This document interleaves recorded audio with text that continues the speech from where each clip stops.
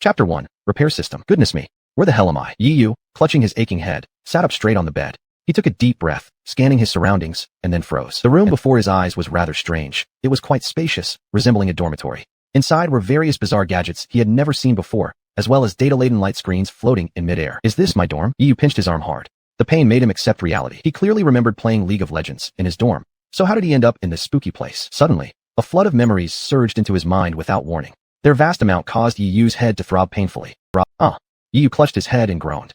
Only now did Yu realize that he had entered a world called Lanji Xing, a highly advanced yet perilous place filled with mechas and signs of apocalypse. Surviving humans banded together in organizations to fight against the mechas. The previous owner of this body was also named Yu, an organization's lowest-level mecha repairman. Due to joining late, he had always been bullied by upper levels. Just tonight, he received an impossible task, leading to a fatal accident that killed him from internal injuries. Poor guy. Yu sighed. He deeply understood this feeling of being summoned at will and treated like a slave. After all, back in China, he had also been an automobile repairman and bore more than enough complaints from others. Feeling somewhat empathetic toward this unfortunate body, Yu didn't seem to resist it too much. This isn't your dorm, it's your house, you idiot. Yelling like a ghost in the middle of the night. Sleepless or what? A voice came from the side. Judging from the tone, it was undoubtedly a fat man speaking. I just had a nightmare, Yu explained. Dreams can be this absurd too? I'm really impressed, considering how badly I was tortured by Lu Yu today. What kind of dream is this? Damn weird, the fat man remarked. The fat man's name was Ren Yuan, a spirited youth hailing from Zuan. Other than his bad mouth, he was actually a pretty good person. Ren Yuan rubbed his little eyes.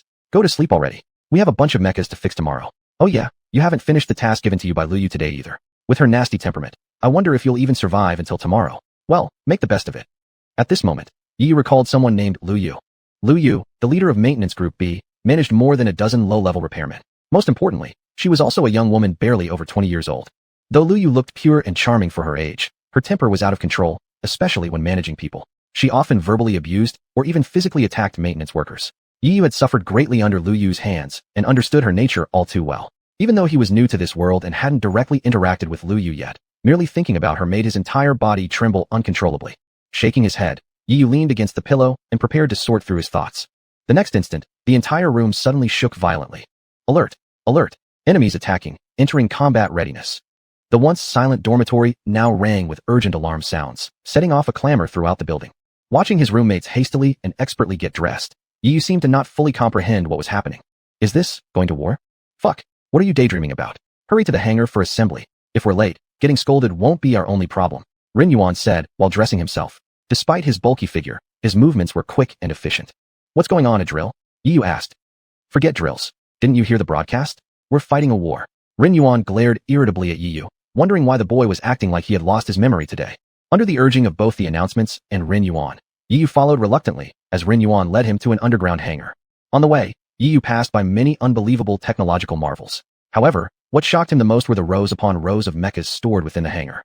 These things are cooler than Gundam, Yu couldn't help but exclaim. Ren Yuan had no idea what Gundam was. He simply thought Yu had gone mad, forgetting the very machines he worked with day and night. It seemed Xiao Yu had truly been driven insane by Lu Yu. Damn pitiful. Sighing, Ren Yuan shook his head as Yu continued observing the surroundings. Apart from the 100-plus repairmen from the maintenance group, Yu noticed another special team. They were all dressed in eccentric costumes, wearing badges engraved with the character Song. Walking proudly into the mechas, their departure left behind engine roars akin to thunder, shaking Yu to his core. Stop staring like an idiot. We're just repairmen. There's no way we'll ever pilot a mecha in this life, Ren Yuan remarked sharply. Yu shot back sarcastically. Then how come I've heard that Lu Yu, the girl, is a mecha pilot too? Wasn't she a repairman before? Humph. That's because her father has connections within the organization. You'll never be able to catch up with her, Ren Yuan replied. To this, Yu shrugged and said nothing more. Soon after, the repairman's mission came down: battlefield maintenance and logistical support. It meant the repairman had to perform emergency repairs on the mechas while in battle. Isn't this a death sentence? However, everyone else remained unexpectedly calm when faced with this order, with not a single voice of opposition. Why do we have to go into battle? We're just repairmen. Isn't going to war suicide? Yu blurted out. Having just arrived in this strange world, he certainly didn't want to throw his life away like this. But just as Yu was about to explode in anger, a large hand clamped down on his shoulder. Calm down. Repairmen like us can only be cannon fodder during critical times. There's nothing we can do about it, a male voice spoke up. The person speaking was Bai Xing, a slim youth with wire-rimmed glasses who looked scholarly. He went by the name Bai Xing and was a repairman from the same group as Yu. We're used to it by now. It's all about fate, survival, or death, Bai Xing comforted, though fear still lurked inside him. Yu understood all about military rules and the chaotic times, but he did not wish to die for nothing. After all, he had merely been an automobile repairman in his previous life. He had no idea about mecha repairs, let alone engaging in battlefield combat. After all, this was a high-tech apocalypse where the firepower of mechas far surpassed guns on Earth. How could such fragile human bodies withstand them? But reality was cruel. Yiyu's protests changed nothing. Soon, he was grouped into a small team. Coincidentally or not, his other two teammates were none other than Ren Yuan and Bai Xing. Led by the two of them, Yiyu entered a dilapidated hangar. In the middle of the disordered hangar sat a vehicle similar to an off-road armored car. The thick armor was scarred with various bullet holes of varying sizes, alongside rust marks washed by rain. As they approached, a peculiar smell assaulted their noses, part gunpowder, part motor oil. "This is our exclusive ride," Ren Yuan patted the car door. Yiyu couldn't help but express his surprise. "Are we supposed to fight against mechas with this vehicle? What choice do you have? Be grateful you've at least got some armor protection. Better than being used as a meat shield." Yiyu threw up his hands with a wry smile, without saying a word. "This might just be the sorrow of the lower class. You guys are truly my destiny incarnate. We're always sent to our deaths together." Ren Yuan cursed, yet his round face beamed with joy. "3 times now," Bai Xing commented. "And every time, we survive, don't we?" "Haha," Ren Yuan scratched his greasy hair and patted Yiyu on the shoulder again. "Last few times we survived, mainly thanks to Xiao Yu here. His driving skills saved the day. For safety, you should drive the vehicle then. Oh great car god." Bai Xing patted Yiyu on the shoulder as well. Only then did Yiyu remember that this body's former self had been an exceptional driver. Speaking of driving, Yiyu couldn't help reminiscing about his previous life. At 17, his family ran a tofu shop. His dad, being lazy, would force Yiyu to wake up at 5 every day to deliver tofu. So for years, he delivered tofu in a place named Qiuming Mountain. He thumped his chest confidently and chuckled. "I think I can manage." The topic of driving brought back Yiyu's confidence. But once inside the cockpit, Yiyu froze in complete bewilderment. The technology of this world was far more advanced than what he had imagined. Where's the brake? Where's the accelerator? Where's the manual transmission? Where's the steering wheel? Full of question marks, Yiyu sat blankly in the cockpit, utterly perplexed. At that moment, Yiyu's head suddenly grew dizzy, and after a short pause, a sweet feminine voice resounded in his ears. "Repair system successfully linked. Host, Yiyu. Health, 250. Strength, 15. Repair points, 15. Current unobtained repair points, 100 inch. What is this crap?" Yiyu nearly jumped out of his skin. Instinctively, he thought it was the sound system of the armored vehicle, but seeing Ren Yuan and Bai Xing's shocked faces, he finally realized. The voice was indeed coming directly from inside his mind. Chapter 2. To the battlefield. "What are you standing there for, huh? Start driving." Ren Yuan glared with her fleshy hand gently shaking. Yiyu snapped out of his daze, suppressing his flustered state, and put on a serious look as he said, "Just wait a moment, let me resonate with the armored vehicle first. This horse's operation is also possible." Fatso doesn't get it, right? This is what we call man-vehicle synergy, isn't it? Bai Xing quickly chimed in agreement with Yiyu. Man-vehicle synergy, this was absurd. But what could Yiyu say? Even if it was absurd, he had to nod and acknowledge it. Then, he began searching through past memories, trying to merge with the recollections left by his predecessor. At that moment, the female voice suddenly rang in his mind again. Host attribute loading successful. Yiyu. Position, low-level repairman. Stamina, 250. Strength, 15. Agility, 10. Perception, 11. Driving, 50. Repairability, 15. Acquired skills. Alien world. Can exert 3 times more force than normal when nearly dying. Akina mountain car god. When driving mechs or battle vehicles, one can instinctively understand without prior training. However, this is influenced by driving ability. The higher the driving skill, the better the mech control. A sudden holographic screen appeared before his eyes, the recorded information stunning Yiyu speechless. Could this be the system? "Hello host, I'm delighted to assist you. If you have any questions, feel free to ask." The feminine voice became sweeter and purer. Just hearing it made one imagine how beautiful she must be. Yiyu quickly accepted the reality. Well, I understand about strength and agility, but what exactly is repairability? And if I don't acquire repairability, do I also not gain skills and... Yiyu rapidly fired off several questions. Among all the inquiries, he was most interested in not the origin of the system, but rather its function. It was crucial for him to know how to survive in this chaotic world. Repairability is at the core of the entire repair system, also its most powerful feature. Repairability determines the host's repair expertise. The higher the repairability, the stronger the repairing capability becomes. When repairability reaches a certain level, the host will even be able to dismantle mechs barehandedly. Upon hearing this, Yiyu could no longer suppress his excitement. Disassembling mechs by hand, for this high-tech dystopian world, it would undoubtedly be an overpowered ability. With this power, Yiyu finally gained the skills to endure in the end times.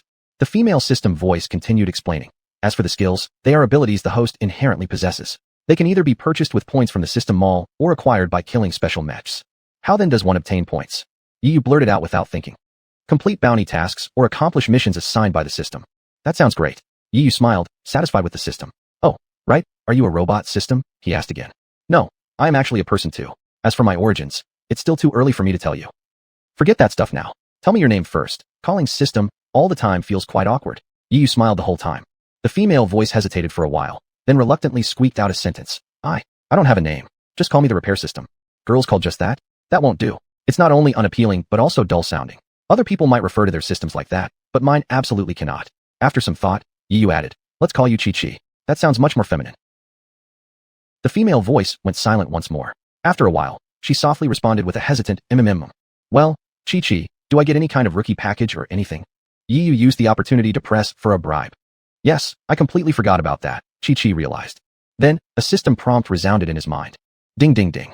Gained 1 life potion, 1 strength potion, 1 agility potion. Received Chuji Dongchan Shogun. Afterward, Yu opened the portable repair toolkit beside him. Sure enough, all the rewards issued by the system were inside. Are these potions meant to boost attributes? Yu shook the life potion and downed it in one gulp. Vitality increased by 20, current vitality 270. A system prompt sound echoed. Understanding the properties of the potions, Yu drained them all down, enhancing several of his basic stats by over 20 points. After reviewing the updated base attributes, Yu couldn't help but feel somewhat happy inside. With this repair system, he wouldn't need to worry about surviving in the chaotic world anymore.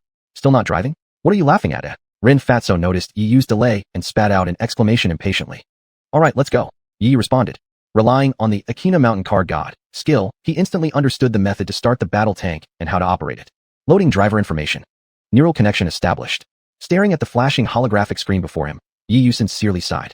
Undeniably, high-tech was indeed high-tech, and it did get rather complicated. At the moment of activating the battle tank, Bai Xing, who had remained silent all this time, suddenly spoke up. Hey, before we go into this war, do either of you have something to say to your families? Bai Xing's tone sounded a little peculiar. If by chance we don't make it back, I won't bother to pass on any messages for either of you. Yi sensed that Bai Xing seemed to be afraid. If he had been in the same position as earlier, Yi might have still felt fear, but now things were different. He had already bound himself to an incredible system. This new version of him bore no resemblance to his past self. Haha, do you plan to return home and marry after this war? Or perhaps, return home and spend time with your kids? Yi grinned mischievously. Why are you asking me these? Bai Xing shook his head. I don't even have a girlfriend yet. Where does marriage and having children come from? You're right. So never say those words randomly again, because they're death flags. Whoever says them is inviting their own doom. Yi mumbled absent-mindedly while tinkering with the machinery. Death flag? I understand what a flag is, but what do you mean by death? Well, let's set out. With that, Yi stopped responding to their questions and immediately began operating the battle tank towards the battlefield. Since he was still adjusting, there were occasional moments when he accidentally crashed into something. Rin Yuan started cursing, complaining about phrases like, the car god is no more, or this damn toy car, and so forth. Bai Xing was someone who preferred quietness. He tried to tell Rin Yuan to shut up, but he kept getting interrupted by Rin Yuan's coarse and rude words from Zhuanan. It was like being a scholar facing soldiers, making reason impossible to prevail. Eventually, annoyed by the disturbance, he simply switched on the car audio system and started listening to songs. And so, the battle tank entered the battlefield. Boom boom. The sound of explosions was deafening, and above the battlefield, dazzling fireworks of various colors continuously flashed. They were the flashy glows of advanced cannons and the fires caused by exploding mechs. As Yi watched destroyed mechs falling from the sky, he couldn't help but feel somewhat fearful. Even massive mechs could not withstand artillery strikes. How then would his mere tank possibly manage? Even though he hadn't stepped directly onto the battlefield yet, the sense of overwhelming disparity between enemy and friend spread rapidly within his heart, uncontrollably. Soon, Yi followed instructions and parked the battle tank at a temporary garage at the front line of the battlefield. This kind of temporary garage was built hastily by a few maintenance teams. The work of such teams was field repairs, fixing damaged and injured mechs returned from the front line as quickly as possible. Yi had been assigned such a role. Although it was monotonous, the job was safe without needing to face artillery fire constantly worrying for one's life. He began searching through his memory on repairs, picked up his tools, and immediately began repairing the mech. Meanwhile, on the other side of the battlefield, a fiery red mech was surrounded. Outside the encirclement were numerous bizarre-looking mechs. They possessed a very strange form. Half of their bodies were mechs, the other half animal flesh, two-headed snakes, white-fronted tigers. Their organic forms seemed embedded within the steel structure, appearing terrifying and repulsive. They were grinning with sharp teeth, advancing closer to the red mech with heavy steel steps that almost made the earth tremble.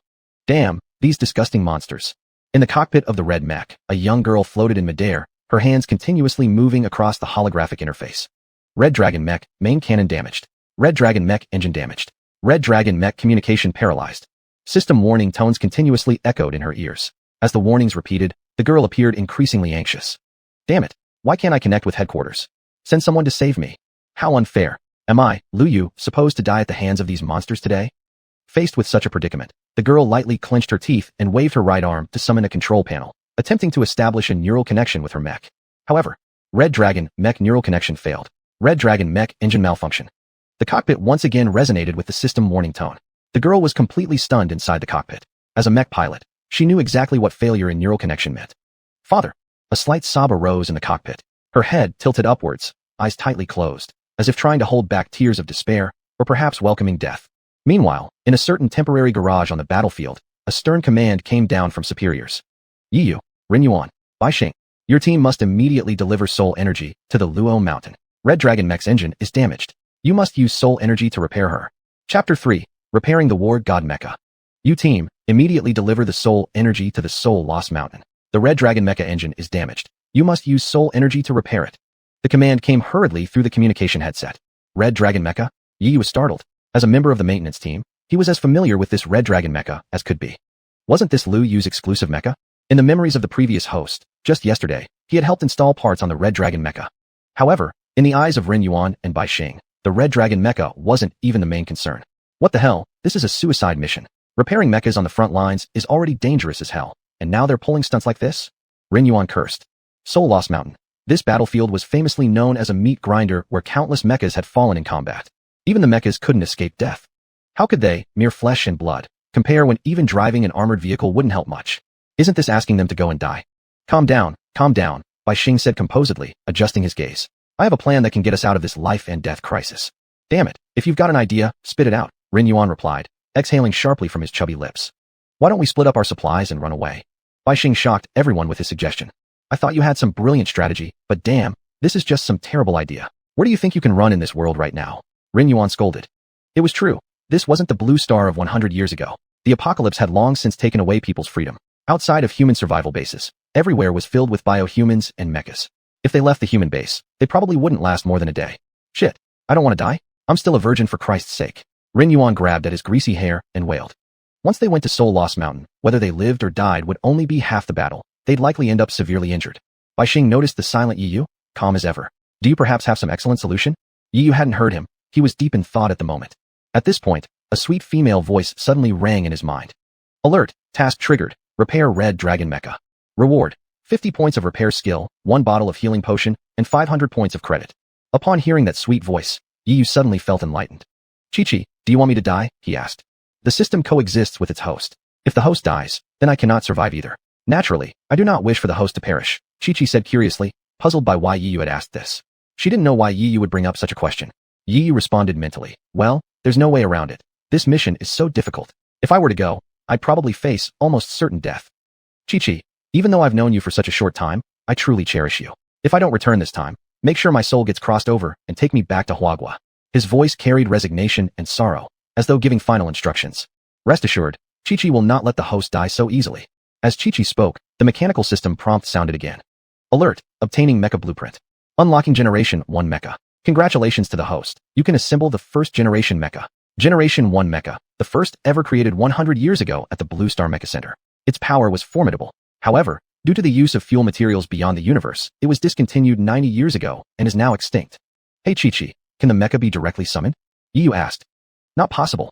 Since it can't be directly summoned, does that mean I'm still going to die? Yiyu chuckled bitterly, wondering how the system couldn't offer something tangible. Host, I understand your anxiety, but please don't rush yourself. Chi-Chi continued. You can entirely utilize your repair skill to quickly assemble a mecha. That's precisely what makes the repair skill unique. If your repair efficiency is high enough, you can disregard all materials and directly create whatever you wish to construct. This string of system prompts stirred Yiyu's calm heart. Then, that means I could entirely use some scrap parts to assemble a mecha, right? Yiyu's doubts were soon confirmed by Chi-Chi. Yes, indeed. Heh, Xiaoyu? Have you gone insane? Bai Xing nudged Yiyu's shoulder, snapping him back to reality. What kind of materials are in this maintenance garage? Yiyu asked. Just some relatively common parts, and soul energy. Soul energy is an essential source for maintaining mecha power. Practically every maintenance warehouse has it. If you're preparing materials now, are you about to leave? I really don't want to go, Bai Xing looked panicked. Even though he had witnessed many cruel wars in recent years, he was still an ordinary person. When death truly approached, instinctive fear took over. Sensing the fear in their eyes, Yiyu sighed. If we go to the battlefield now, we will surely die. I think we should build a mecha first. As soon as Yiyu said this, Bai Xing and Rin Yuan stared at him as if he were a monster. Damn, Xiaoyu, have you been so scared that you've gone dumb? Are these words even humanly possible? Rin Yuan ran over and touched Yiyu's forehead to check if he had a fever. No fever, but why is he talking nonsense? In their minds, how easy could it possibly be to build a mecha? Mechas required specialized large factories for complete production. Of course, there were some people in the world who assembled mechas, but assembly required parts, like cores, power systems, and artillery devices. How could one person make all these various equipment parts by hand? What Yiyu said next shocked them even more. Building a mecha isn't a big deal. It'll take about an hour. The two looked at him blankly. They thought Yiyu had completely lost his mind. Feeling the monster-like gaze of the two, Yiyu didn't complain much. After all, saying you can build a mecha by hand simply wasn't credible. So, he rephrased the question. I remember there was a derelict mecha in this hangar, right? That's right, the war god mecha. Bai Xing patted him on the shoulder. Alright, looks like you're pretending to be crazy. Xiaoyu, why are you asking about that? Ever since the last battle, the war god mecha has just been a pile of scrap copper and iron. I think I can repair it, Yiyu said resolutely. The two fell silent. Well, here goes your act of madness again. Fine, do what you want. Anyway, the higher-ups gave strict orders. If we don't hurry up, we'll either die in Soul Loss Mountain or at the hands of the organization. Bai Xing replied helplessly. Repairing the war god mecha was not just empty talk from Yiyu. With his maintenance ability over 200, fixing the war god mecha was more than enough. Without wasting time on unnecessary words, he turned around and walked into the hangar, taking the elevator to the basement. In a warehouse at the very end of the corridor, he found the abandoned war god mecha. Xiaoyu, let's go already, don't waste any more time. Bai Xing and Rin Yuan rushed into the warehouse. When they saw the scene before their eyes, they were completely stunned. Chapter 4 report. The war god armor is revived. When they realized the scene before their eyes, they were utterly stupefied. Yiyu, without using any tools, climbed barehanded onto the war god armor that was approximately several dozen meters high. Right now, Yiyu was tinkering with the head of the war god armor. During this time, dazzling sparks would occasionally flash. This scene caused Rin Yuan and Bai Xing to shout in disbelief at how ridiculous it was. An armor so tall usually took a few minutes to climb even with tools, yet now Yiyu had managed to climb it barehanded. What surprised them even more was that Yiyu didn't seem to carry any repair tools, yet his fingers sparked wherever they touched. Little you, how the hell did you get up there? Come down quickly, damn it. Are you not scared for your life? Rin Yuan cupped his hands around his mouth like a megaphone. Even Bai Xing, who was normally gentle-mannered, let out an exclamation. Holy crap. Little you, come down. Old Bai, don't you find something strange about little you today? What do you mean? Isn't he just showing off? Bai Xing asked back. Could it be this kid has been possessed? Rin Yuan's chubby face was full of fear. Being possessed by your grandma. Despite being dozens of meters up working on the equipment, Yiyu heard every word clearly. He turned around and shouted to those below. Find me some soul energy sources. I'm going to fix the war god armor. Then, right in front of everyone's eyes, he leapt, landing right on the chest panel of the war god armor. Typically, this part served as the cockpit of a mech. The nonchalant action from Yiyu nearly gave both individuals watching below heart attacks.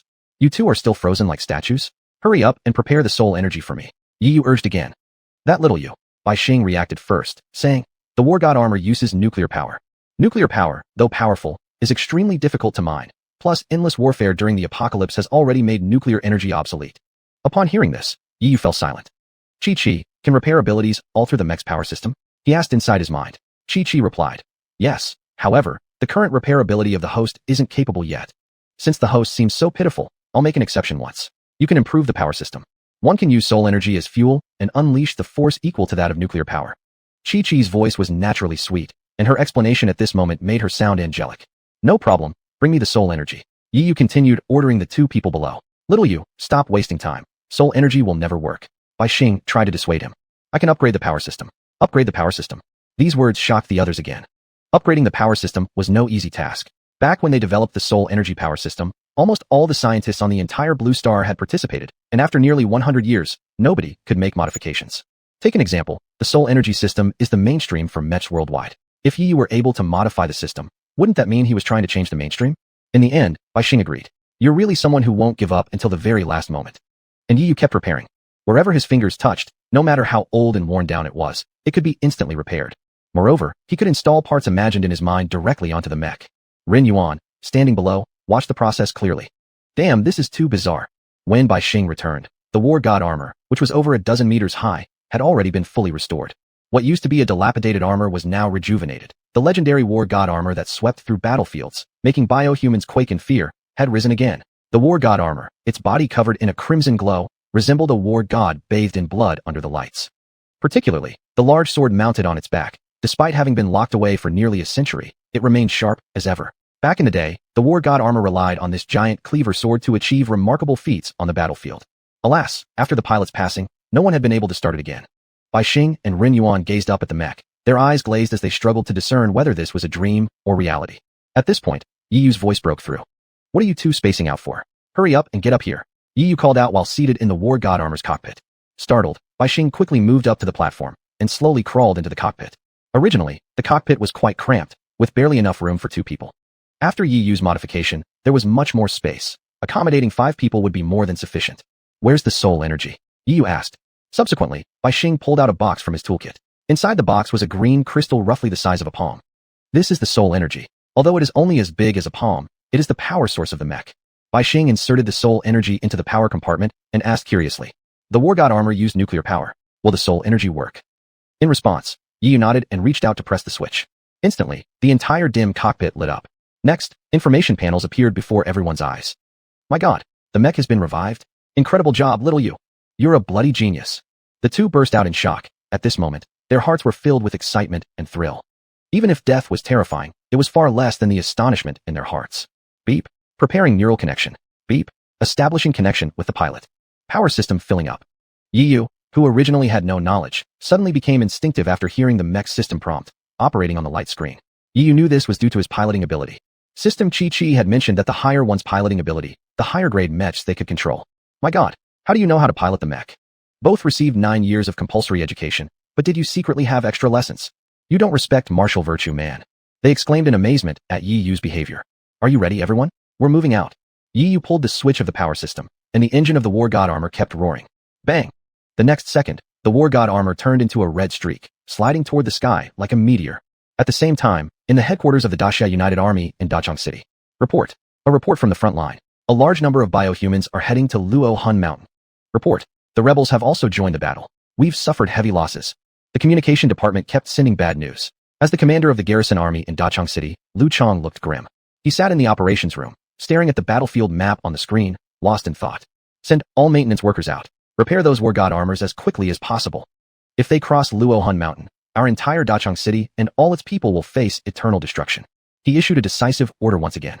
At this moment, the chief of staff Huang Wen spoke. Commander, if we can't hold Luo Hun Mountain, shall we use that weapon? No. You know very well what the consequences of using that weapon would be. Commander Lu Chong firmly opposed. I cannot sacrifice so many citizens. He sighed and rubbed his forehead. Since the apocalypse outbreak, 3 generations of his ancestors had guarded Dachang City, all for protecting the people of Dachang City. Now he absolutely couldn't bring himself to sacrifice the lives of the Dachang citizens. Report. Just when the atmosphere fell into deadlock, the communication department broadcasted a message. There's a mech intruding on the battlefield. It seems to be an abandoned war god armor. As soon as these words were spoken, there was an outcry throughout the room. All the officers in the operations room stood up. Chapter 5. Your voice sounds so familiar. All the officers in the advisory room stood up. Are you sure you didn't make a mistake? The god of war mech was already scrapped. How could it appear on the battlefield? Officers in the advisory room picked up their headsets one after another, issuing doubts to the communication department. In that past campaign, many of them participated, some even witnessed the fall of the god of war mech with their own eyes. And how could a scrapped mech possibly reappear on the battlefield? If I tell you, you might not believe it, but officers, the god of war mech is indeed on the battlefield. To convince everyone, the communications department brought up real-time footage from the battlefield. When they saw on the screen a rapidly moving, huge red mech, they finally believed it. How could this be? The god of war mech. People who can repair the god of war mech have long passed away. How did he? Lu Chong issued an order. Quickly check who is piloting the god of war mech. And urge number 7 hangar. Get them to rush to Luo Hound Mountain and repair the red dragon mech. Yes. Luo Hound Mountain battlefield. The defenders of Dachang City were rushing to the battlefield in mechs. In midair, there were flames spewing from engines as well as the flashes of explosions of shells and broken mechs. The artillery fire lit up the sky.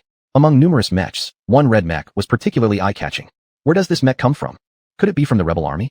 Doesn't look like it. His mech's code clearly belongs to the Daxia United Army. But headquarters doesn't have such a mech. The pilots who had seen the red mech were full of doubts. Although battle-hardened, they had never encountered a red mech like this before. This red mech was precisely Yi Yu's god of war mech. My goodness, my goodness. The mech is so cool. This speed, Bai Xing shouted excitedly. He had lived nearly 20 years without ever stepping inside a mech. You kid, do you have any ambition? I just take a ride in a mech, and you look like this, Ren Yuan said scornfully beside him. Sure, only you have ambition, Mr. Maintenance Officer Ren Yuan. Bai Xing rolled his eyes. Hey, learned men are different. Huh, even your words sting. Yi Yu at the driver's seat was fully focused. He glanced at the map. 30 seconds left to reach Luo Hound Mountain. Everyone, we have 30 seconds until we enter the cruel battlefield. Luo Hound Mountain was known as the meat grinder of the battlefield. Once you enter Luohound Mountain, whether or not you'll live through it is uncertain. On the other side of Luohound Mountain, the disabled red dragon mech was surrounded by strange-shaped mechs. These mechs existed in a form where organic bodies were fused with machines. They were the source of disaster on the blue planet, the biomechs. They merged with various animals. One mech could possess at least 3 forms. Since the end of the world 100 years ago, these mysterious biomechs had appeared overnight. No one knew where these mysterious creatures came from. They only knew that in one night, all global intelligent robots almost entirely went out of human control, malfunctioning, harming people. Since then, the apocalypse had begun. A mech fused with a tiger was roaring. Its enormous tiger head was severely rotten, yet it was driven by steel armor. It took heavy steps and approached the red dragon mech slowly. Several other biomechs also moved towards the red dragon mech, flashing bloodthirsty, cruel glares in their eyes. You damned biomonsters. While watching the approaching biomechs on the display, although sitting in the cockpit, Lu Yu's heart was filled with despair. I still can't contact headquarters. Frustrating. Regret filled her heart. Regret for being powerless against the biomechs and regret for not listening to Yi Yu's advice to upgrade the soul energy chamber, leading to insufficient soul energy. I should have been less rushed. She sighed. Had this mission not been urgent, she would have followed Yi Yu's suggestion to improve and maintain properly. But regretting now wouldn't help. After several tests, the tiger head biomech finally determined that the red dragon mech was completely paralyzed. He roared fiercely, seemingly issuing an attack command to surrounding mechs. Roar! With that roar, nearly 10 biomechs charged forward, opening bloody mouths, ready to devour the red dragon mech whole. This was the only way for biomechs to evolve. By consuming mechs or humans, they gained evolutionary power. Therefore, countless biomechs were quite attracted to human survival bases. At that moment, a whistling sound came from the sky. The dark night sky was torn open by a streak of sword light. A huge ship-cutting sword pierced through the lead tiger-headed biomech. In the blink of an eye, the dramatic change startled Lu Yu inside the cockpit. On the display, a red giant battle mech appeared. It swung the enormous ship-cutting sword, slashing towards the surrounding biomechs.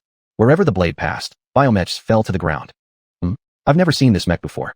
Lu Yu felt both relief and bewilderment. She had grown up in the main headquarters of Dachang since she was young, and she knew almost everything about what kinds of battle mechs were in the headquarters. But she had never seen this red battle mech. The piloting skills, they're incredibly seasoned. She noticed that the red battle mech had an elusive movement. Even when surrounded by attacking biomechs, it could retaliate with composure. If one didn't have decades of driving experience, it would be hard to handle the battle mech so proficiently. At the same time, inside the cockpit of the god of war mech, Lao Bai, come here. Yi Yu called out. Is there something you need, Yi God? Spirit energy, give it to me, Yi Yu said as he operated the controls. What are you planning to do, little Yu?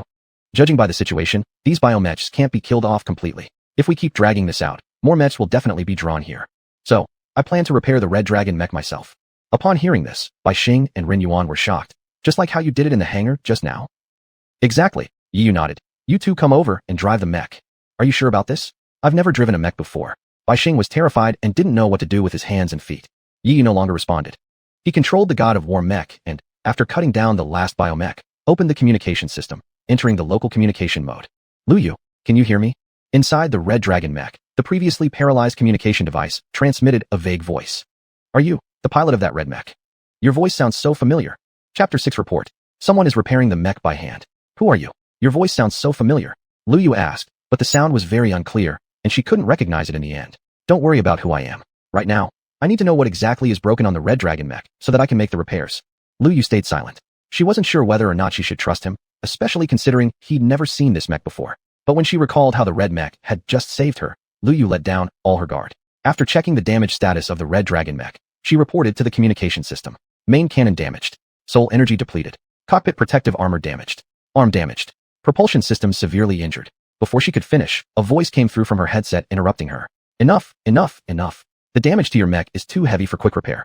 Alright, I'll fix your propulsion system first, and once we're back at the headquarters, I'll help you with the rest gradually. After hearing this, Lu Yu nodded. After all, this was Luohuan Mountain, where every second of stay increased the danger. So, how do you plan to carry out the repairs? And I'll cooperate.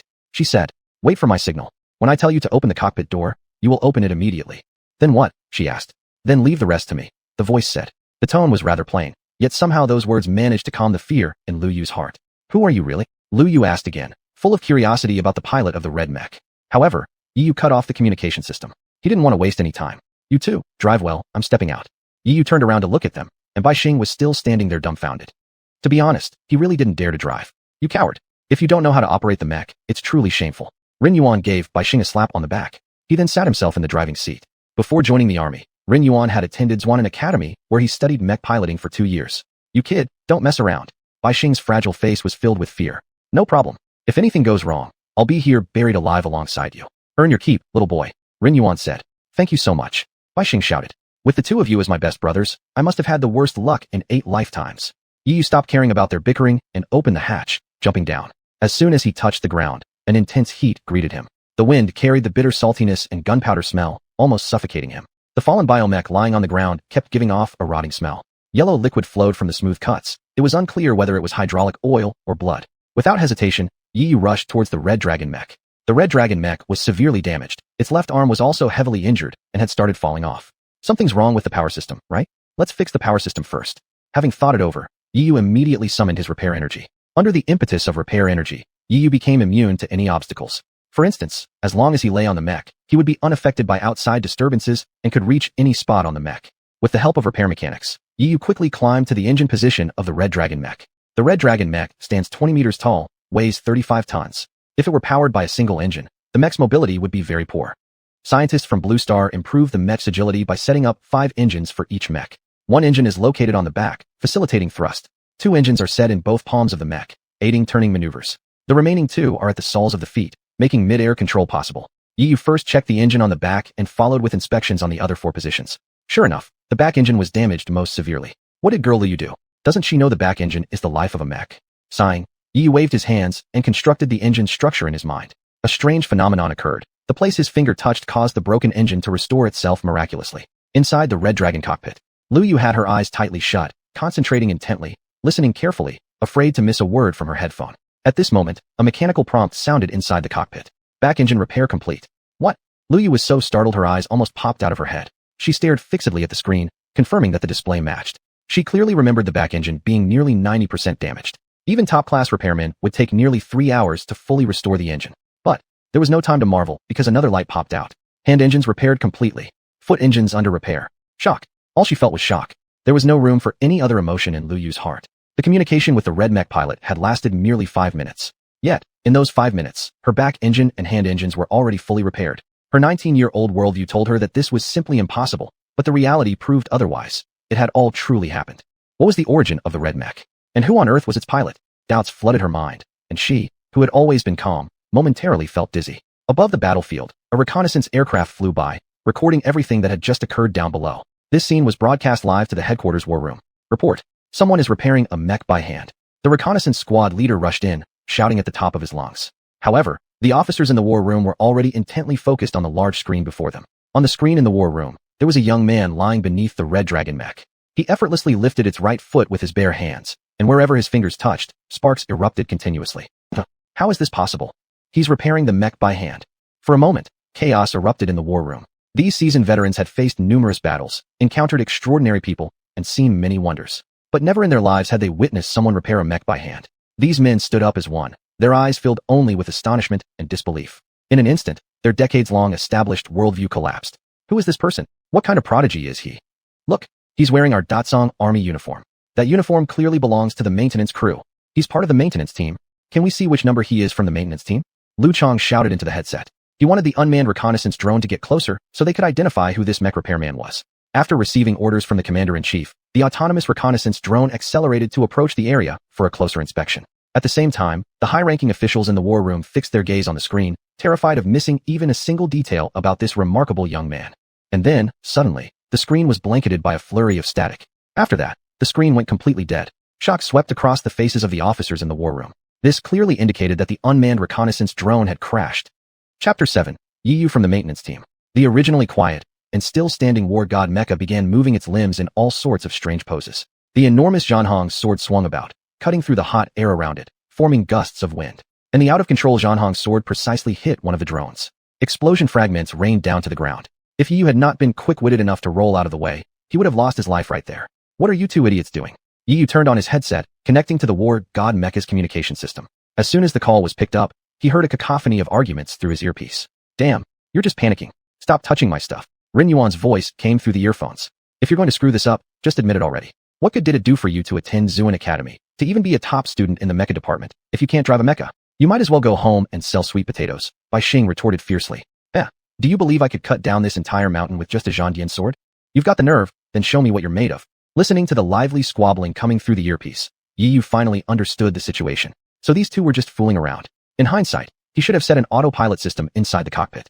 At this moment, the most important task was to quickly repair the Red Dragon mecha. Turning back, Yu immersed himself again into the repairs.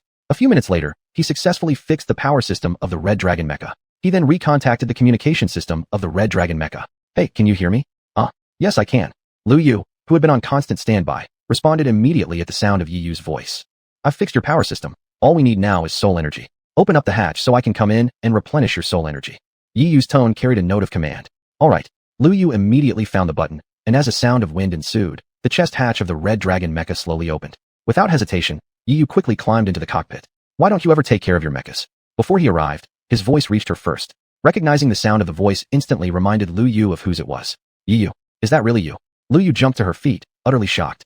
Yu climbed into the cockpit, surprising Lu Yu further by showing no tools whatsoever on his person.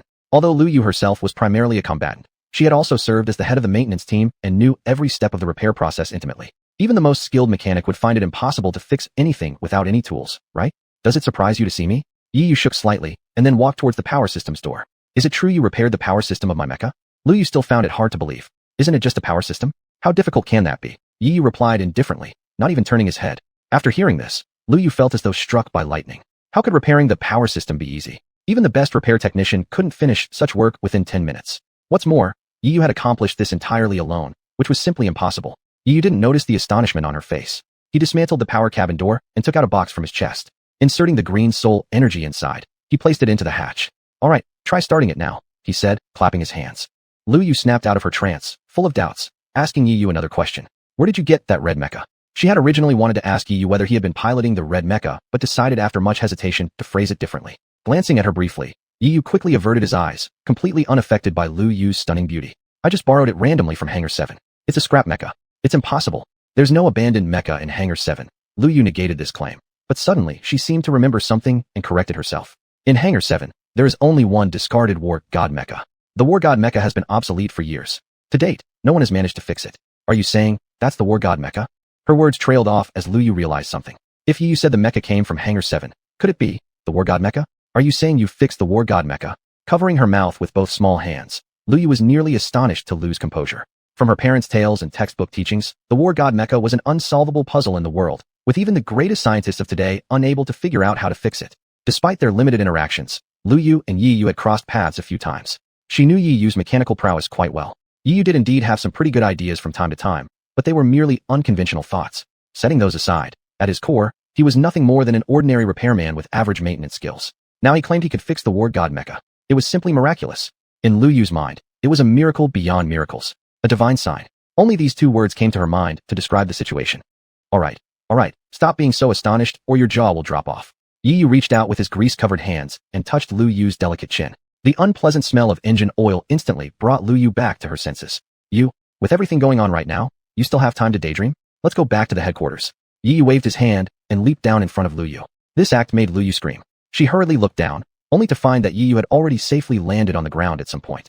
Meanwhile, at the Dachong Army headquarters, Lu Chong frowned deeply, staring fixedly at the screen. The screen was filled with static, and the signal was still not connected. At this moment, another report came from the front line of the battlefield. Lu Chong took it immediately upon receipt. After flipping through a few pages, the expression on Lu Chang's face shifted from deep concern to one of surprise and disbelief. Are you sure there were only a few mechanics left in Hangar 7 at the time? He closed the report and asked seriously. The officer delivering the urgent report gave a military salute. Absolutely, Commander. Very well. Now please tell me the names of these mechanics. Report. These three mechanics are named by Xing, Ren Yuan, and Yi Yu. According to the monitoring room report, the person piloting the war god mecha is precisely the mechanic Yi Yu. Yi Yu. Upon hearing this name, Lu Chong suddenly raised his head, as if something significant came to mind. This guy's surname's Yi? Could it be? Notify the front line immediately. Send Yi Yu and the others back. And make sure they return in the war god mecha. Remember, his safety must be guaranteed. Yes, Commander. The officer carrying the message went out. Only then did Lu Chong sit down and take a breath. This guy's surname's Yi. Let's hope he isn't associated with those people. Chapter 8. Was it intentional or accidental? In Datsong City, mechs hurried one after another to the battlefield. The bright red flames spewed out by the mech engines were like dazzling fireworks, blooming in the sky of Datsong City. Among the colorful mechs, two Yixing red mechs were particularly eye-catching. There were two mechs in front of them clearing the way and two guarding from behind. When citizens of Datsong City looked up, they thought some extraordinary figure was triumphantly returning. Some elders over 70 quickly recognized the other red mech. Look, old woman, isn't that the war god mech? Yes. After all these years, I didn't expect to see him return. That night, many elderly people in Datsong City shed tears.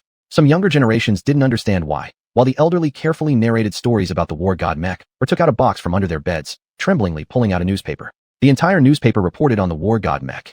Datsong headquarters. At the eastern exit of the Mech landing platform, the two mechs being escorted gently landed.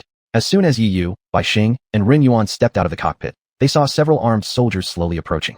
Commander has an order, please come with me. The leading officer saluted solemnly. As repairmen, Rin Yuan and Bai Xing had never seen such a spectacle. They spent their days with mechs, except for Lu Yu, they hadn't interacted with high-ranking officers, let alone commanders. Now, summoned by the commander, Bai Xing instinctively hid behind Rin Yuan, revealing a somewhat feminine side. Since he awakened the repair system, Yi Yu had anticipated this. With mental preparation, he remained quite calm. He glanced upward, and his gaze coincided exactly with Lu Yu's eyes in the cockpit. Both could sense doubt in each other's eyes. Father wants to see Yi Yu? Lu Yu was slightly surprised. Then she unbuckled her seatbelt and connected with the crew. Please follow me. The officer gestured politely, turned around, and led the group away. Leaving the mech landing pad, they first went through a long tunnel where doors appeared at various intervals along its path. Next to every door hung a sign, Logistics Department, Officer Dormitory Area, Canteen. Finally, those officers stopped in front of the gate marked Research Department. After entering, what was originally a narrow space gradually became clearer. A peculiar smell hit them, mixing the scents of engine oil and medicinal liquids. Is this the Research Department? Yi Yu gazed blankly at everything before him. In the Research Department, bottles and cans were everywhere, and the screens were filled with data projections. In the center of the hall, a virtual image of a mech was projected. Yi Yu immediately recognized the mech. Wasn't it the war god mech he repaired? And beside the virtual image, there were several scientists in white coats studying it. Report to the commander. We have brought Yi Yu here. Please give orders. The officer stood straight and saluted. You may go now, said Lu Chong in a black combat suit, rising leisurely from his seat. Lu Chong, as the commander-in-chief responsible for battlefield deployments, possessed a robust physique. Even before approaching, his strong masculine aura was already noticeable. Are you, Commander Lu? Bai Xing's excited voice also trembled. He came from humble origins. Even after joining the maintenance team, he had never met senior officers. One must know that countless lower-level soldiers never meet the highest military officer in the Datsong headquarters throughout their lives. Oh, so you're Yi Yu? Lu Chong rubbed his eyes. As the commander, he read no fewer than 1,000 documents daily. Over time, accumulated fatigue eventually caused him to develop severe myopia. Oh no, that's not me. Bai Xing pushed his glasses up with his middle finger. Are you Yi Yu? Lu Chong shifted his focus onto Rin Yuan. No. Rin Yuan's head shook violently like a tambourine. Commander, actually, I am. Yi Yu felt somewhat awkward. Turns out the commander is nearsighted. How come he doesn't just get a pair of glasses? He silently complained. Lu Chong scrutinized Yi Yu for a moment, coughed dryly, and directly cut to the chase. This time I've called you here not only because I want to meet you, but also because they want to meet you too. He pointed towards the scientists studying the war god mech nearby. They really want to know how exactly you managed to repair this war god mech. Absolutely. A balding scientist walked over. He was a plump middle-aged man. Kid, do you know how long we've been studying this war god mech? 5 years. We've been studying this war god mech for 5 full years. Our simulated data shows that we can repair 90% of the war god mech's armor. But there was one final component we couldn't figure out after all those years. The middle-aged man adjusted his glasses and waved a hand, pulling up a projection image in midair. Finally, he tapped on the mech's back. That was where the mech's engine was located. The war god mech dominates the battlefield primarily because of its nuclear power system. However, nuclear power has long been obsolete and is no longer extractable. If we use the latest soul energy as fuel, it wouldn't come close to matching the performance of nuclear power. In other words, without nuclear power, the war god mech would just be scrap metal.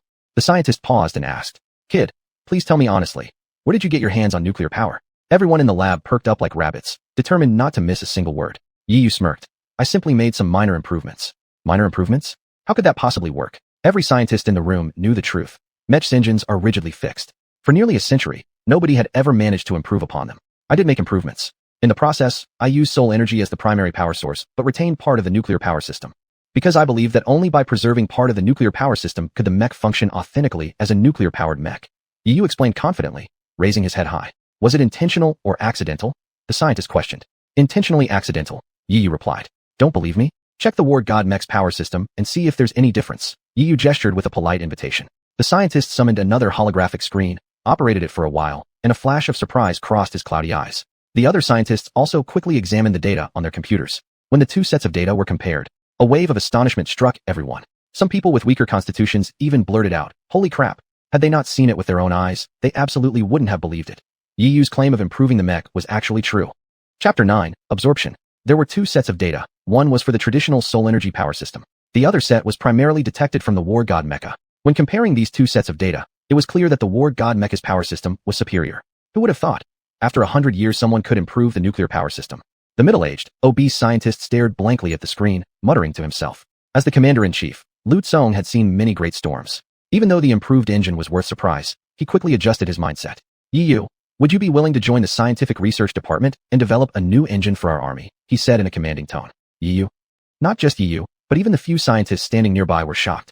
Ever since the founding of the Great Song Army, the research department had always been the very soul of the military, the top priority. They were responsible for improving the missiles and equipment of the army, as well as developing new types of mechas. Generally, only geniuses who passed rigorous tests could enter the scientific research department.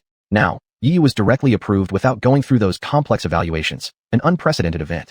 Yu didn't really care, but he thought that staying in the research department might help him upgrade his repair system. What do you think?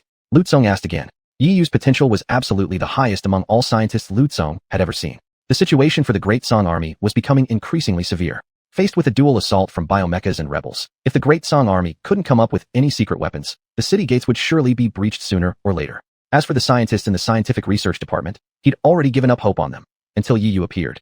He believed that perhaps only Yu could restore the Great Song Army's prestige. Don't talk to me about interest, talk to me about resources. Yu smiled. Actually, whether or not the resources mattered wasn't an issue. Yu just felt that if someone mentioned something and he immediately agreed, it would make him seem too lowly. After being a yes man in his previous life, he didn't want to be humble anymore. Resources are easy to arrange. Once you start working at the scientific research department, every month we'll give you 2 high-grade food packages, special privileges in Dachang City, and provide you with a high-grade apartment fully equipped with facilities.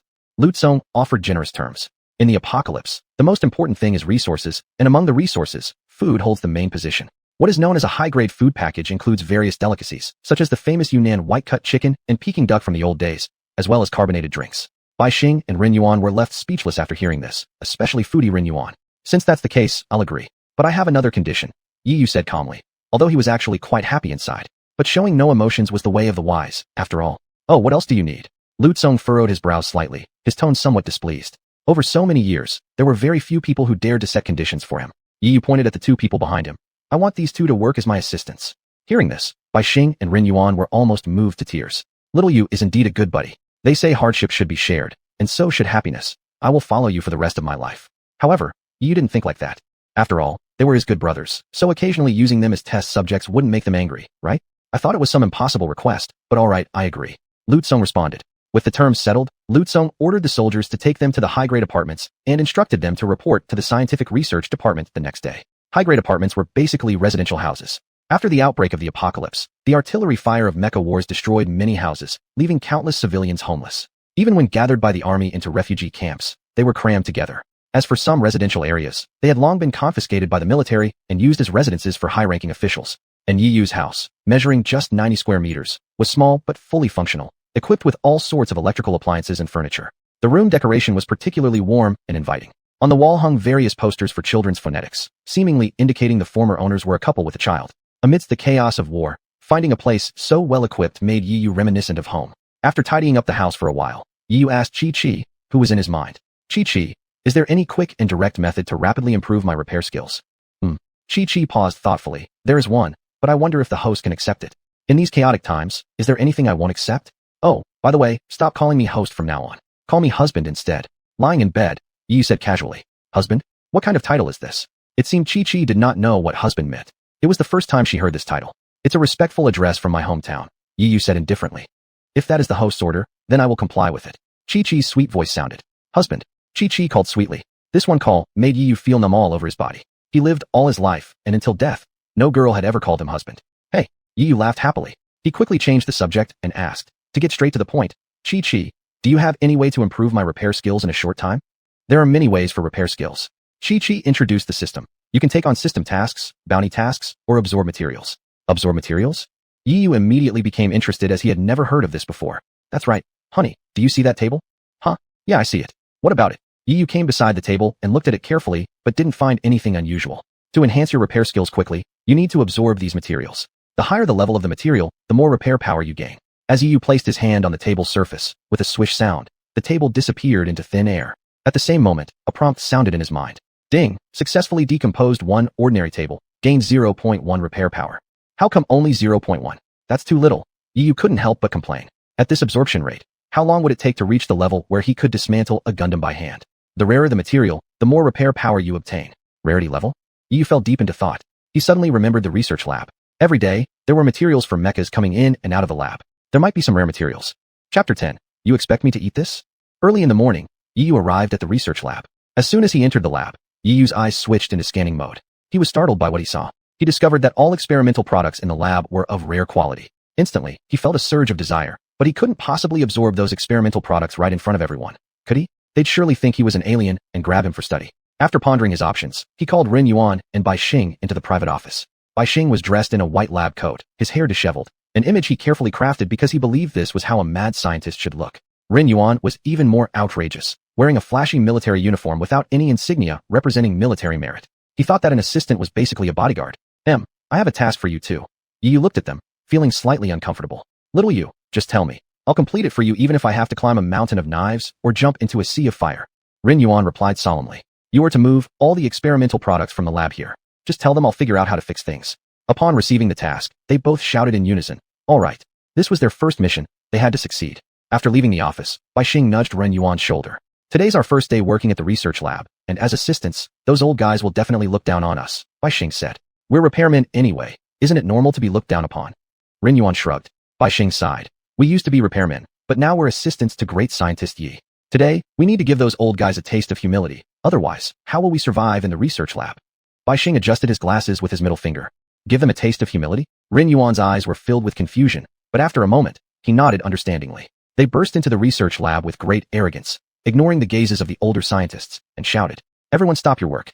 Our great scientist Yi has ordered that everything you're currently studying must be sent to his office. Ren Yuan strutted proudly despite his obesity, giving off an air of self-assuredness. What a big mouth. A portly middle-aged scientist stepped out. His name was Ming Lang, having worked in the research lab for nearly 30 years, holding a significant position. That kid just joined yesterday, and already talks so arrogantly? Ming Lang questioned. Besides, we in the research department are currently studying a new type of mech chip. I admit that kid has some talent, but only in engines. Do you know? Engines and chips aren't in the same field.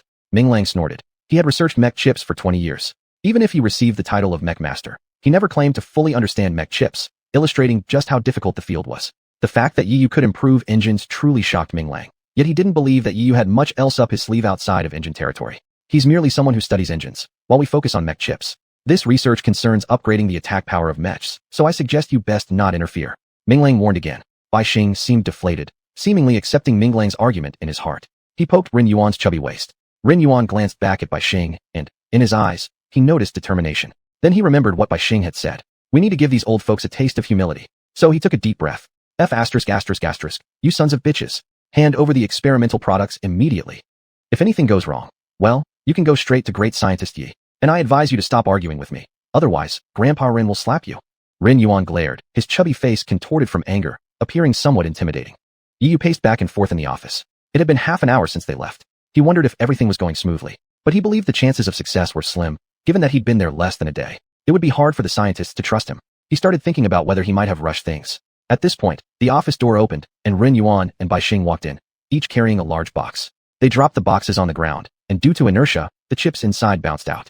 Mission accomplished. Ren Yuan wiped the sweat from his brow, recalling the earlier display of authority, and a smile crept across his lips.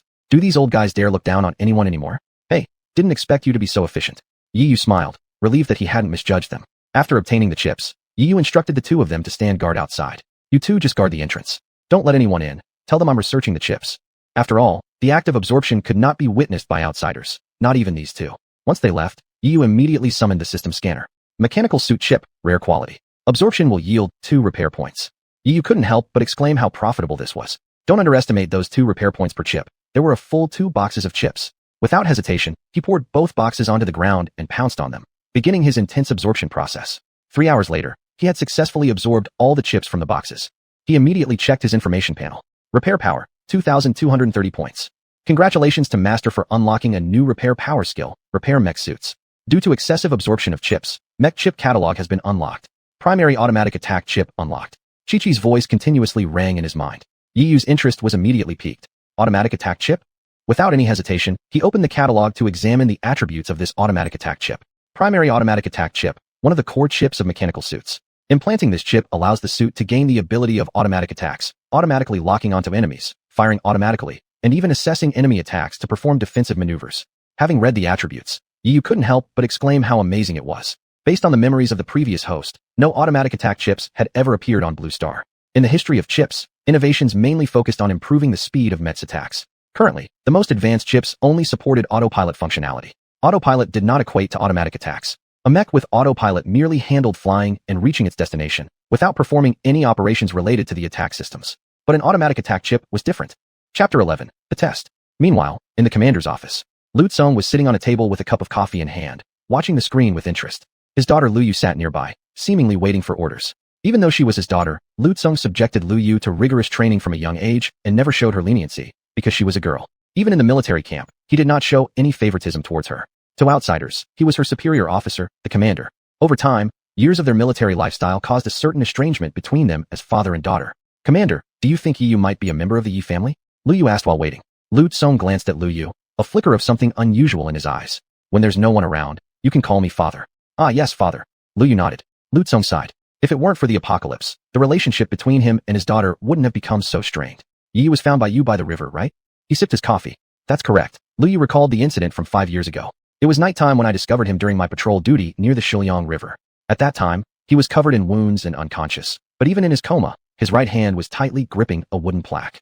Recalling Yi Yu's condition back then still made Lu Yu feel uneasy. Strangely enough, despite being severely injured, Yi Yu fully recovered in the hospital in just 5 days and requested discharge. In 5 days, an ICU patient had been cured, and the hospital immediately became famous across Dachang City. It even became the military's official hospital, and to this day, they're still boasting about this miracle. Lu Yu always wondered if it was the hospital that cured him or if Yi Yu healed himself. Afterward, Yi Yu joined the army. Seeing how pitiful Yi Yu looked, Lu Yu took him under her command. Do you remember what was written on that wooden plaque? Lu Tsong frowned as he asked. Lu Yu thought back. Back then, I only glanced at it quickly. It seemed to be some kind of very ancient writing. Very ancient writing? Lu Tsong couldn't help raising his voice, whether out of surprise or something else. Do you know what the ancient characters were? Lu Tsong asked somewhat incoherently. Father, since the age of 10, I've trained every day. What time did I have to study? Now, recognizing ordinary words is already hard for me. Lu Yu's tone carried a bit of complaint. But I'm sure, despite Yi Yu having the Yi surname, he absolutely isn't from the Yi family. She stated firmly. I hope not. Lu Tsong sat down and picked up his cup of coffee again, but beads of cold sweat were breaking out on his forehead without him noticing. Lu Yu had never seen her father so nervous. Could this Yi family be that formidable? She was filled with doubts inside. At this moment, the phone in the office rang, and Lu Tsong answered. Commander, we need to file a complaint. The moment he picked up the phone, Minglang's voice came through on the other side. Minglang was also one of the old-timers in the research lab, and Lu Tsong usually listened to his opinions. What happened? Who are you complaining about, Mr. Ming? Lu Tsong asked. Of course it's about that new guy who shows no respect and acts recklessly. Early this morning, Yi Yu ordered all the chips taken away for his own study, which lasted a few hours. When we went to ask for them back for further analysis, do you know what he said? Minglang suddenly countered Lu Tsong's question. Lu Tsong shook his head. Just tell me straight, what happened? Minglang seethed at the thought. We asked for several crates of chips back, but he pulled out just one chip, claiming he'd condensed all the chips into this single one. The main issue isn't that he made a mistake. He refused to admit it, being completely unaccountable. Don't you agree, Commander? Minglang's voice grew more agitated. To top it all, he claimed this condensed chip is an automatic attack chip. Can you believe it? After listening to Minglang's explanation, Lu Tsong finally understood the gist of what happened. Where is Yi Yu? I want to see him. Lu Tsong's face darkened. If Minglang's claims were true, Yi Yu had committed a grave offense. Yi Yu is already in the hangar. He said he plans to install the chip onto the mech to test if it can automatically attack. Commander, if you don't stop him now, it'll be too late. Minglang requested anxiously. Lu Tsong hung up the phone, his heart filled with confusion and anger. Is that boy insane? Lu Yu naturally heard the contents of the phone call as well. Based on her knowledge and understanding of Yi Yu, she didn't think he was the kind of person to act so irresponsibly. Father, let's go take a look. Maybe Yi Yu will bring us some surprises, Lu Yu said with a smile. Lu Tsong shook his head helplessly. Yi Yu has high talent in repairs, but chips are for research, not something that can be accomplished with repair skills. I left him in the lab just to improve the engine, not to get involved in chip development. Regardless, Yi Yu has already developed a chip. I trust him, Lu Yu said, her beautiful face radiating confidence. In the end, Lu Tsong nodded. It wasn't that he trusted Yi Yu so much. Rather, he trusted his daughter. Inside Hangar Number 1. Hangar Number 1 was almost the largest and contained the most varieties of mechs. It was also one of the places with the most mechanics and the best repair technology. At this moment, hundreds of maintenance workers gathered in Hangar Number 1. Among them were senior scientists from the research lab. They stood under a mech, looking up at Yi Yu perched atop it. To the many maintenance workers, Yi Yu was nothing short of a legendary figure. In the history of maintenance work, even those with the most outstanding skills only earned the title of senior technician by the organization. Never had there been someone like Yi Yu who advanced directly from the maintenance team to the research lab. Rumors said Yi Yu had independently developed a new type of chip in a single morning and was now testing it in Hangar Number 1. All the maintenance workers watched with hope in their eyes. If Yi Yu succeeded, then the lowest-ranked maintenance workers in the organization could finally hold their heads high. But the elder scientists didn't share such optimism. They knew all too well how challenging chip development was. Creating a new chip in a year would already be considered lightning fast. For Yi Yu to develop one in a few hours, was this not pure nonsense? Ming Lang crossed his arms, smirking maliciously as he observed Yi Yu. We'll soon see how you fail miserably, and if the test doesn't succeed, I'm definitely kicking you out of the lab. He muttered fiercely in his mind. Just then, the maintenance workers formed a path, making way for Commander Lu Tsong and Senior Mech Engineer Lu Yu, who walked slowly toward the scene. Chapter 12, Can't Be Mass-Produced. Yi Yu, standing on top of the mecha, ignored the noise from the ground. He didn't want to argue with these people. When he personally installed the chip, everything would be settled. He went to the mecha cockpit and found the control panel. The mecha's chip is also at the core of the mecha, usually placed alongside the soul energy source, which is also a core component. He pried open the chip compartment with his fingernails and then installed the automatic attack chip. Beep. The chip is being inserted. Insertion complete. Shall we activate the automatic attack mode? Yes.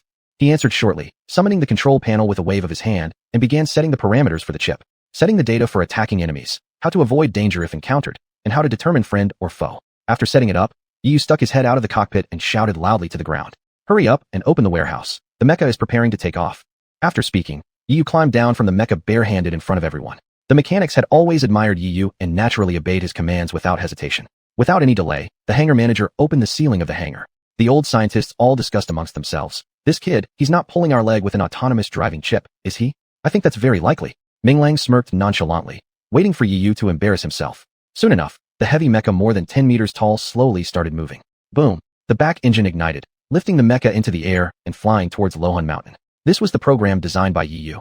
To make them believe, the best method was practical combat. The takeoff of the mecha did not silence the scientists. Rather, it excited their discussions even more. After all, the self-driving chip has been around for many years. In their eyes, the current performance of the mecha was consistent with the characteristics of a self-driving chip. Yi Yu, how do you trick us with an autonomous driving chip? Ming Lang said sarcastically. Yi Yu ignored him, walking over to Bai Xing and Ren Yuan. Ren Yuan took out a small fan, fanning Yi Yu with it. Bai Xing smiled, opened the thermal flask he was carrying, sprinkled a few goji berries inside, then handed it to Yi Yu. Their relaxed demeanor almost made several scientists furious. Father, dispatch a few unmanned reconnaissance drones. Let's check what's going on. Lu Yu asked, curious about what Yi Yu was up to as well. Inside Lohan Mountain, last night's fire had already died out, leaving scorched hillsides scattered with mecha wreckage and the blood plasma of biomechas when they were destroyed. The wounded biomechas still lingered within Lohan Mountain, crazily devouring the remnants of the mechas lying on the ground. Biomechas are different from regular mechas. Ordinary mechas are repaired by repairmen when injured or damaged. Biomechas, however, are living beings. They rely on absorption to recover strength and devour to evolve and upgrade. Mecha types are divided into 4 levels: human level, king level, earth level, and heaven level. Biomechas generally belong to the king level mechas. From the moment they are born, they swallow everything irrationally, perhaps having only one goal programmed into their systems. That is, relentless consumption and evolution until they reach the strongest form. At this point, a biomecha engorging itself on mecha remains slowly raised its head. It spotted an uninvited guest hovering midair. Its pair of blood-red eyes locked onto the mecha floating in the sky. It was a mecha transformed from a black dog, retaining the shape of a dog's head while covered entirely in armor elsewhere. This was evidently a king-level peak mecha. Reconnaissance drones captured this scene and transmitted it live back to Hangar 1. When the image appeared, everyone in Hangar 1 erupted into excitement. This is a king-level peak mecha. In rumors, king-level peak mechas possess high intelligence. Their attacking awareness is frighteningly strong. Their skills are probably comparable to those of drivers with 10 years of experience. People's emotions became complicated. Even the pilots on site couldn't help but suck in a cold breath. If they encountered a king-level peak biomecha, they'd have little chance of surviving, not to mention an unmanned mecha. 10 years might seem like much, or not much. But in the apocalypse, battles never ceased, and every day saw a large number of pilots killed in action. There were very few drivers who managed to survive for 5 years, let alone 10. Everyone felt nervous about the fate of that unmanned mecha. Even seasoned drivers of 10 years struggle against such foes. How could an unmanned mecha stand a chance? Crazed with fury, the doghead biomecha lunged toward the mecha in the sky. Simultaneously, the doghead mech pulled out the bone longsword at its waist, thrusting toward the cockpit of the unmanned mecha. This move was clearly intended to kill in one strike. At the critical moment, the unmanned mecha activated the engine in its arm, spinning to evade the attack. During the dodge, the unmanned mecha drew a lightsaber with its right hand and thrust it into the chest of the doghead mecha. In an instant, yellow blood splattered everywhere. After the lightsaber struck, the unmanned mecha gave no chance for recovery, unleashing full firepower on the doghead mecha. This stunning scene was also broadcast live by the reconnaissance drone back to Hangar 1. The pilots present were stunned. Half of them couldn't achieve such reaction speed as the unmanned mecha. The scientists present were also stunned. They had thought it was just autonomous driving, but unexpectedly, the mecha could actually attack. Even the mechanics were stunned. They hadn't expected Yi Yu to succeed. Lu Chang was stunned too. He had originally assumed Yi Yu defied military orders, but now he realized that Yi Yu had succeeded. His anger dissipated completely. Lu Yu was also stunned. Even though she had been mentally prepared, she couldn't help but be shocked. Everyone looked at Yi Yu blankly, as if staring at a god. Yes, a god. Especially those few old scientists. In the field of chip research, they had worked hard for decades, but never managed to develop an automatic attack chip. Yet what they absolutely didn't expect was that such a difficult task had been accomplished by a young man who started as a mechanic. Yi Yu, eternal god. No one knows who shouted first, but it instantly ignited the entire hangar 1. The mechanics took off their hats, ran over, surrounded Yi Yu, and threw him into the air. Eternal god. They all shouted in unison. The old scientists left quietly amidst the cheers. Meanwhile, Lu Chang waited silently on the side until the workers put Yi Yu down before slowly walking over. Yi Yu, you've done another great deed. Hee, let's keep it low-key. Yi Yu smiled faintly. Can this type of unmanned driving chip be mass-produced soon? Lu Chang asked, knowing that if the automatic attack chip could be mass-produced, it would significantly reduce the sacrifices of drivers. No way, definitely not for mass production. The components of this chip are too complicated. Yi Yu appeared somewhat troubled. Things produced using system diagrams can't be mass-produced. But I could strike a deal with you. Do you have any interest? Yi Yu seemed to have spotted a business opportunity, his eyes gleaming with curiosity. Chapter 13. The Scientific Madman Mingqi. Before the apocalypse, Lu Tsang's ancestors had been merchants for several generations. Although he had given up commerce to join the military, there was still the blood of a merchant running through his veins. As soon as he heard the offer, he became interested. How so? He stood with his hands behind his back. Negotiating business deals is also a form of negotiation. Anything related to negotiation, he would treat it like a military mission. Seeing this posture, Yi Yu also stood up straight. It was no longer just a business deal. It had become an international conference. This automatic attack chip is extremely difficult to create, and it consumes a lot of material. Didn't you hear? To develop this automatic attack chip, I used 2 boxes of chips. If Commander-in-Chief, you still need me to develop it, it's not impossible. After saying this, Yi Yu slowly held up 3 fingers. 1 automatic attack chip will require an exchange of 2 boxes of chips, plus 1 high-grade chip. A high-grade chip, System Chi-Chi had reminded him, has higher levels which mean more repair energy can be obtained upon decomposition. A high-grade chip is the best quality among all chips. The amount of repair energy it produces from decomposition is far greater than that of an entire box of basic chips. High-grade chip. Lu Tsang frowned. You've used 2 boxes for development. Why do you need a high-grade chip? It's business, right? I've got to make some profit.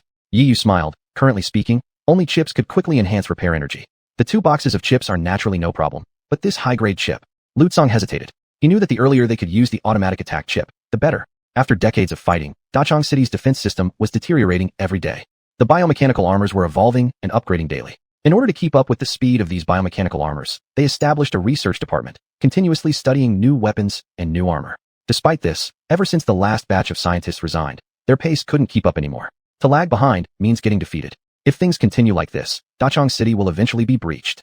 The apocalypse world is this cruel. It's not just about who has better mechanical armors, it's also about who has the better scientific research capability. For human survivor bases, whoever has more scientists will be able to persevere till the end and survive till the end. Therefore, even though Lu Tsang was the commander-in-chief, he still had to courteously approach these scientists.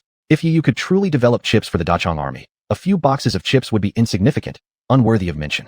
Just in these past few decades, scientists have long exhausted the supply of high-grade chips, and it's very hard to produce them at short notice. Indeed, producing high-grade chips presents quite some difficulty. Lu Tsang sighed with regret. Yi Yu was a little puzzled. Isn't it just a chip? Can't you guys just produce it?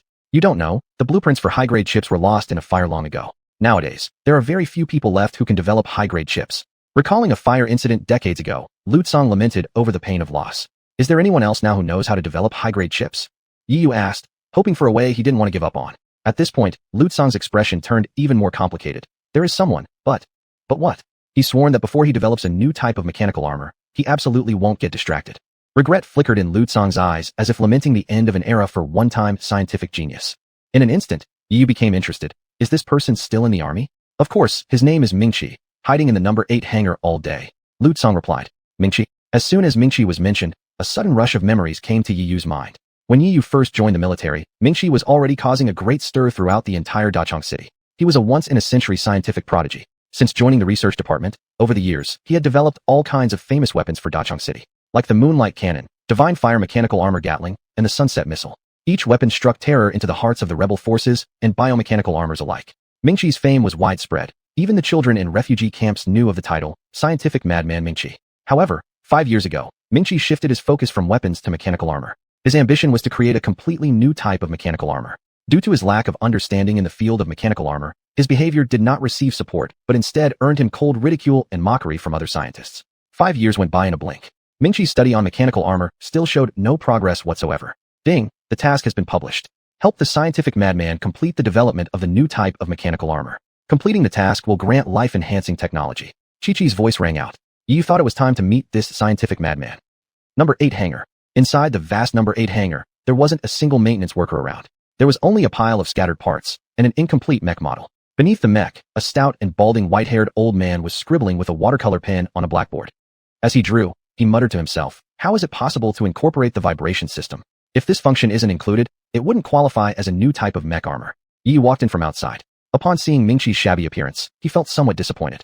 How could the former scientific genius have fallen into such a sorry state? Ahem, Uncle Mingqi. Yi spoke up. If you've got something to say, speak. If not, please leave promptly and don't disturb my work. Mingqi replied without turning his head. My name is Yi, and I've come here today to ask you for assistance with something. Yi said very politely. You're Yi? Mingqi suddenly turned around, trying to widen his small eyes as he examined Yi carefully. You're the young man who improved the engine? His tone carried a hint of admiration. Yes, that's me. Ah, good, good. Mingqi glanced away, tossing the watercolor pen and striding toward an adjacent small room. Yi followed him despite feeling uneasy. The moment he entered, a strange smell hit him like a wall. Mingqi's room was messy, scattered with tissues everywhere, while some adult magazines lay carelessly atop the desk. Mingqi lit a cigarette, then picked up a cup from the floor, removing the tissue inside and rinsing it briefly under running water at the sink. Afterward, he poured Yi a glass of water. No, I'm not thirsty. Yi vigorously shook his head, trying his best to remain calm. Please, at least clean the cup more thoroughly. Some unidentified liquid still remains around the rim. What exactly did you use this cup for? With an outwardly composed face but a mind furiously complaining, Yi concluded silently to himself. This scientific genius seemed to be becoming more like a shut-in every day. I've come to see you today because I hope you can help me study high-grade chips. Yi came straight to the point. Oh, Mingqi paused in surprise. I made a pledge. I will not focus on anything else until the mech armor is completed, he said with unwavering resolve. Is that so? Then what about all the used tissues strewn across the floor? Yi cast a glance toward the pile of discarded tissues on the ground. Taking a brief pause to compose himself, Yi spoke again. I'll help you out. I believe it won't take long before we complete your research. Chapter 14. Please don't add strange elements. General Staff Department. In the General Staff Department, high-ranking officers of the Datsang Army gathered together. Their brows were furrowed and the atmosphere was tense. In particular, the Supreme Commander Lu Chang's face was ashen, his forehead covered with dark lines. Chief of Staff Huang Wen handed over a report, which Lu Chang quickly snatched and glanced at before angrily slamming it on the table. The loud slam caused every officer present to break out in cold sweat. When did this happen? Lu Chang asked gravely. During yesterday's battle against the rebel forces, one of our mech units encountered them. The unit managed to send a message back to headquarters just before being wiped out, said Huang Wen sorrowfully. A single mech unit, 5 people, 5 mechs, was completely annihilated within a minute. When the unit perished, they transmitted pictures of the enemy mechs back to headquarters. That mech was something they had never seen before. It stood nearly 2 meters taller than ordinary mechs, with incredibly tough armor that remained undamaged even under the full assault of our unit's firepower, described Huang Wen. As the details unfolded, the officers grew increasingly worried, their frowns deepening. This implied something they all understood clearly. Have the rebels developed a new type of mech already? Lu Chang clenched his teeth. Damn, I didn't expect them to move so fast. At this point, an officer stood up and said, Commander-in-Chief, it is time we pressured the Research and Development Department. We haven't released a new mech model for almost a decade now, and the rebels have already introduced new mechs whose power far exceeds that of our old ones. If the rebels deploy these new mechs fully into the battlefield, we will certainly lose control of Datsang City. Lu Chang gripped his fingers tightly, breaking out in cold sweat. The rebels had always wanted to capture Datsang City. Now that they've developed a new mech, they would surely invade Datsang City in the near future. If they didn't prepare, they would be wiped out without a trace when that day came. Issue the order. If the research lab doesn't develop a new mech within a month, everyone involved will be dealt with according to military law. What? Commander-in-Chief. Everyone was shocked. In such turbulent times, scientists were regarded as more valuable than resources and were hotly contested among many survivor bases like prime assets. And yet, the Commander-in-Chief was going to treat these scientists under military law? No need to argue further. My decision is final. Lu Chang spoke resolutely. He was prepared to risk everything on one roll of the dice. If it succeeded, that would be the best outcome. If it failed, in 1 month, the rebels would invade Dagang City en masse. At that point, not only the scientists but even they themselves would perish in the ensuing war. It was a matter of either success or death. Soon, the orders passed down from above reached the research department. Upon receiving the command, the scientists in the research department were thrown into turmoil. Within a month, they had to develop a new mech model or else face severe punishment according to military law. This mission was clearly impossible to complete. The veteran scientists were flabbergasted. Why would Commander Lu Chang issue such an unreasonable order? Even if they could improve chips, a simpler task, their department would need at least half a year for such a project. Moreover, developing a mech was far more complex than merely improving chips. In recent years, fewer and fewer fresh talents had joined the research department, leaving only these few elderly researchers. How could they possibly create a new mech model in just 1 month? Wasn't this tantamount to sentencing them to death?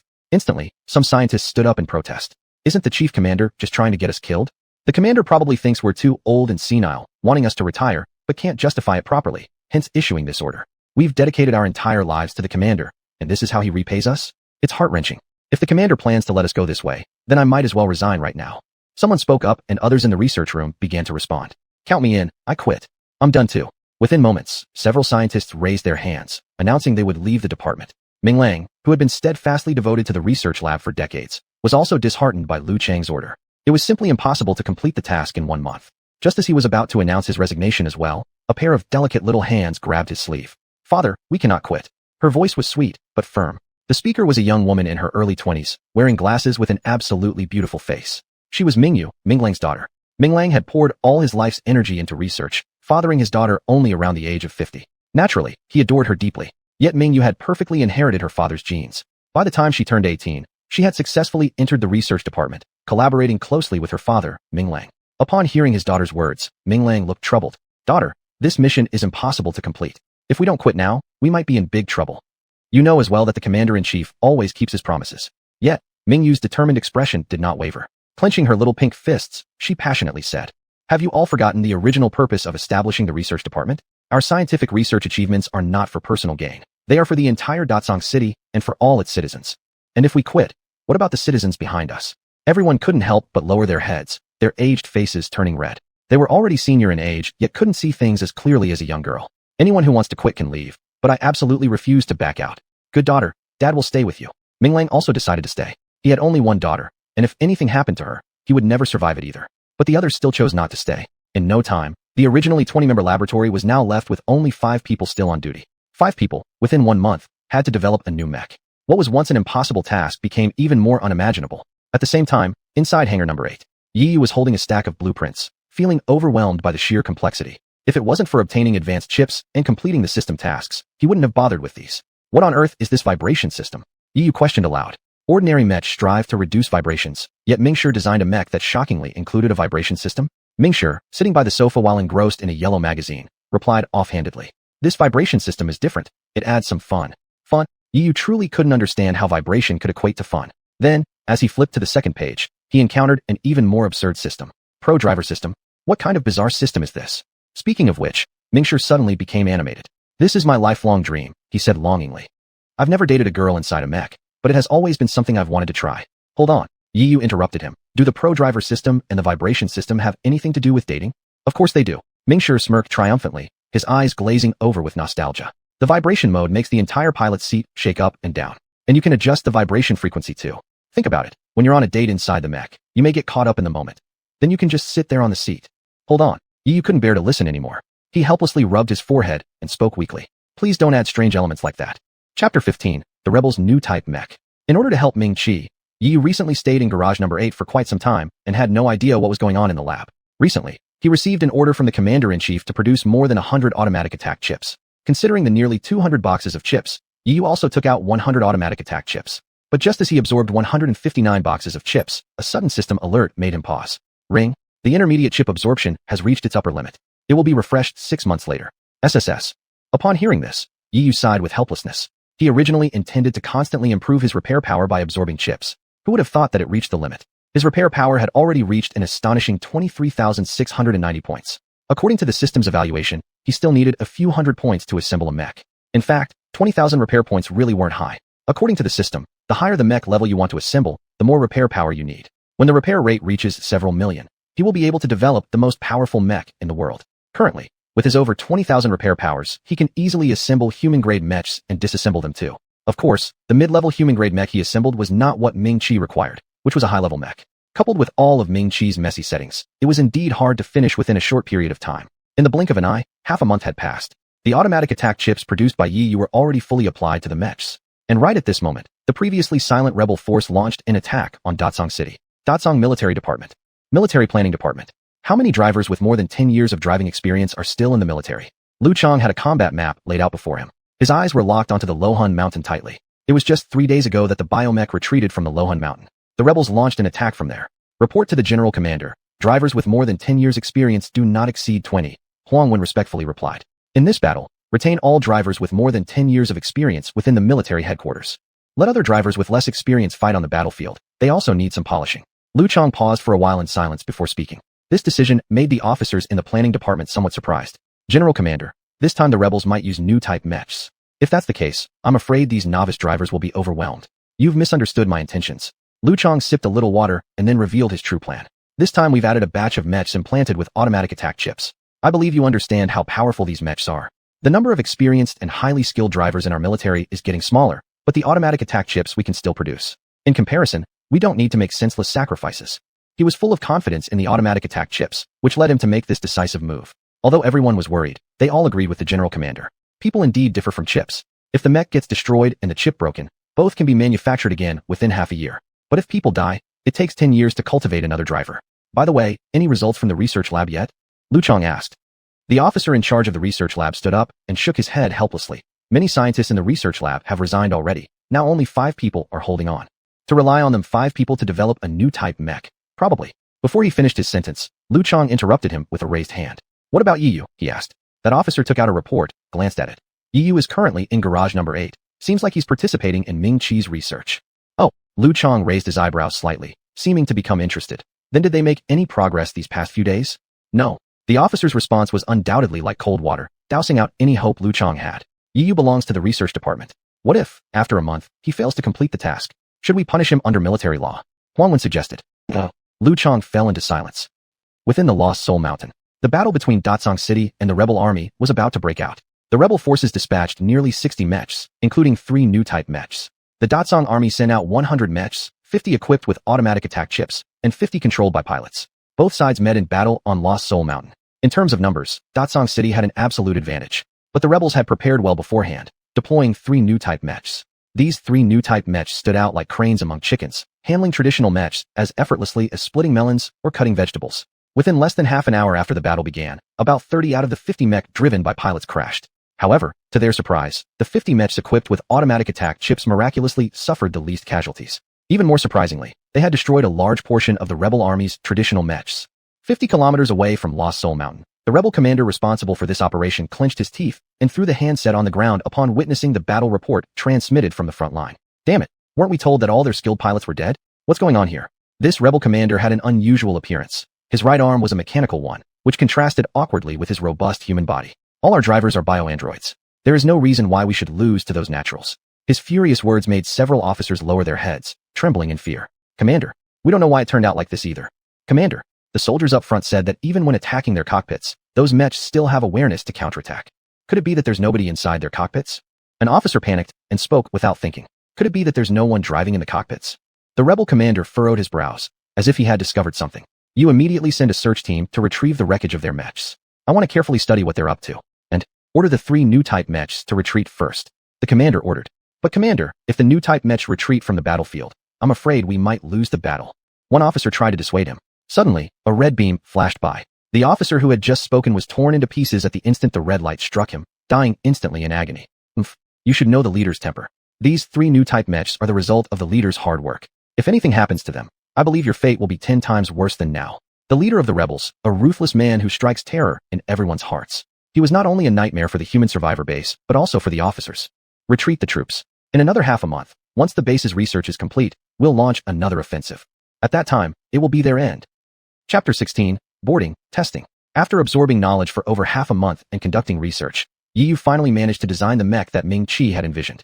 The Ming Chi mech stands at 20 meters tall, weighs 48 tons, and is equipped with 5 engines. It carries on the style of the War God mech, with a 13-meter-long ship-cleaving blade on its back and a 10-meter plasma cannon. Yiyu also added 2 holy light wings to the mech. Beyond adding several systems Ming Chi had designed, Yiyu also embedded an automatic attack chip into the mech.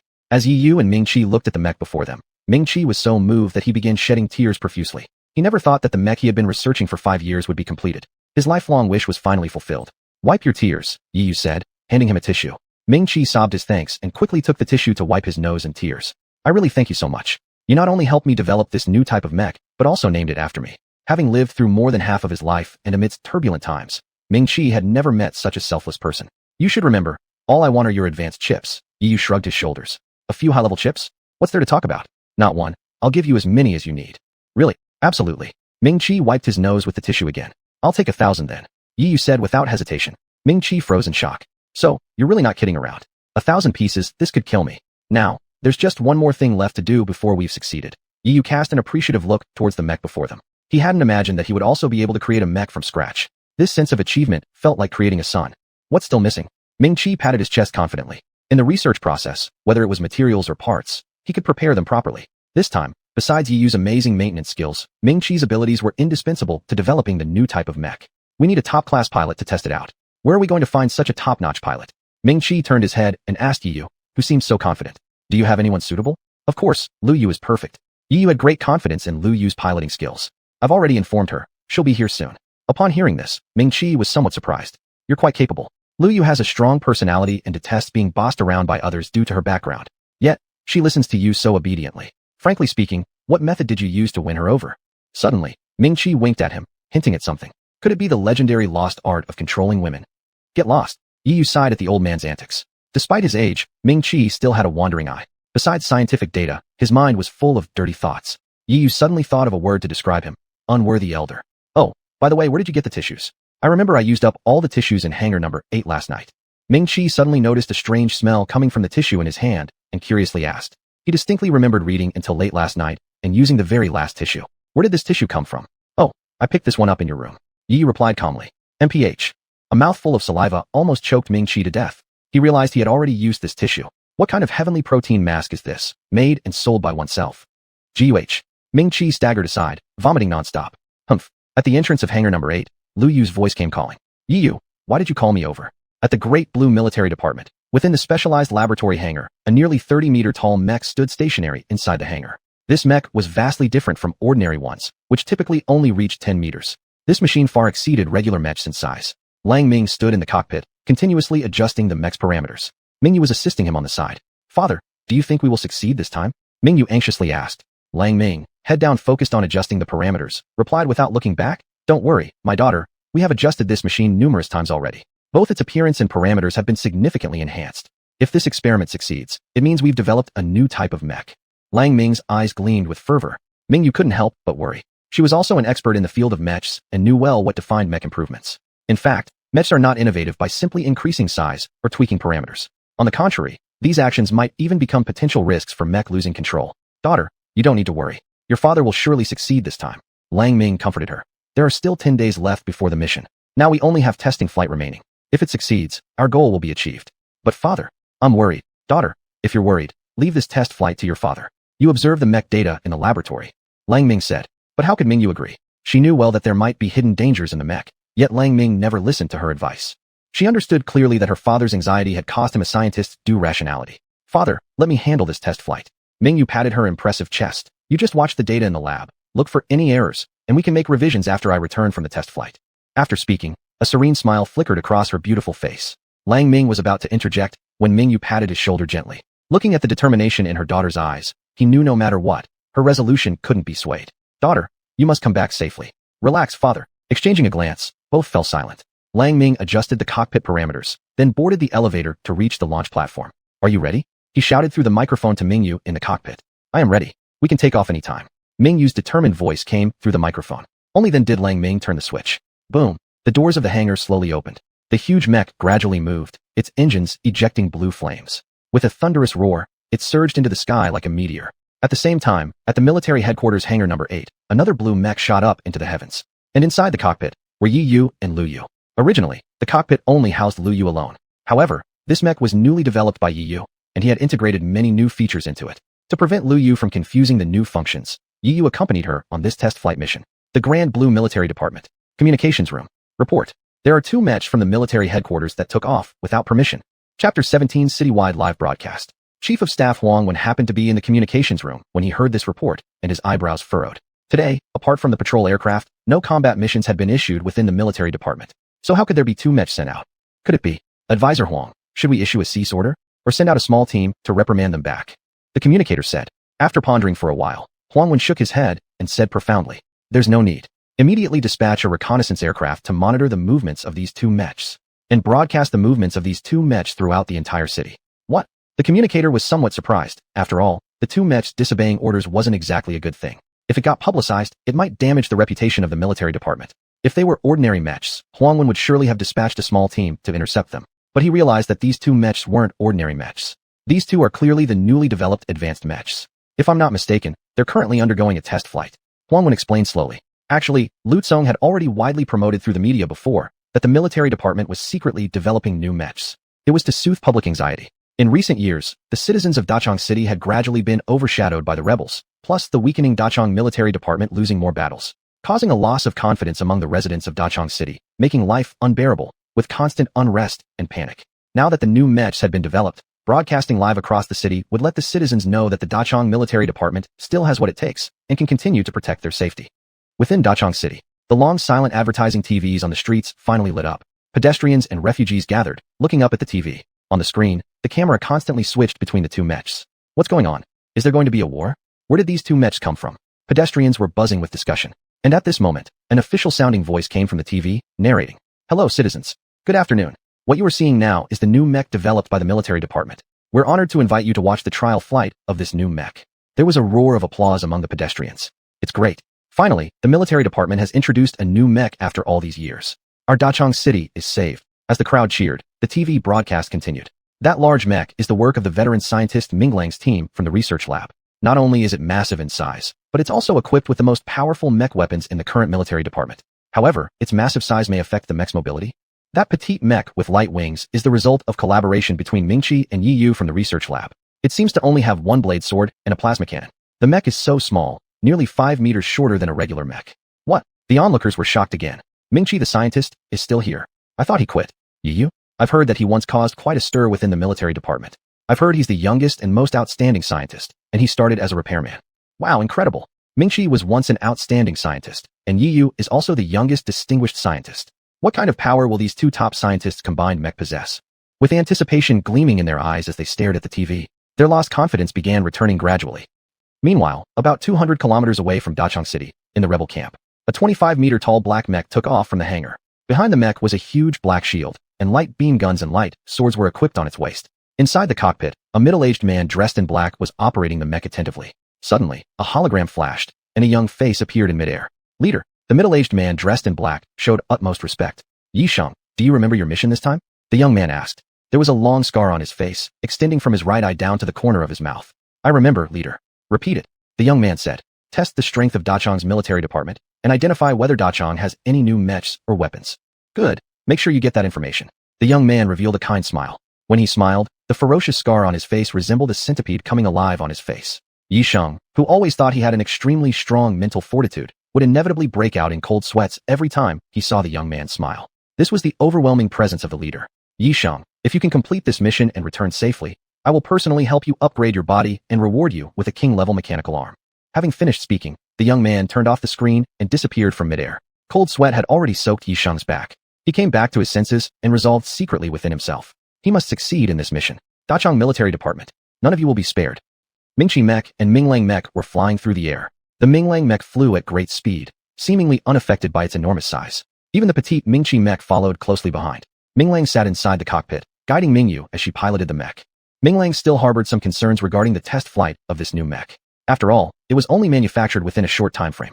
Additionally, as a father, he couldn't stop worrying about his daughter. Father, is the mech behind us designed by Uncle San? Mingyu glanced at the display. On the monitor, the Mingqi mech was trailing behind them. Judging by the flame from the engine, it seemed like the Mingqi mech hadn't fully unleashed its power yet. Uncle San. At the mention of this term, Minglang's face immediately darkened. Daughter, from now on, you're not allowed to call him Uncle San. He has been disowned from our family, said Minglang grimly. Mingyu realized she had spoken out of turn and awkwardly scratched her head. Father, what do you think of that mech? The one behind us. Minglang frowned slightly as he stared at the monitor and said, it's hard to say. It might just be a bit more agile, but have you seen its weapon configuration?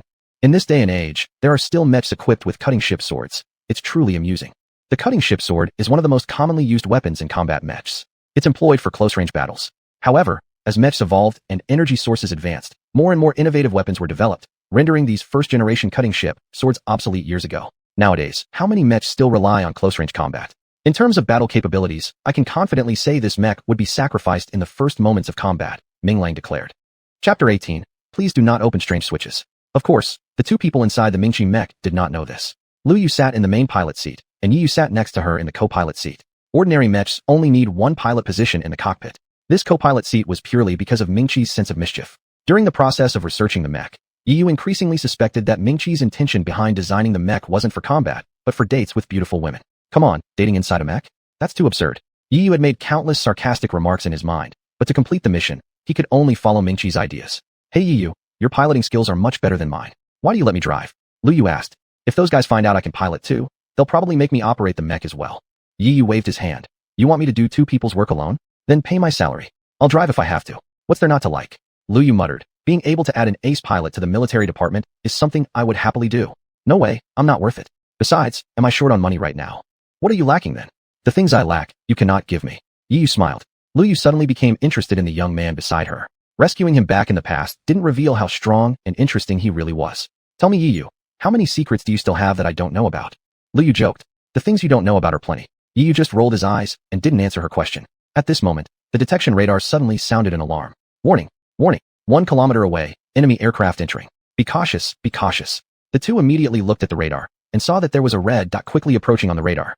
It wasn't only the Ming-Chi mech that received the warning. The Ming-Lei mech flying nearby also received the alert. But Ming-Lei, being an experienced old hand, knew his mech was still experimental. While the flight performance was tested, the attack system hadn't been tested yet. So he instructed Mingyue to push full throttle and head out to intercept the enemy. Although Mingyue was somewhat worried, she still went at full speed.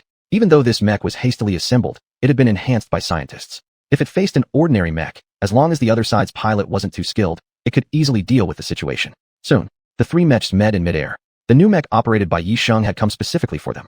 Originally, he was still searching for Dachang military department mechs using the radar, but despite looking for half the day, he couldn't find any. Just as he was about to return and face punishment, unexpectedly, they encountered two mechs. What shocked Yi Sheng even more was that these two mechs were clearly not regular mechs. Could it be that Dachang military department has developed a new type of mech? Yi Sheng laughed. If that's the case, it came along perfectly without effort. Let me go check out their actual capabilities.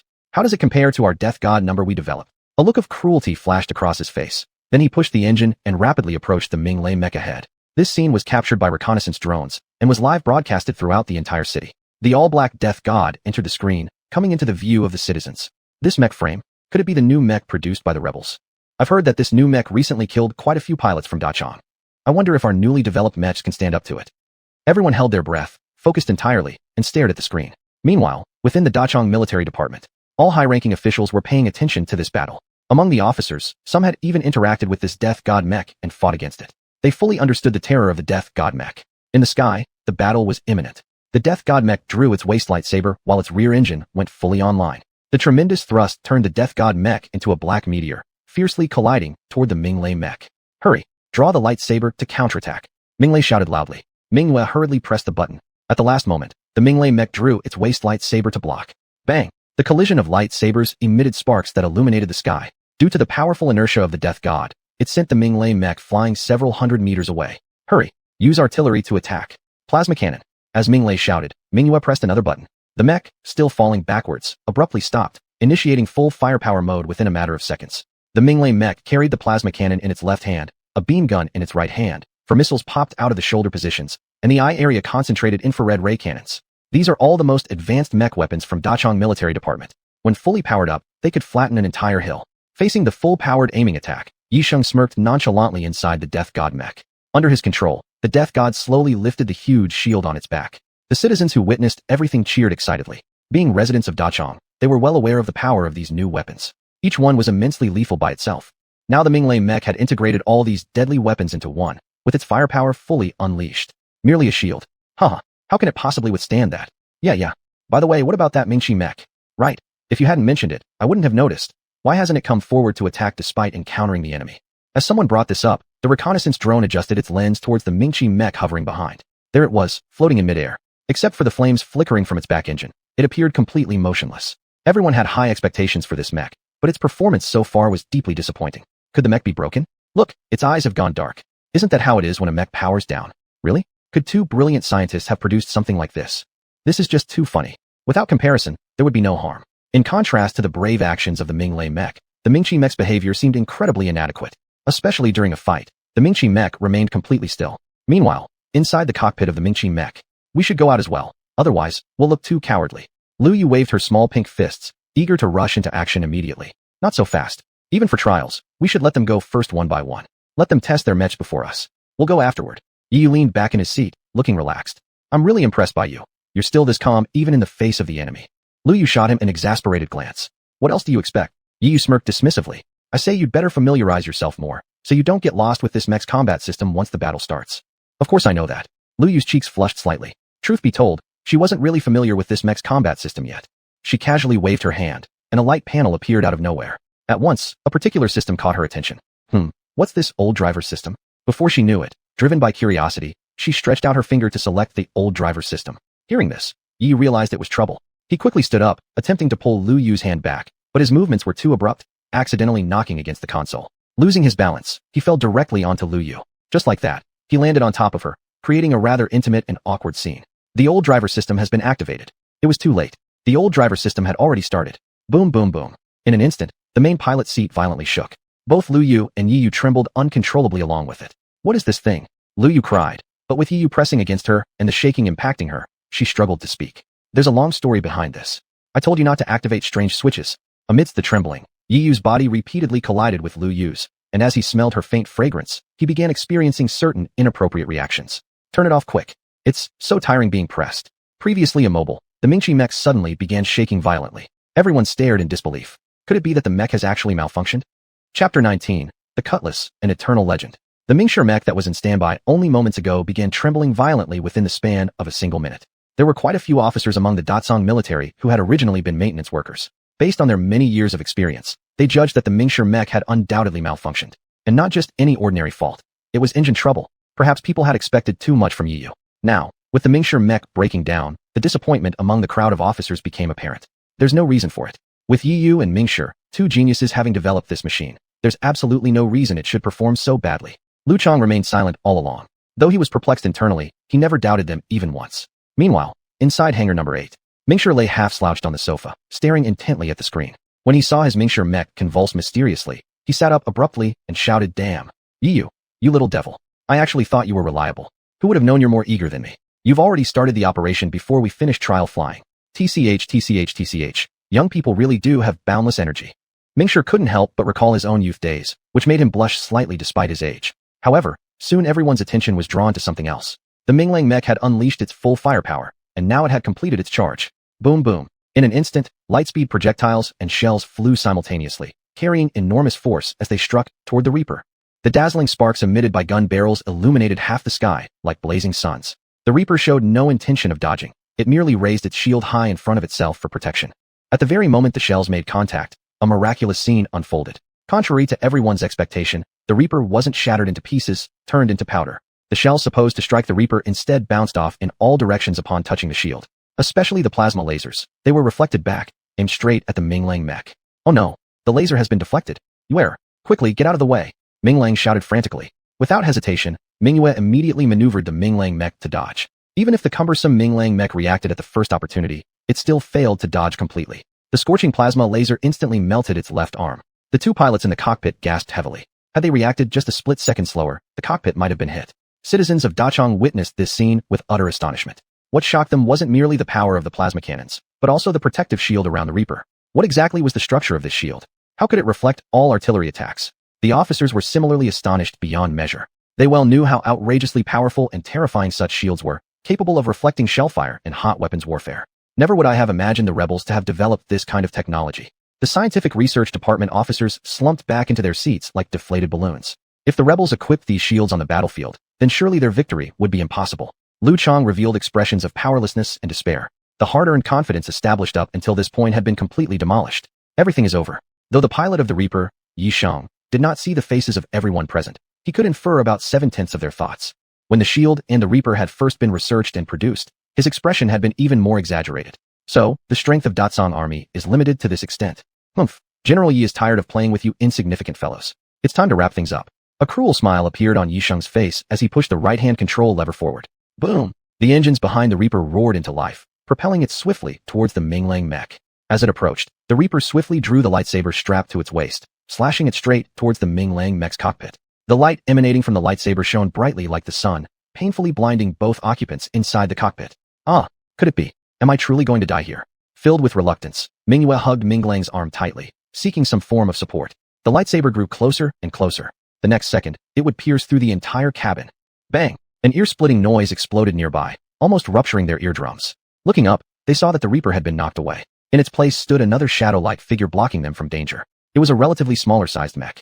They couldn't make out the appearance of the mech clearly, but noticed two vividly colored light wings at its back. Is this Mingshi mech? The sudden appearance of the mech caused astonishment among the crowd.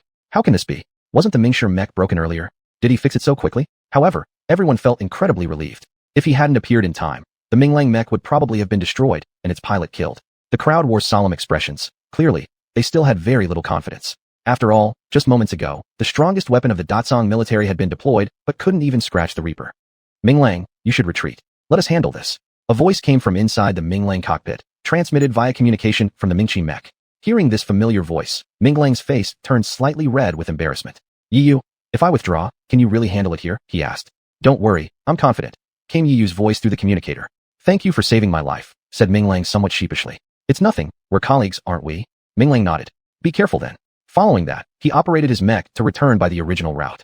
Seeing this, Yiyu couldn't help but sigh in relief. If he hadn't shut down the system at the critical moment, they might have already perished along with their mechs.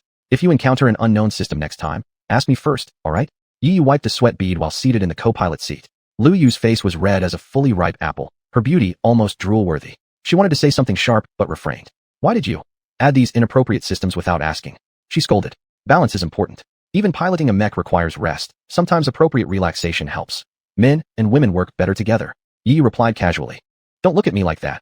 Those words weren't mine. Who said that? Surely, Ming Chi, the great scientist. If you were responsible for designing this system, I will never forgive your shameless act. Her face flushed red with embarrassment as Lu Yu shot Yiyu a glare and refocused on the control panel. Seeing the Minglang mech retreating, the Reaper certainly wouldn't be willing to let it go. Under Yisheng's operation, he unleashed full firepower and swung his lightsaber again to continue pursuing. You will not get away so easily. With a cold humph, Lu Yu pushed forward the control stick. The Minglang mech swiftly pulled out the large ship cutter from its back and slashed towards the Reaper. The speed was so fast that the Reaper barely reacted in time. Upon reacting, the Reaper hurriedly raised its shield for defense. This shield had managed to easily repel artillery fire, so naturally Yisheng didn't fear a simple cutting sword. In this day and age, someone actually uses a ship cutter, huh? How foolish. But in the next second, what shocked him was seeing the ship cutter slice straight through the shield. What? Chapter 20. Full military prep, launch. Everyone stared intently at the screen. On the screen, Mingshi mech swung a massive ship-cutting blade, taking only one stroke to shave off a corner of the tough shield of the Reaper. They were certain their eyes hadn't deceived them. It was indeed a corner. Even such a small piece caused an uproar in everyone's hearts. How is this possible? Yisheng's jaw nearly dropped in astonishment. At that moment, Yiyu brought up the communication system, entered the local communication network, and contacted the cockpit of the Reaper. Hi there, let me give you a friendly tip. If you don't want to die, leave now. Yiyu's voice, tinged with weariness, came through the microphone. After hearing it, Yisheng suppressed his astonished expression. Moreover, since Yiyu's voice sounded young, it involuntarily made him feel contemptuous. I don't believe it. My shield can withstand powerful energy swords. A mere cutting sword could never compare with a lightspeed sword. So basically, you're suggesting we light a lamp inside a latrine? Yiyu said slightly mockingly. What does that mean? To find the shit. The moment Yisheng heard this, he lost his temper. He pushed the control stick forward. Today, he would definitely make this ignorant brat know what cruelty truly meant. The Reaper waved its light sword. The Mingshi mech swung its ship-cutting blade. The two mechs engaged in combat midair. Yet, every time the cutting blade swung, it shaved off another piece of the Reaper's large shield. After 3 minutes of continuous slashes, finally, one blow split the giant shield into 2 halves. Seeing the broken shield in midair, everyone froze. Their expressions couldn't be described merely as shock. How is this possible? My shield. It could resist all kinds of attacks. Why how? Staring blankly at the shield now severed in 2 pieces, Yisheng asked incredulously. You, who exactly are you? Shouting through the communication system, Yisheng had never before in his mind associated anyone in the Great Song military forces with the use of such a mech-slicing blade, or someone with this level of piloting skills, nor anything resembling such an agile mech. Are you asking me? Hearing the enraged voice transmitted through the communication system, Yiyu couldn't help but chuckle. Since you've sincerely asked, I'll kindly inform you. I'm the one who built this mech. Yiyu. Yisheng was momentarily stunned. This person was actually surnamed Yi. Remember this name well, so even if you end up in hell, you'll know who killed you. Yiyu's tone became cold. Then he signaled Lu Yu beside him with a glance. Having served in the military for many years, Lu Yu understood the attack cue immediately. She wasted no time, maneuvering the Mingshi mech to raise the cutting blade and directly aim it at the Reaper's cockpit. If the mech was simply shot down, the pilot might still survive. However, should the cockpit be struck, the pilot would definitely die. Since they were facing rebel forces, there could be no mercy. Not good. How could Yisheng sit idly by and wait to perish? He quickly pressed a button. When the massive cutting blade was about to strike, the cockpit in the chest area of the Reaper suddenly disengaged. The cockpit was a semi-spherical spaceship. By the time everyone realized what happened, that spaceship was already speeding away to the east. Meanwhile, the original body of the Reaper was cleaved into pieces by the cutting blade. Hey, this guy ran pretty fast, Yu muttered as he watched the spaceship vanish in the distance. Should we chase? Lu Yu asked. No. As the saying goes, don't pursue a fleeing enemy. We don't know what tricks they have planned. There might even be an ambush. After all, the mech was still in the trial phase. He himself didn't know yet what specific issues it might encounter. Let's return to dock number 8 first. Do you not want to come back with me to headquarters? My father would surely want to meet you, Lu Yu suggested. Not right now. There are still some things I need to finish. Yu declined. He still needed to get advanced chips from Mingqi. For now, his main purpose was maintenance. Great Song military headquarters. Where is Yu? Where is he? Huangwen paced back and forth in the command post, seemingly very agitated. Report. Our men found him earlier. He said he still has things to do, and he will return later to report. One messenger soldier reported. Huangwen frowned slightly. This matter is no ordinary thing. Go urge him. Tell him to return as soon as possible. Yes. The young soldier saluted and left immediately. On the other side, at the rebel camp, the rebels had occupied U City as their base. The place was backed by the sea and surrounded by water on 3 sides. Given that biomechs most feared seawater, the rebels here were almost unaffected by biomechs. Inside the rebel camp, commander's office. Leader, I have failed. Yisheng knelt on one knee, not daring to lift his head before the young man in front of him. Large beads of sweat rolled down his forehead and were instantly evaporated upon hitting the hot ground. This young man had a mechanical body. A red crystal at his chest was flashing with an eerie and scorching light. Mission failure comes with its due consequence, the young man said coldly. No, leader, I don't want to die. Yisheng panicked, having struggled to survive for so many years in this chaotic world, and he truly wasn't ready to give up yet. Leader, please give me another chance to make amends, Yisheng begged with a trembling voice. Defeated generals should not talk about redemption. I've learned that the Great Song military department has developed a new type of mech. Upon hearing this, the young leader raised his eyes towards Yisheng. This new mech is equipped with an ancient ship-cutting blade, and it's extremely agile. In particular, this ship-cutting blade can completely ignore our Tianfeng shield. What? Ignore the Tianfeng shield? The young man couldn't help but be somewhat surprised. The Tianfeng shield was their latest development, using dark matter properties to reflect all kinds of light, including laser cannons. Haha, the ship-cutting blade can indeed counteract our Tianfeng shields, though I didn't expect that. The young man slowly approached a machine. I didn't think they would react so quickly by utilizing the ship-cutting blade, a weapon long deemed obsolete. Do you know who designed that mech? The researcher behind that mech seems to be named Yu. Yisheng hurriedly replied. Yu. Upon hearing this name, the young man's body trembled violently, his pupils contracting sharply. Leader, could this Yu possibly be third young master? Chapter 21. The Rebels, Chaos of the Times. In Bay 8, the lighting was dim. The Mingqi mech was parked in the center of the hangar, and under the lights, its armor shimmered faintly. Yu and Lu Yu descended from the Mingqi mech to discover that the hangar gates were tightly shut. Where had Mingqi gone off to? Yu glanced at Lu Yu, spotting confusion mirrored in her eyes. He searched through the hangar thoroughly and finally reached Mingqi's quarters, where there wasn't a soul inside. Only piles of tissues scattered everywhere and an odd, unpleasant smell. Is this where the great scientist Mingqi lives? Lu Yu pinched her nose slightly, wrinkling her eyebrows with disdain. In her mind, although Mingqi was reclusive, he would still be orderly in his living space, right? She hadn't expected reality to diverge so much from her impression. Especially when she noticed the adult magazines placed on the table, it made her stomach churn. This place isn't suitable for lingering. Let's go. Just as Yu was about to turn away, he caught sight out of the corner of his eye of a broken brick near the bed. Furrowing his brow, Yu walked over cautiously. Given the room's general state, it seemed unreasonable that such an old-looking brick would naturally exist here. Therefore, it must have been damaged deliberately. With a hand, he grabbed the brick and pulled it outward forcefully. Immediately, a wardrobe began moving slowly, revealing a hidden passage behind it. A secret room? Lu Yu exclaimed in shock. Do you have any interest in going inside with me? Yu smiled as he extended an invitation. Looking into the dark tunnel, Lu Yu couldn't help but flash various strange scenarios in her mind. Would there be secrets inside the hidden path? Were women being held captive in there? Goodness, what am I even thinking? Lu Yu felt a shiver run down her spine. I think it's probably better if I don't go in, Lu Yu admitted, showing signs of cowardice. After seeing Lu Yu off, Yu stepped alone into the hidden passageway. Initially pitch black, the deeper Yu went, the wider the passage became. After walking for around 3 minutes, the once dark tunnel revealed a spacious laboratory. This lab was far more luxurious than the ones in the research department.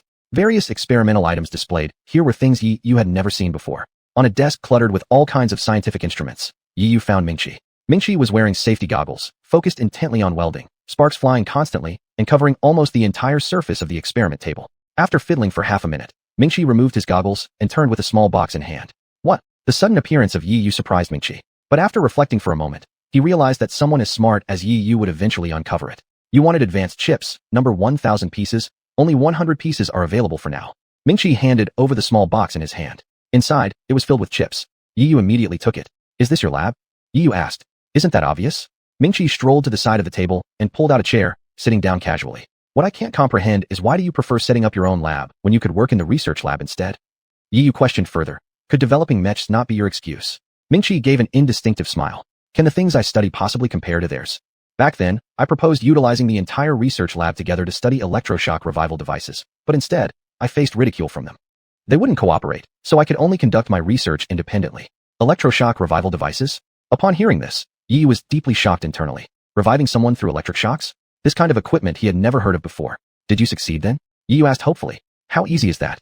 Back in the day, I even accidentally electrocuted someone to death, Ming-Chi said with a hint of sadness on his face. After I caused someone's death through electrocution, I knew then that such experiments would never gain recognition from the world.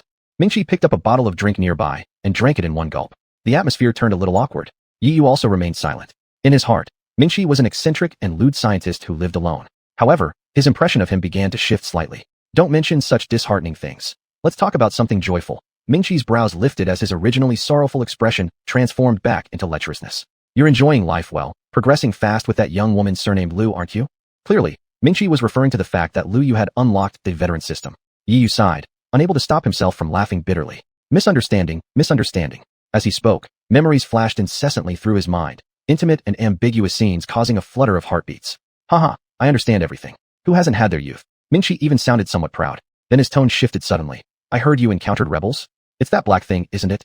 Yi also reined in his laughter. His shield is indeed amazing. It can reflect all kinds of light-based attacks. That shield isn't ordinary. If I'm not mistaken, it's made using the principle of dark matter. Dark matter? Are there really scientists this powerful among the rebels? Yi had heard of dark matter. In modern times, dark matter was one of the most mysterious substances known. The rebels, they are biochemical humans, so having some talented scientists isn't surprising. Ming-Chi took a sip of his drink. Yi became more and more curious about the forces at play in this world, as well as why it was in such chaos.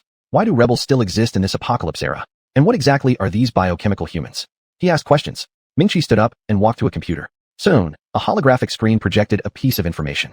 Year 3023 of the Blue Star era, 50 years before the outbreak of the apocalypse, the Blue Star Health Organization launched the mutant plan. Pointing to the message, Ming-Chi explained, people like us, who were born from the womb, are called natural humans. But mutants have been genetically modified by combining powerful genes from various animals to create improved humans.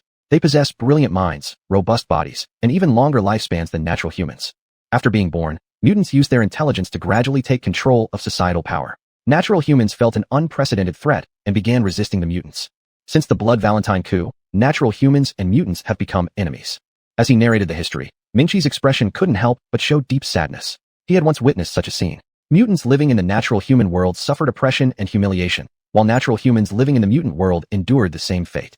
Despite both being human, they were killing each other. What about biochemical humans? Yi asked again. Biochemical humans are the so-called rebels. Ming-Chi swiped his finger across the computer screen, and another message appeared before Yi's eyes. With the arrival of the apocalypse, robots worldwide escaped human control and even mutated, fusing with animals into bionic mechs.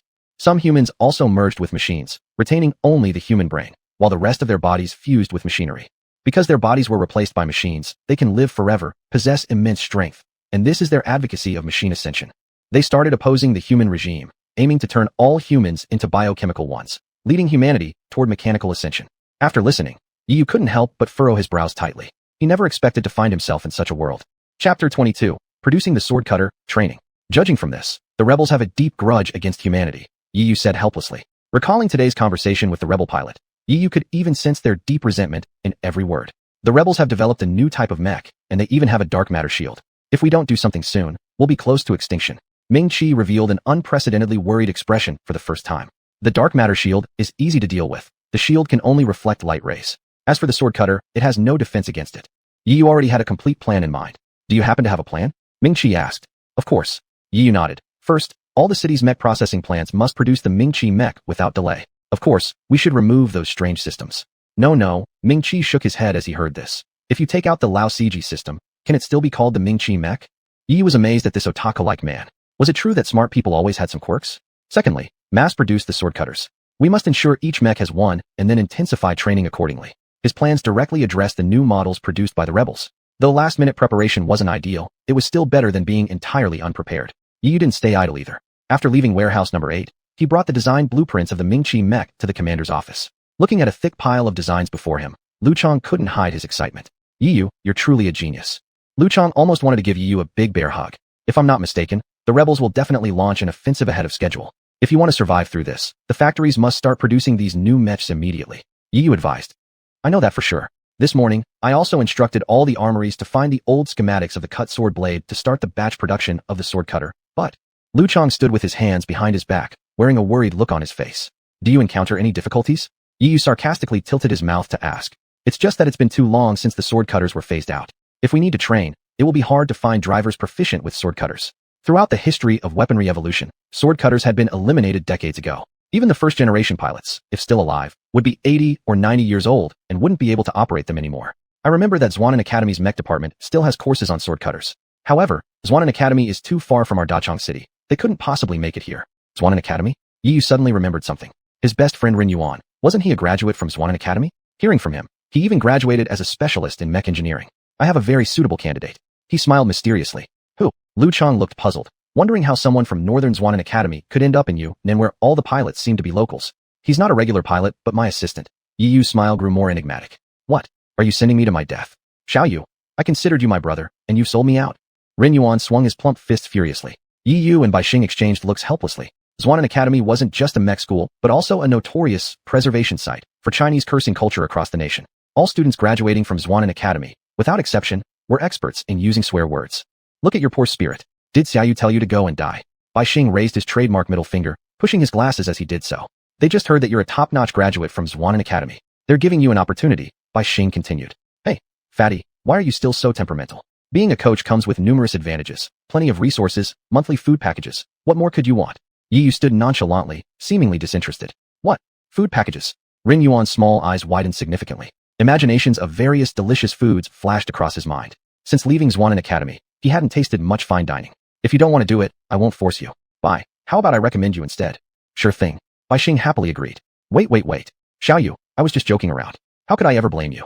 You've been so considerate, thinking of me the moment there's any benefit. Such great kindness I would repay, even if it means working as a horse or ox. Rin Yuan's round face was filled with flattery and sycophantic smiles. Yi was speechless. When it came to shamelessness, Rin Yuan was second to none. In the headquarters of the Yunnan rebel camp, you have, at most, 3 days' time. If after 3 days, we haven't gathered 100 units of the Death God models. A teenager stood on the podium, the red light flashing on his chest casting the entire command center into a crimson glow. Whether from the heat or tension, beads of sweat lined the foreheads of the officers, soaking through their military uniforms. The rebel leader not only kept his word, but did so with brutal methods. No one understood the extent of his cruelty better than the rebels themselves. In 3 days, I'll be attacking Dachang City, and I don't want anyone slowing me down. We've been at war with Dachang for too long. This time, there must be an end. Yi Sheng, before that happens, you need to infiltrate the Dachang military headquarters. As for what you're supposed to do, you know full well, don't you? The teenager directed his gaze towards Yi Sheng. Yes. Yi Sheng shouted back. This was his only chance to redeem himself, and he couldn't afford to fail. By then, either you bring my men to me, or you come see me with your head in your own hands. With that parting remark, the young man turned and left. As the young man departed, the intense red glow gradually dimmed, and the temperature in the command center began to return to normal. The officers sighed in relief as if they had survived some catastrophe. Tensions ran high within the rebel camp. Yet, Yi knew nothing of it. Carrying 100 advanced chips produced by Ming Chi, he returned to his apartment. Beep. Would you like to absorb all 100 advanced chips at once? Yes. Selecting the option, Yi swallowed all 100 chips in one go. This was the latest method he discovered for absorption, allowing him to intake multiple chips simultaneously. After absorbing them, he checked his stats. Repair power, 63560. Current repair power sufficient for assembling human-level mechs manually and dismantling human-level mechs. Unlocked mech catalog. Strong Assault Gundam, top-tier human-level mech. Unlocked new weapon, Ryangren laser cannon, medium firepower, top-tier human level. Congratulations, sir, for completing the Ming Chi task. Unlocked life enhancement technology and acquired skill, Burst Seed. Acquired biohuman technology. Acquired mutant human technology.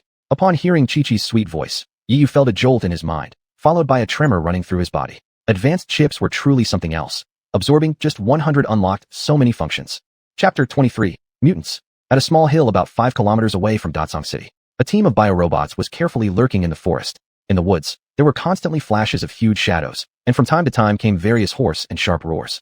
This was the snoring sound made by biomechanical armor while sleeping. And on the hill, there were also a few biorobots wandering aimlessly who had lost their consciousness. The unconscious biorobots were no different from the biomechanical armors. They lived for only one purpose, to devour all living creatures. Yixing's team of biorobots did not want to die before even accomplishing anything, falling victim to these inhumane biorobots. Captain, we're within 5 kilometers from Datsang City, but their defense is too strict. How do we infiltrate? One biorobot soldier asked. They were now wearing uniforms of the Datsang army, covering their mechanical bodies tightly. Isn't that simple? We enter via the water route.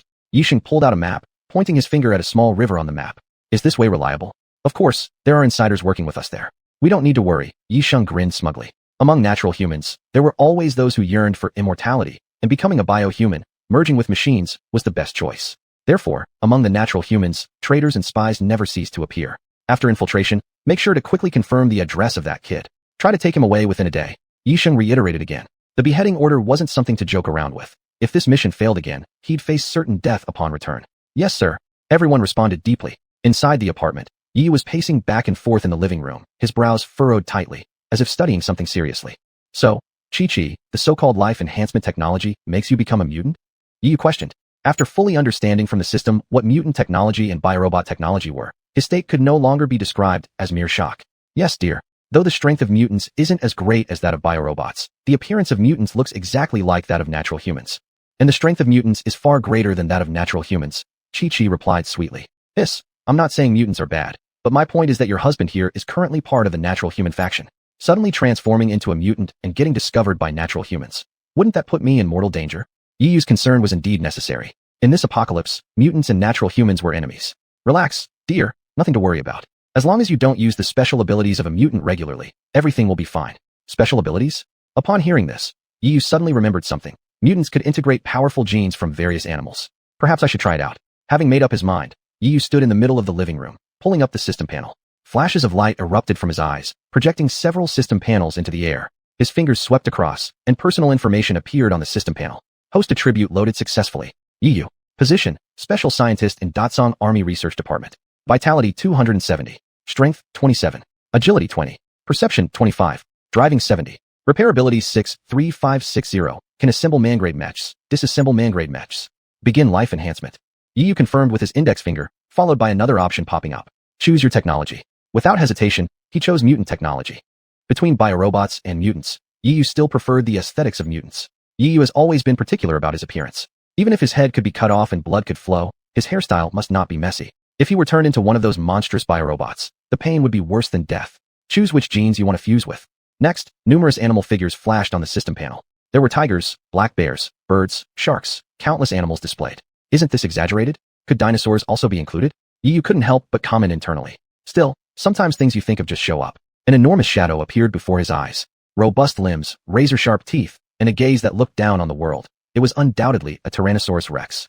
Yiyu felt an overwhelming sense of admiration deep inside. The mutant technology was absolutely incredible. With curiosity, he clicked on the T-Rex gene.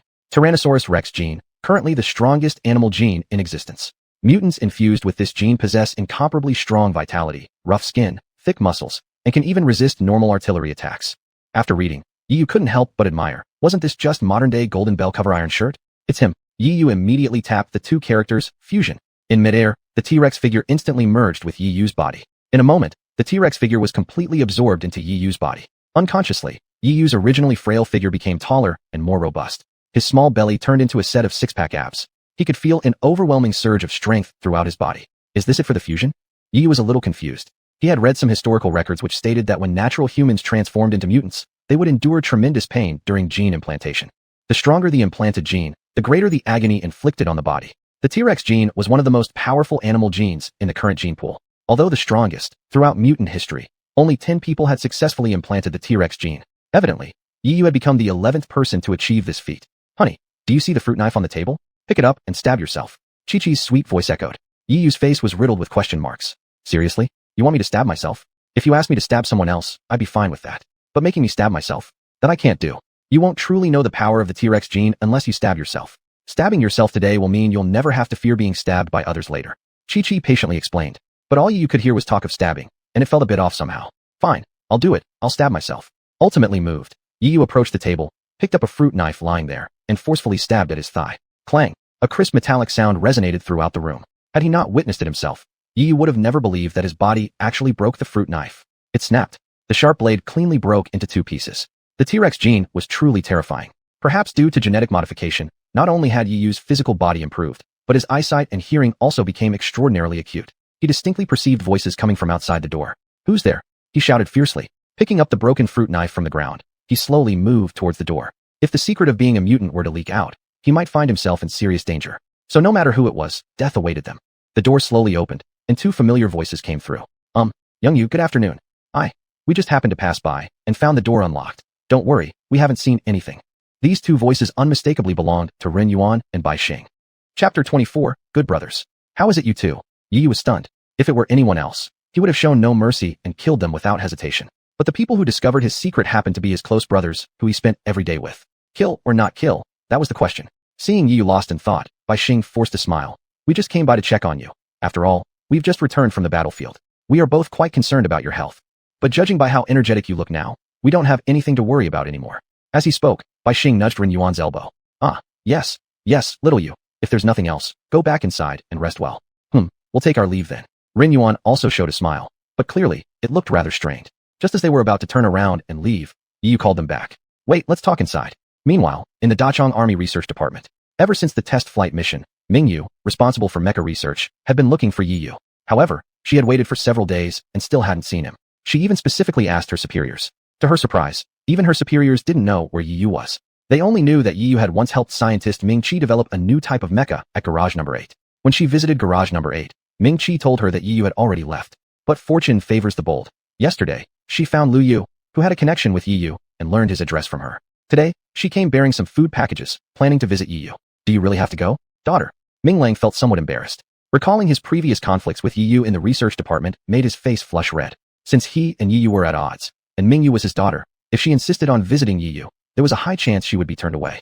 Of course, the level of Yi Yu's mecha research, I believe Dad has seen too, right? I definitely need to learn from him.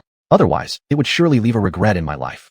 Ming Yu was busy preparing her gifts for their meeting. For a first-time visit, showing up empty-handed wouldn't do. To show her sincerity even more, Ming Yu even brought out her treasured Lafite wine that she had kept for many years. She had previously visited her third uncle, so for this, she felt confident. "Well, I'm off, Dad. Wait for my good news." Ming Yu smiled sweetly and picked up 2 bags of things before leaving the office.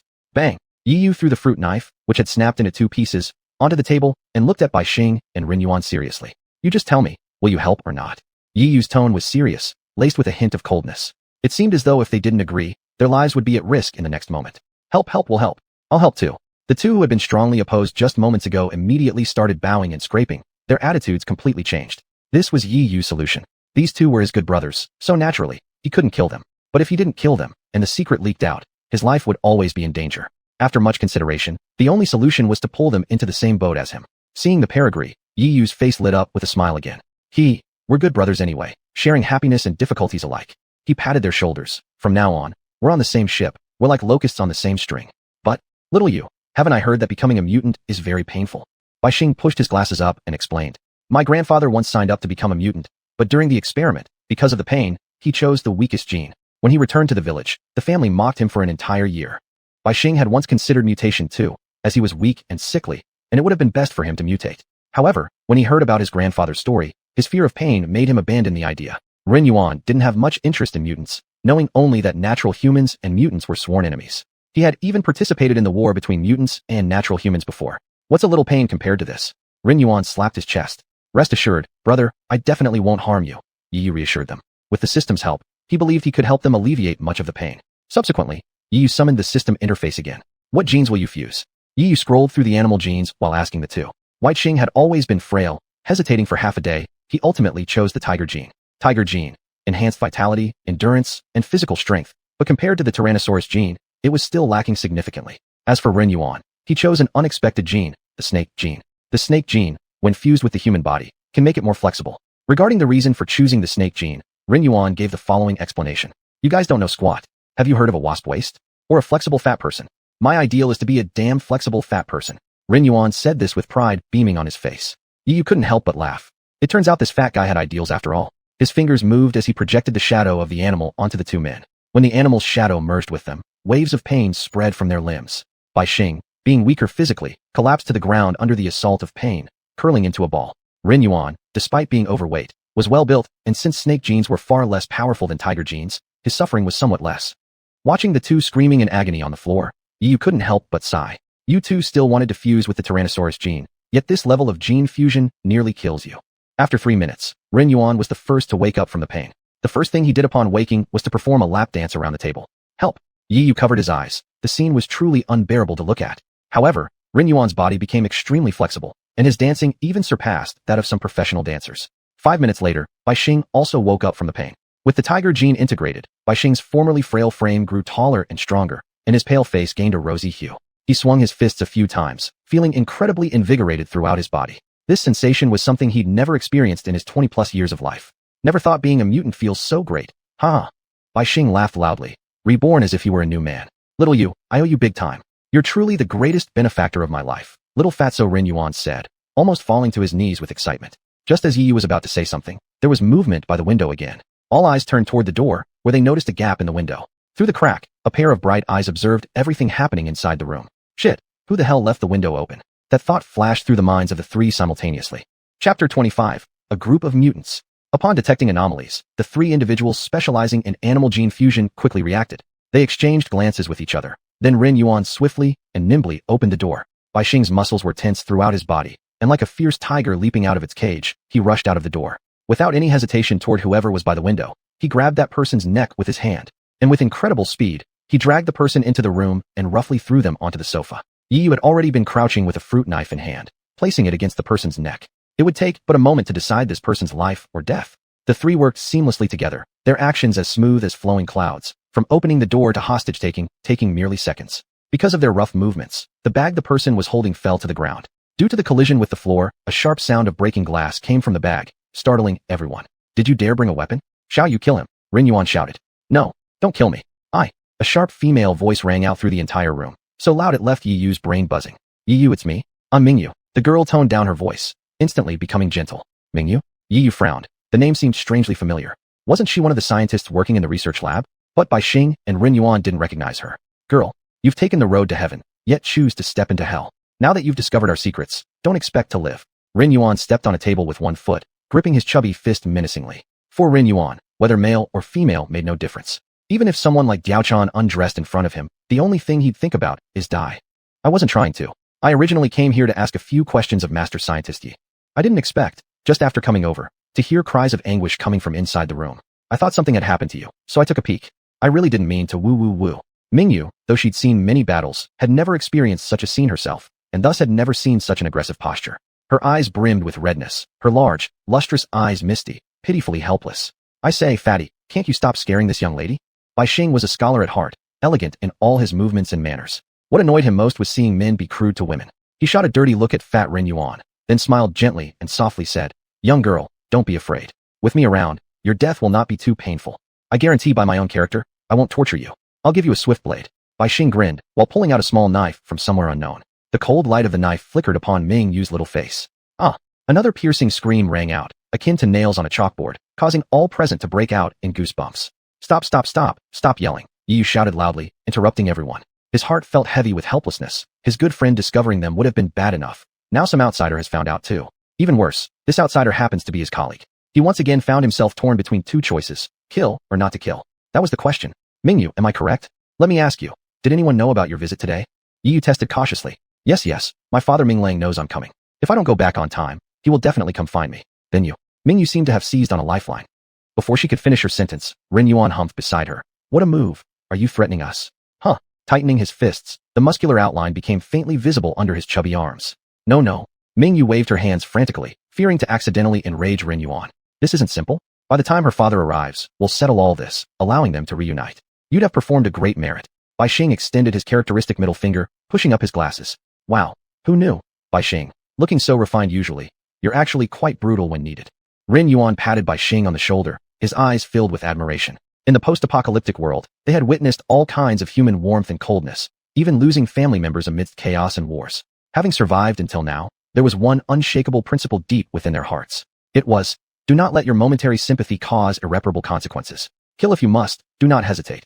If Mingyu leaked their mutation secret, they three would undoubtedly face impending doom. Yi Yu furrowed his brows, calculating internally. Since others know of her visit, killing her would inevitably draw suspicion. I don't want to kill you, but I'm afraid you might spill the beans. Yi Yu spoke in a flat tone. I understand. I won't reveal your secrets, I swear. Mingyu extended her 5 fingers, swearing to the heavens. Are oaths really useful? Yi Yu retorted. Why should we believe you? In this post-apocalyptic world, even surviving in a survivor base, any promise could be nothing but false. Because Ming Yu bit her lips, suddenly looking conflicted. Because she stammered as if gathering something. Rin Yuan, being impatient, couldn't bear people dragging their words. He rasped his throat and shouted loudly. Damn it. You're about to bite through your own lips, but can't even fart. If you don't talk now, I'll kill you. Where's my damn knife? Rin Yuan reached out, and Bai Xing handed him the knife. The coordination between the two was smooth and flawless. No, I'll speak. Actually, I'm also a mutant. Ming Yu cried out loud, as if venting years of secret she had buried in her heart.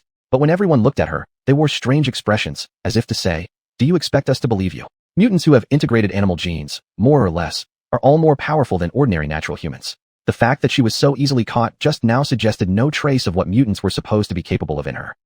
This is meaningless. Yi Yu shook his head. Fatso, leave this girl to you. Don't worry. Even though it's my first time killing someone, I'll try to make sure you won't feel any pain. Rin Yuan smiled, then slowly approached Ming Yu. At this moment, Ming Yu almost burst into tears. She clenched her fists tightly, and with a bang, the muscles in her originally slender arms instantly swelled up, becoming as thick as thighs. Looking at Ming Yu's bulging arms, the group involuntarily swallowed their saliva. If one got hit by those arms, their bones would surely break. Now do you believe me? Feeling the curious gaze of everyone, Ming Yu blushed slightly. Little girl, what kind of animal gene did you integrate? Yi Yu asked. Gorilla. Ming Yu turned even redder. I didn't expect you to hide so well. Yi Yu couldn't help but admire Ming Yu, who had grown up in Dachan City from a young age and yet remained undiscovered. My father told me to keep it secret, so I've never used my mutant abilities before. Your father? Yi Yu detected a useful piece of information in her words. Ming Lang is also a mutant. Faced with the questioning, Ming Yu nodded. Actually, every member of our Ming family is a mutant. Ming family. Yi Yu captured another clue and quickly reacted. So, does that mean Old Man Ming Chi is also a mutant? Chapter 26, Hijacked. Yes, because we are mutants, with stronger intelligence than natural humans, all members of our Ming family have been scientists through the generations.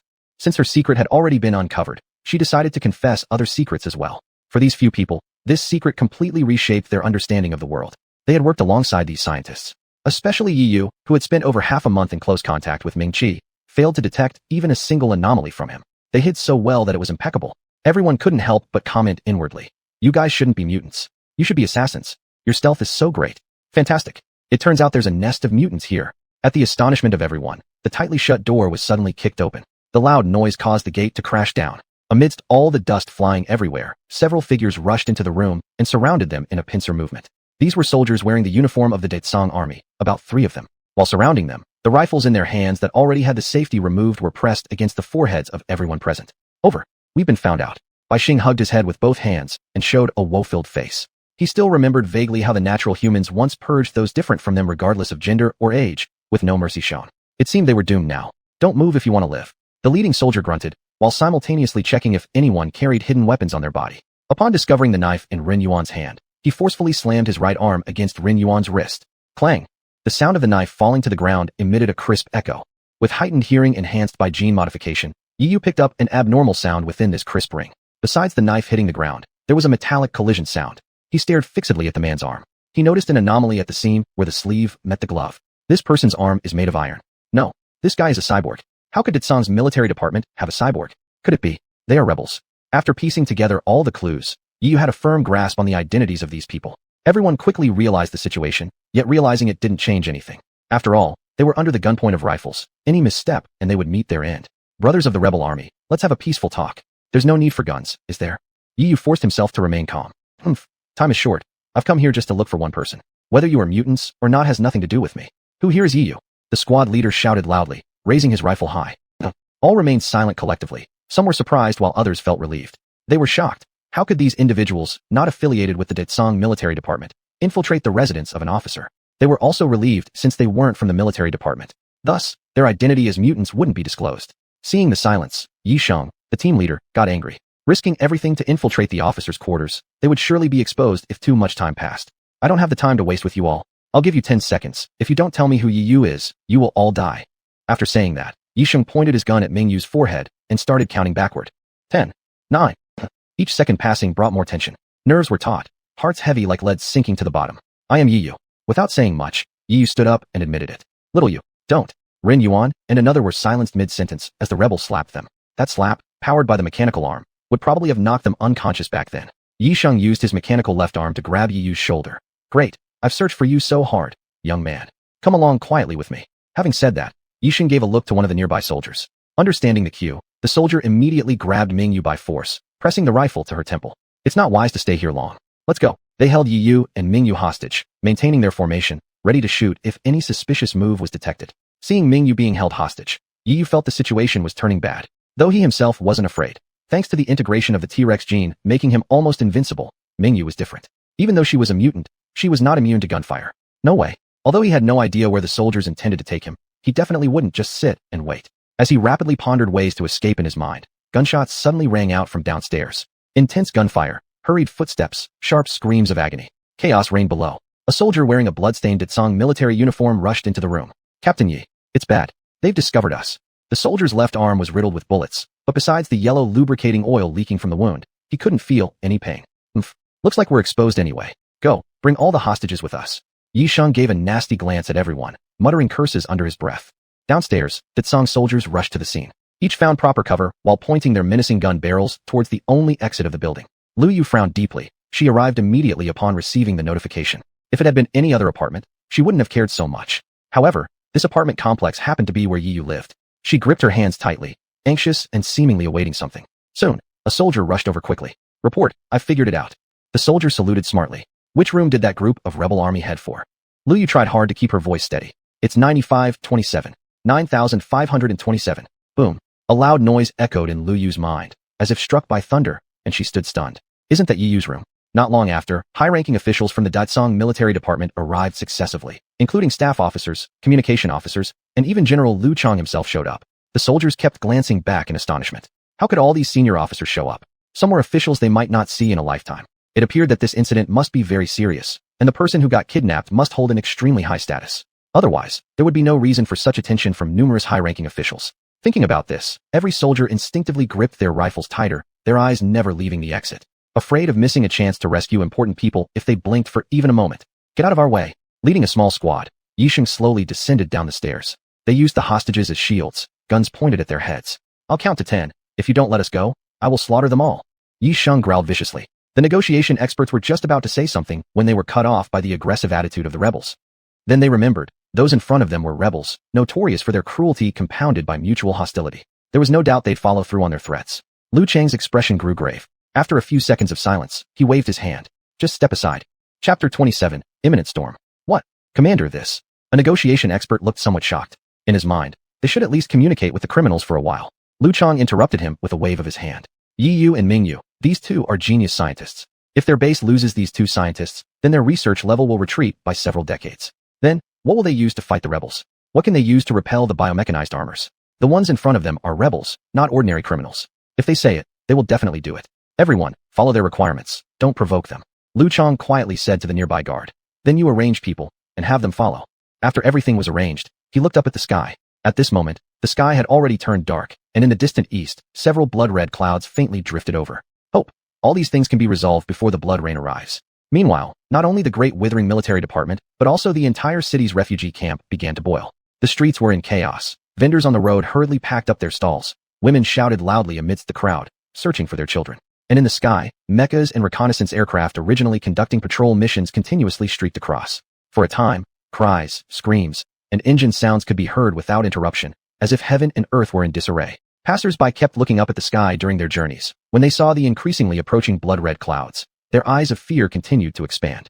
And 10 kilometers away, in a temporary military camp of the rebels, the rebel leader sat in the tent, looking at the sky outside the tent, his expression involuntarily showing a bit of tension. The advisor beside him couldn't help but feel astonished. He had followed the leader for many years and never seen the leader show such a nervous expression. Even for the blood rain, he shouldn't be so tense. Could the leader be worried about Yishang's safety? Impossible. The leader almost wanted to kill him. How could he worry about his safety? Could it be that other person surnamed Yi? The complex expression of the staff officer couldn't help but make that young man laugh a little. Ho ho, do you know why I am so concerned about him? His face revealed an unfamiliar smile. Being immediately exposed, that staff officer couldn't help but lower his head, appearing flustered. Under normal circumstances, that young man would surely kill him on the spot. But now he just smiled slightly. It was the same weather back then, blood-red clouds and blood-red rain. Only, that kid was unscathed, while I became this way. Having said that, the young man patted his chest. The red flames above his chest constantly flickered. However, since that time, I've never seen him again. I wonder what that kid looks like now. Has he mutated?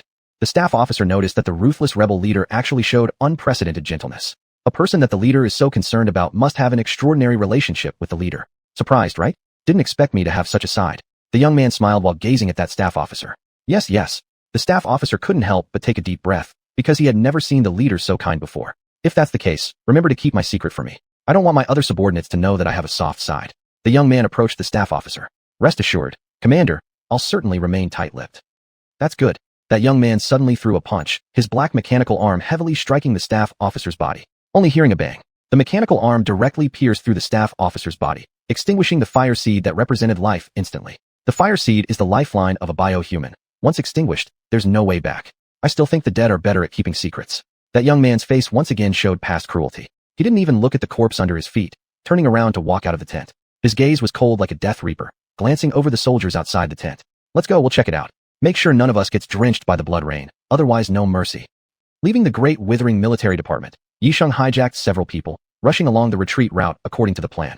Initially, the people from Great Withering Army still wanted to track them down, but Yisheng repeatedly pressed them, forcing them to temporarily abandon the pursuit. Because they knew Yi Yu and others were all mutants, Yisheng's small team kept running at full firepower mode. In just a few short minutes, they ran nearly 10 kilometers. An ordinary person would be unable to reach such speed. Ironically, there wasn't a single normal person in this team. Hey, Mr. Rebel, where are you taking me? Yi Yu slowly decreased his pace. Sensing the abnormality, Yisheng also slowed down his steps. Waving the gun in his hand, he threatened, "You will know when we arrive. Hurry up and don't waste words." Haha, what if I don't want to go? Yi Yu chuckled. How can you still laugh? If you don't want to go, then die. Yisheng placed his index finger on the trigger, as if about to shoot him. Unexpectedly, not only was Yi Yu not scared, but he even gripped the gun barrel with his hand and pointed it at his own forehead. Are you crazy, Yi Yu?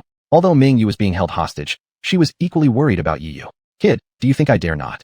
Yisheng's face twisted grotesquely. Just as Yisheng was about to pull the trigger, the rifle in his hands suddenly disintegrated into pieces, falling apart as fragments slipping from his fingers. Everyone froze. A perfectly fine rifle. How could it have shattered into pieces in an instant? The people here were either mutants or biomechanical humans, with superior reflexes that allowed them to spot the anomaly immediately. Yi Yu had seemingly touched the rifle just now. Could it be he disassembled the rifle? Good heavens! How is this possible? These rebel soldiers had faced life and death before, but they had never encountered such a bizarre event. All they felt was shock and disbelief. Damn it, don't fool around. Yisheng reacted first, pulling out a dagger from his waist and stabbing toward Yi Yu's arm. Clang! With a sharp sound, the military dagger broke apart in response. What the hell? Faced with such sudden changes, those soldiers nearly popped their eyes out. As biomechanical humans, even with their mechanical fusion, they feared the damage caused by sharp objects or bullets. Parts would break. Yet, Yi Yu was clearly just a mutant. How could a mutant possess such formidable flesh and blood? Surprised? Let me give you another surprise. Yi Yu yelled loudly. Brothers, take action. In an instant, cries of agony came from behind. Yisheng turned back in astonishment, only to witness the most terrifying scene of his life. Chapter 28, Blood Rain. The scene before them was akin to a scroll of hell. Bai Xing, thin and frail, suddenly had his muscles bulge, leaping at an extraordinary speed toward a soldier. Like a tiger out of its cage, he pounced on the soldier with overwhelming force and bit through the rifle in one swift motion. Mingyu, originally a gentle young girl, had her arms grow incredibly thick within the blink of an eye. She screamed for help, yet her fists swung powerfully, carrying a whistling sound as they broke the air. With just one punch, she took down the bio-soldier. The most absurd sight, however, belonged to Ren Yuan. Yisheng swore to the heavens that this was undoubtedly the most terrifying thing he had ever witnessed in his life. Ren Yuan's round body coiled tightly around the soldier like a python. Is this guy even a fat man? Several bio-soldiers were quickly subdued, leaving Yisheng astounded by everything happening right before his eyes. With years of military experience, he had an exceptionally quick reflex. Swinging his mechanical arm, he attempted once again to seize Yi Yu. Yet, Yi Yu effortlessly caught his mechanical arm. No matter how hard Yisheng strained, the arm did not move an inch. Impossible. A surge of turmoil raged within Yisheng's heart. Even if mutants were strong, their strength would still come from blending with some animal traits, making it absolutely impossible to surpass bio-enhanced soldiers. After all, bio-enhanced soldiers were equipped with mechanical power, whereas mutants relied solely on physical strength. But Yisheng underestimated the power of T-Rex genes. T-Rex, the strongest amongst animal genes. Gripping his mechanical arm firmly, Yi Yu's eyes became icy cold. Kill those soldiers. Bai Xing and Ren Yuan nodded and swung their fists, smashing them against the soldiers' temples. Though the bio-soldiers had mechanical bodies, their heads were definitely the weakest part. Under the impact of heavy blows, these soldiers instantly fell silent. Seeing comrades fall dead, Yisheng's previously firm resolve wavered slightly. Speak up, who told you to do this? Where are you supposed to take me? As long as you tell me, I can spare your life, Yi Yu said coldly. Without realizing it, sweat drenched his forehead. Yisheng discovered that Yi Yu's gaze bore an eerie resemblance to that of the demon leader he knew. Yi Yu may have little achievement usually, but when dealing with prisoners, I'm never lenient or merciful. Do you see the two brothers behind me? They're both weirder than weird. If I hand you over to them, believe me, you'll regret being alive. Yi Yu gave them a look. Bai Xing and Ren Yuan hesitated slightly. When did we become weirdos? Are you sure you don't want to speak? Yi Yu smiled faintly, harboring a cruel glint difficult to notice. As Yi Sheng hesitated, with a deafening explosion, Yi Yu crushed his mechanical arm barehanded. Watching oil and parts splatter everywhere, Yi Sheng's psychological defenses finally collapsed. Leader Yi Tian sent me here. He hopes you will honor us with your presence at camp. Yi Tian. Upon hearing this name, Yi Yu couldn't help but feel an inexplicable sense of familiarity. That's all I know. I'm merely doing as ordered, also a small fry in this affair. For survival, I had no choice. Just let me go. Yi Sheng pleaded earnestly. However, his words carefully avoided mentioning his status as general. Since I've promised you, I'll surely keep my word, replied Yi Yu, releasing Yi Sheng. Thank you. I'll remember you. Yi Sheng looked grateful. By the side, Bai Xing and Ren Yuan tried dissuading him. Little Yu, aren't you being too kind to him? Yes, he sneaked into the military camp trying to kill us. I've never thought about killing you. I was just scaring you. Yi Sheng showed a pleading expression once again. Shaking his hand, Yi Yu said, I value honesty most. Since I said I'd release him, I'll let him go. If he doesn't commit further wrongs, I won't kill him either. Before you leave, I have a question for you. Answer honestly. Yi Yu stared at Yi Sheng. His gaze turned cold again. It felt like being stared at by death itself, and Yi Sheng was frozen as if trapped in ice. I promise to answer without reservation. Pointing towards Ren Yuan, Yi Yu asked deliberately. Well then, let me ask you. Do you think this fat guy is ugly? Yi Sheng. Ren Yuan. Wasn't that too random? Everyone thought Yi Yu was about to ask something serious, but instead, it was such a casual question. Yi Sheng was caught in endless conflict. Saying he was ugly would hurt Ren Yuan's feelings, but saying he wasn't would seem insincere. Just as he was inclined to say no, he remembered that Yi Yu demanded honest answers. Extremely ugly. Yi Sheng shouted his response. Good. Looks like you know too much. Yi Yu waved at Ren Yuan. This guy was saying bad things about you, so let him handle it. Shit. Ren Yuan glared furiously, his small eyes full of anger as he swung his fists and ran over. As if struck by lightning, Yi Sheng collapsed on the ground, his eyes filled with a dead look. It turned out that Yi Yu had no intention of letting him go from the start. Ren Yuan tackled Yi Sheng and swung his fists, hitting Yi Sheng's face repeatedly. His chubby fists, which looked soft, now appeared incredibly hard. Under Ren Yuan's meaty punches, Yi Sheng quickly lost all signs of life. Just as they were about to return by the original route, there was a bolt of thunder in the sky.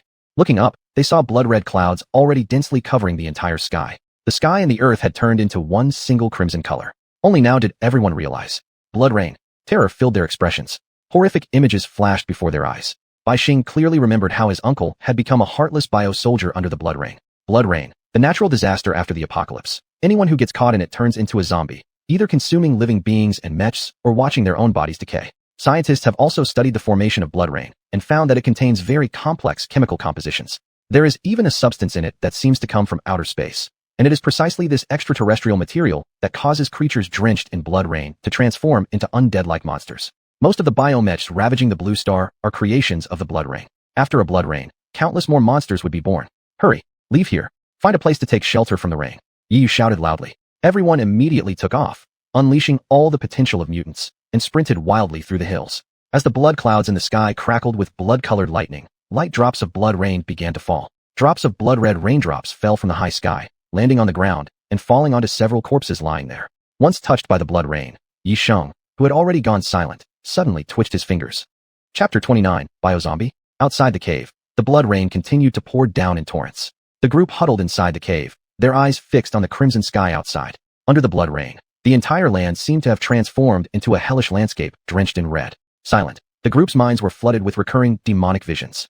Ren Yuan remembered clearly that when he was 5, the heavens had rained blood, and his father turned into an inhuman biozombie during that very rain. No matter how much he called out, his father remained devoid of humanity, slaughtering and devouring mercilessly. Even his mother's blood could not awaken him. That day, right before his eyes, his father underwent a monstrous transformation and bit his mother to death, turning her into an inhuman biozombie as well. Suddenly, amidst the steady patter of rain, a sound of footsteps reached their ears. Everyone's faces grew tense. Anything capable of moving in the blood rain couldn't possibly be alive. They all knew that normal umbrellas or raincoats were useless against the blood rain. Only special mech suits could withstand it. If it were a mech suit, the footsteps wouldn't have been so faint. Huff! An eerie stillness enveloped the cave, broken only by the rain outside and their quiet breathing. Abruptly, a figure emerged into their line of sight. It was a familiar figure clad in a steel-like frame. It was none other than Yi Sheng, who they all believed had died earlier. Could it be that the blood rain had brought him back to life? Grr, grr. Yi Sheng emitted low animalistic growls. Everyone could see that his eyes were milky white, his movements sluggish, a sure sign that he had become a biozombie. How can dead people now come back to life as zombies? Yi Yu couldn't help but feel perplexed. The blood rain used to just turn living people into zombies. Bai Xing noticed something amiss. But now the blood rain has mutated. This mutation was certainly no good news. Scientists had predicted that the blood rain would gradually weaken over the years until it returned to normal rainfall. Now it seemed those experts, those scientists, were nothing but a joke. Roar! Outside the cave, Yisheng sniffed, as if he smelled the scent of blood. He began to approach the cave slowly, suddenly letting out a fierce roar. Apparently, Mingyu had accidentally cut her right arm on a rock while fleeing. The senses of a bio-zombie were extraordinarily acute, driven by an insatiable desire for blood or motor oil. That roar wasn't only heard by them. It was also picked up by other nearby zombies hunting for food. They interpreted this cry as a signal of found prey. Damn! Yiyu frowned and whispered urgently. Quick, retreat further into the cave. He took position at the front, guarding everyone else.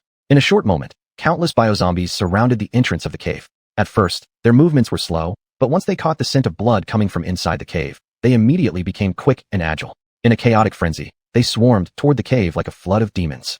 Part flesh, part machine, their bodies oozed yellow viscous liquid, mixing with the crimson rain, painting them as creatures straight out of a nightmare. As countless hellish demons rushed towards them, the group's hearts were filled with fear. Hurry! Request artillery bombardment. Suddenly, from deep within the cave, a voice shouted. Following this, a beam of light shot out from deep inside the cave, illuminating the horde of bio-zombies. Realizing quickly, Yiyu identified the source of the light, a spotlight. Hurry, run further into the cave. Yiyu ordered sternly. Without hesitation, everyone pushed themselves to their physical limits, racing madly toward the source of the spotlight. Fire the cannons. Smash them hard, shatter their heads, and make them burst into pieces. As they drew closer to the spotlight, gunshots and explosions echoed through the cave, mingling with cries of agony and violent vibrations. With the help of the light, Yiyu finally saw that the interior of the cave was lined with columns made of cement and rebar.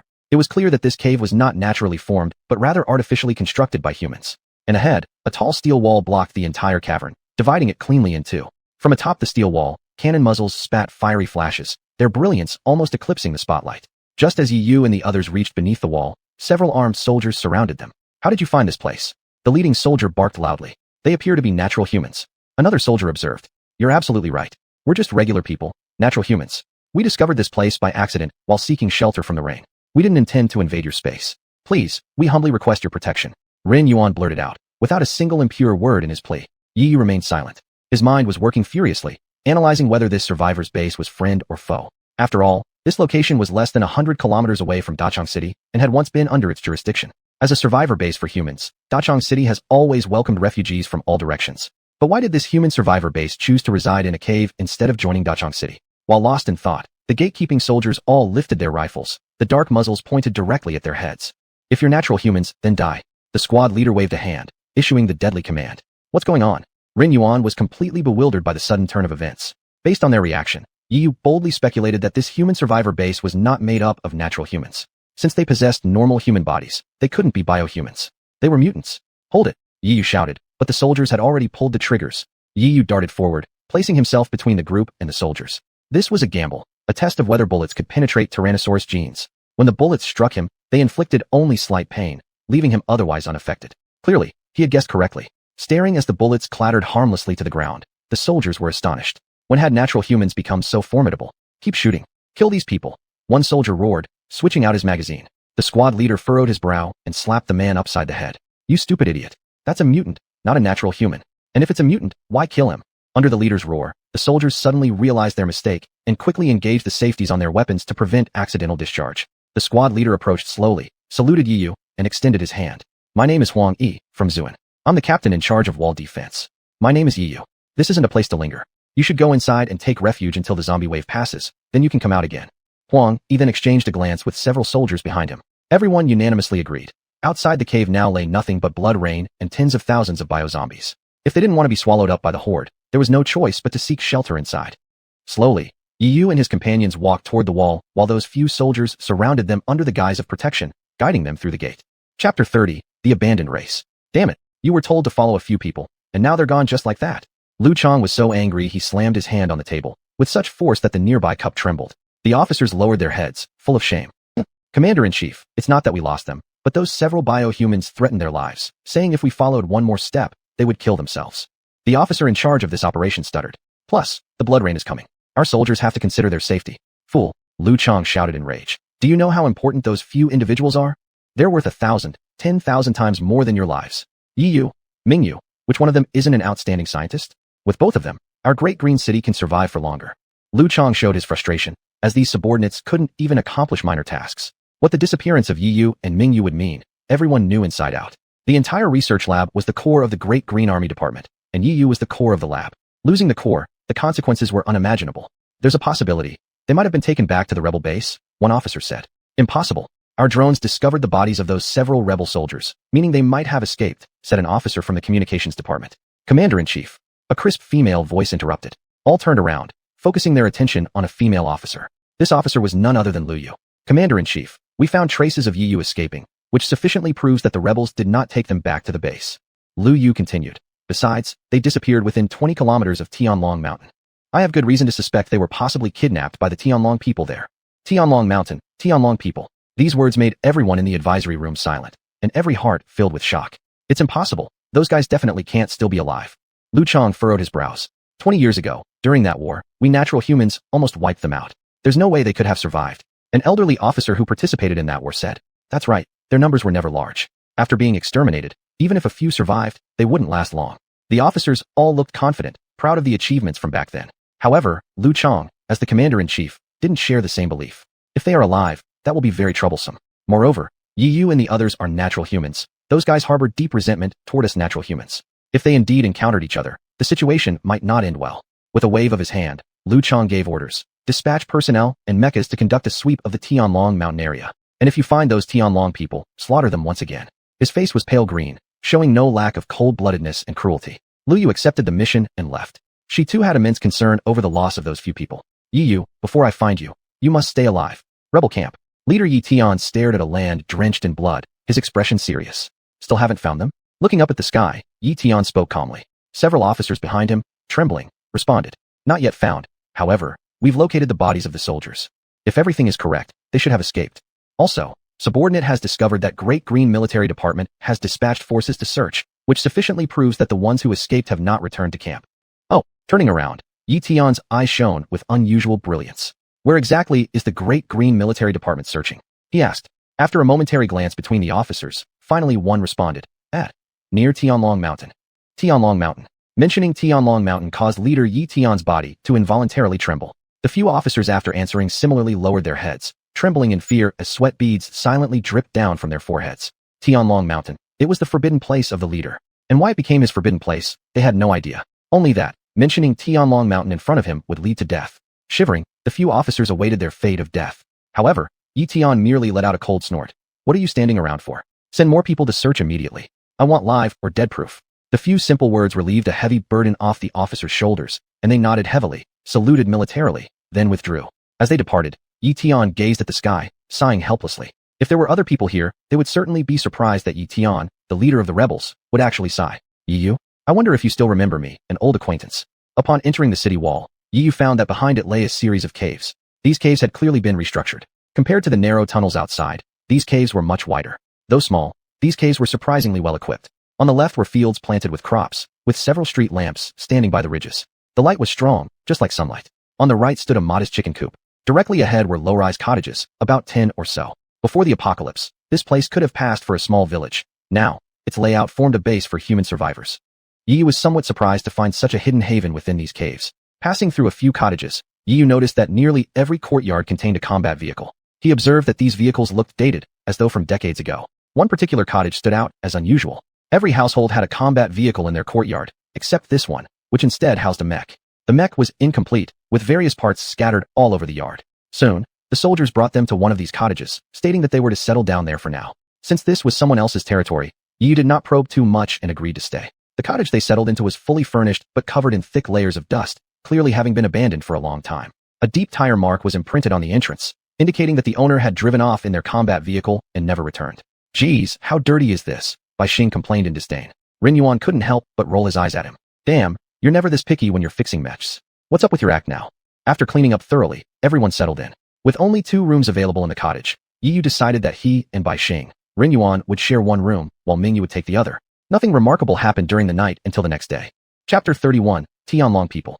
It was not until the next day that the tightly shut gate was broken down by several armed soldiers. Startled from their sleep, everyone hurried to the living room. In the living room stood a few armed soldiers in line, and at the coffee table sat a long-haired man.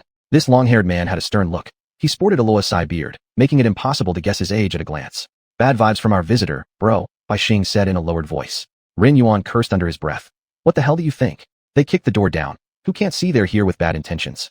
Yi Yu tidied up his clothes and slowly walked over. Is something the matter? He asked. The man put down his teacup, carefully examined Yi Yu for a moment. He then slowly got up and circled Yi Yu once, his expression becoming increasingly strange. How was this like he was scouting someone out? Finally, the man spoke. My name is Lin Dong. I manage this survivor's base. I heard you're a mutant, he asked with great interest. Not just me. A few of my partners behind me are also mutants. Yi Yu puffed out his chest and pointed at the few people behind him. Oh, I didn't expect there to be so many mutants around these days. Lin Dong couldn't help but reveal a hint of laughter. Thank you for taking us in. It was raining blood yesterday. We only saw a cave. Didn't expect to end up here by accident. I think the trouble outside has settled down. We should leave. Yi Yu expressed gratitude. Lin Dong waved his hand, and those few soldiers understood immediately, blocking the gate and cocking their rifles' safety mechanisms. Yi Yu couldn't help but frown, raising his voice. What do you mean? Ha ha. Ours isn't a place you can come and go as you please. Lin Dong laughed. You are people from the Great Song military department. If we let you go back, we'll be in trouble.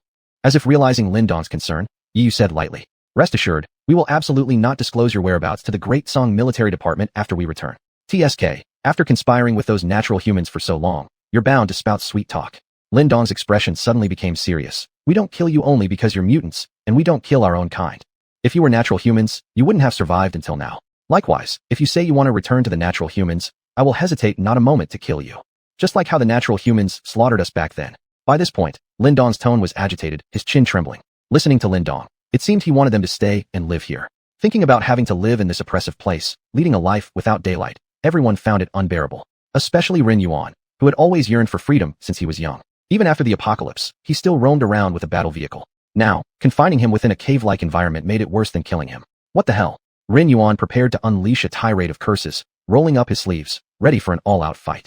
Yi Yu patted his shoulder, signaling him to calm down. Subsequently, Lin Dong turned and left, while those soldiers continued to guard outside the courtyard, constantly keeping an eye on their actions. Xiao Yu, this group of people is too much. Let's launch a full-force attack and wipe them out. Anyway, there aren't that many soldiers in this base.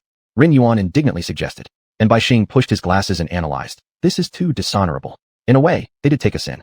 After all, generally speaking, mutants wouldn't survive in the sight of natural humans. Their hospitality can be seen as a kind of indirect protection. Now if we kill them, it would be considered as forgetting our gratitude. Anyway, they haven't shown any intention to harm us. Let's learn more about them slowly first. Bai Xing gave advice. Yi Yu also nodded in agreement. After all, they were only afraid of retaliation from the Great Song military department. However, this also made Yi Yu confused. Why were they so afraid of the Great Song military department? Ding. Task released. Learn about the past of the Tianlong people. Reward 500 repair points.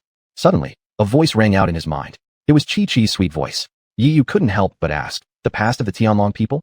Considering this was a system-released task and the repair rate was used as a reward, Yi Yu accepted the task. He planned to probe the civilians for information. In the bungalows, mostly civilians resided. They were responsible for the farming work in the base, such as planting, harvesting, or managing the chicken coops, to ensure food supply. Yi Yu also discovered that scientists lived in the bungalows as well. They seemed similar to the Great Song military department. Scientists were responsible for weapon research and improving living standards. However, there were only 2 scientists in the research lab here, and the level of their research was far behind that of the Datsong military department.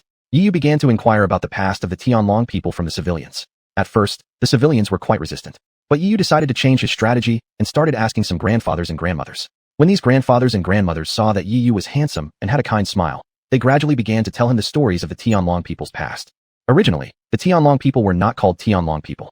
They had an even more miraculous name, the half-breeds. The half-breeds were the product of natural humans and mutants combining. They possessed the abilities of both races, and through mutation, developed another ability, Berserk mode. Half-breeds with the ability to enter Berserk mode had strength far surpassing that of mutants during this mode. However, while possessing this monstrous strength, they also lost consciousness. A half-breed in Berserk mode was the most dangerous. Therefore, in the societies of both mutants and natural humans, marriages between the 2 races were very much discouraged. Nevertheless, societal rules couldn't stop 2 people in love. Many mutants fell in love with natural humans, resulting in the birth of half-breeds. The half-breeds were not accepted by either mutants or natural humans and faced discrimination everywhere. Thus, they came to the Tianlong mountain range, cultivating barren lands and establishing the Tianlong town. When the apocalypse arrived, the half-breeds naturally joined the fight against the biomechanical armors. Initially, the half-breeds fought side by side with the natural humans. The powerful Berserk mode abilities of the half-breeds often made them active on the battlefield. Almost half of those famous generals were half-breeds. Until one day, after the pilot of the war god Mech returned from a mission, he proposed a suggestion to the military department to go to the Great Mountain Range and kill the Noah supercomputer, claiming that the apocalypse was all due to the Noah supercomputer. Then, He went alone to the great mountain range. After a day and a night, he returned. Strangely, it seemed like he lost consciousness, driving the war god mech and attacking the natural humans. In just one night, the entire survivor army of Daxia united to attack Tianlong town. In just one night, almost all of the half-breeds were exterminated. Chapter 32. I know how to handle this thing. The half-breeds, though seemingly exterminated, were not entirely wiped out.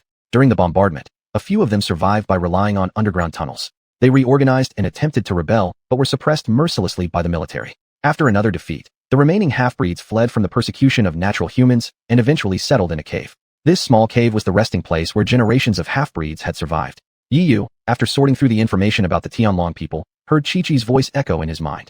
Ding, the past task involving the Tianlong people is completed. New mission issued. Become the leader of the half-breeds and establish your own power base. Upon hearing this, Yi Yu couldn't help but exclaim in surprise. Why would such a mission be given to him when everything had been going fine? Chi-Chi, are you serious about this mission? Yi Yu asked. Yes, my dear. I don't know why this mission is issued either, but just do it. And the rewards will be abundant. Rewards? At the mention of rewards, Yi Yu perked up. In this apocalypse, the only things that could interest him were resources and rewards. Tell me, what are the rewards? He asked. Just complete it first. I'll tell you later. I promise you won't be disappointed. Chi-Chi's voice became even sweeter, causing Yi Yu to shiver with goosebumps. You're tempting me. A sly smile appeared at the corner of Yi Yu's mouth. If this little girl could take human form, she would undoubtedly be a stunning beauty. Her voice grew quieter until it completely disappeared from his mind. After accepting the mission issued by Chi-Chi, Yi Yu fell into deep thought. He analyzed the current situation. Currently, these half-breeds still lacked confidence in themselves, and they even harbored suspicion towards him. To become their leader? That would be no easy task. Right now, what needed to be done was eliminating their distrust, but how could that be achieved? That was yet another problem. While lost in thought, he walked towards his residence, a simple bungalow. Unknowingly, he had already stepped into his yard. Bai Xing and Ren Yuan were sitting in a corner of the courtyard, studying an odd machine. Damn it. Fixing mechs is fine, but asking me to fix this kind of crap. I'm furious. Ren Yuan puffed up his chubby cheeks while incessantly grumbling. Bai Xing also scratched his head, looking helpless. I've never seen a machine like this before. If it were mech repairs, I wouldn't care. But this thing is used for plowing fields. Bai Xing, a high-level mechanic. You want me to repair farming equipment? If anyone finds out, where would I hang my face? Both Bai Xing and Ren Yuan kept criticizing each other, clearly unable to figure out the device on the ground. What's going on here? Yi Yu asked. He had only been out for a short while, so why were they suddenly studying machines? Xiaoyu, you returned at the right time. This time, you have to save us. Bai Xing approached, excitement written all over his face, as if Yi Yu were a lifesaver. Calm down first, explain it slowly. It happened like this. Early this morning, those people barged in and asked who could fix stuff. Ren Yuan, the fool, got excited and blurted out that he could fix things, and dragged me along too. Then, those guys brought in a machine, demanding we fix it. They said this machine produces light energy, and whether the crops yield a good harvest depends on it. Moreover, they want it done today. If we can't fix it, they'll kill us and eat us as appetizers. A hint of panic flickered across Bai Xing's weak-looking face. It's all your fault, you fatso. Why did you pretend to be so capable? Now, if we can't fix it, we're both dead. Nonsense. Is there any machine in this world that Xiaoyu can't repair? There's nothing to fear. Ren Yuan appeared confident and justified. Yi Yu frowned slightly, then slowly walked towards the machine, crouching down halfway to study it. The machine wasn't very large. Its shape resembled an engine. But as he delved deeper into its workings, Yi Yu realized that this machine, similar in appearance to an engine, was actually far different from one. Ordinary mech engines always included ignition devices and turbochargers, but this one inside had none. No wonder even Bai Xing and Ren Yuan, two highly skilled mechanics, were stumped. It was at this exact moment that a sudden idea flashed through his mind, which Yi Yu quickly captured. Got it. With a snap of his fingers, he immediately began tinkering with the machine. Without the use of any tools, Yi Yu repaired the machine by hand. Sparks flew wherever his fingers touched. In less than a minute, the broken machine was not only fully repaired, but also became slightly more compact than before. Even though they had witnessed Yi Yu's superpowers before, Bai Xing and Ren Yuan couldn't help but be amazed again. Is this considered fixed? Bai Xing adjusted his glasses, his eyes behind the lenses filled with astonishment. It's done. You take the machine back and tell them it's been repaired. Yi Yu waved his hand casually. Naturally, the two didn't dare to doubt him, and they nodded. As they were about to leave with the machine, Yi Yu called out once more, by the way, tell them. There are any other broken machines in the base, bring them all here. I can fix them. If anyone asks who said this, tell them it's me. The words were said lightly, yet they carried immense confidence. Hearing this, the two felt a sense of pride swell up inside them, completely erasing the previous feeling of failure. Especially Ren Yuan, he proudly puffed out his chest and strode toward the door, carrying the machine. Inside a bungalow at the Tianlong People Survival Base. This was where the leader usually lived. Lin Dong leaned back in a chair, furrowing his brows as if deep in thought. In front of him stood a woman dressed in black tight-fitting clothing.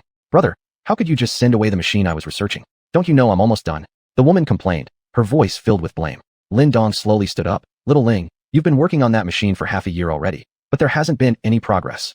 Anyway, A few days ago we saved some mutants, and they happen to be mechanics by origin. Since they were idle anyway, why not let them try with this machine? Our base doesn't keep idle people. If they can't repair it, then we'll just send them to work in the fields.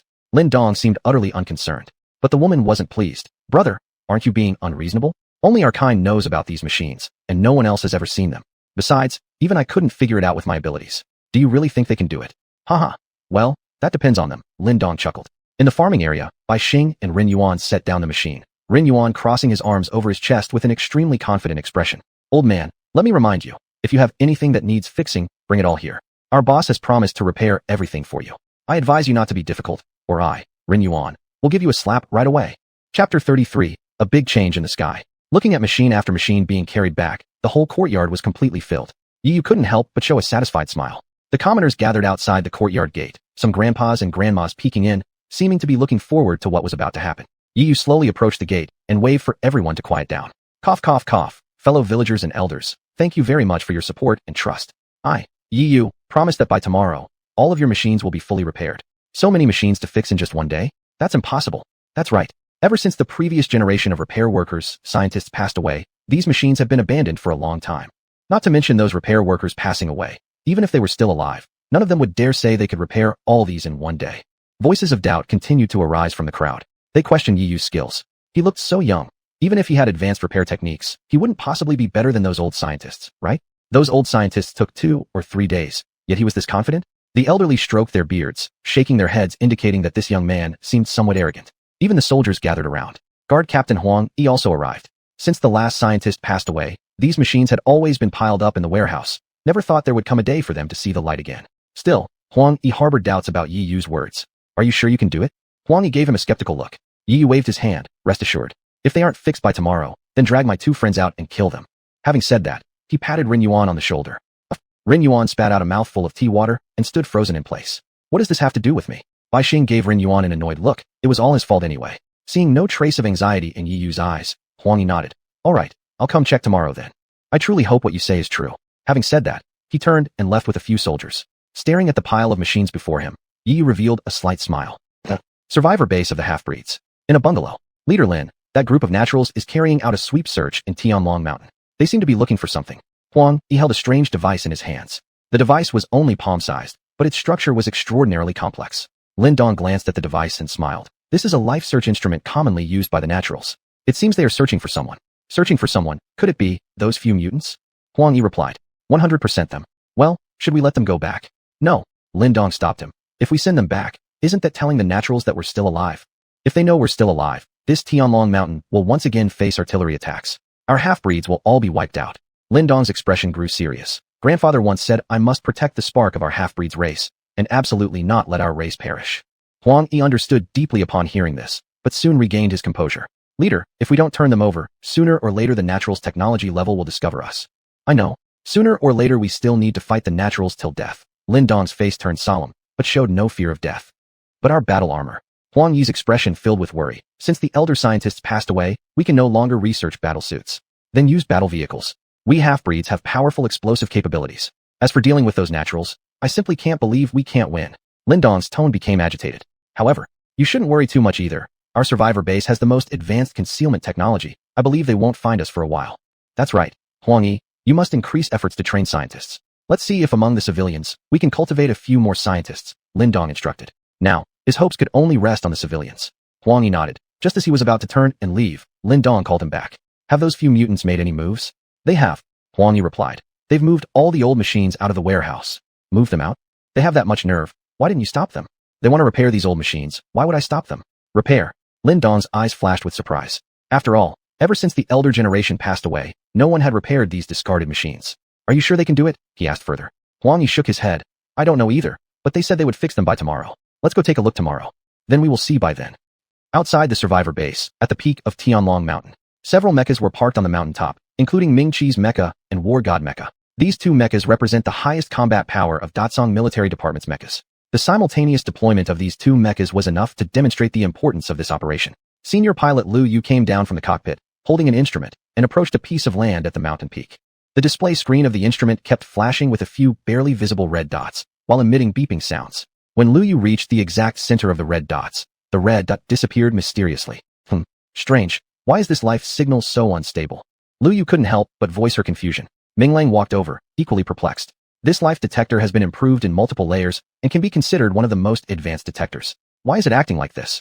He scratched his head. Lu General, are you sure that their traces lead to Tianlong Mountain? Asked one soldier. In response, Lu Yu nodded confidently. I am certain of this. However, their traces disappeared once they entered Tianlong Mountain. That heavy blood rain washed away most of their trails. Ming Lang gripped the instrument firmly, his eyes determined. If they're here, I'll dig up the entire place to find them. Thinking about his only daughter who had gone missing, Ming Lang felt as if his heart was being cut by a knife. What if that group of half-breeds is still alive? What would you do? Lu Yu suddenly blurted out. Ming Lang pointed towards the mecha behind him. Then I will hesitate no longer and destroy them with my mecha. They have already been wiped out once. I wouldn't mind doing it again. Lu Yu smiled, a flash of something unusual appearing on her flawless face. Although she hadn't experienced the racial war, for some unknown reason, she always felt a tinge of pity deep in her heart. Half-breeds are also human. Why should they kill each other? Ming Lang suddenly thought of something. I think we can check the caves in Tianlong Mountain. I believe they may survive in the caves. Chapter 34, Ming Yue's Wish. Wandering back and forth among the pile of broken machines, Yu detected using his repair abilities that these broken machines could be divided into three major categories. One category consisted of fieldwork machines, which broadly speaking were plowing machines. Another category included machines designed to provide environments for poultry farming, or more generally, chicken raising machines.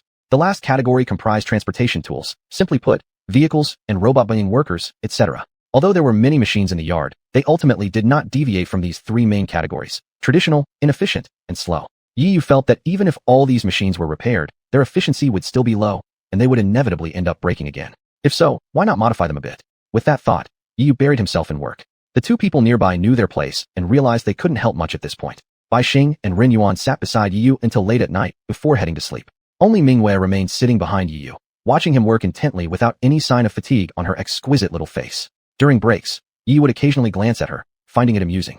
Is it really that fascinating? Yu's light chuckle reached Ming Wei, who snapped back to reality. Of course. I've never seen such a sight in my life. Seriously, welding machinery by hand is super cool. Ming Wei couldn't help but reveal her admiration. Yu, are these abilities something mutants possess? In response, Yu shook his head and chuckled.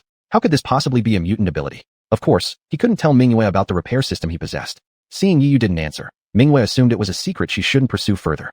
Yu picked up his cup and took a sip of water. At this moment of silence, Ming Wei suddenly blurted out. Do you want some noodles later? Wah. Yu sprayed out a mouthful of tea. Noodles? Can just anyone eat them? Cough, cough. Startled by Yu's reaction, Ming Wei looked puzzled. Why can't my noodles be eaten randomly? Realizing what he had misunderstood, Yu wiped away some cold sweat. Oh, you meant eating noodles. Of course, I mean eating noodles. What else do you think it is? While Yu flushed in embarrassment over his misunderstanding, Ming Wei headed to the kitchen and soon returned with a steaming bowl of noodles. She had even added an egg thoughtfully. This half-breed survivor base had nothing in abundance except eggs and grain. After taking the bowl, Yu eagerly slurped a mouthful, his eyes lighting up instantly. The taste is fantastic. Ming Wei, I didn't expect you to have the talent of a devoted wife and mother. Yu praised her. Ming Wei smiled and twirled a strand of hair that fell to her lips. These days, even if one wants to be a good wife and nurturing mother, it's hard. My dream is simple. I just want to live a life dedicated to raising children and supporting my husband. Is it really that simple? Yu was somewhat surprised. Ming Wei, after all, was a scientist. How could her ideal be so simple? It's really this simple. But even such a simple wish seems impossible to achieve. Ming Wei sounded a little sad. Noticing her slight loss of composure, Ming Wei forced a smile and pointed at a machine in front of Yu, asking, I observed all night and found you're not fixing those machines. Instead, you're modifying them. Are you planning to upgrade their machines? Yu nodded, continuing to eat his noodles while looking down. What exactly are you adding? Ming Wei followed up. You'll find out tomorrow. One machine is more advanced than all the machines you use right now. At hearing this, everyone immediately declared disbelief. Not to mention the functions, but just judging by their size, these machines were smaller than the original ones. What functions could they possibly have? They're so amazing. Even though they didn't believe it, curiosity was piqued, and the crowd gathered around the few machines. And Bai Xing also walked slowly toward the center of attention under everyone's watchful eyes. Let's look at the machines you normally use for farming first. Before I go on, let me ask you this. What functions do your current farming machines have? Bai Xing stroked his chin as he asked. What functions could farming machines possibly have? It's just irrigation, watering, and harvesting, right? That's correct. I remember Miss Ming Wei was researching a new kind of engine that could create sunlight from light beams. Everyone responded, glancing simultaneously at the black machine nearby. This dark machine was barely taller than a person, looking like a box. Wonderful. And the machine right before your eyes. It has been improved and integrates the functions of irrigation, harvesting, and even replicating sunlight by our boss Yu. No way. As soon as these words came out, everyone was shocked. Could such a small, box-like machine really have all those functions? You're just pulling our leg. In response to the doubts, Bai Xing signaled Ren Yuan, who then carried a shell out from the living room. Alright folks, let me show you the power of this machine. Chapter 35. Pick whatever you want, free of charge. Fatso loaded up. Bai Xing waved his hand, and Ren Yuan immediately walked over to the machine, giving it a strong kick with his foot. Ding! The machine emitted a crisp sound. Then a cannon barrel popped out. Under everyone's watchful eyes, Ren Yuan inserted the shell into the cannon barrel and shouted to fire. No! If you do this, you'll collapse the cave. Huang Yi spoke up in an attempt to stop them. However, the shell had already been fired, and there was no stopping it. Boom! The shell shot into the air and exploded just as it was about to hit the ceiling. The explosion did not bring sparks or shock waves. Instead, it unleashed a large-scale rain shower. As they felt the cold drops on their skin, the villagers were left dumbfounded. For some, the sensation of being touched by rain was something they had never experienced in their entire lives. Thanks to the leader's improvements, any kind of shell fired from this machine will turn into rain. By this time Bai Xing had already opened a small umbrella, pride and satisfaction all over his face. Inwardly he couldn't help but admire. Xiao Yu, you're amazing. Subsequently, without regard for the others' stunned expressions, Bai Xing and Ren Yuan demonstrated all the functions of that agricultural machine. When they saw the little machine produce light akin to sunlight, the hearts of everyone present could no longer be described simply as shocked. A machine that combined irrigation, watering, sunlight, and harvesting. It was a miracle that had never before appeared in the entire technological history of the Blue Star. And the creator of this miracle was none other than their boss, Yi Yu. So what about this machine? What are its functions? Huang Yi, having seen many storms, quickly calmed down and pointed to another machine while asking.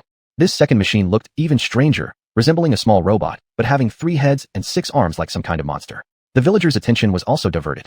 They began examining the monster machine carefully, pointing fingers and discussing animatedly. This machine looks so strange. Is it not also an improved version?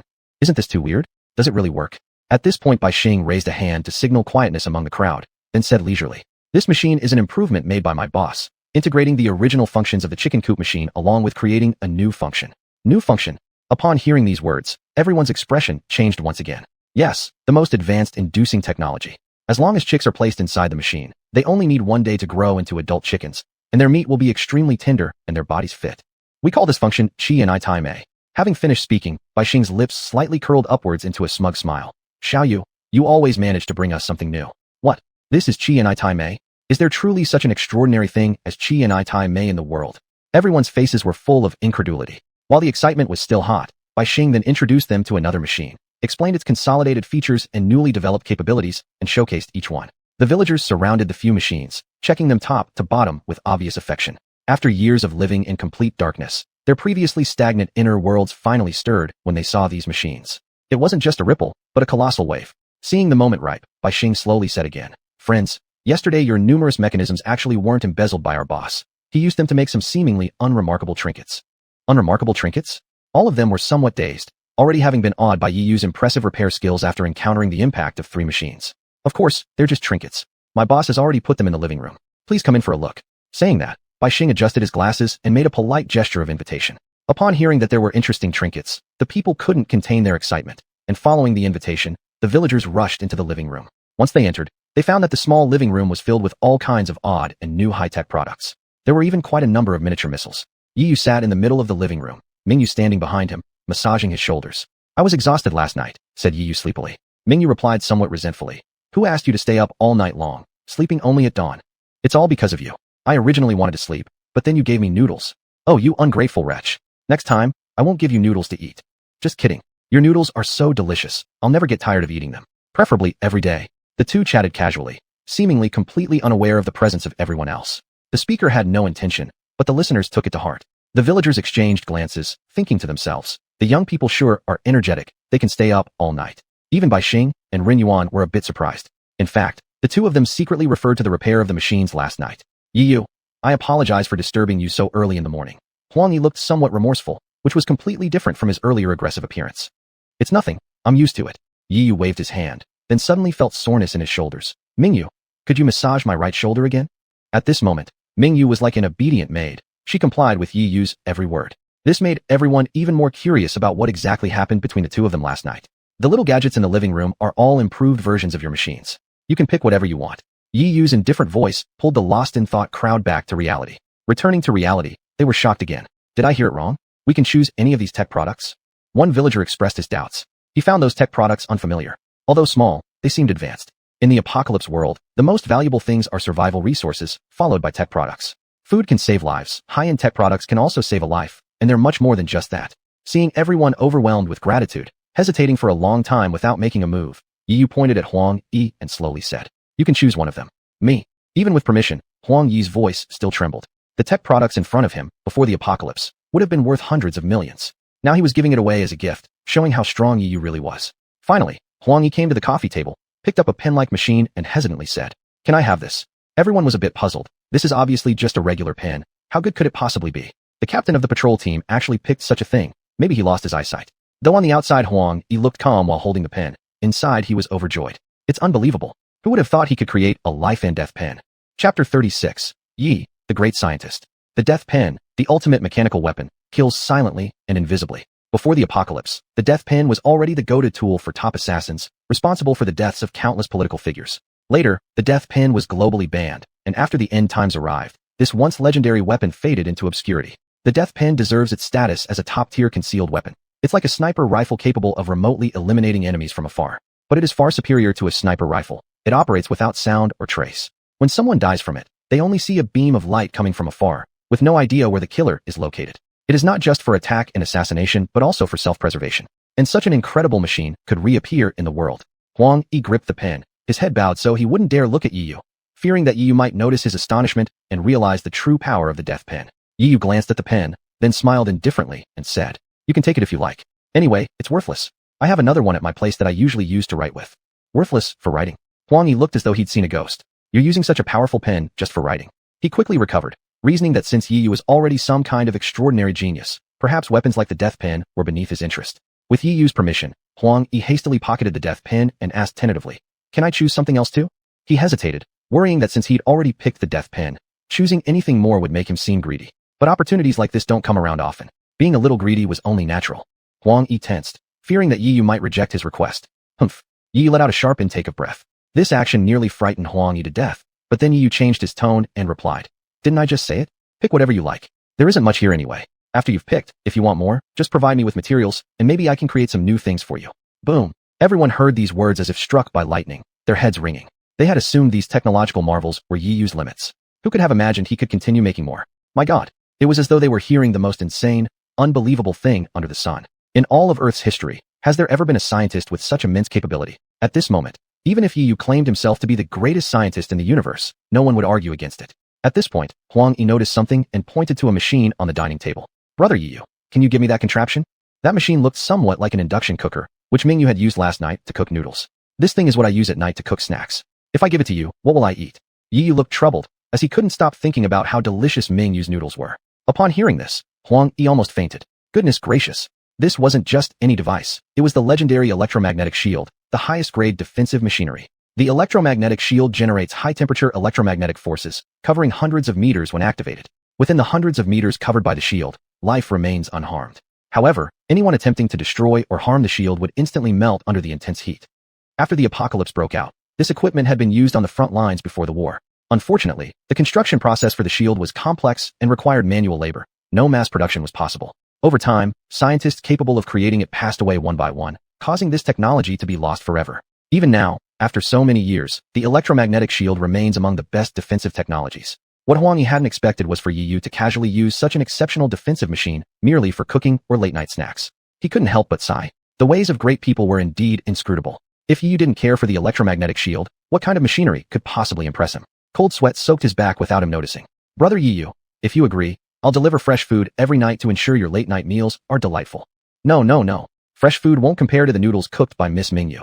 Yu glanced at Mingyu and saw the young lady's cheeks flushing red. Well, Huang Yi wiped off the cold sweat dripping down his face, his mind racing rapidly. Finally, he thought of something and continued. "Brother Yu, how about this? I'll send you fresh ingredients every day, and then get you a brand new set of kitchen 5-piece kits. This way, not only can you taste different kinds of food, but also Miss Mingyu's cooking." As soon as these words were spoken, Yu nodded. A garbage induction cooker in exchange for such good things was indeed a very nice deal. Besides, for an induction cooker at that level, he could easily make one with his hands. It wasn't a big deal at all. Fantastic. Huang Yi rushed to the edge of the dining table, hugged the induction cooker, expressed his gratitude with a face full of thanks, and then hurriedly left. The villagers, seeing Huang Yi's appearance, couldn't help but feel a bit surprised. They had never seen such an expression on the face of the patrol captain. Could it be that all these things are good stuff? The villagers became suddenly alert and began frantically searching for scientific research products in the living room. Soon, the living room was emptied out, leaving behind only some simple furniture. Even the electric kettle for boiling hot water was taken away by the villagers as a treasure. Looking at the empty living room, Yu smiled. Big brother, how can you still laugh? Those stubborn people actually wouldn't even spare a hand. Bai Xing helplessly shook his head. What is there to not laugh about? Isn't this pretty good? My plan will be achieved very soon. Yu smiled. Plan? Boss, what are you plotting again? Bai Xing looked thirsty for knowledge. Go away, you'll naturally know when the time is right. At noon, Lin Ling arrived at the edge of the farmland. As one of the few remaining scientists in the survivor base, she must solve the farmers' problems as soon as possible. Ever since the previous generation of scientists passed away, many agricultural machines were abandoned without anyone repairing them. She heard that someone had recently created her new research project, so she became curious and wanted to take a look at the farmland area to check if this new machine was successful or not. At the edge of the farmland, she saw from afar a group of farmers gathered around something, seemingly watching it closely. She put on her rain boots, stepped through the mud, and made her way into the farmland. Little Ling, you've come. Hurry, come and see this machine. It's incredible. That's right, this is the great scientist Ye's creation. Chapter 37. I'd like to see this. Yi, the great scientist? Lin Ling was a bit puzzled. When did our research team welcome a scientist named Yi? She asked while walking. Little Ling, you may not know. This great scientist, Yi, doesn't belong to your lab. Yes, said another villager. Didn't we have a young man joining us just a few days ago? And he's a mutant. But his skills are unparalleled. Probably all the other scientists combined don't even match a fraction of him. The villagers went on praising, using every exaggerative and splendid word they could think of. This made Lin Ling increasingly curious. She had been working in scientific research for 15 years and thought highly of her own skills. Not only had she improved the living standards of the survivors' base, but she had also developed new weapons. Still, she hadn't received such high praise from the villagers. She looked over the machine placed in the fields. The machine resembled a square box with a cannon barrel standing upright on its top. After evaluating it, she couldn't help feeling somewhat disappointed. How impressive could this short little machine possibly be? Are you sure this machine is very effective? She asked with suspicious eyes. Sure thing. Little Ling, you might look down on this small gadget, but it does wonders. Didn't you used to work on that lighting system? This machine has achieved what you wanted. How can that be possible? Lin Ling rebutted. I've been researching the lighting system for 3 or 4 years. It needs to convert light energy into sunlight, which contains a rather complex form of energy. Is it really possible to achieve that conversion in such a short time? Lin Ling's rebuttal was well-founded. Despite researching it for 3 or 4 years, she hadn't found the solution. Even if she continued for another 3 or 4 years, she wouldn't dare to promise success. Could he have used some material similar to sunlight? In my numerous experiments, I discovered that some materials actually can mimic sunlight, but it's only mimicking it, far from containing the full spectrum of elements within sunlight. Analyzing her past experience, Lin Ling simply couldn't bring herself to believe it. Rather than talking so much, why don't we just try it out? Come on, Little Ling. If I show you, you'll see. One farmer stepped up to the black machine nearby, lifted his hand, and delivered a punch onto the machine's body. With significant force, the blow against the machine caused a muffled sound. Lin Ling was taken aback slightly. This? Hee, Little Ling, don't worry. To turn this machine on normally, you just do this. Kick it to make it rain, punch it for the sunlight function, and tap it with your finger to start the harvesting system. The farmer scratched his head and chuckled sheepishly. Such bizarre ways of turning on the machine were something Lin Ling had never heard of in her many years of research. Meanwhile, the pitch-black machine finally reacted. Its base shot out a stream of flames, propelling it skyward. Then something magical happened. The dark body of the machine began emitting a faint glow, which grew increasingly bright as time passed. As the rays touched everyone's faces, warmth trickled along their skin and seemed to flow into their hearts. Wasn't this exactly the feeling of sunlight? Soon, the brightness intensified and covered the entire survivor base. Old people looked up at the machine suspended midair, their eyes moistening unconsciously. It had been years since they had last felt the warmth of the sun. Staring at the black device hanging in the sky, Lin Ling was utterly dumbfounded. Unwilling to believe it deep down, the warm light shining on her skin told her this was real. The feeling of sunlight could not lie. But how could this be? She had worked on this project for so long without finding a breakthrough. Yet how could an outsider crack it overnight?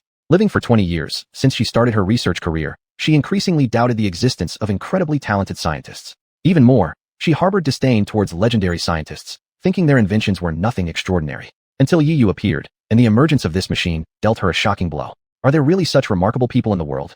Lin Ling was somewhat dazed, murmuring. Of course, he's called Yu. That's right, ever since he came. The food production in our fields has multiplied day by day. And that's not all. The neighboring chicken coops have started producing hundreds of eggs daily. Recently, our base has more eggs than we can eat. He truly is our good luck charm. Seeing the farmers showering Yu with praise, Lin Ling couldn't help but develop an interest in this man. Is this guy really that amazing? A strong curiosity swirled in her heart. After a day of inspection, looking at the changes in the base, Lin Dong felt a mix of emotions. Since he had taken over the base, he had never seen such brilliant smiles on the villagers' faces. He wasn't sure whether to feel joy or sorrow. He was glad that the tools improved by Yu had brought new life and new hope to the people of the base. What saddened him was the realization that all these years under his leadership, the villagers had never truly been happy, indicating how unsuccessful he had been as a leader. Alas, father, I've always said that I'm not cut out to be a leader. Standing on the rooftop, Lin Dong suddenly sighed. Huang Yi, the captain of the patrol team standing behind him, asked in surprise, "Leader, actually, the villagers are very grateful for your protection all these years. The one who has protected them isn't me, it's my grandfather. When the war broke out, my grandfather knew this day would come. So he developed this underground base in advance. Unfortunately, the day he set off in the war god Mech, he never returned." After saying this, both fell silent, seemingly reminiscing about past events. Back then, they were just children, but the horrors of that day remained vivid in their memories. Suddenly, Lin Dong spoke up. "Huang Yi, do you think that young man could repair a mech?" Upon hearing this, Huang Yi's expression turned shocked. "Leader, could it be that you mean to? Ho ho, it's the dream of our family for generations. If he can fix it, Dad and Grandpa would surely rest happily in peace." Lin Dong smiled. "But leader, according to the rules passed down through the generations, whoever can repair the mech." Huang Yi stopped mid-sentence as Lin Dong waved a hand to cut him off. "Nothing else matters. What matters is whether this young man can repair it. I will definitely take a look when the time comes." Chapter 38. It was only a matter of minutes. Inside the bungalow, under the sunlight, Yu lazily stretched his arms. Since coming to this base, he hadn't felt the sunlight for several days. Looking at the black box floating in the distance, Yu couldn't help but wear a proud smile on his face. He never expected that he could create such a magical machine himself. But upon careful consideration, there wasn't much to be amazed about. After all, with his current repair skills, creating a mech from scratch was not too much of a stretch, and producing a few civilian machines was practically effortless. Suddenly, he began to miss the time spent researching mechs at the Datsang military department. In his heart, he still thought repairing mechs was far more interesting than coming up with these boring inventions. Yu came to the living room and found Rin Yuan lying on the table, looking like he couldn't wake up. "Fatso, did you notify them to bring the tools?" Yu asked. "I did. I told them to bring some old machines over. They haven't arrived yet." Rin Yuan replied with half-closed eyes. "It's already 9 o'clock. Go and urge them. Don't delay my important matters." Yu frowned. "Bro Yi, what's the big deal? I'm going to create another batch of inventions. This time, I will make the entire group of villagers completely fall for it."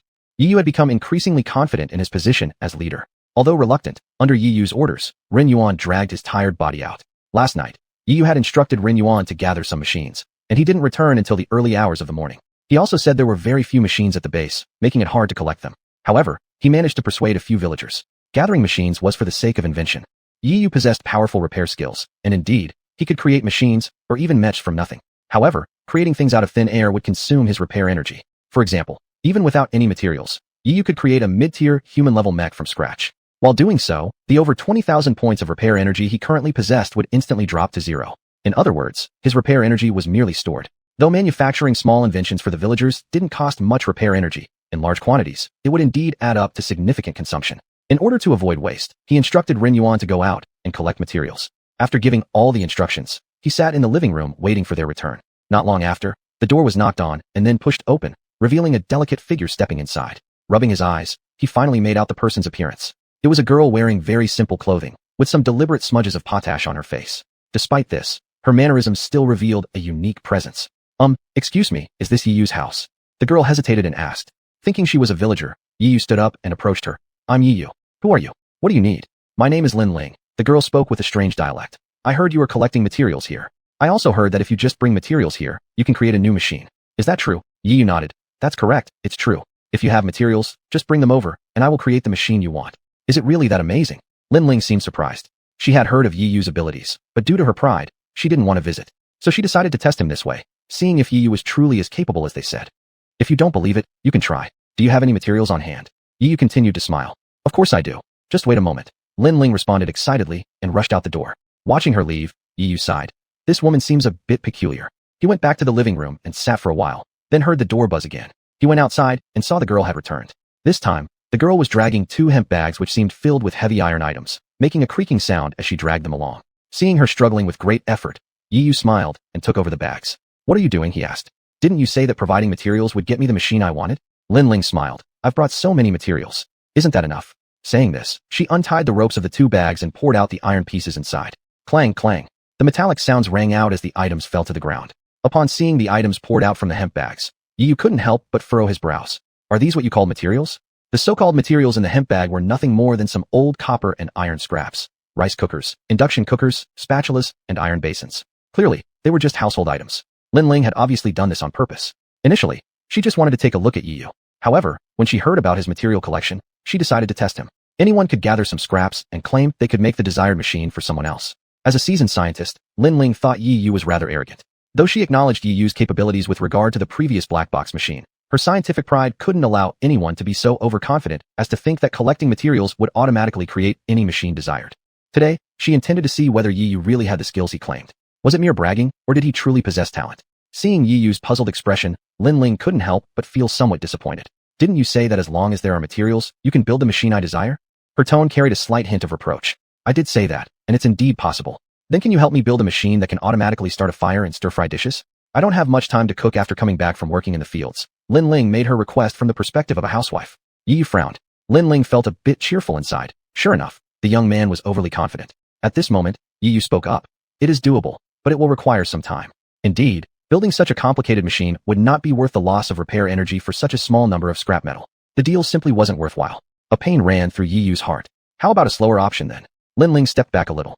She had caught Yi Yu on his promise, making it on the same day. She herself, also a high-level scientist, knew that by dedicating time to research, she too could develop a successful automatic stir-fry machine. Yi Yu glanced at Lin Ling and felt something seemed off. This girl is here to cause trouble, isn't she?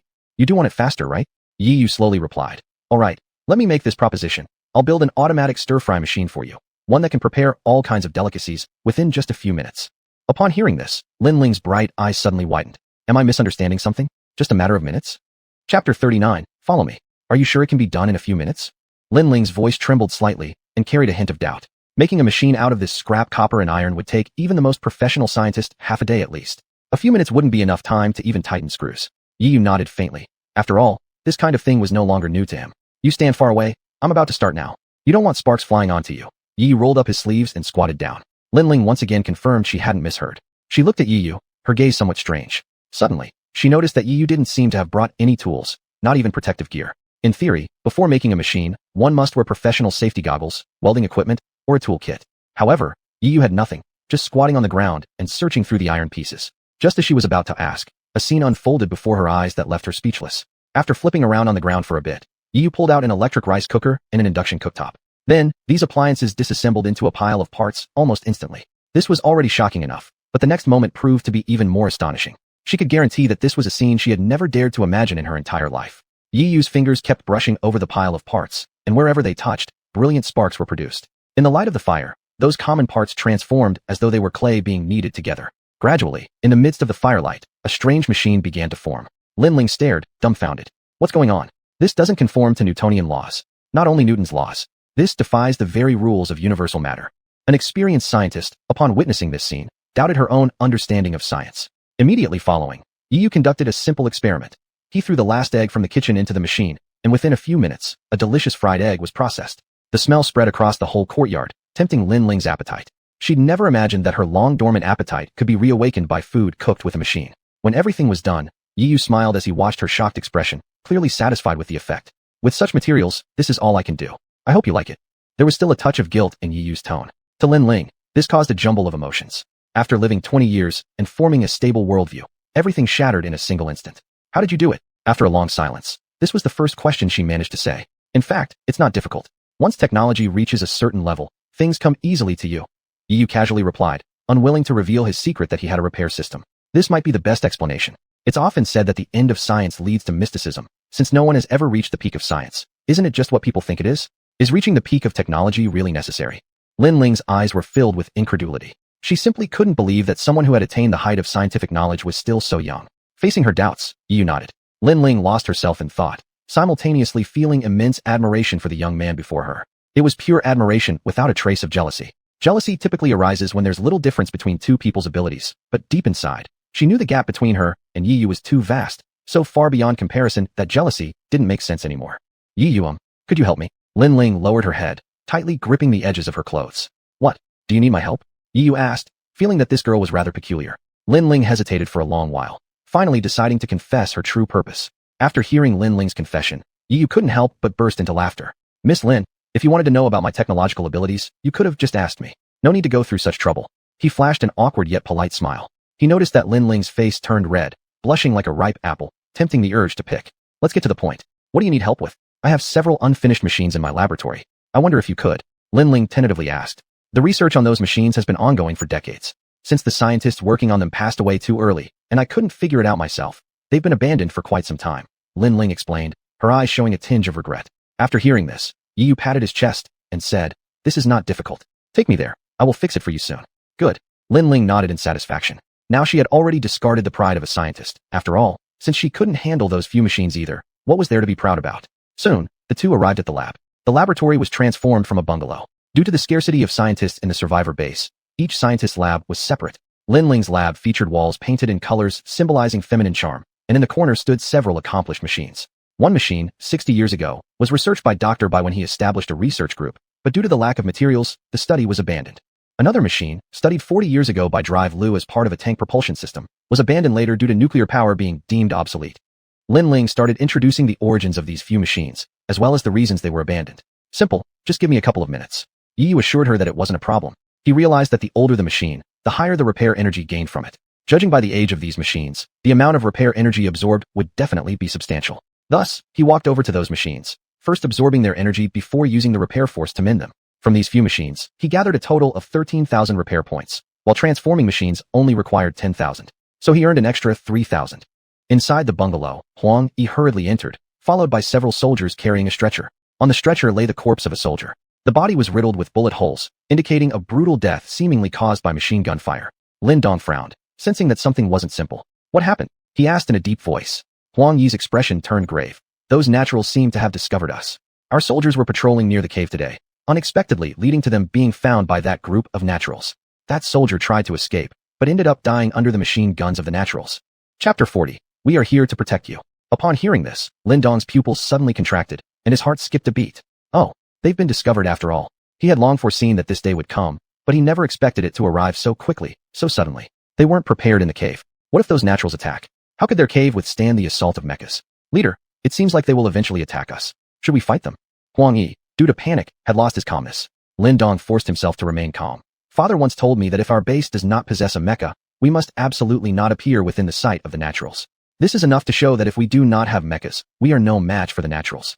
Lin Dong frowned as he spoke. What if we don't have a mecha? Every household has a war chariot. Our hybrid people drove away the biomutants with war chariots back then. I can't believe that the naturals' mechas are much stronger than the biomutants. Huang Yi's voice was passionate and inspiring, and several soldiers behind him clenched their fists and swore an oath.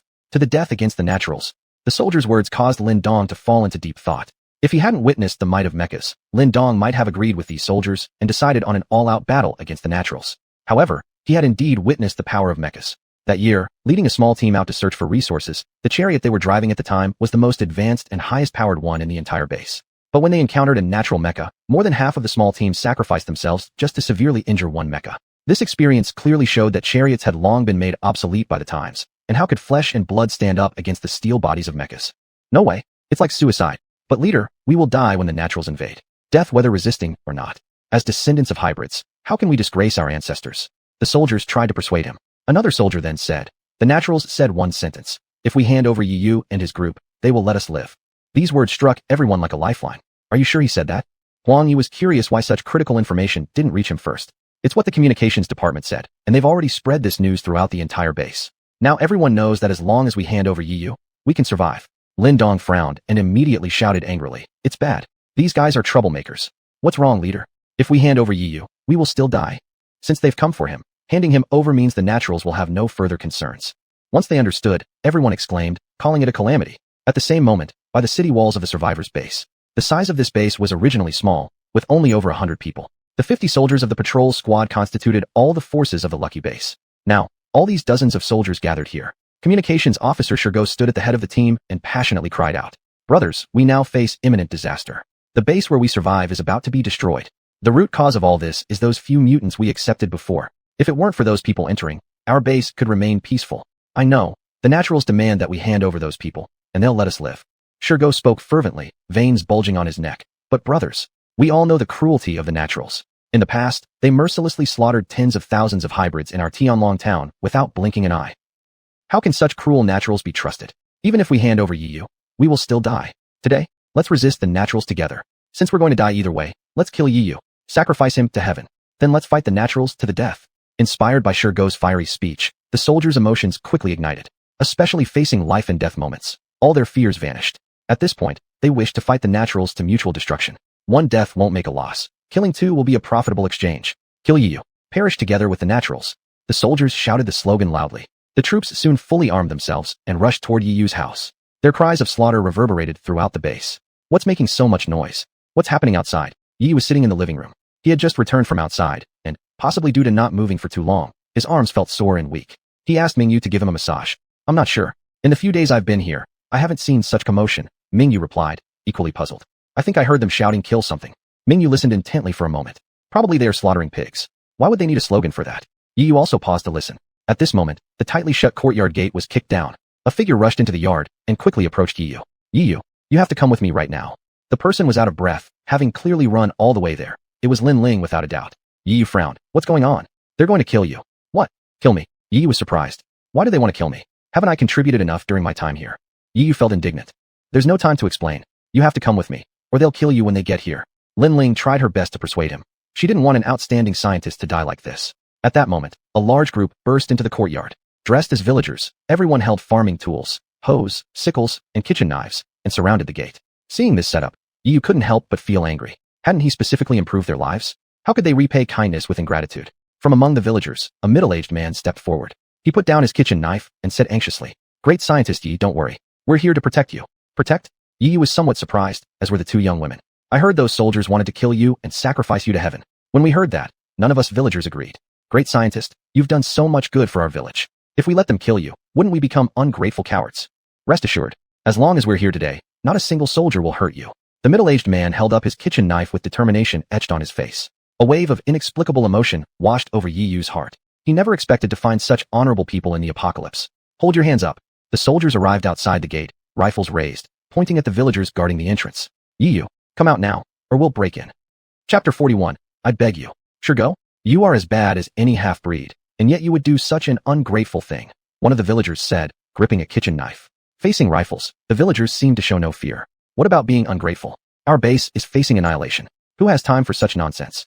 If Yi could put us in this predicament, shouldn't he die? Shurgo shouted loudly. Has Academician Yi ever done anything to harm us? Lin Ling slowly walked out from the courtyard, her pretty face full of anger. Shurgo was slightly startled. Second Miss Lin, I don't know when exactly you started siding with Yi, but what I'm saying is the truth. If it weren't for him, we wouldn't have been discovered by the naturals. You're wrong. Lin Ling pointed at Shurgo and yelled. At times like these, when life or death is at stake, instead of coming together, you're creating internal conflict. So talkative. In any case, Yi must die today. Shurgo screamed. In his heart, he had always held resentment towards Yi as an unwelcome guest. Had it not been for Yi's arrival, Shurgo would still have been considered a future leader of the base. That day, he heard that leader Lin Dong made a decision to let Yi repair a mecha for the base.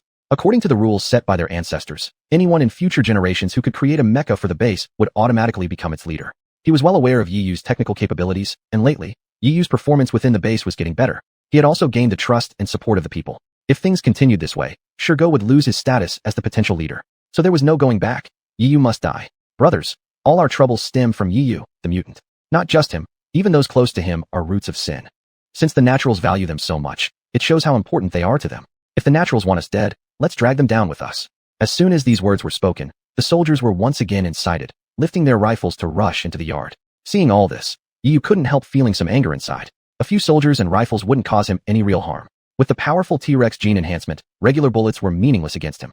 But Bai Xing and Ren Yuan, who were sound asleep, could not withstand any attack from behind, let alone Mingyu in front of them, who looked equally on guard. Although she knew human flesh was powerless against gunfire, she did not intend to wait for death passively either. Tensions mounted between the two sides, as though battle was imminent. Suddenly, a voice broke the tension. Everyone, cease your actions right now. Everyone turned around, seeing the base leader Lin Dong and patrol captain Huang Yi slowly approaching. Upon seeing their leader, the villagers finally calmed down a little. Leader, please reconsider your order. Yi has been good to us. The machines he built have solved many problems in our base. One should repay kindness with kindness. It's what our ancestors taught us. We may be hybrids, but we can't disgrace our forebears. The elders came forward to plead. Shurgo snorted coldly. Leader, don't be deceived by these mutants. Regardless of what they've done, it's undeniable that they've brought destruction upon us. For this reason alone, they deserve to be sacrificed to the heavens. Arguments ensued, with Lin Dong looking grave, his eyes fixed on the sky, deep in thought.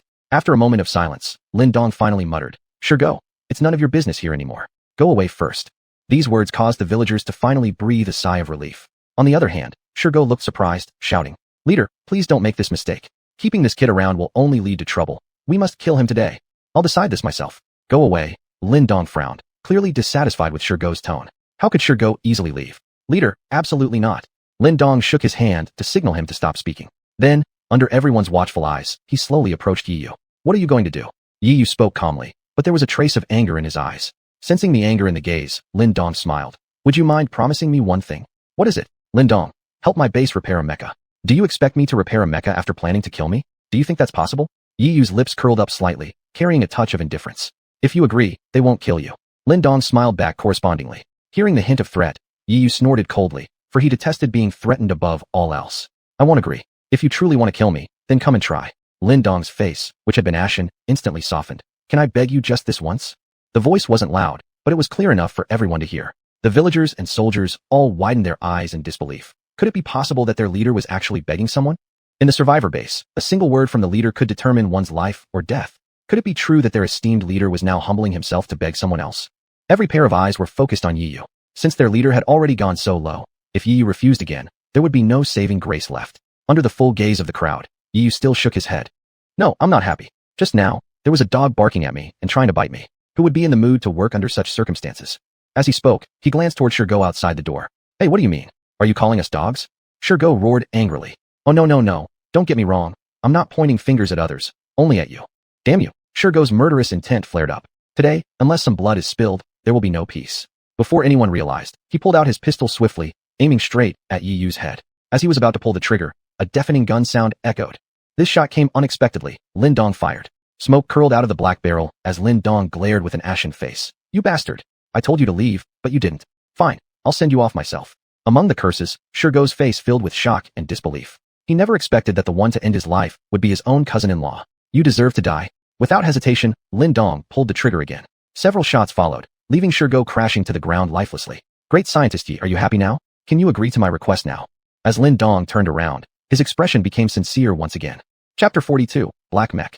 This expression was a mix of 3 parts pleading, 3 parts pitiful, and 4 parts helpless resignation, all while containing a multitude of emotions. If it were a woman making this face, Yi might have softened. But alas, this was a man. Great scientist Yi, please just agree for my brother. Lin Ling also came over, her tone carrying a touch of pleading. The sight of siblings working together to beg someone was indeed unprecedented for the villagers, something they had never heard or seen before. Didn't you guys already have war carts? Why do you need me to build a mech? Yi Yu was somewhat curious. He still hadn't figured out the full truth of the matter.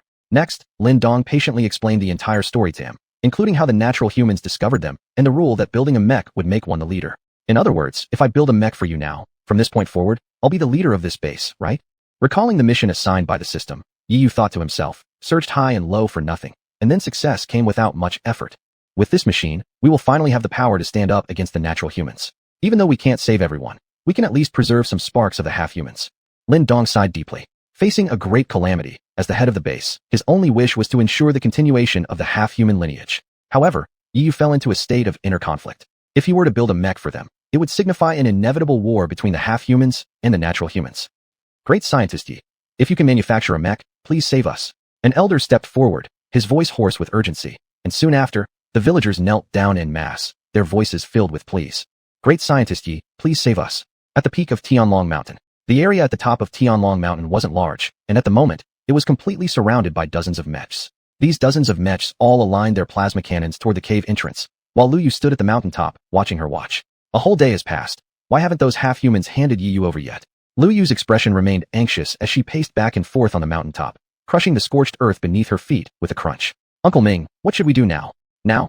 Ming Lang also fell into deep contemplation. The life detector revealed that there were more than 100 life forms within the half-human base, and their tracks had been discovered by soldiers. Logically speaking, they shouldn't still be resisting.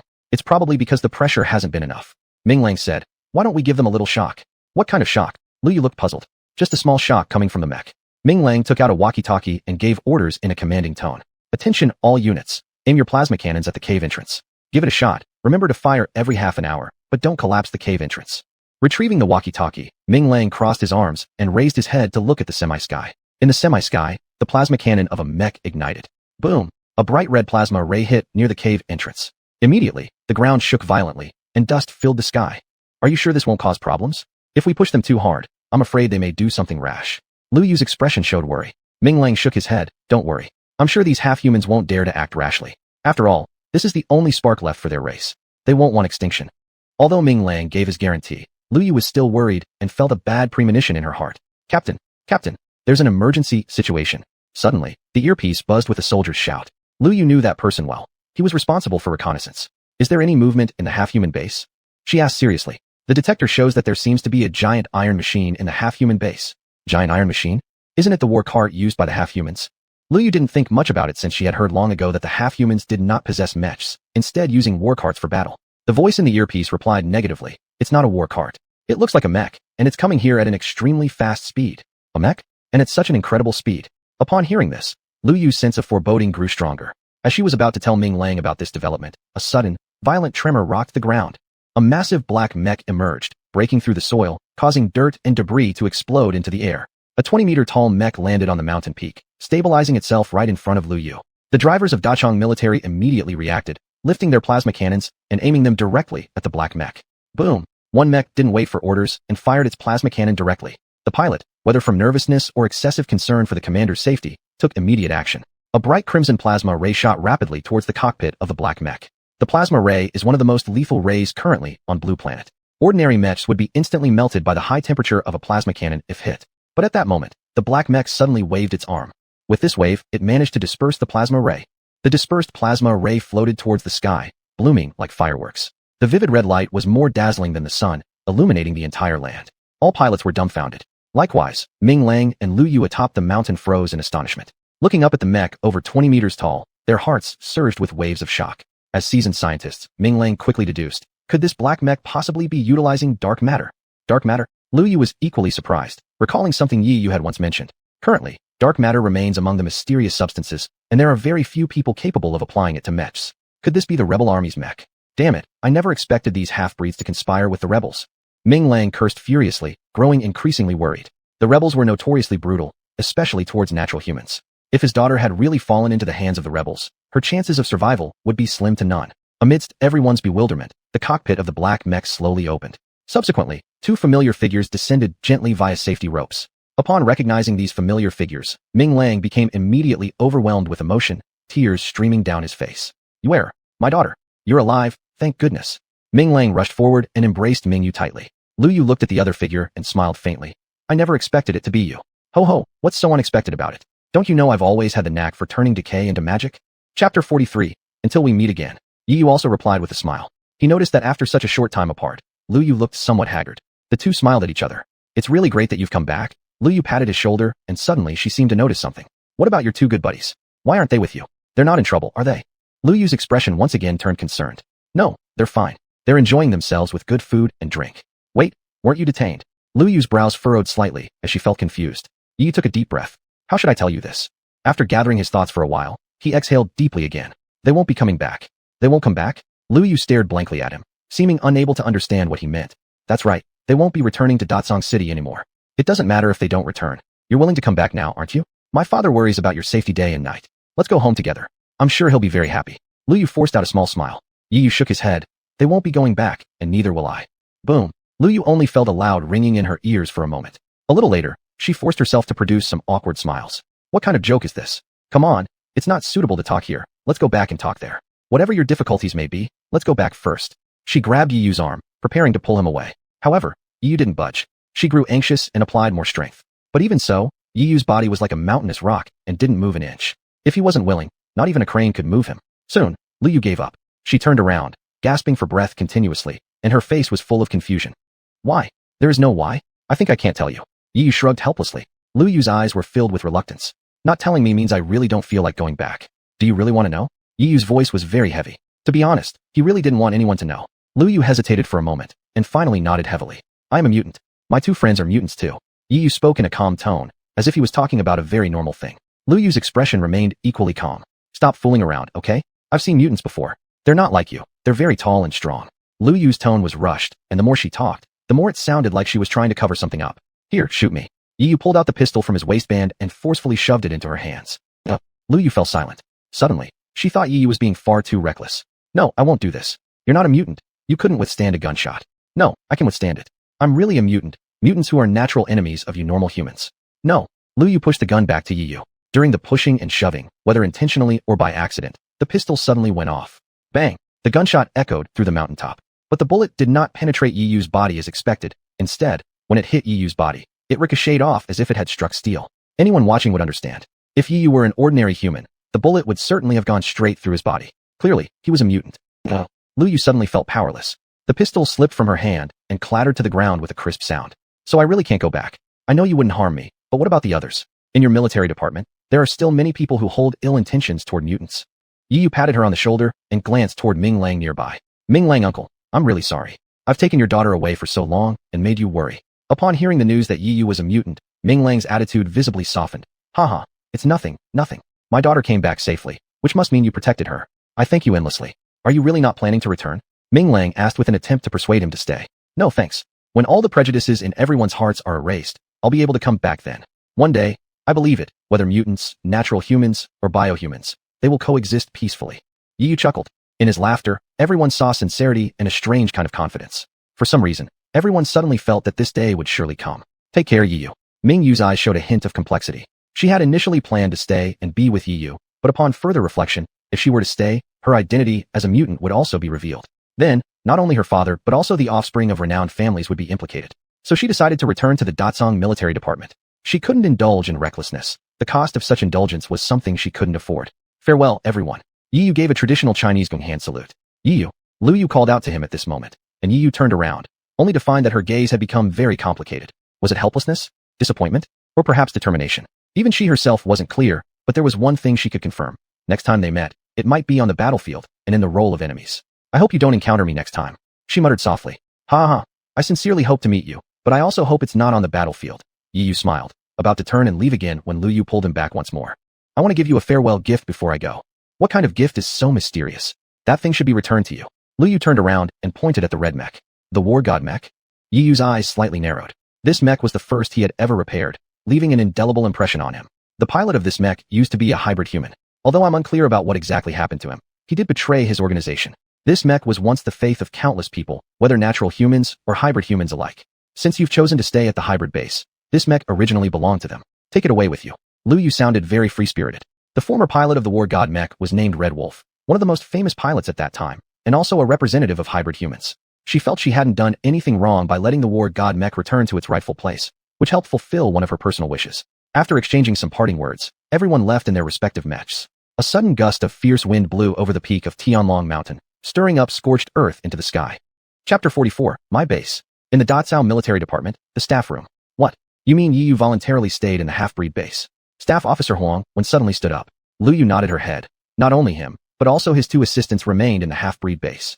Upon hearing this, the officers in the staff room became complex in expression and remained silent. Lu Chong frowned deeply, thinking about something. This is bad. Huang Wen said, looking like a great calamity was coming. What's so wrong with that? Lu Yu asked. Think about it. What kind of relationship do those half-breeds have with us natural humans? During our parents' time, the half-breeds betrayed humanity, and the natural humans exterminated most of the half-breeds. This could already be described as a blood feud. In the past, the half-breeds didn't have enough strength. At most they had one war vehicle. But now the half-breeds have Yi Yu. Huang Wen's expression grew more exaggerated as he spoke. What kind of person is Yi Yu? I don't need to elaborate on this point, right? As for building mechs, that goes without saying. The soldiers reported just now that Yi Yu has created new types of mechs for the half-breed base, and even applied dark matter. In such circumstances, it will be harder for us to deal with the half-breeds. Huang Wen sighed. If only we knew this back then. I should have killed Yi Yu when he was captured. Upon these words, the majority of officials suddenly relaxed, seemingly understanding something. What use is there in talking about this now? Lu Chong sighed. Dealing with biomechs and rebels is already bothersome. Now there are the half-breeds too. At this moment, Lu Yu smiled. Everyone, relax. Before I left, Yi Yu gave me a promise. He said, if others don't offend me, I won't offend them. If others offend me, no matter how far away they are, I will punish them. No matter how far away they are. After carefully pondering over it, Lu Chong suddenly grinned. The meaning of this sentence was very clear. Clearly, he wouldn't invade Daochao City. But some officers disagreed. Commander-in-Chief, the thoughts of this group of mutants absolutely cannot be this simple. Perhaps under the guise of non-aggression, they might be secretly plotting revenge against us. I agree with this viewpoint. Staff Officer Huang stood up. Commander-in-Chief, think about it. The current strength of the half-breeds is weak. They can't launch an attack in a short period of time. But what happens if time goes on? If it were a normal situation, letting the half-breeds survive for another 100 or 10,000 years would not enable them to take their revenge. But times are different now. That group of half-breeds has an outstanding scientist, Yi Yu. Mentioning Yi Yu's name caused every officer present to turn grim. More or less everyone in the military department had heard about Yi Yu's exploits. He was a legendary scientist who could build a mech by hand. If we keep letting this go on, believe it or not, sooner or later those remnants of the half-breeds will surely invade us, and they might even destroy us. Therefore, I suggest, Huang Wen emphasized each word, to shift our strategy towards the half-breed base, we need to catch them off guard quickly. Upon hearing this, most officers supported it. They all agreed that nurturing a powerful enemy nearby was dangerous. No, Lu Chang firmly opposed. Commander-in-Chief, why? Didn't you hear what Yi Yu said? Man does not commit crime against me, and I do not commit crime against man. As long as we don't attack them, we'll be completely safe. Lu Chang explained. How can we trust the words of those half-breeds? Huang Wen opposed. Commander-in-Chief. Anyway, consider the citizens. You must change your strategy. Lu Chang fell silent. After a brief moment, he ultimately shook his head. It's unnecessary. Let's focus on the rebels instead. There's a chance the rebels might attack before the end of the month. Huang Wen was momentarily speechless, but his eyes continued to flicker, seemingly plotting something. In the half-breed base, ever since Yi Yu drove the war god mech back, all the survivors in the entire base knelt down in worship. Some elderly people even cried out of excitement. Perhaps those who haven't lived through their era couldn't understand the faith of that age. It was precisely at this moment that Lin Dong fulfilled his promise, giving his position as leader to Yi Yu. This passing of power happened willingly and wholeheartedly. As for the villagers and soldiers, they were equally content. They preferred following a strong leader. Having taken control of the entire survivors' base, Yi Yu reassigned the roles accordingly. Most of the original employees in the base remained unchanged, while Lin Dong became the pilot of the war god mech, training daily in driving techniques. The other black mech, Yi Yu handed it over to Fatso. After all, Fatso graduated from Zuan Academy, having experience with piloting techniques. Bai Xing would follow Fatso Ren Yuan to learn mech piloting, as there was indeed a shortage of pilots in the base. After assigning everyone their positions, Yi Yu focused his attention on the development of the base. To be honest, this base was much worse compared to some military bases equipped with advanced weaponry. It was so inadequate that it couldn't withstand the impact of biotechnological mechs. As soon as those biomechs attacked, the base would be completely annihilated. Since he had taken over the base, Yi Yu wouldn't allow it to remain in such a pitiful state. However, another problem confronted him. He had used up all his maintenance points while producing the black mech. Now his maintenance point balance stood at 0. If he wanted to continue producing mechs, he needed to absorb more resources to increase his maintenance points. But here wasn't Datsong Military Department. Where could he find such valuable materials to absorb? Ding, mission completed. Congratulations on obtaining a mysterious reward. Reward obtained. Explosive Evolution Medication Manual and Explosive Evolution Medication. After consuming this medication, both mutants and half-breeds can achieve explosive evolution abilities, which are controllable. It costs 1,000 maintenance points to produce one pill. Unlock the strongest city defense function. Unlock bounty hunter functionality. Gain 50,000 maintenance points. Unlock king-level mech, greedy wolf mech. The king-level mech is different from human-level mechs. Human-level mechs can be mass-produced, but king-level mechs cannot. If forced to mass-produce them, it would cost nearly twice the maintenance points. Upon hearing the details, Yi Yu frowned. If they can't be mass-produced, where am I supposed to find so many mechs? Husband, you can explore or complete missions to unlock more mech blueprints. Actually, this continent still has many rare mechs waiting for you to discover. Oh, this apocalypse has only lasted about 100 years. How powerful can these mechs get? Husband, you may not know that in the past 100 years, wars occurred almost every day, and powerful mechs were born almost every day. Especially around 50 years ago, that period was named the New Generation Era. Countless powerful mechs fell or retreated, yet countless others emerged and became renowned. Hearing all this, Yi Yu waved his hand. Right now, I'm not interested in ancient history. I want to ask, what's the use of this strongest punishment prevention function? Chapter 45. The city defense must be strong. The strongest city defense function, as the name suggests, refers to the defensive capabilities of the city wall. In a chaotic world, one's base must possess powerful defensive capabilities in order to withstand external invasions. So, is my city defense the strongest? Yi Yu couldn't help but raise a question. Yes, the strongest city defense function is a result after the system analyzes and statistics all existing city defense systems in the current world, deriving a top-tier defense standard. Hold on, you mean that this defense system is merely the best at the current world level? Yi Yu noticed something. Chi answered affirmatively. Yes. Dear, do you wish to activate the strongest city defense function? Definitely activate. Yi Yu chose without hesitation. Instantly, light screens flashed by his eyes, displaying various weapons he had never seen before. Massive cannons, slender missiles, and row upon row of dark mechanical gun barrels. What shocked him was that these weapons were of the highest quality. This year's Heaven Class. Heaven Class weapons, which are currently the top quality weapons in the world, also represent the most potent weaponry. With such weapons, destroying human machine armor would be effortless. Even if King Class armor came, wiping it out would still be easily achieved. Moreover, the walls themselves were reinforced to their maximum capacity, ordinary shells being unable to penetrate them. Even air defense was done well. When the defense feature was activated, any living creatures flying in the sky would be covered by gunfire. Under the dense artillery attack, even so-called steel legions would be obliterated into dust. With this defense system, the survivor base could now, in some sense, be considered the safest place in the world. When the function started, everyone in the base felt the earth shaking and the sky spinning, followed by seeing the cave beginning to collapse. The crowd scrambled around in panic only to find that the falling stones seemed to be blocked by an invisible barrier mid-air, turning instantly to mist when they touched the shield. Simultaneously, the wall that originally had only one side began to extend endlessly, eventually forming a circle, large enough to encompass half of Black Dragon Mountain. Everyone discovered numerous novel and unheard-of weapons lined up on the walls. From the transformation from cave to wall, the entire process took less than a minute. Witnessing these dramatic changes right before their eyes, the expressions of those present at the survivor base were full of astonishment. In their minds, what just happened wasn't just the arrival of a miracle, but a divine sign. Sensing something amiss, Bai Xing and Ren Yuan rushed to Yi Yu's residence in haste. Upon entering the door, they saw the whole room filled with blue light. "Boss, I knew it was your doing." No, I knew it was you. It's a miracle." Bai Xian was so excited that his speech was somewhat incoherent. Ren Yuan was even more beyond words. He kept praising Yi Yu, though his praises were interspersed with coarse words characteristic of Zhuanan. Initially, they complained why Yi Yu didn't let them go back because, in their hearts, the Ditsong military department was always the safest place. They quite misunderstood why Yi Yu abandoned the safest spot to stay here at this survivor base. But after seeing today's change, their doubts vanished. They silently admitted that they made the right choice once again. Seeing the two of them approach, Yi Yu said rather impatiently, "You two don't have to act so surprised. It's not about acting. This is a miracle." Bai Xing clapped his hands.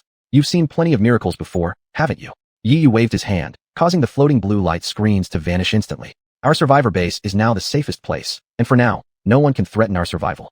However, although this defense system ensures our safety inside, we're on our own when outside." Yi Yu paused briefly before continuing. "We certainly cannot live confined here forever. We need to take back our territory belonging to us mutants, and this chaotic era will come to an end one day." After hearing this, the two couldn't help scratching their heads. "Boss, so what's your plan?" "My plan is long-term. We must proceed step by step." Yi Yu sat down. A robot waiting nearby quickly moved forward to serve everyone a cup of tea. "Do you remember that rumor about the half-breed humans?" he suddenly asked. "What rumor?" The two looked at each other, confused. Yi Yu took a sip of tea. "The pilot of the war god Mech mentioned that the main culprit behind the apocalypse is actually that supercomputer." "Are you talking about the supercomputer Noah?" Bai Xing adjusted his glasses. He had indeed heard this name before. He continued, "The term Noah originally comes from a legend. The Ark of Noah, a ship in the end times that saved all living creatures. According to legends 200 years ago, due to the development of robotics technology reaching its peak, human civilization once experienced an unprecedented level of prosperity, social stability, and zero crime rate. It was called the Eternal Eden Era of highly advanced artificial intelligence. During that time, the Human Guidance Plan was initiated to decide the direction of future human evolution and development. 2 years later, a nuclear war broke out for unknown reasons, causing the collapse of the social system. The ecological environment during the war suffered massive damage, with nuclear pollution causing terrifying mutations in organisms. Human civilization was on the brink of collapse. Bai Xing adjusted his glasses again as Ren Yuan nearby gave him a punch. "Where did you get all this stuff? You should read more books and newspapers, eat less junk food, and sleep less. Culture less guy." He paused. A company named Dreamers claimed to be dedicated to restoring the world after the disaster and successfully developed the super AI computer Noah. With Noah's assistance, the surviving humans were scattered around the world, starting to rebuild their homes under extremely harsh conditions. This supercomputer called Noah was once regarded as humanity's savior. But when the war god Mech pilot returned, he proposed that the Noah supercomputer is the primary villain controlling the post-apocalyptic world. However, no one believed him back then. Who would think that humanity's savior could bring about the apocalypse? "Maybe it's true." Amidst the two's astonishment, Yi Yu slowly said. Chapter 46, The Half-Breeds with the Burst Seed. "Boss, surely they haven't brainwashed you too?" Ren Yuan shook his head in disbelief, mumbling under his breath. "The pilot of the war god Mech is regarded as a deity among the half-breeds. Do you think someone so revered could possibly lie?" Yi Yu voiced his doubts. The others furrowed their brows involuntarily. Indeed, if the legend were baseless, then the pilot of the war god Mech would be a heinous sinner throughout history. How could he be revered as a deity by the half-breeds and treated as their faith? "Perhaps we should go take a look some other day? I heard that the place where Noah was originally found is within the southern 10,000 Great Mountains. That place isn't easy to reach. It has long since become a paradise for biomechs. I've heard that the biomechs residing within the 10,000 Great Mountains are far more powerful than the ones we've encountered. You might not even make it past the entrance before dying." As the two kept chiming in, their expressions were exaggerated and complex. And Yi Yu fell silent as well. If this were indeed true, given his current strength, heading to the 10,000 Great Mountains would undoubtedly be tantamount to suicide. It seems we're still too weak to touch higher-level things. Yi Yu shook his head. Just when everyone thought Yi Yu had abandoned the idea, they suddenly felt a weight on their shoulders. Yi Yu firmly patted both of their shoulders, flashing a mysterious smile. "Come with me." They were startled and shouted simultaneously. "What are you going to do?" "I'll teach you something good." "Something good? This mysterious thing doesn't sound like something good, does it?" Bai Xing's eyes were full of suspicion. "I'll teach you how to burst your seed." Yi Yu smiled mysteriously once again. "Burst seed?" They took a deep breath, instinctively covering their crotch with their hands. Upon exchanging glances, Yi Yu helplessly sighed and scolded them. "You bunch of unrefined fellows, this bursting of the seed isn't the kind you're thinking of. The burst seed I'm talking about is a special skill unique to half-breeds. Half-breeds have a special burst seed ability, which is akin to a skill that triggers their potential. Do you know why natural-born humans and mutants discriminate against half-breeds? Yu asked cryptically. They glanced at each other, shaking their heads in ignorance. Could it be because of this burst seed? Exactly. Inside the half-breeds lies a seed, sealing away powers even greater than those possessed by mutants. Once unleashed, the power becomes uncontrollable, driving one to madness. So in their eyes, those who cannot control their power are like ticking time bombs. They absolutely will not place a time bomb next to themselves. Hence they all exclude half-breeds. This statement made both of them somewhat uneasy. Given their inherent fear of death, facing the uncontrollable risks posed by losing control during the seed burst, they became even more hesitant. Boss, we're already mutants. Whether or not we experience this burst seed phenomenon makes no difference, right? Cold sweat appeared on Baixing's forehead. Sensing their worries, Yu patted their shoulders again. Don't worry, with me around, everything will be fine. You two first head over to the hangar and call Lin Dong, Huang Yi, and the others over as well. Can half-breeds who can't perform the seed burst even claim to be part of their race? After speaking, he reclined back onto the sofa, slowly closing his eyes, as if pondering something. After resting briefly, he moved towards the hangar. This hangar wasn't very large. Originally, it served as a half-breed base for storing combat vehicles. Now, having built 2 mechs himself, along with the war god mech gifted by Lu Yu, there were currently 3 mechs in the survivor base. His newly constructed king-class mech, named the Greedy Wolf mech, was unlocked through the system's compendium and did not consume his maintenance points. The Greedy Wolf mech was significantly taller than the other 2 mechs. Normal mechs usually stood around 20 meters tall, but this Greedy Wolf mech stood at 30 meters, adorned with red and white armor, and possessing a pair of red energy wings on its back. Simultaneously manufacturing the mech, Yu also upgraded the engine of the Greedy Wolf mech. It now had nuclear-powered engines, enabling speeds even faster than the War God mech. In terms of equipment, Yu equipped the Greedy Wolf mech with a set of dark matter armor, capable of repelling all forms of light-based attacks. Taking into account the massive size of the Greedy Wolf mech, its offensive strategy was unsuited for tactical consumption, but better suited for overpowering with brute force. Therefore, Yu opted to equip the Greedy Wolf mech with an enhanced version of a ship-cleaving sword. The enhanced ship-cleaving sword was approximately 20 meters long and had a range of up to 40 meters, truly achieving the effect of sweeping a wide area in one strike. And Yu decided that he would be the one piloting this mech. When he worked as a repairman, he had heard a saying, a repairman who doesn't want to be a pilot isn't a good repairman. There's nothing he could do. He just happened to be that good of a repairman. Lin Dong, Huang Yi, and the others also arrived promptly at the hangar. At this moment, Lin Dong was no longer as spirited as he used to be. Ever since he became a pilot, deep down, he started to feel that Yi Yu was great. If it weren't for Yi Yu, the base would have been destroyed in the flames of war long ago, and there was no way he could have become a mech pilot. As for why Huang Yi was also called over, Yi Yu intended to teach him how to master the burst seed technique as well. After all, Huang Yi was the patrol captain responsible for the city walls. In case of any emergencies, he would have the ability to respond. Cough cough, I've called you here today because I wanna— Yi Yu was about to speak when he was interrupted by someone else. That leader, I know what you're thinking. You want to teach us the burst seed technique, right? But isn't it too dangerous? The one who spoke was Lin Dong, standing stiffly in military posture, yet his face was full of worry. Having served as a leader for many years, Lin Dong had seen countless dangers. Even facing catastrophic situations, he had never been this afraid or concerned. It was only regarding the burst seed that he showed a kind of inexplicable fear. You're right, leader, you are a mutant, so naturally you wouldn't understand our half-breed's pain. Huang Yi also replied, expressing his own concern. The burst seed is a unique ability of us half-breeds. We only trigger this power when we are most isolated and desperate, or extremely angry. Once this power is unleashed, all rationality is lost, and the animal-machine fusion within ourselves is completely released, transforming us into wild beasts. Previously, there was a person in the base who burst their seed. He inherited his father's lion genes, so he turned into an enormous lion and killed dozens of innocent civilians. Upon finishing, both Lin Dong and Huang Yi had solemn expressions, the bloody scene from that day still vivid in their minds, impossible to forget. Baixing and Ren Yuan were already scared of the burst seed. Now they trembled with even greater fear. Yi Yu fell silent for a moment, then a faint smile appeared on his face. You can rest assured. I have a trick to teach you how to suppress the beast inside you. Chapter 47, Man-Machine Unity. What? Can it suppress our bestial nature?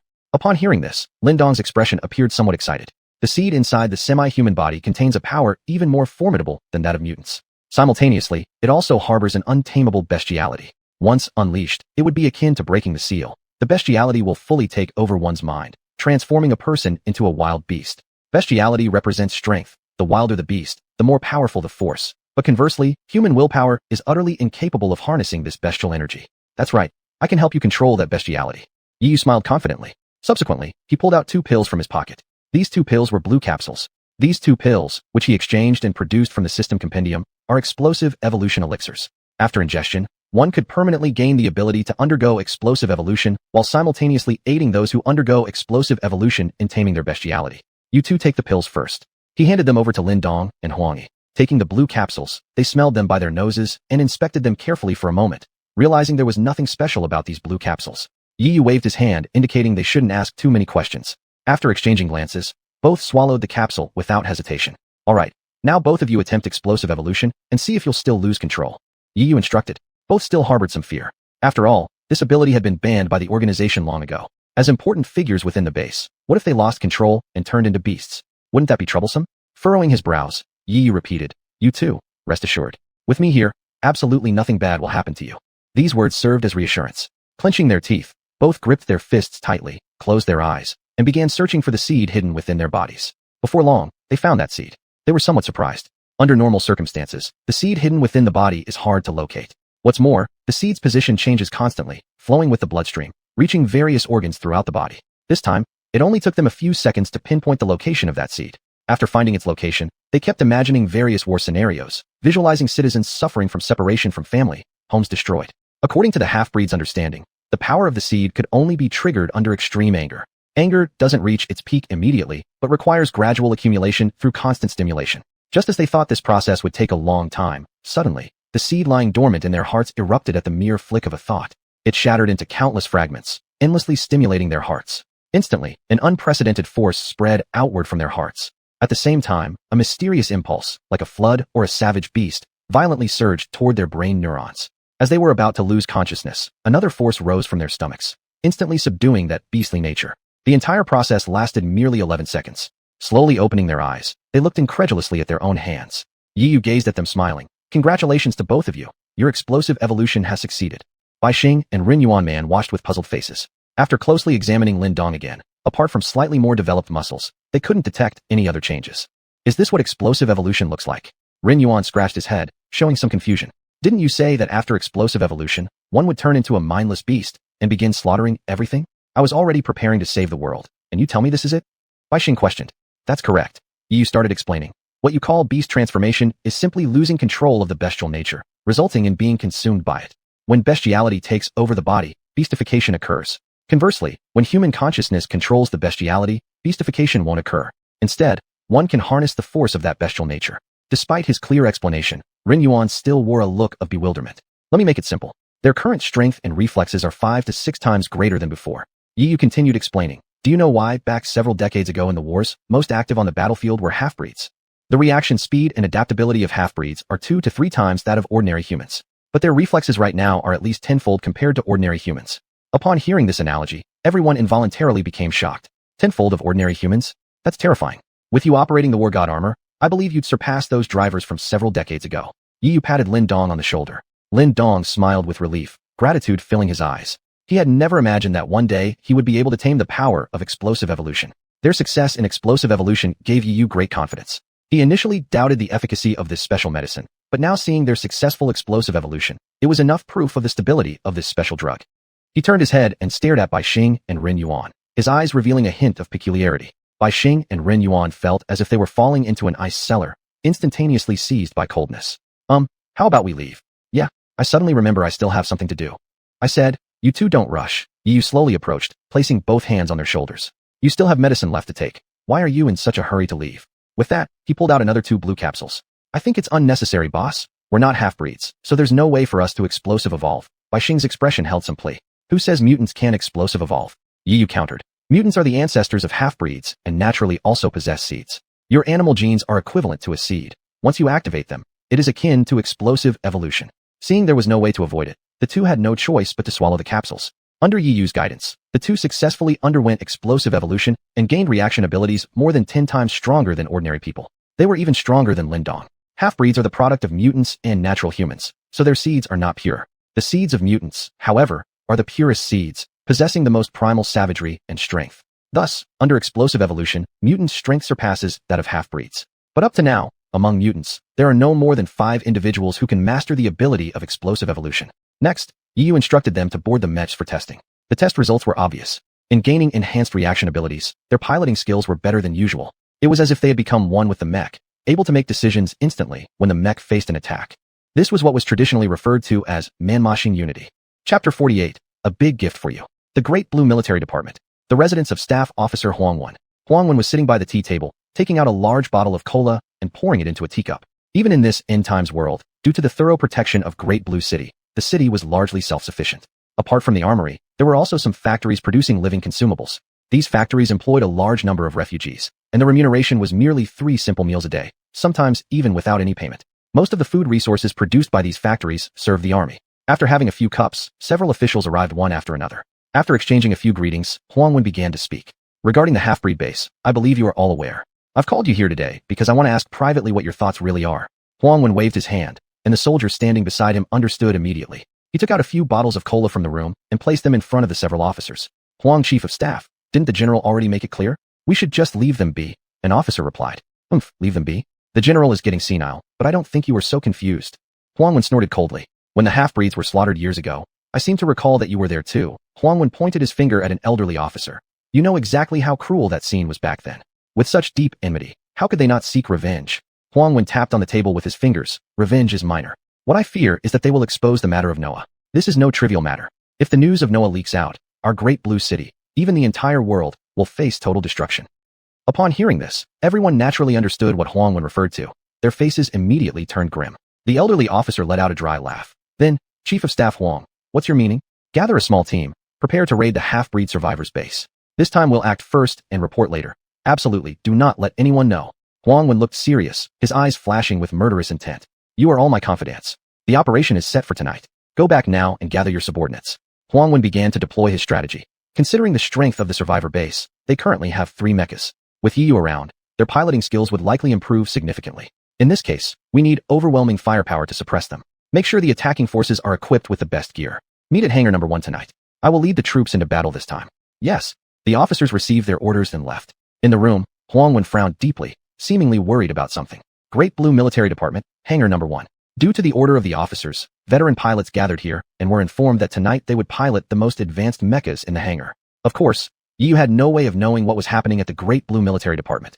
They were equally busy. Aside from setting up the armory, they were also hard at work cultivating the land of the base. After a day of hard work, night quickly fell. Under the night sky, the survivor base remained brightly lit. In the bungalow area, one household was bustling with activity, surrounded by a throng of villagers outside the gate. The villagers beamed with joy, holding the fruits of their labor today. Some carried eggs, others carried hens. For them, this was one of the rare good days. Little Linger, happy birthday. Here's my harvest today, a bit of eggs, please accept it. Little Linger, happy birthday. Lin Ling stood at the door, smiling and trying to decline the offerings, but she couldn't resist their warmth. Although there weren't many people in the whole survivor base, the goods they brought almost filled the entire living room. No need. It's just a birthday. It's nothing special.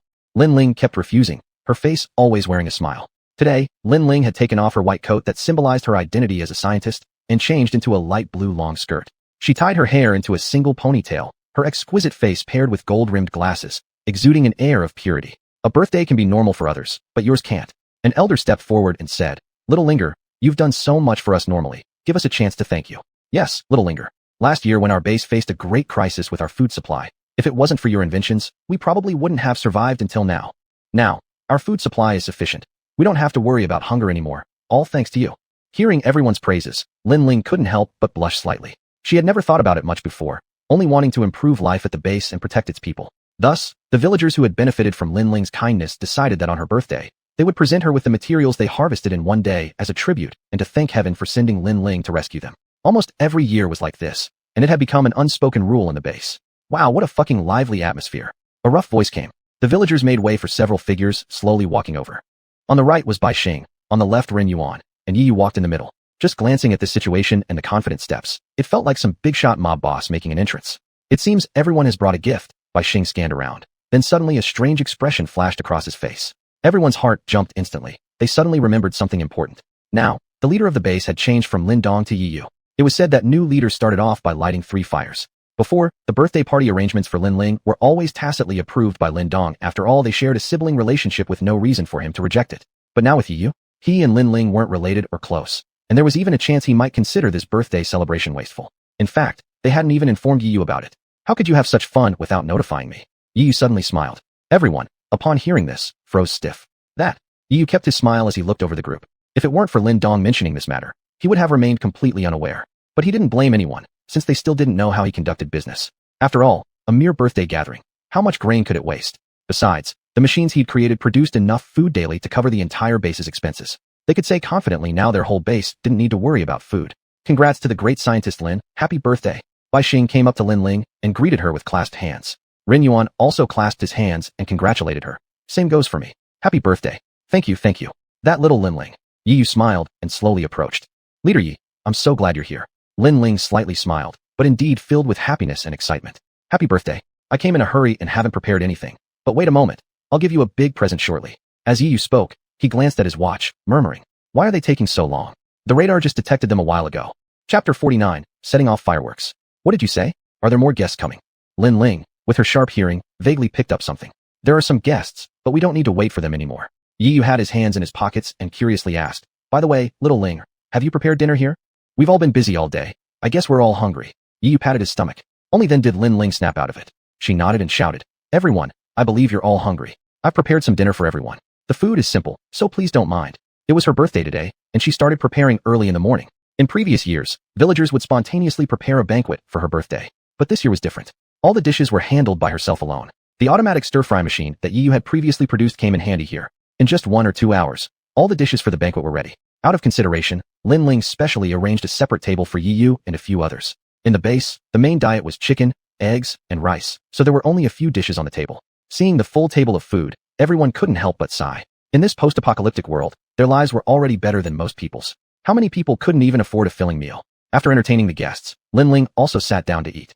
I tell you what, boss, didn't you say earlier that you'd give a big gift? Bai Xing ate with his head down. Though there was a large chicken leg in his bowl, he still kept talking. Of course. Yi Yu replied casually. From time to time, Lin Ling nearby looked up at Yi Yu, but remained silent. At this moment, Ren Yuan asked again, boss, something's off with you since this morning. You made us go through special training. If Lin hadn't reminded you, you wouldn't have even remembered it was someone's birthday tonight. Where would you find time to prepare a gift? That's right. We're all brothers. Can you just give us a hint? What's so mysterious about this great gift? Could it be a mech? Bai Xing speculated. It's very possible. Boss excels at building mechs. With his skill, constructing a giant mech takes just a few days. But our little Ling scientist doesn't know how to pilot a mech. Giving it to her would be better than giving it to me. Bai Xing continued guessing and thought of himself not having a personal mech yet, showing a look of helplessness. Yi Yu was speechless toward this chatterbox, shaking his head. But he noticed Lin Ling beside him, who was also flashing eyes filled with curiosity. Putting down his chopsticks, Yi Yu softly asked, little Ling, do you like watching fireworks?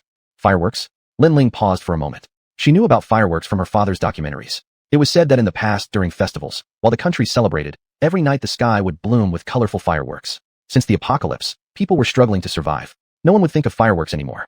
I've never seen them in my life, Lin Ling said, suddenly thinking of something. You're not trying to give me fireworks, are you? Exactly. I'll give you a grand night of fireworks. Yi Yu smiled mysteriously. When these words were spoken, everyone present couldn't help but feel somewhat surprised.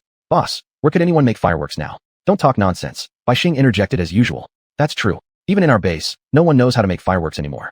After all, that craft has been lost long ago, Lin Dong added a comment. As a longtime base leader, he knew the situation inside out. Let me give it to you later. Yi Yu shook his head and reached for more food with his chopsticks. The feast was almost over. At this moment, a rumbling sound suddenly came from the sky, like thunder. Upon closer listening, it was discovered to be completely different from thunder, noisy and getting closer, growing louder. Experienced villagers immediately recognized it. This was unmistakably the sound of mech engines. At the same time, a soldier stumbled in, pointing at the sky and shouting loudly, Trouble! Trouble! There are intruders! Everyone looked up at the sky and saw dozens of bright-colored flames streaking across the distant sky. Each streak of colored flame represented a mech, meaning that dozens of such flames indicated dozens of mechs heading this way. Their base had only 3 mechs, whereas the enemy had dozens. In terms of numbers, there was no chance of winning. The villagers, who had just indulged in the joy of eating a good meal, panicked instantly. What should we do? If they attack, won't we be wiped out completely? Villagers gathered around. Leader, what should we do now? That's right. You need to think of a solution quickly. In the face of the villagers' anxiety, Yi Yu continued picking up dishes, showing no sign of panic. Lin Dong was equally anxious beside him. Seeing the direction of the mech army, it pointed straight toward Dachang Military Department. He deeply knew that Dachang Military Department had an immense hatred for half-breeds. If they attacked, their base's forces would be like hitting rocks with eggs, utterly hopeless. I'll fight them. In a fit of urgency, Lin Dong prepared to stand up, but felt a heavy hand pressed down on his shoulder. The person holding his shoulder was none other than Yi Yu. Let me tell you not to worry just yet. Yi Yu finally put down his chopsticks and slowly stood up. Then, he walked over to Lin Ling and smiled. Didn't you say you like watching fireworks? He gestured at the mech squadron in the sky. I'm about to give them to you. Lin Ling looked at Yi Yu, then glanced upward at the sky, stunned in place. In the midair, led by Huang Wan, The mech squad rushed toward Tainglong Mountain with full speed and force. How dare those creatures not fear death? They actually dare to come out of the caves. Looking at the images displayed on the screen, Huangwen couldn't help but sneer coldly. The screen showed the terrain map of the entire half-breed base. Unlike usual, the base was exposed in the open air instead of hiding in the cave. If this was the case, it would be much easier to deal with. Huangwen sneered again. Since these mutants dared to leave the cave, it makes things much simpler. Notify all units. Prepare for artillery attacks immediately. Aim to wipe them out within half a minute. A large military operation inevitably made quite a noise. To avoid drawing attention from the commander-in-chief, they had to finish the battle quickly and return to the army as soon as possible. The longer they delayed, the more disadvantageous it would be for them.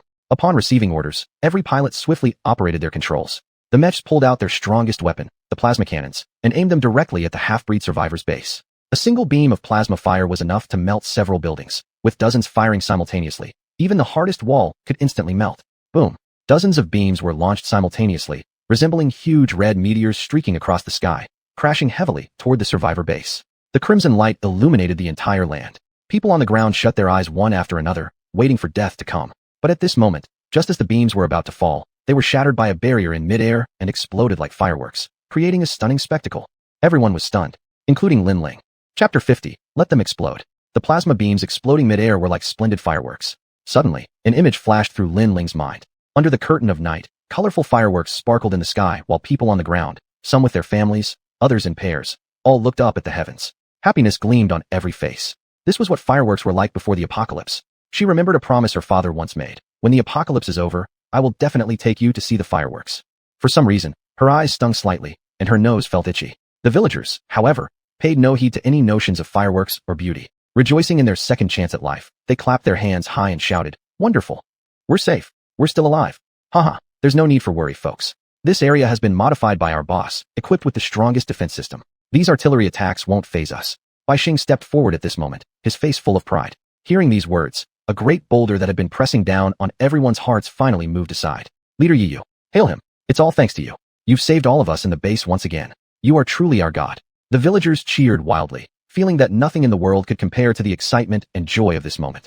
Once upon a time, they lived constantly in fear of being attacked by the Dachang military forces due to the exposure of their base. Even though the walls surrounding the base were impenetrable fortifications, how could they withstand mech attacks or the scorching plasma rays? Now, Yiyu had brought the base such an impressive defense system, ensuring their survival. This kindness would be impossible to repay, even if they worked themselves to death. Midair, the hovering mech force stopped its movements. Within the cockpits, everyone's faces brimmed with shock and disbelief. They simply couldn't believe what had happened in the blink of an eye. As they reviewed the scene just now, when the plasma beams were deflected by an invisible barrier, they were unable to suppress their astonishment any longer. What exactly just happened? Our ultimate weapon, the plasma beams, can actually be deflected. Throughout the communication systems of the mech force, voices filled with admiration rang out. These veteran pilots, with more than 10 years of experience each, had seen many kinds of battles. They had encountered shields that could block physical weapons and dark matter shields capable of absorbing light, but never had they come across a barrier that could deflect plasma beams. Back then, the entire Tianlong town population of semi-humans perished under those very plasma beams. But why did they now have a barrier that could reflect them? Yiyu, Huangwen thought of this person first. How infuriating. This kid living poses a perpetual hazard. If we give them time to grow stronger, we'll be in trouble. Gritting his teeth, Huangwen activated the communication system and shouted into his headset. Everyone, stop using the plasma cannons and switch to missile attacks. This shield reflects plasma beams, but it surely can't repel missiles. With these words, all the pilots snapped out of their reverie. That's right. Current defensive systems may guard against missiles or light-based attacks or even blade assaults, but they all shared one flaw. The three types cannot coexist. A defensive system that wards off light-based attacks certainly lacks missile defense, and vice versa. The three defenses cannot exist simultaneously within one single system. Since the survivor's defense system could reflect light-based attacks, it logically followed that it only guarded against such, and not missile strikes. Under the guidance of the pilots, all mechs retracted their plasma cannons and raised their hands. All missile doors on their bodies opened, aiming at the surviving half-breed base. They all aimed at the same spot, the row of cottages. One missile might leave the defense system untouched, but dozens concentrated on one place could puncture even walls of bronze. Fire! On the command, dozens of missiles fired at once. In the cottages, the villagers watched the swarm of missiles approaching and instinctively took a step back. A single defense system cannot support all three functions simultaneously. They'd read about this fact in their textbooks. They're firing missiles, someone trembled and said. If they want to fire, let them explode. Yiyu's voice echoed in the courtyard, calm and tranquil, as if carrying a magical power that calmed everyone. He turned around and smiled at Lin Ling. This round of fireworks might not be as beautiful. Boom. Dozens of shells struck the barrier at the same instant. A massive firelight covered half the sky, and the heavens and earth trembled in that instant. However, in response to such a powerful attack, besides leaving a mushroom cloud in the air, the barrier remained undamaged in the slightest. What? Huang Wen's jaw almost dropped to the ground. He swore that this was absolutely the most terrifying scene he had ever seen in his life. The full-force attack just now should have at least shaken the strongest defense system in the world, right? But the barrier before them was still unscathed, completely ignoring the two attacks just moments ago. Is this barrier even stronger than the strongest defense system in the world? Impossible. Huang Wen lived up to his reputation as a strategist, having commanded battles for years and remaining calm in crises. He quickly made a judgment and decision. If shells and beams don't work, let's do an airborne landing. Huang Wen gritted his teeth, analyzing his plan. The defense system only blocks beams and shells. If we use mech airborne operations, the barrier won't affect us at all. Attention, all units. Prepare your energy blades. Everyone, descend and get ready for close combat. Huang Wen issued another order. All mechs drew their energy blades from their backs, engines ignited, and they began to approach the ground rapidly. Just as Huang Wen predicted, the mechs effortlessly passed through the barrier, now only a few kilometers from the ground. Seeing the rapidly approaching mechs in midair, everyone panicked again. The moonlight illuminated the earth, reflecting the cold light of the energy blades on everyone's faces. What do we do? When the mechs reached the ground, it would surely be a massacre, an undeniable massacre and domination. At this moment, Yu pulled out a square remote control from his pocket and handed it to Lin Ling. The final grand gift of the night. Just press the button, and you'll see. Yu smiled at her, showing no signs of distress. Taking the remote, Lin Ling glanced at Yu and then looked back at the rapidly descending mechs in midair. Finally, she bit her lip and gently pressed the button. Initiate full defense mode. Barrier fully armed. Cannons fully armed. Mechanical prompts echoed throughout the entire base. Chapter 51, Spare Me. Not only the villagers heard the mechanical prompt sound, but also the pilots of each mech. Looking at the increasingly magnified ground on their screens, every pilot had a trace of disdain on their lips. Just wait until we get closer to the ground. No matter what your defense system is, it will all be futile. However, at this moment, a huge cannon roar jolted them from their reverie. Immediately following that, through the communication systems came a scream of agony from one of the pilots. Not good. I've been hit. The right leg and hand of the mech have been struck. Some weapons are damaged. There's severe damage. Who fired that cannon? The radar hasn't captured any heat signature. Those enemies didn't resist at all. The pilots all activated their radars, which showed calm without a single blip. This kind of radar was specifically designed to detect thermal energy, identifying the location of mechs or weapon attacks based on the emitted heat, thus determining enemy positions. The radar indicated that no one nearby had fired. Could it have been an accidental discharge? One pilot joked. We're not in some grand battle right now, so don't be so nervous. Relax a little. As soon as he finished speaking, another tremendous cannon blast rang out through heaven and earth, followed by yet another cry of pain. I've been hit. My mech's head has been struck. I've lost my vision. The cries sent shocks down every pilot's spine. Once could be an accidental discharge, but twice? It can't possibly happen by accident twice. Enemy situation. The enemy is attacking. Everyone prepare for combat. Huang Wen gave the order again. Simultaneously, his mind was riddled with doubts. Their thermal energy radar was the latest detection device, capable of easily pinpointing the enemy's position. Why did it fail collectively this time? Unable to detect where the shots were coming from. Could they possess quantum energy cannons? Impossible. That fleeting thought was quickly rejected by Huang Wen. Quantum energy cannons were among the most advanced artillery in the world today, the cutting-edge technology researched by the headquarters of Daxia. Unlike regular cannons that attack in a straight line, quantum energy cannons can curve and even track enemies. Most terrifyingly, armor that can defend against quantum energy cannons has yet to be developed. In other words, mechs that can withstand the quantum energy cannon simply do not exist currently. Unless it's a king-class mech or higher. Otherwise, they couldn't endure the destruction caused by quantum energy cannons. But the problem was, their mech battalion consisted entirely of mid-level human-grade mechs. How could they possibly hold up? In an instant, his doubt turned into shock. Because he saw a cannon erected on the distant city wall, emitting pale blue light. He had once seen a model of the quantum energy cannon, and it looked exactly like this one. Terrifying. If earlier, the barrier he witnessed was the scariest thing he'd ever seen, then now, he felt as if he had descended into hell. Boom boom. At the same time, cannon fire erupted from all directions, a ceaseless symphony. Bundles of pale blue light surged toward them like floodwaters and ferocious beasts. The drivers seemed unaware of the intensity of these beams, trying to raise their shields in defense. However, when the light struck the shield, it instantly dissolved into blue dots, dispersing into the night sky. Quantum energy cannons can decompose the material of mechs. This is its horrifying nature. In midair, the sky was illuminated with patches of pale blue. Broken mech limbs transformed into specks of blue light, flickering and scattering like fireflies. Lin Ling raised her hand, catching a speck of blue light. The glow rested on her palm before slowly fading, retreating, leaving behind a bit of black substance. Beautiful, isn't it? Yi Yu's voice came softly, very tenderly. Lin Ling inexplicably nodded, the unconventional beauty brought about by war impacting her heart. This feeling was strange, but mesmerizing. Thank you, she said. What are you thanking me for? Just liking it is enough. I really like it. A little regretful. Yi Yu suddenly smiled. Lin Ling turned her gaze over, curiously asking, what's wrong? Why regretful? I thought you liked me, but it turns out you only like this scenery, haha. Yi made a joke, laughing mockingly. Careless words, deliberate listening. Lin Ling immediately turned away, muttering playfully. Tch, go ahead and be full of yourself. After saying that, a flush rose on her cheeks, something even she herself was unaware of. Boom, boom, boom. Cannon fire resounded all around. In the midst of the pale blue beam tracks, dozens of mechs originally present had dwindled down to 20. Mechs hit by the quantum energy cannon offered no resistance at all, turning into fireflies instantly before disappearing into the night sky. They had attempted to retreat, but they could not break through the barrier. The one they had easily traversed before was now impenetrable like walls of copper and iron. No matter how they charged or bombarded it, there was no breaking through. Trapped here, with quantum energy cannons attacking from all sides, in less than half an hour, they would be annihilated. Big Brother Yi. Leader Yi. In midair, Huang Wen's anxious voice rang out. It turned out that Huang Wen had opened his mech's amplifier to shout down to Yi Yu on the ground. Speak quickly, let it all out, and then prepare to die. Yi Yu responded nonchalantly. This exchange was recorded by the communication systems of all the mech pilots. They couldn't help but feel surprised. Staff Officer Huang Wen had always been aloof, even at the base where he ranked second only to the Commander-in-Chief. The official who stood just beneath one man, but above 10,000 others. How had his demeanor changed so drastically? Leader Yi, when you were in our Datsong city, didn't we treat you well? We never mistreated you or showed cruelty towards you, right? Huang Wen's voice came again. In fact, if I hadn't taken care of you back then, it wouldn't have been easy for you to reach this point today, correct? Hearing Huang Wen's words, Yi Yu frowned deeply. Get straight to the point, otherwise I will no longer waste time listening to your nonsense. That, Huang Wen hesitated in tone. Just let us go. Upon hearing this, Yi Yu slightly raised an eyebrow, watching the mechs in midair with renewed interest. Did I not tell you already? If others don't provoke me, I won't provoke them. But if they cross me, no matter how far away they are, I will strike them down.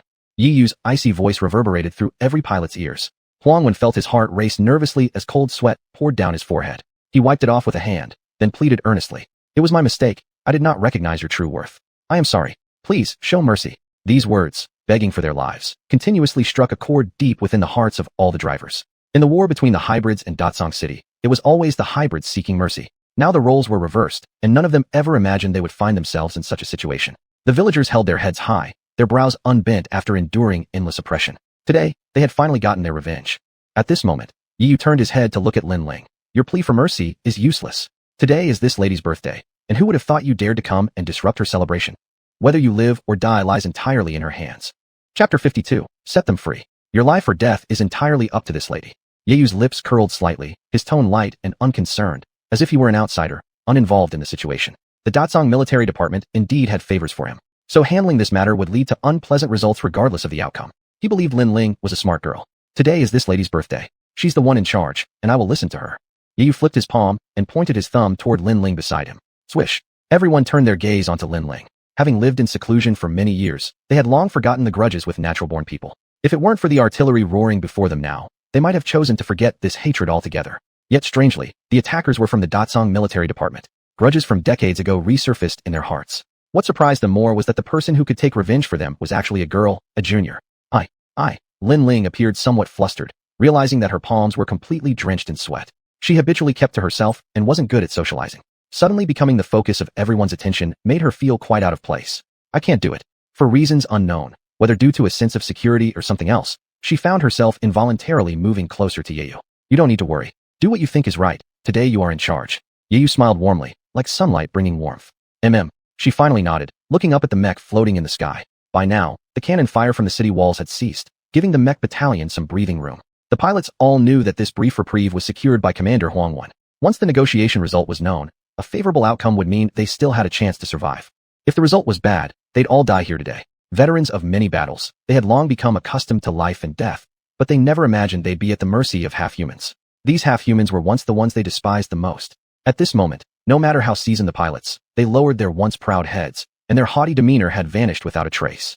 Huang Wen's face looked as bad as a liver. He took deep breaths, trying to calm himself down, thinking about how impressive the group of dozens of mechs used to look, and then comparing it to how ragged he felt now. He shook his head, managing to force a smile. Esteemed lady, I didn't know today was your birthday. Please forgive me. You also understand, I'm old. People just get confused easily when they're older. I temporarily lost my mind and offended you. I want to ask for your forgiveness and let us go. Please grant us a lifeline. Our forces here mostly consist of elite troops from the main military headquarters. Tens of thousands of lives across the entire Datsong city depend on them for protection. Huang Wen's tone became melancholy instantly. I know that we are not worthy of life, but the tens of thousands of innocent citizens of Datsong City should not suffer. If we lose our main forces, not only will those biomechs attack, but also those rebels lurking nearby will invade. Our Datsang military owes you. We will certainly compensate you well for it someday. Esteemed lady, you are so gentle and kind-hearted. Please forgive us. Toward the end, Huang Wen's voice even choked up, appearing like someone who had seen the error of their ways and broke down in tears. Lin Ling gripped her fingers tightly together, her brows furrowed. Among the villagers, there were also those with long-standing grievances against the Datsang military headquarters. Don't let them off. These people have no integrity whatsoever. Do you remember what happened decades ago? At that time, we fought and killed for them. And what did we get as a result? That's right, little Linger. Under no circumstances should you let them go. Besides those harboring long-standing resentment, there were also some advocates for kindness. Let them go. What he said is true. In these chaotic times, the citizens of Datsang are innocent. Although they have committed sins, innocent civilians still need their protection. That's correct. If there were no wars, I believe we could coexist peacefully. My grandfather once told me, we are all human, though our species may differ. Why should there be so much discrimination? This statement immediately sparked controversy, drawing opposition from the villagers. No way. Have you forgotten your pain? Aren't you afraid they'll retaliate? I believe they won't dare come back. With Leader Yi present, things are different than they were before. Amidst the quarrels, Lin Ling grew increasingly uneasy. Her legs kept shifting backward, as if ready to bolt any second. Suddenly, she felt a hand gently press on her shoulder. Turning her head, she met Ye Yu's gaze. That's it. All of you stop arguing. I've said it. Everything will be up to little Ling. Don't mess around here. Ye Yu's steady voice reached everyone's ears. Realizing the leader had spoken, they couldn't argue. From beginning to end, they respected Ye Yu the most. Little Linger, go ahead and say it. But, Lin Ling hesitated. Don't worry. With me here, no one would dare oppose. Ye Yu smiled. It was unclear what magic lay in those words, but Lin Ling's furrowed brow finally relaxed. I've decided. Lin Ling raised her voice. She was like a judge about to conclude a case in court. Her answer was about to decide the fate of dozens of lives. Everyone focused their attention and listened for the verdict. Go. These simple words made the people in the cockpit who were on tenterhooks let out a sigh of relief. By now, they were already sweating profusely. The villagers merely sighed slightly, saying nothing. As long as it was a method supported by Leader Yi, it must be right, so they chose unconditional support. Ye Yu smiled, pleased with the result. He believed that the most urgent task at the moment was to deal with the biomechs and prevent the apocalypse from spreading further. However, this didn't mean he feared anyone. If someone dared to invade again, he would not hesitate to eliminate the enemy. With a wave of his hand, the barrier in midair gradually faded away, disappearing into the night sky. The instant the barrier disappeared, the remaining mech battalion started its engine and fled like escaping death. Watching them leave, the atmosphere at the scene suddenly became somewhat awkward, so silent that even breathing could be heard. Ye Yu shrugged. Looks like he still had to act at the critical moment. What are you standing there like statues for? I'm hungry. Let's continue eating. Hey, little Linger, could you cook a few more dishes? As soon as these words were spoken, the previously rigid expressions of everyone instantly turned into smiles. After escaping from the half-human survivors' base, Huang Wen quickly rushed back to the military headquarters with the remaining troops. On the way, no one spoke a word, as if each person wanted to forget the humiliation that had just occurred. Drip, drip. The silent radar emitted an urgent warning tone. The radar showed that 10 mechs were rapidly approaching them from several kilometers away. Whose mechs were these? Could it be? Chapter 53, Famous Dish. The radar showed that those mechs were advancing at a very fast speed. In just a dozen seconds, 10 mechs blocked their path. The 10 mechs were pitch black all over, equipped with a large black shield on their backs. Dark matter shields. They immediately recognized the shields. The trial flight test had been broadcast live, and they had all watched it. That black shield was clearly the one equipped on the rebel mechs. Before they could react, a slightly hoarse voice came through the communication system in the formation. Were you just attacking the half-breed survivor base? There was an air of coldness in the voice, a coldness that treated all life as grass. That's right. As the action commander, Huang Wen was the first to reply. Rebels, how is it possible for you to be here? This operation was highly confidential. Even the headquarters doesn't know about it yet. Huang Wen voiced his doubts. He had clearly made meticulous arrangements. There was no way the rebels could have known. I am fully aware of your every move. That voice carried a hint of mockery. How's the half-breed survivor base? Did you destroy them? Huang Wen was very puzzled. Why would the rebels care so much about the half-breed's base? Suddenly, he remembered a phrase. The enemy's enemy is a friend. Perhaps, the rebels and the half-breed's base had formed an alliance now. After thinking for a moment, Huang Wen sighed. The half-breed's base is far too powerful. With our limited strength, we couldn't conquer them. They were unscathed. That's good. That voice breathed a sigh of relief. But, you should stay. This single sentence tightened everyone's nerves. Huang Wen became irate. What do you mean? Even though we failed, we still have more than 20 mechs. If we fight, we can die together. Do not misunderstand me. My intention is to kill only you. The next moment, one of the black mechs started like a ghost to the front of the mech Huang Wen was piloting. Without hesitation, it pulled out a dagger from its right leg and slashed directly into the cockpit of Huang Wen's mech. A fluid set of movements. So fast that the instruments could barely detect it. The cockpit is the core of a mech. Once damaged, Huang Wen was killed instantly, and the mech exploded at once. All the pilots dumbly looked at everything before them, terror filling them. But what they did not expect was, after Huang Wen's death, the 10 rebel mechs turned around and left. A few hours later, inside the Dachang military department. Because of the sacrifice of Chief of Staff Huang Wan, the higher-ups in the military department were in an uproar. As the commander-in-chief, Liu Chang was busy for several hours, promoting a new chief of staff before finally calming things down. Since this matter was a personal decision by Huang Wan without military department approval, all the blame fell squarely on Huang Wan. However, one point caught Liu Chang's attention. It was the rebel who killed Huang Wan. The behavior of the rebels was clearly protecting the half-breed survivor's base, yet in decades of living, he had never heard of any connection between rebels and half-breeds. Unusual events must harbor strange reasons, so he decided to call in Liu Yu eventually. What? Father, you actually suspect Yu? After hearing Liu Chang's speculation, Liu Yu couldn't help but gasp in shock.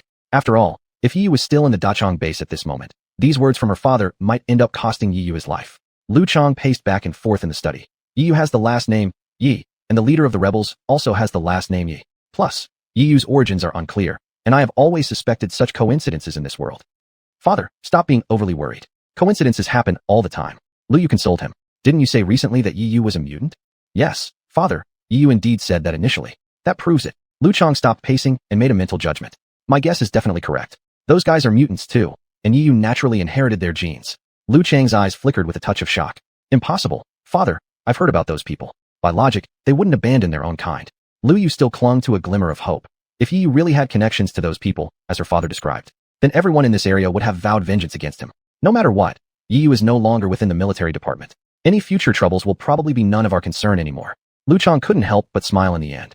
Although he was reluctant to part with Yu, this top-tier scientist, Yu was like a double-edged sword. While he could bring benefits to the group, he might also push the base into an inescapable abyss. By the way, Yu, if you ever encounter Yu again, even if he becomes our enemy, do not harm him. Why? Liu Yu was full of confusion. She wondered why her father had changed so much. You'll understand later. Inside the half-breed survivor base, the door of the research lab was suddenly knocked on. As one of the few scientists in the base, Lin Ling had her own secret lab. She always did her research here on new inventions, and even her own brother didn't know her whereabouts. Bang bang bang. The door was pounded on, and when no response came, the pounding grew stronger. Lin Ling put down her tools, a bit annoyed. She quickly walked to the door, muttering, "Who is it?" When she opened the door, a familiar figure leaned against the wall. He held a bag of chicken in his hand and smiled at her. "Ah, it's you." Upon seeing him, all the irritation she felt earlier vanished, replaced by happiness. "You've been gone for a day and night. How could I not worry? I just came to check on you." Yu smiled. "Don't worry. The base is so safe now, what could possibly happen?" Lin Ling smiled broadly. The gloomy mood she had during that day and night dissipated like smoke. "Haven't you eaten dinner yet?" Yu shook the bag of chicken. "Let me treat you to my culinary skills today." At the same time, Yu caught sight of a corner of the lab where a pile of messy parts and guns were placed. "Are you researching something again? How about giving me a hint?" Yu raised his eyebrows suggestively. "Oh no, I'm almost done. Why don't you cook first, and after dinner, I'll show you my results." Lin Ling instinctively blocked Yu's gaze, clearly not wanting him to interfere. "Fine. Yu didn't like forcing people. They could talk after dinner. I'll make a famous dish from my hometown. You're in for a treat." Holding the chicken, Yu walked inside. Behind him, Lin Ling pouted slightly and tapped her chest with her delicate hands, then giggled happily as she walked to the experiment table and buried herself in work. Chapter 54. This woman dresses quite cool. Lin Ling's private research lab, like the other housing converted from civilian residences, also retained some daily necessities besides various research tools, including kitchen utensils. Here comes the chicken soup. Soon, aromatic and appetizing dishes were served on the dining table. Lin Ling, famished, was already waiting at the table, bowl in hand and chopsticks ready, eyes full of anticipation. Yu, wearing an apron, bustled between the kitchen and the dining room, fully occupied. "Eat while it's hot, quickly try my cooking." After removing her apron, Yu sat down as well. She had been immersed in research since waking up in the morning and hadn't even had time to eat. Now she was starving, so after serving herself a bowl of soup, she hastily picked up a piece of chicken and devoured it ravenously. Her eyes sparkled. "It's so delicious. I've never eaten such tasty chicken in all my life." "Is that so? This is a famous dish from my hometown, which I've improved upon." Yu's eyes gleamed with joy. "What is this dish called?" Yu thought for a moment. "This dish preserves most of the chicken's freshness, served with dipping sauce, creating an extremely pleasant texture. So this dish is named Chicken You Too Beautiful." Lin Ling paused for a second, then broke into a smile. "The name sounds weird, but it tastes amazing." Yu returned her smile. "By the way, didn't you say earlier that you would show me your research?" Yu reminded her, her research always being on his mind. "Yes, I've just finished studying it. Let me show you right away." Lin Ling replied, finishing her meal without any regard for appearance. She quickly walked to the workbench, pulled out something resembling a rifle from the drawer, and handed it to Yu. "This is what I've just researched." "Gun?" Upon carefully examining the rifle in his hands, Yu realized that it was completely different from the rifles he usually knew. Ordinary rifles typically have a magazine, but Lin Ling's creation lacked any visible magazine. "Doesn't this gun use bullets?" Yu asked curiously, not having delved much into rifle studies himself, so now quite intrigued. Lin Ling smirked slightly. "Of course not. This gun uses solar power. Solar power? Yu became even more puzzled. Solar power is always used for charging or energy, right? It's the first time I've heard of solar power being used as a weapon. Solar power can definitely be used as a weapon. Lin Ling then pulled out a chart filled with complex formulas. You must know about magnifying glasses, right? When sunlight is focused through a magnifying glass into one point, harmless sunlight instantly transforms into high-temperature energy. And this gun works based on this principle. It stores large amounts of sunlight beforehand, then compresses and fires it. Even armor plating on mechs can be easily penetrated. As Lin Ling explained, her delight became increasingly apparent on her face. I didn't expect you to be so clever. Yu felt reassured. He didn't think the girl could possess such wisdom. What else do you expect? Lin Ling frowned cutely, dissatisfied. I've long been devoted to researching farming machines for the base, hoping to improve the living standards of the people there. Ever since you arrived, I found I no longer need to worry about this field. Lin Ling sat down. Although we don't need to worry about food anymore, each villager lacks proper weapons. So I decided to try a little bit of research and unexpectedly succeeded. After observing for a moment, Yu believed that the quality of this light rifle indeed seemed promising. Linger, you're absolutely right. The villagers in the base truly do need weapons. Otherwise, when unexpected events happen, they won't have a way to deal with them. Yu highly agreed with Lin Ling's opinion. Linger, can these weapons be mass-produced? He continued asking. Afterward, I'll write out the manufacturing plans and materials required. Then you can let the armory handle production. Lin Ling responded. The armory was recently established by Yu, with Huang Yi. Boss, something bad has happened. Ren Yuan's anxious voice echoed throughout the research lab. Yu and Lin Ling looked towards the projection. Hey Fatso, what's got you so worked up? Yu asked. There's been an issue outside the base. I didn't have time to explain everything. Ren Yuan replied. What? Can you give a clear answer already? Just now outside the base, a heavily damaged white mech stopped there. Ren Yuan explained. At the same time, another hologram appeared midair as Ren Yuan transmitted live footage from outside the base. Outside the city wall stood an enormous white mech. All the weaponry on the city walls pointed at the mech, but it showed no intention of fleeing. Instead, it opened its cockpit. From the displayed image, it was evident that the pilot of the white mech was female. Boss, I just questioned her for you. The mech's pilot isn't an enemy. She claims she's a bounty hunter who got separated from her team under unusual circumstances. As Yu gazed at the screen showing the white mech, his eyebrows furrowed slightly. Let's take a look. This situation feels far from simple. Oh boss, I've already let her inside. Ren Yuan chuckled nervously, scratching his head awkwardly. What? Without confirmation, how could you allow someone in so casually? Yu snapped, puzzled why Ren Yuan, usually so sharp, acted so foolish today. Boss, seeing that the woman dressed so cool, I couldn't resist letting her in. Ren Yuan grinned, the hint of a sparkle clearly visible at the corner of his mouth. Chapter 55, Bounty Hunter. You old fool. Yu sighed, but it wasn't really a time for blame. Where are you now? Ren Yuan. We're in the hangar. The workers from the arsenal have already come. Wait there for me. I'll be right over. Yu quickly turned off the communicator, grabbed the coat from the chair, and prepared to leave. Lin Ling, who was naturally curious, upon hearing that there was something exciting to see, dropped whatever she was doing and closely followed Yu out. Since the survivor base hadn't been extensively developed, its range wasn't very large. They soon arrived at the hangar. Although the entire hangar was big, it was unusually flat, allowing one to take in the whole place with just a glance. In the southeastern corner of the hangar, a white mech was parked. The white mech looked severely damaged, with its main cannon destroyed, its right shoulder heavily damaged, as well as the heavy engine on its back. Even more exaggerated was the mech's head. The mech's head was as charred black as coal, as if it had once endured an extreme heat roasting. Underneath the mech, there gathered a group of maintenance workers. These workers were originally villagers who had temporarily learned some repair knowledge, so they weren't very professional. At exit 2, Ren Yuan and his group were standing there waiting for Yu's arrival. Amidst the crowd, Yu's gaze fell on the provocatively dressed woman. This woman had burgundy hair. Though her face was average, her figure was slim and quite perfect, and coupled with her revealing clothing, most men truly couldn't resist. There he was. Ren Yuan was gazing at her lustfully, trailing after wherever she went. Yu couldn't help but chuckle, thinking this might be the ultimate sycophant. Seeing Yu approach, Bai Xing and the others all greeted him. Boss, you've finally come.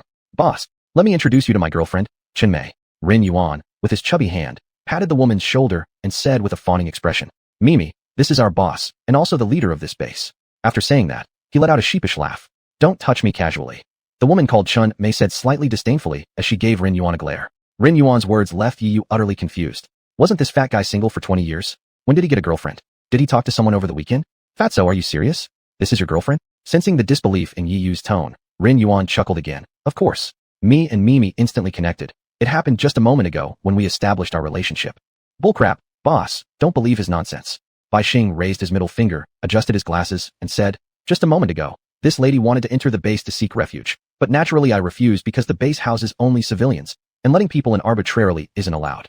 And guess what this fatso said? He claimed that as long as this lady agreed to become his girlfriend, he'd let her into the base for refuge. Bai Xing sighed deeply while shaking his head. So you're taking advantage of her desperation? Yu couldn't help but find this amusing.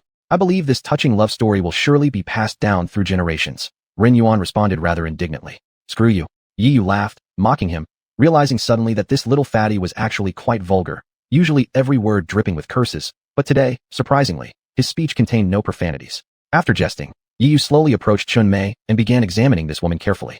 Are you a bounty hunter? Yi Yu noticed that this woman wore a pendant around her neck.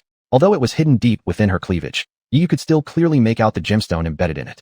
It was a tiny blue gem that reflected pale blue light at certain angles. All members of the Bounty Hunters Union would wear such a pendant, marking their identity. If the human survivor base was a special existence in this post-apocalyptic world, then the Bounty Hunters Union was an even more mysterious one. While human survivor bases fought biomechanical units, they sometimes encountered monsters too powerful for them to deal with.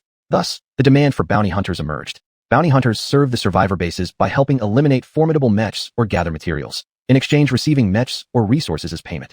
In a chaotic world, countless refugees yearned to join the Bounty Hunters Union, because only by becoming a bounty hunter could they secure the chance to survive.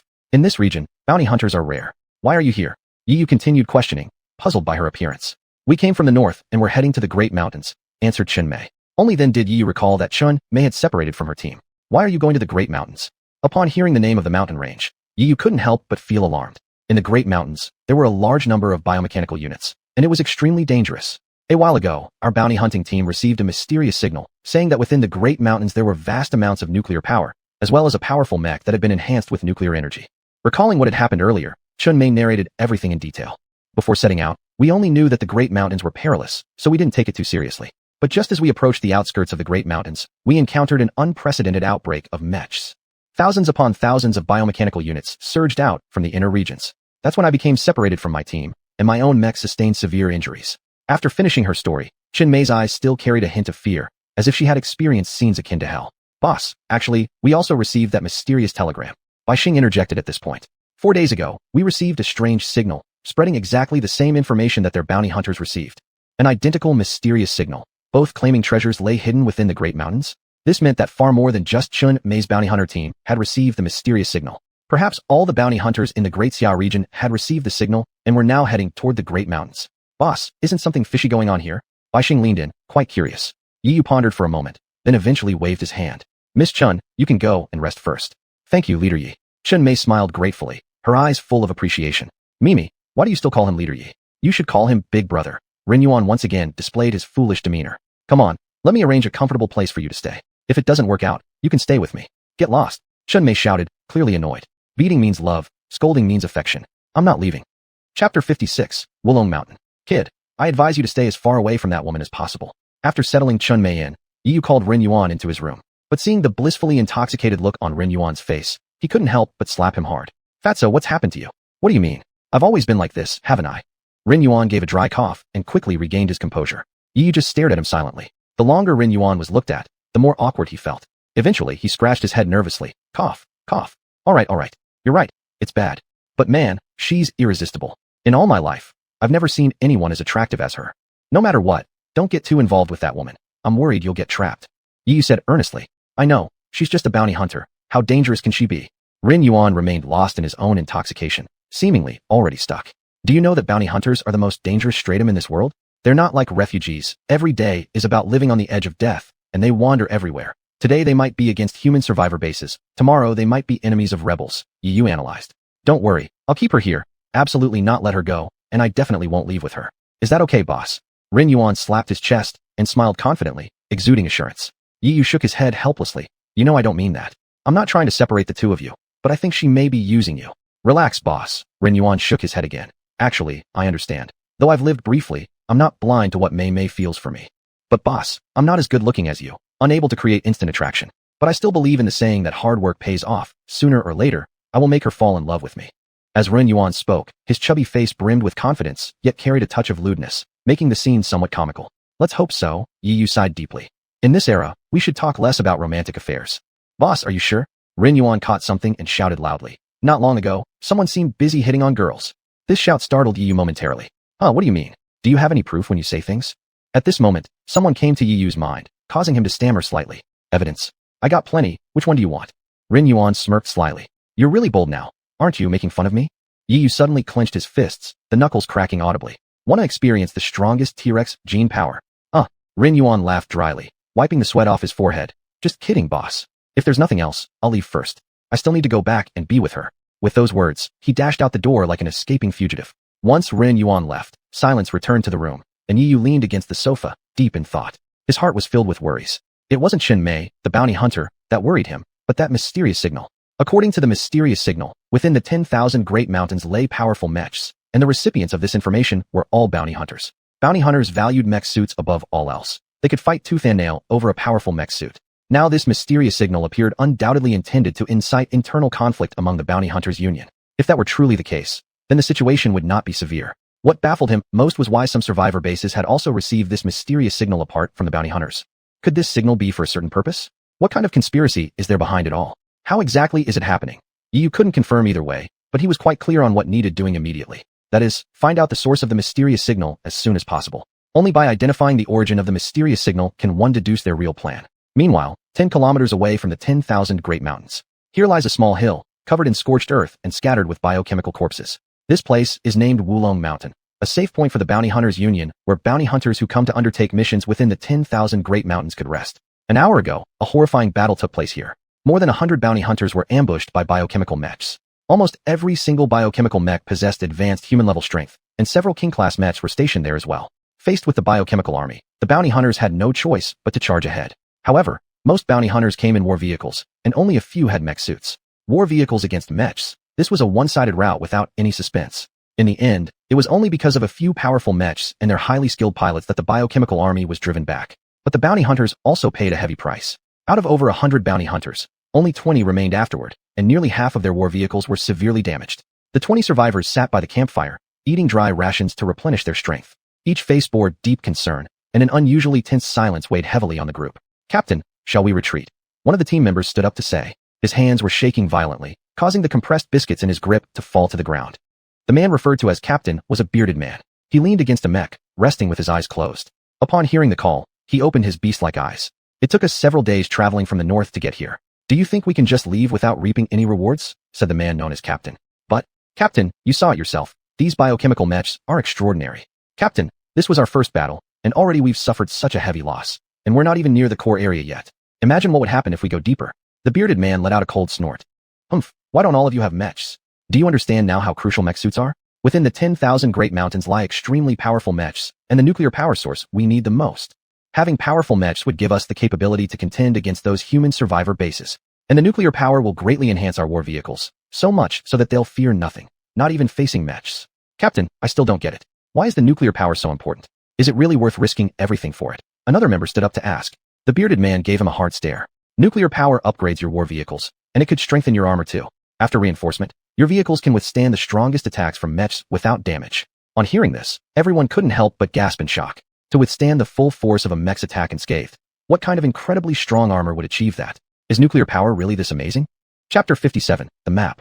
"Captain, there's something I don't understand." One of the team members stood up to speak. "What is it? If nuclear power is so powerful, why was it phased out so early? Why did we switch to soul energy?" Faced with the question, the bearded man's eyes flashed with a trace of difference. Then he calmly answered. "First, let me ask you, do you know the difference between nuclear power and soul energy? To put it simply, nuclear power only needs a little bit to drive the operation of mechs, while soul energy requires the concentration of massive amounts of energy and heat to achieve the same effect.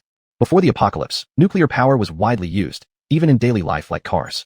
After the apocalypse, nuclear energy in the world started leaking uncontrollably and spread all over the world. Eventually, humans realized they could not control nuclear energy. In order to survive, they had no choice but to abandon the use of nuclear energy. Nowadays, there is no more nuclear energy left in the world.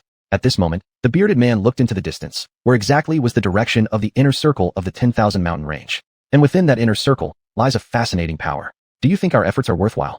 The team members fell into deep thought. They had struggled in chaos and finally managed to build their own war vehicles. However, these hard-fought vehicles were considered worthless by mechs. Their pursuit of strength was merely for survival. In silence, one member raised their hand, followed by more and more raising their hands in agreement. Pursuing strength gave them a glimmer of hope. Without it, death was inevitable. They had no other option. "Chi-Chi, can you help analyze where the mysterious signal originates from?" Having no other choice, Yi Yu decided to ask Chi-Chi, as she, being a system, should be better than all machines. However, Chi-Chi's response slightly disappointed him. "I'm also powerless." Sensing Yi Yu's dismay, her soft voice said, "But it's highly probable because inside the 10,000 mountain range, there really exists a powerful mech." Oh, this drew Yi Yu's interest. In the long battle against biomechs, humanity actually launched a counterattack once. Chi-Chi sweetly explained. 80 years ago, humanity utilized nuclear-powered mechs which were extraordinarily strong. If today's mech power is 100 points, then 80 years ago, mechs had 300 points. Yi Yu furrowed his brow. He knew before that nuclear energy was more powerful than soul energy, but hearing Chi-Chi's analogy made him realize the enormous gap between the two. It's precisely because of the strength of human mechs, combined with the global cooperation among nations, that they once scattered the biomechs. In Daxia, biomechs retreated towards the south, eventually gathering within the 10,000 mountain range. Chi-Chi continued. Back then, almost all top-tier mechs of Daxia gathered there. 100 mechs formed a squad and charged into the 10,000 mountains. But inside the inner circle, something seemed to have happened. Of the mech squads that entered the inner circle, only 50 survived. Moreover, their pilots seemed to have lost their minds and began attacking humans fiercely. No one knows what exactly occurred inside. These 50 mechs attacked humans crazily, and as they were all top-tier mechs, the human coalition army suffered heavy losses in eliminating them. Biomechs hiding in the 10,000 mountains launched a huge counteroffensive, overwhelming the surviving human bases. Not only that, strange things occurred globally. Dead biomechs resurrected and swept across again, ushering in a new apocalypse. Upon hearing this, Yi Yu frowned and asked, "Do you know what terrifying event occurred within the 10,000 mountains back then?" He was very curious about what happened that caused the elite mech unit to suffer such heavy casualties, and where the remaining 50 mechs went. "I don't know," came Chi-Chi's denial. "But I can guarantee that the 10,000 mountains must house the strongest mechs, knowing that 50 top-tier mechs disappeared inside.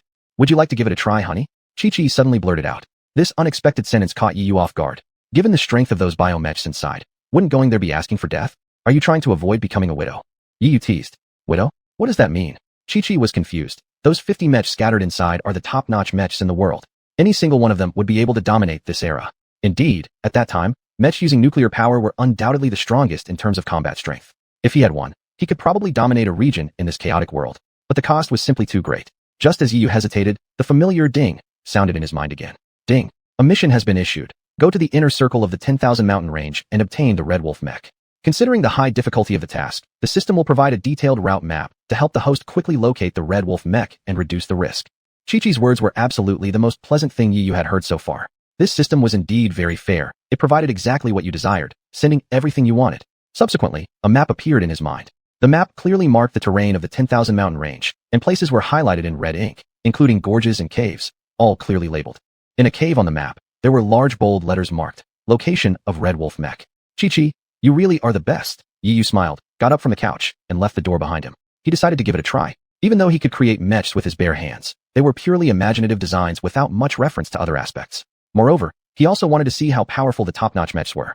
Without much hesitation, Yi Yu left the cottage and went to the hangar, taking out his portable communication device to contact Lin Dong and Rin Yuan. Soon, both rushed hurriedly into the hangar. They wore smiles, thinking Yi Yu had called them over to train in some new skills. They loved the burst seed ability from last time. In their eyes, Yi Yu was always capable of bringing them something new. "Boss, I wonder what surprise you have for us this time. It's shining brightly and almost blinding my 24K titanium alloy eyes," Rin Yuan greeted with a smile, seemingly unaware of the severity of the situation. Chapter 58, 3 parties set out. "Hee hee, little fatso, I've actually got some big news for you today. There's a huge opportunity that I want to give you." Yi Yu smiled too, but there was something strange about his smile. This sentence confirmed his suspicion. The boss had called them over for a reason, but he didn't expect that the boss would be giving them special treatment. "Boss, with you favoring us like this every day, we're starting to feel a bit awkward." Rin Yuan pulled out a cigarette from his chest and handed it to Yi Yu. "Where did you get this thing?" Yi Yu was curious. Nowadays, people can't even afford a decent meal. Who has the time to produce tobacco? "You don't know about this, huh?"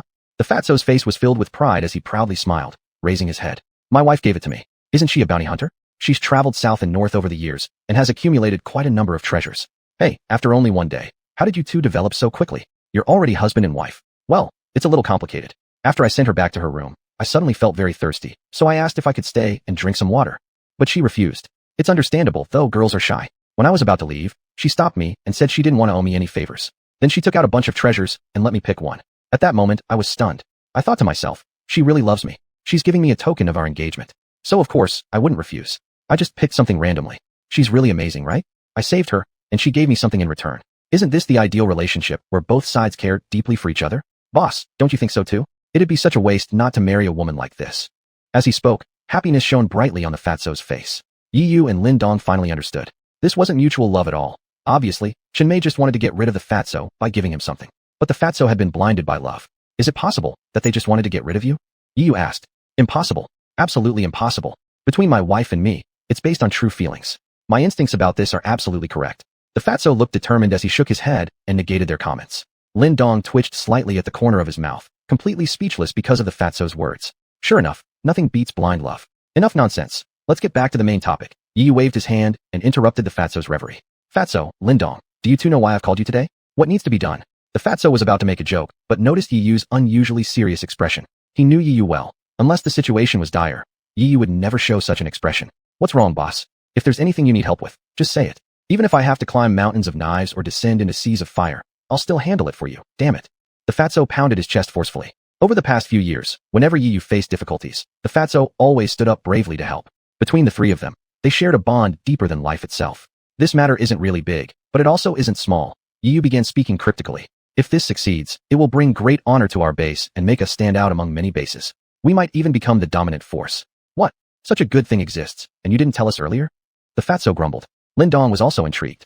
That's true, leader. Our base has barely managed to survive for so many years, all because of our lack of strength. If you have any way to boost our overall strength, just speak plainly. I, Lin Dong, even if I die, will accomplish it.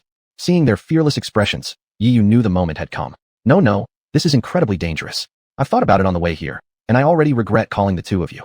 Boss, don't worry. You've known me for so many years. Do you think I'm someone who fears death? Maybe a little bit, but I'm definitely decisive when it comes to big matters.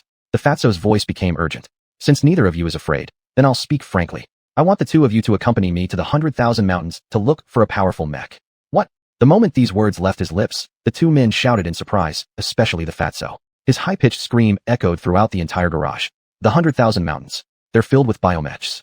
The fatso swallowed hard, fear flickering in his eyes. Though he was born in the north, he had heard tales of the terror of the 100,000 mountains. To him, the 100,000 mountains was a forbidden land, one where stepping into it meant certain death. By comparison, Lin Dong's reaction was much calmer. Lin Dong was born amidst a great upheaval. His race was destroyed, and he lived hidden in a small cave for over 20 years. Even though he knew the 100,000 mountains were perilous, he had grown tired of being unfairly treated due to his lack of power. He would rather die on the path to strength than perish because of his weakness. I'm willing. Let's go together. Lin Dong's eyes flashed with determination, shining with a fearless acceptance of death. What about you, fatso? Yi Yu turned and looked at the fatso. Perhaps. The fatso's small eyes darted around as if searching for an excuse to back out. Knowing the fatso's character well, Yi Yu couldn't help but smile. Fatso, I won't force you. You can go back. But in the future, Chen Mei might look down on you. I've heard bounty hunters value courage above all else. If she finds out you're such a coward, she might kick you out. Yi Yu shrugged indifferently. These words almost frightened the fatso to death. No, losing her would be worse than dying. Fine, climbing mountains of knives or descending into seas of fire, it doesn't matter. I'll go. The fatso gritted his teeth. There was nothing more painful than losing one's true love. Seeing both of them agree, Yi Yu couldn't help but smile. He then ordered them to prepare for departure, ensuring they had enough dry rations and water. As for himself, he entered the hangar and carefully checked the few mechs. Though this journey would have system support, it still held dangers. One wrong move could mean losing their lives in the 100,000 mountains. He must give it his all. At the same time, 100 kilometers away from the half-breed base, at the rebel base. The rebel base bustled with activity, where all the mechs in the hangar were neatly lined up, ready for battle. In the commander's room, Yi Tian sat on the couch, his half-closed eyes gazing at the holographic screen floating in midair. On the screen was a map, beside which were prominently marked 3 words, 100,000 mountains. Are you all prepared? Yi Tian asked gravely. Chapter 59, Strange Silence. Everything is ready, leader. We just need your order to strike. An officer stepped forward to reply. Despite his mechanical body, he couldn't control his fear. His arms trembled involuntarily. Are you scared? Yi Tian stood up, his mechanical body creaking under the movement. The flame burning on his chest roared fiercely, illuminating the entire room and causing the air temperature to rise suddenly. A few officers in the room lowered their heads, sweat pouring down their foreheads like rain. Do you remember the purpose of this mission? Came Yi Tian's hoarse voice. Rest assured, leader, we will ensure the mission's success. The group of officers replied in unison. You several officers are in charge of this operation. I don't care how you do it. I only want results. Yi Tian turned around to look at them, his eyes filled with a terrifying cruelty. I only need 2 outcomes. First, the mechs within the 10,000 Great Mountains. Second, Datsong City. If you fail, then I'm sorry, but you will end up as fertilizer. As for us biomechanical humans, talent is never in short supply. There are countless people outside begging me to turn them into biomechanical beings. So losing a few of you wouldn't be much of an issue. His icy words reverberated in their ears, filling the officers with terror. They could not protest, merely nodding submissively and respectfully leaving.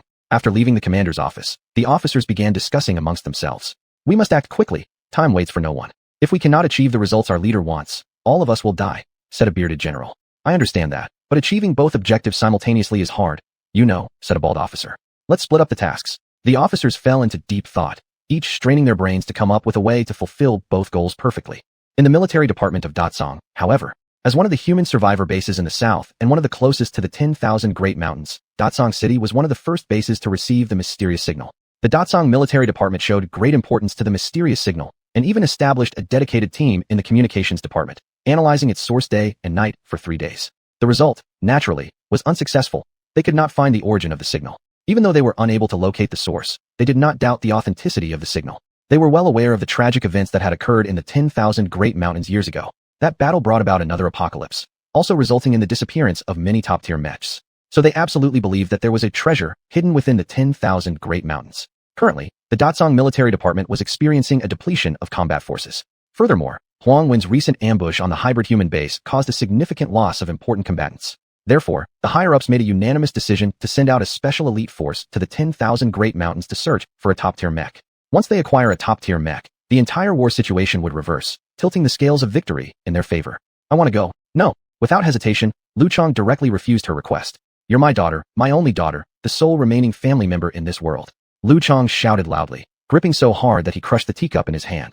Father, please let me go. I just want to help you by contributing my part.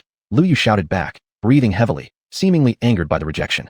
Father, over these 20 years, you've protected me very well, and I'm truly grateful to you. But you know, as members of the Lu family, generation after generation have been soldiers. A warrior spirit runs through our bloodlines. We'd rather die on the battlefield than grow old at home. Lu Yu continued. Moreover, this mission concerns the safety of our Datsang city. Such an important task. How can I not take part? Because the mission is important, you mustn't go. Lu Chang countered. Our military department already has plenty of top-class pilots. Let them go. They'll accomplish the task just fine. No. Father, stop lying to yourself and stop lying to me. I am a pilot too, and I know the capabilities of every pilot in our military department. Trust me, this mission needs me. Lu Yu tried to calm Lu Chang, but received only refusal. No matter what, you won't go. Saying this, without waiting for Lu Yu's rebuttal, Lu Chang turned and left. The room returned to silence. Lu Yu stood still for a moment, silently pondering. Soon after, her furrowed brows relaxed as if she'd thought of something. Inside the Datsang mech hangar, preparations were underway for the journey into the 10,000 Great Mountains. Special permission from Datsang leadership allowed the deployment of new generation mechs and elite pilots. It didn't take long to assemble a unit composed of 10 mechs. Just as the mech battalion was preparing for takeoff, a red mech rushed into the hangar. Recognizing it immediately, the Datsang pilots knew exactly which mech it was. It belonged to none other than Lu Yu herself, the Red Dragon mech. I've received the commander's approval, agreeing to my participation in this operation. There's no time to waste. Let's get going immediately. Lu Yu entered the communication system of the mech team and issued orders in a commanding tone. I am the captain of this mission, and all actions must be under my command. Let's depart immediately.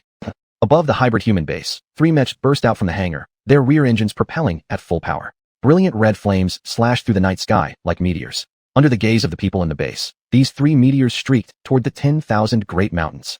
Yi was piloting the Tanling mech, Lindong was flying the War God mech, while Fatso Rinyuan was driving a black mech. Before setting off, Fatso Rinyuan had given this black mech a thunderous name, Fatso mech. Despite being mocked by others, Fatso himself believed the name sounded good, which led to his peculiar aesthetic sense making Yi Yu and Bai Xing laugh for quite a while. The whole journey passed in complete silence, everyone occasionally glancing at the radar with eyes, fearing an encounter with powerful enemies along the way. After nearly half an hour of flight, there was still nothing shown on the radar, and the 10,000 Great Mountains were unusually silent. Quietly, it felt even terrifying. Are you feeling something's off? Fatso could not help but ask aloud eventually. In his cockpit, Yi Yu heard the voice transmitted through his earpiece and nodded in agreement. Indeed, something is really off. Too quiet. The 10,000 Great Mountains are known as the hub of biomechanical beings, aren't they? We have been flying for half an hour, yet we haven't even spotted a trace of those biomechanical units, Fatso muttered. It would be best if it stays like this. I thought this task would be incredibly tough. Fatso Rin Yuan laughed, thinking about the absence of enemies, activating autopilot mode, freeing up both hands. Yi Yu also wondered curiously, could it be because of Chi-Chi? She saw how perilous this task is, took pity on us, and hence pulled a string or two for us. However, he soon abandoned that idea. Chapter 60, This Coordination. This has nothing to do with Chi-Chi. It's beyond my range. The sweet voice denied Yi Yu's assumption. Then can you help me check what's going on around here? In my memory, the 10,000 Great Mountains are very perilous. Yi Yu always had a bad premonition. Chi-Chi can't achieve that. Such matters are generally handled by radars. Besides, isn't everything fine and calm on the radar? All right. Yi Yu had no words to respond. He called up the map and examined it carefully. A place named Dayun Valley caught his attention.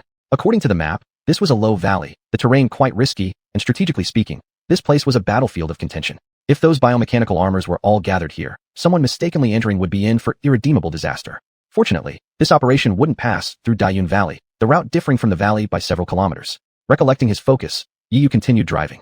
Due to the long time without encountering enemies, his taut nerves relaxed as well. Suddenly, an extremely dissonant sound came. Drip, drip, drip. The crisp and urgent sound was obviously incompatible with the lazy atmosphere inside the cockpit. Yu immediately snapped back to reality. This was clearly the radar warning signal. He looked down at the radar. Sure enough, 3 red dots appeared on the radar moving quickly towards their group. 1 red dot represented 1 biomechanical armor, so these 3 dots represented 3 units. There's an enemy. Yu immediately connected the communication system and shouted to Ren Yuan and Lin Dong. Ren Yuan still looked completely calm upon receiving the notice. I said, leader, don't panic, it's just 3 armors. Let me handle them. Solving them will be effortless. Ren Yuan then adjusted his posture and promptly used a detector to check the attributes of the 3 unknown bioarmors. A line of text soon showed up on the detector. Enemy is biomechanical armor. Upper level human-grade armor. Seeing the data on the detector, Ren Yuan displayed a confident smile. After several days of special training, plus the power of explosion, his current piloting skill was much higher than an average pilot, even comparable to drivers with 10 years experience. Besides, the obese mech he was controlling was equipped with the most advanced dark matter defense system currently available. Even if he couldn't handle them, there's no way the 3 mechs could scratch him. Can you make it, fatty? The microphone transmitted Yu's teasing words. Hee, you're definitely underestimating me here. You'll get to see what it means to have trained at the Zwanen driving school. With no more words, the fat man turned off the microphone, pulled the thrust control stick with his right hand, and swiftly started the mech attack system with his left. Boom boom. The Fatso mech paused in midair, and after a brief pause, the blue flame emitted from its back engine propelled it swiftly backward. Leader, what do we do now? Should we go help him? Lin Dong couldn't help but asked from inside the War God cockpit. Frankly speaking, this mission was also his first real combat experience. During past training sessions at the base, he had yearned to fight against real mechs. Now, when he finally met 3 biomechs, the fat man had already seized the chance ahead of him. He felt itchy inside. You can wait for a while. I'd like to see the fat man's ability. Yi responded indifferently, glancing up at the monitor. On the monitor, the fat man's mech flew extremely fast, then stably stopped in front of the 3 biomechs. The sudden appearance of the black mechs startled them considerably. The 3 biomechs hastily retreated, their bestial eyes unyieldingly focusing on the black mech in front. The 3 biomechs had a bizarre and terrifying appearance. Their upper bodies were steel-built, while their lower halves were strange animal limbs. Most notably, their heads resembled some weird monsters, not fully tigers or lions. Roar, roar, possibly out of anger or terror. They let out ear-splitting roars, expressing their warnings and anger. However, there were only roars. The 3 biomechs stood side by side and made no move. Are you guys trying to keep me away?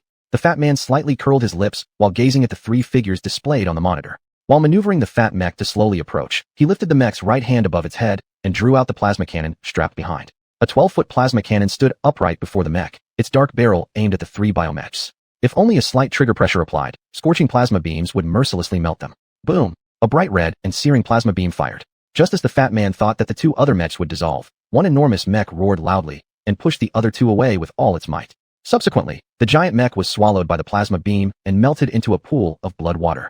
While the plasma cannon was entering its cooldown period, the 2 biomechanical armors finally launched their attack. One of the biomechanical armors brutally tore off its right arm, and in an instant, the detached limb transformed into a gigantic blade. The entire process, from tearing off the arm to transforming it into a blade, took only a few brief seconds. However, at this moment, the plasma cannon's cooldown was not yet complete. The biomechanical armor wielding the massive blade raised it high and thrust the sharp edge directly toward the cockpit of the Fatso mech. The other biomechanical armor didn't remain idle either. It quickly circled around behind the Fatso mech and simultaneously tore a piece of bone from its knee. That bone instantly transformed into a 5-meter-long beam gun, with its muzzle aimed straight at the head of the Fatso mech. Both biomechanical armors attacked from front and back, coordinating their movements with seamless precision. An ordinary mech would have been utterly destroyed under such tight coordination, but the mech driven by the fat man was different. It had been modified by Yu, incorporating dark matter energy into the mech's armor. As one of the most mysterious substances in the world, dark matter possessed remarkable properties, nearly capable of reflecting all light. Equipped with dark matter armor, the fat man chose to completely ignore the beam gun attack from behind. He swiftly recovered from his initial surprise, discarded the plasma cannon tube, and instantly drew out a shield with his left hand. Boom! ZZZT. The blue ray fired by the beam gun struck the body of the mech, but instantly deflected upon impact, hitting the shoulder of the biomechanical armor. The attack from the other biomechanical armor was also blocked by the dark matter shield. Arg! The 2 biomechanical armors emitted low growls from their mouths. Even through the screen, the fat man could feel the fear emanating from those monstrous beings. Die! With both hands flying across the keyboard, the fat man issued a series of attack commands. The Fatso mech sprang into action, swinging the shield to knock the knife-wielding biomechanical armor backward. In that very instant, 2 missiles shot out from the mech's chest, striking the biomechanical armor's head directly, causing its skull to explode on the spot. Having taken care of one, there was still another lurking behind. Chapter 61, Awakened Intelligence? The The biomechanical mecha behind him was struck by the reflected beam through its shoulder, and a surge of light yellow lubricant sprayed out. Roar, roar. The pain made his terrifying face even more grotesque. The biomechanical mecha roared and lunged forward recklessly, attempting to tear the mecha in front into pieces. How could Fatso let that happen? He pulled the control stick, maneuvering the Fatso mech to quickly retreat while swiftly drawing the dagger from its leg. In one swift bow-like movement, he dodged the biomechanical mecha's lunge, and with all his might, stabbed the dagger into the chest of the biomechanical mecha. Then he quickly withdrew the dagger and retreated. Though the biomechanical mecha had a steel body, it still had two weak points. One was the head, the other being the chest-heart position. Struck at the vital spot, the biomechanical mecha instantly lost power, fell from the sky, and exploded into a pile of fragments.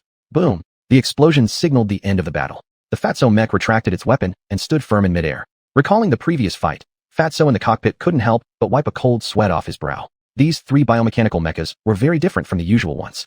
Normal biomechanical mechas had very ordinary attack patterns. There was absolutely no strategy or coordination involved. But the three biomechanical mechas he just faced seemed to know tactical cooperation. As far as he knew, tactical cooperation was something characteristic of king-level biomechanical mechas.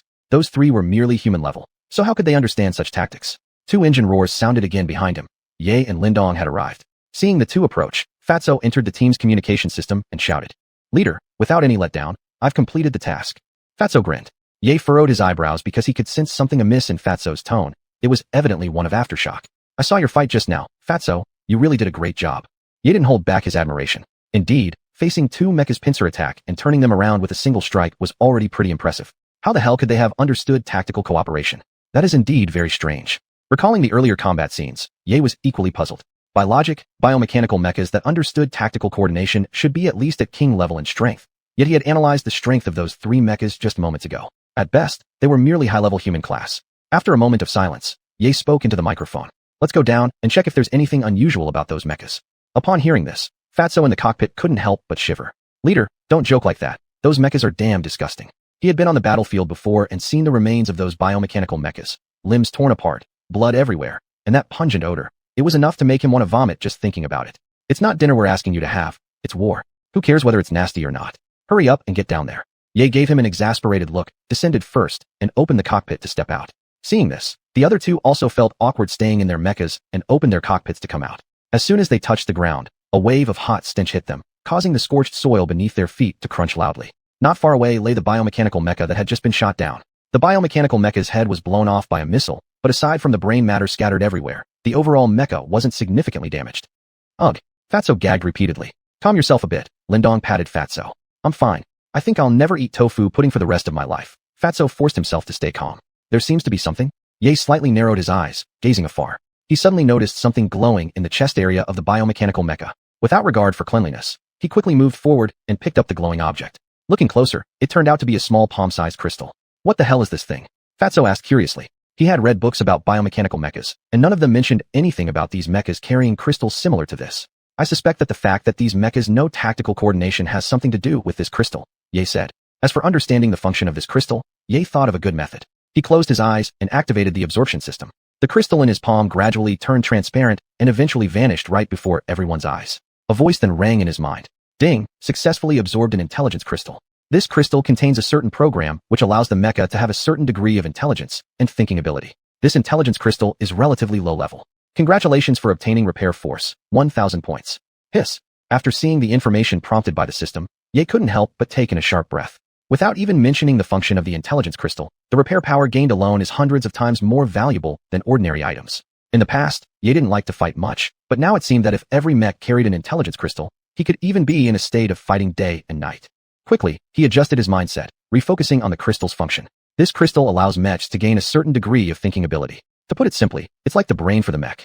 Under normal circumstances, biomechanical mechas must train up to the king level to possess just a little bit of thinking ability. But with this crystal installed, even low-level biomechanical mechas can acquire thinking abilities without needing to reach the king level. What a terrifying development was this. King-level biomechanical mechas are extremely rare due to their thinking ability and are thus very hard to defeat. Now even low-level mechs have intelligence, and how many there might be remains unknown. Ye raised his eyes to the night sky, feeling a mix of emotions inside him. It seems that this trip to the 10,000 mountain range is going to be more troublesome than expected. "Boss, what should we do now? Shall we quickly find the Red Wolf mech?" Lindong suggested. Although no immediate danger existed at the moment, the 10,000 mountain range remained a dangerous place. Each minute spent here added to his anxiety. Only by finding the Red Wolf mech as soon as possible and completing the task could they return to base. So they did not wish to waste a single second. No, we shouldn't rush into things. Ye made a surprising statement. Boss, in battle, speed is crucial. Fatso said. We cannot act hastily. This mountain is full of strangeness. Combined with the unusual behavior of the biomechanical mechas earlier, I believe there is some sort of conspiracy lurking behind the scenes. Let's first find a cave to settle down, observe what actions these biomechanical mechas will take, and then consider our next move. Ye commanded. The most pressing matter now is to figure out the actions of these biomechanical mechas. He had reason enough to confirm that the majority of the biomechanical mechas hidden within the 10,000 mountain range possessed intelligence crystals. That meant that what they were facing now was no longer mindless, undead mechs. Rather, it was a group of beasts with the ability to think. Chapter 62. Could it be that girl? With the help of a special radar, their mech squad quickly found a cave. They then stopped the mech and made it kneel halfway to control its height. Surrounded by mountains, it was generally hard to spot them. This cave was located at the foot of the mountain. The tall biomechs were unlikely to notice what's underfoot, so the cave underfoot was absolutely safe. But it couldn't be called absolutely safe either. Because among the 10,000 mountains, apart from biomechs, there was also a group of zombies turned into mindless creatures by the blood ring. These senseless biozombies roamed like starving beasts searching for food everywhere. As long as any living thing entered their field of vision, they would charge recklessly, tearing and devouring the living thing. When riding in the mech, one had to avoid the biomechs, and when stepping out of the mech, one also had to dodge the biozombies. Yu and a few others cautiously walked into the cave, all of them holding rifles. There were traces of biozombies moving about in this cave. The walls were covered with claw marks everywhere. The four people moved forward back to back, constantly on guard. Sure enough, due to the light, all the biozombies in the cave woke up and surrounded the three of them. The cave could be considered a small nest. There weren't many biozombies, only about 30 or so. With the advanced weapons in hand, solving them wasn't difficult. In order to keep the cave neat and clean, they eventually decided to lure the biozombies outside the cave to deal with them. Rat-a-tat. The sound of gunfire rang out, the flames illuminated the entire cave, and the zombies fell like cut grass. Within minutes, they were all dealt with. At this time, another roar came from the cave, sounding like a hungry tiger that had been starved for a long time. Next, a figure staggered towards them. It was a zombie dressed in green military uniform. Except for some tattered parts of the clothing, his face was intact. It was evident that this biozombie had just turned recently, likely yesterday or the day before. Didn't expect there to be one more. Die already. Lin Dong sneered coldly, aiming the rifle at the zombie's head. Just as he was about to pull the trigger, he was held back by Fatso. What's wrong, Fatso? Everyone was somewhat puzzled, and more baffled by Fatso's plump face showing a look of great distress. I know this person. Fatso's voice trembled slightly. As Fatso's close buddy, Yu had never seen him show such an expression. Could it be that this person has a good relationship with Fatso? Who is he? Asked Yu. He is my brother, named Ren Fong.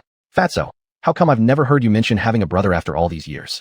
Oh, you don't know. My parents died in the turmoil, leaving only me and my brother alive. We both went to the Zwanen Academy together. My brother was a genius pilot. Back then, he was a prominent figure in school, whereas I was rather clumsy and even couldn't manage the simplest operations. But every night, my brother would call me to the hangar and secretly teach me how to operate. Whenever someone bullied me, my brother would always be the first to stand up for me. As he spoke, Fatso's tone gradually became choked with emotion. After graduation, my brother was picked up by the Daxia Defense Force to become a pilot because he was one of the best. As for me, my piloting skills were still terrible, and later I ended up here. It's been 5 years since we've last met. Didn't expect. Tears slid down Fatso's face unconsciously. Fatso, I understand you. You put a hand on his shoulder as a sign of comfort. But your brother is no longer normal. He's already dead, having transformed into a ruthless biozombie. I know. Fatso sighed, wiping away the tear stains. Big brother, I can't do it, you have to. After finishing, he turned his face away. Yu nodded, raising his rifle and gently pulling the trigger. Bang! After the flash of fire, that figure fell heavily to the ground, lifeless. The two looked back at Fatso and discovered that he had never looked back once. They noticed, though, that Fatso's burly silhouette was trembling slightly. After calming down, they entered the cave, lit a campfire, and began eating the dry rations they had prepared. The atmosphere in the cave was unusually quiet, as if each person had something on their mind. Yu lowered his head deep in thought. Recalling earlier, it was truly too bizarre. Fatso's brother obviously became a biozombie just these past couple of days, and he noticed that the military uniform Fatso's brother was wearing was clearly one from the Daxia Defense Force. The Daxia Defense Force was far at the border, responsible for guarding the borders of Daxia, quite a distance from the 10,000 mountains. I didn't expect them to come such a long way. Could it be that they also received the mysterious signal? Judging from this, there must be countless forces gathered within these 100,000 mountains. But what is the purpose of this mysterious signal? This question still remains a mystery. Leader, what should we do now? Lin Dong asked. We've already arrived at the cave. You all can sleep. I'll keep watch tonight. Yu smiled. Without giving anyone a chance to respond, Yu got up and walked out of the cave. He found a concealed high spot to hide in, observing everything around him quietly. The first half of the night passed without incident. Just as dawn was approaching, drowsiness hit him, and he decided to go back into the cave for a brief rest. Suddenly, the sky filled with the thunderous roar of mech engines. Boom, boom, boom. The sound was massive and dense. Judging by it, it was undoubtedly a small squad. Yu glanced upward and saw a team of 10 mechs descending from the sky. Clearly, this squad had spotted their grounded mech on the ground. Once the mechs landed, their pilots exited the cockpits and approached the surface. They quickly formed a tactical formation, each holding rifles, advancing cautiously toward the cave. Inside the cave, the two men had already been awakened by the roaring sound. With rifles tightly in hand, they took cover behind some obstacles, preparing to fight to the death. Meanwhile, at his hidden position on the hilltop, Yu readied his gun, a penetrating pistol, and quickly surveyed the enemy force. His gaze locked onto the squad leader immediately. As the saying goes, catch the thief first by catching the king. If that group started firing, Yu could guarantee he would take out their leader instantly. However, contrary to his expectations, a crisp female voice rang out from the squad. Is this Yu? Yu, are you here? Is this group looking for me? A big question mark appeared on Yu's face. He was puzzled. How did they know he was here? And even more peculiarly, why did that voice sound so familiar? Yu looked again, and noticed that the troops were wearing the exact flight suits of the Datsong military department. Could it be that girl? Chapter 63, the Daxia Defense Force. Could it be that girl? Yu, is that you? If you're in there, come out. Outside the cave entrance, the girl continued to shout loudly. Since she was wearing a pilot's helmet, Yu couldn't recognize her face at all. There's no reason. Their mech clearly should be here. Yu frowned, deeply puzzled. Just now, in midair, she immediately recognized the war god mech, as well as that completely black fat man mech. These two mechs were definitely from the half-human survivor base. As far as she knew, within the entire survivor base, only Yu and that fat man could pilot mechs. That's why she was sure Yu must be here. But why, after shouting for so long, didn't Yu respond? Did they leave? Soon, she rejected this idea. When resting outdoors, one should never stray too far from the mech. Yu was smart. He wouldn't break such a taboo. As Yu felt perplexed, a voice came from behind her. You know, Miss Liu, is this Yu you're talking about, the leader of those half-humans? The speaker was none other than Lu Ming, the deputy leader of this small team. Yes, he is also our base's great scientist. All the new mechs we are currently piloting can only be manufactured thanks to him. Yu said this with an evident tone of pride. Spare me. He doesn't belong to our base anymore. In a certain sense, he is now our enemy. Lu Ming retorted unpleasantly, his face expression hidden under the helmet. Well, since he's here, things become easier. We can kill him on the spot and avoid unnecessary mech battles. Lu Ming laughed coldly. Lu Ming's words grated on Yu. Did you forget General's orders? Absolutely no conflict with the half-human base. Have you forgotten the last lesson? How did Huangwen die? Have you all forgotten? Yu's voice became equally cold. With several successive rhetorical questions, Lu Ming momentarily hesitated before giving a derisive humph. The last time it was in their base, but now it's different. Without their mechs, they're like fish in a jar, and killing them would be ridiculously easy. Yu could feel his resolution clearly. Seeing the situation spiraling towards something unimaginable, she turned around to face everyone. I order you. Absolutely do not attack them. Otherwise it's disobedience to military command. She had to suppress them using military commands. Along the way, she could tell the team members were starting to exclude her, obeying her outwardly but defying inwardly, even criticizing her behind her back. Humph, follow your command, my lady. Lu Ming replied somewhat mockingly, resentment rising in his heart. This mission was a unanimous decision by the whole base, known not only by the whole military department, but also by every citizen of Datsong City. Originally, as the group leader, completing the task would make him famous instantly. However, an unexpected rival appeared, Yu, which reduced him from leader to deputy. This way, even if the mission succeeds, all credit will go to Yu. And what about him? He'd be relegated to greenery, overshadowed by her brilliance. Not just Lu Ming, but all the members were disgruntled. Who among the participants of this mission wasn't a top-tier pilot with over a decade or 2 decades of experience? As for Yu, she merely had a few years of piloting skills. What right did she have to give them orders? In terms of tactics or skills, they couldn't believe that a yellow-haired little girl could surpass them. To the capable belonged the position. That was their belief.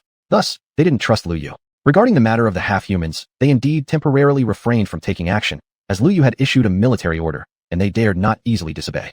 In the large Datsong military department, making small mistakes, they might get away with it based on their seniority, but violating military commands would have grave consequences. We mean no harm. We were just passing through this area when we happened to find you here. It has been a while since we've seen each other. Let's catch up. While Yu was speaking, she took off her helmet. Only then could Yu clearly see her face. Indeed, it was Yu without a doubt. Yu chuckled, tidied up his clothes, and then turned around to walk down the mountain. He trusted Yu's character, absolutely believing she wouldn't do anything harmful. Very soon, Yu arrived in front of Yu, and the 2 people inside the cave came out as well. The 3 stood in a line, facing a team of more than 10 people, each person holding a rifle. It seemed as if a life-or-death confrontation was imminent. But in reality, it wasn't. Hey Yu, how have you been? Yu smiled, her radiant beauty blossoming like a rose. Her seemingly ordinary smile was, in fact, very rare. Ever since Yu left the survivor base, she hadn't smiled for a long time. Of course, Yu didn't know that. Life has been pretty good recently. We lack nothing in our base. Look at this fat guy behind me. Isn't he getting fatter? Yu raised his thumb and pointed to the back at the fat man. The fat man looked affronted, sipping from his cup. Don't make fun of me. But sister Yu, We indeed have sufficient supplies in our base, so there's no pressure. Miss Lu Yu, why are you here? Yi Yu came back to his senses and was genuinely curious about the question. Before Lu Yu could answer, Lu Ming interrupted her. It's a secret within our group. Should someone like you, a half-breed, know it? Oh, I forgot. You're not exactly a half-breed. You're a mutant, a freak.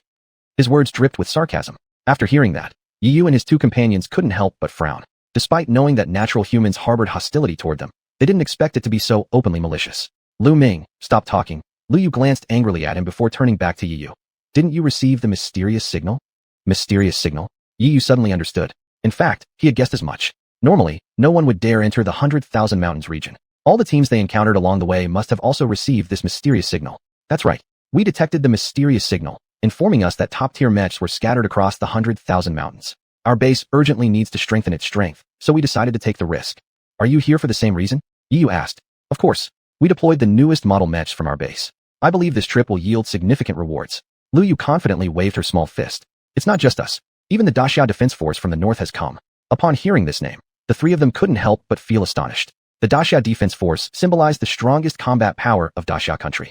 If even such a powerful military force had shown up, it only proved how extraordinary the scattered mechs in the 100,000 mountains must be. Chapter 64. My name is Luo Yun. Never would I have thought they'd come too. It seems things are getting deeper inside. Yi Yu smiled faintly. The deployment of the Daxia Defense Force was sufficient proof of the authenticity of that mysterious signal. It also proved that competition would become increasingly fierce. What they had to face now were not just dangerous biomechanical mechs, but also various forces that coveted top-tier mechs with covetous eyes. He could believe that human depravity would be magnified to its maximum in this struggle. Ho ho, you guys are scared now, aren't you? Lu Ming didn't follow Lu Yu's orders and continued his sarcasm. He had taken off his helmet, revealing a gaunt and ugly face. Lu Ming was actually 55 years old. At 25, he entered the mech team and officially became a mech pilot. 20 years of driving experience made him a city-recognized top driver. Thus, he often boasted about it. As he grew older, he became overconfident and arrogant. In the whole base, there were two people he admired most, Commander Lu Yu and Staff Officer Huang Wen. These two had once been his mentors, guiding him through the door of mech piloting. Apart from them, he didn't consider anyone worthy of his regard, including the present Lu Yu and Yi Yu. Boy, the situation here is complex and out of your control. Monsters like you should stay holed up in your little cave and wait to die slowly. You guys dare to come here? Aren't you just asking for death? Do you really think your few mechs will help you survive? Stop dreaming. There hasn't even been any real danger yet. You better flee back while you can. As Lu Ming spoke, the smirk on his lips grew more evident. Go back to your mother's embrace and let her warm you. Ha. Ha. 10 team members burst into laughter. They all quite agreed with what Lu Ming said. In their impressions, hybrids were overly cowardly. 3 men's foreheads showed black veins. Their faces turned extremely grim. You bastards, what nonsense are you spouting? You want to argue? Is that it? Being from Zhuan, Ren Yuan couldn't stand for such behavior. With a mouth sweetened by words since childhood, when it came to arguing, he wouldn't lose to anyone. Being from Zhuan, Ren Yuan couldn't stand for such behavior. With a mouth sweetened by words since childhood, when it came to arguing, he wouldn't lose to anyone. My old man sees your long-faced appearance and guesses you're probably some detested fool who thinks himself great because he knows how to drive a mech for a few years. Do you think your actions before were cool? Damn. Do you even know that in other people's eyes, you're just an idiot? Ren Yuan unleashed a string of curses, so fluent that he didn't even pant for breath. This skilled and refined language of Zhuan sounded remarkably melodious and pleasant to Yi Yu's ears. But to Lu Ming, it was an unprecedented insult. Since he became a pilot, no one has ever cursed at him like this. You fat bastard, orphan with neither father nor mother. Have any manners? Can you even talk? An infuriated Lu Ming chose to attack personally. Oh, starting personal attacks, huh? Too bad. Your Lord Ren is generous. Although the dog bit me, I don't bite dogs. Ren Yuan waved his hand, even stretching out a finger teasingly, making choo-choo sounds, behaving as if he were playing with a dog. This was clearly treating Lu Ming like a dog to tease. Had Lu Ming ever suffered such humiliation? He raised his rifle, pulled the safety catch, and aimed at the fat man's head. Hold it. Lu Yu intervened. But an enraged Lu Ming paid no heed to this. Today he had to kill this fatty. However, just as he was about to pull the trigger, he realized the fat man had somehow appeared behind him. Then he saw clearly. The round arm of the fat man coiled around his neck like a snake. You son of a bitch dare to mess with your Lord Ren? You don't care about your life, right? Then I'll grant you your wish. Ren Yuan's arms tightened continuously. Lu Ming's breathing grew more frantic, feeling that his neck would snap in the next second. No. Let me go. I admit my mistake. If you dare utter another disrespectful word against your lord, I'll definitely snap your neck. Only then did the fatty release his hold and return to Yi Yu's side amidst everyone's incredulous gazes. Not only were others shocked, Lu Yu widened her eyes as well. She truly never expected a fatty to have such nimble body. Even though she had prepared mentally knowing the fatty was a mutant, she still never expected the mutant abilities of the fatty to be so absurd. Lu Ming kept coughing, adjusting his breathing. He glared venomously at the fatty without hiding his murderous intent. The fatty showed no fear, instead revealing a smug look. Want to kill your Lord Ren? Ha, bring it on. After this commotion, the atmosphere became rather awkward. Just as the two were trying to break the deadlock, another sound of engine roars came from the sky. The sound of engines grew louder from a distance and increasingly more in number. The overwhelming engine roar came like a colossal tidal wave, shaking everyone's eardrums. They looked up at the sky, and to the north, streaks of fire illuminated the heavens. Clearly, that was a mech force. After counting, they realized the mech team consisted of no fewer than 30 mechs. Everyone couldn't help but marvel at the generosity of this group. An ordinary survivor base might only have around 50 mechs, yet this team deployed 30 mechs all at once. This alone was proof enough of how powerful this mech unit's organization truly was. Besides their numbers, what was even more astonishing was the style of these mechs. Mostly black and white, their armor obviously utilized dark matter, and they were also equipped with various fresh and top-tier equipment. Some gear was so advanced that they had never seen it before. As the mech force drew closer, everyone could finally see clearly that almost every mech's chest bore two bold black characters. Disya.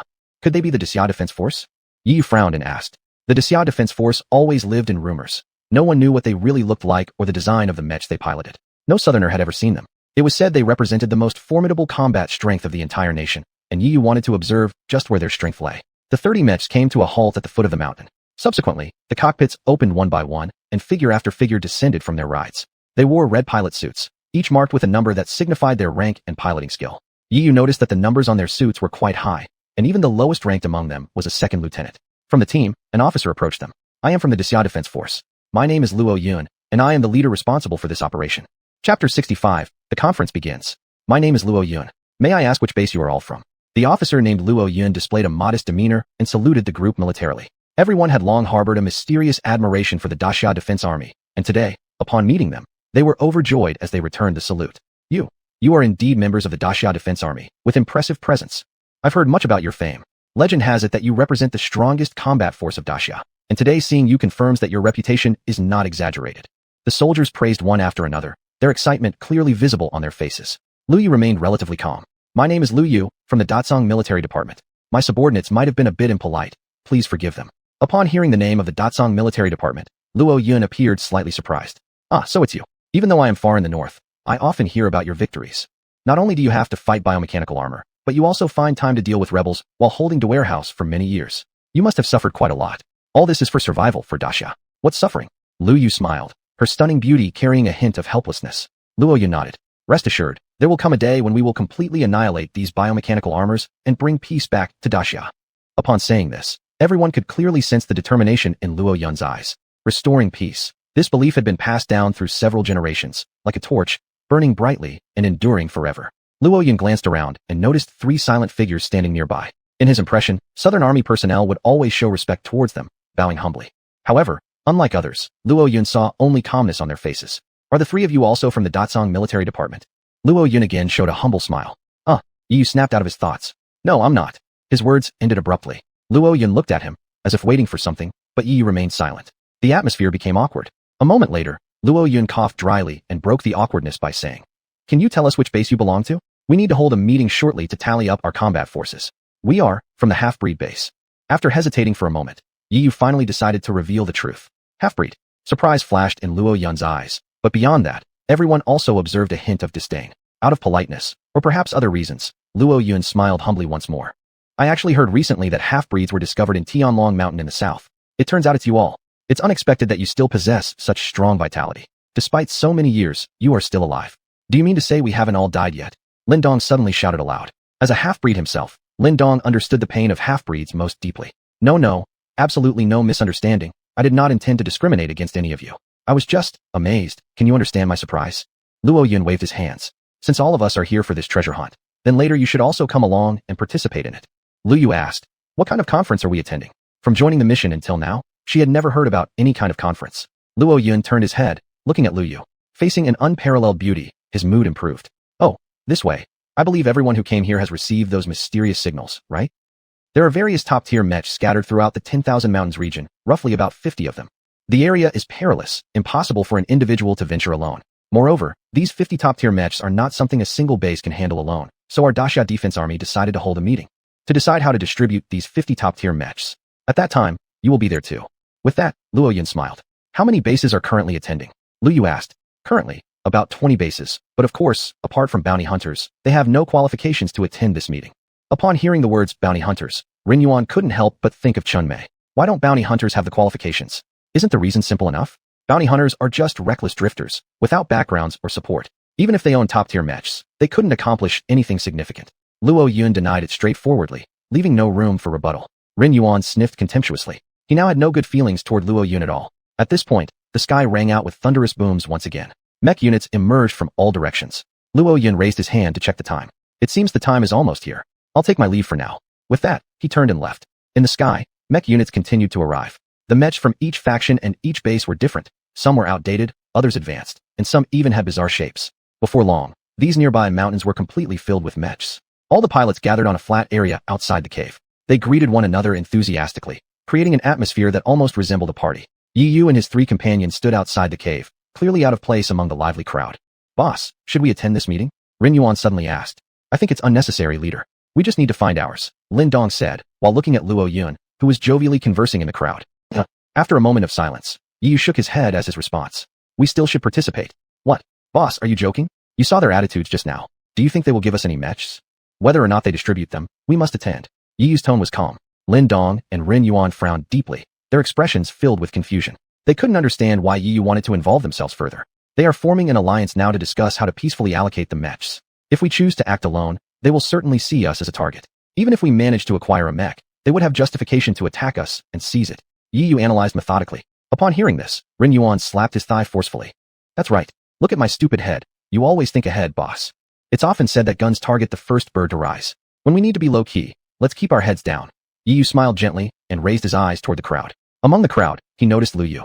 As the representative of the Datsong military department, despite her distaste for social interactions, she still had to endure the occasion. However, she was constantly searching through the crowd for Yi Yu, but she couldn't find him no matter how hard she tried. She looked up toward the cave and accidentally met Yi Yu's gaze. She beckoned to him with her finger. Yi Yu merely smiled faintly and then shook his head slightly.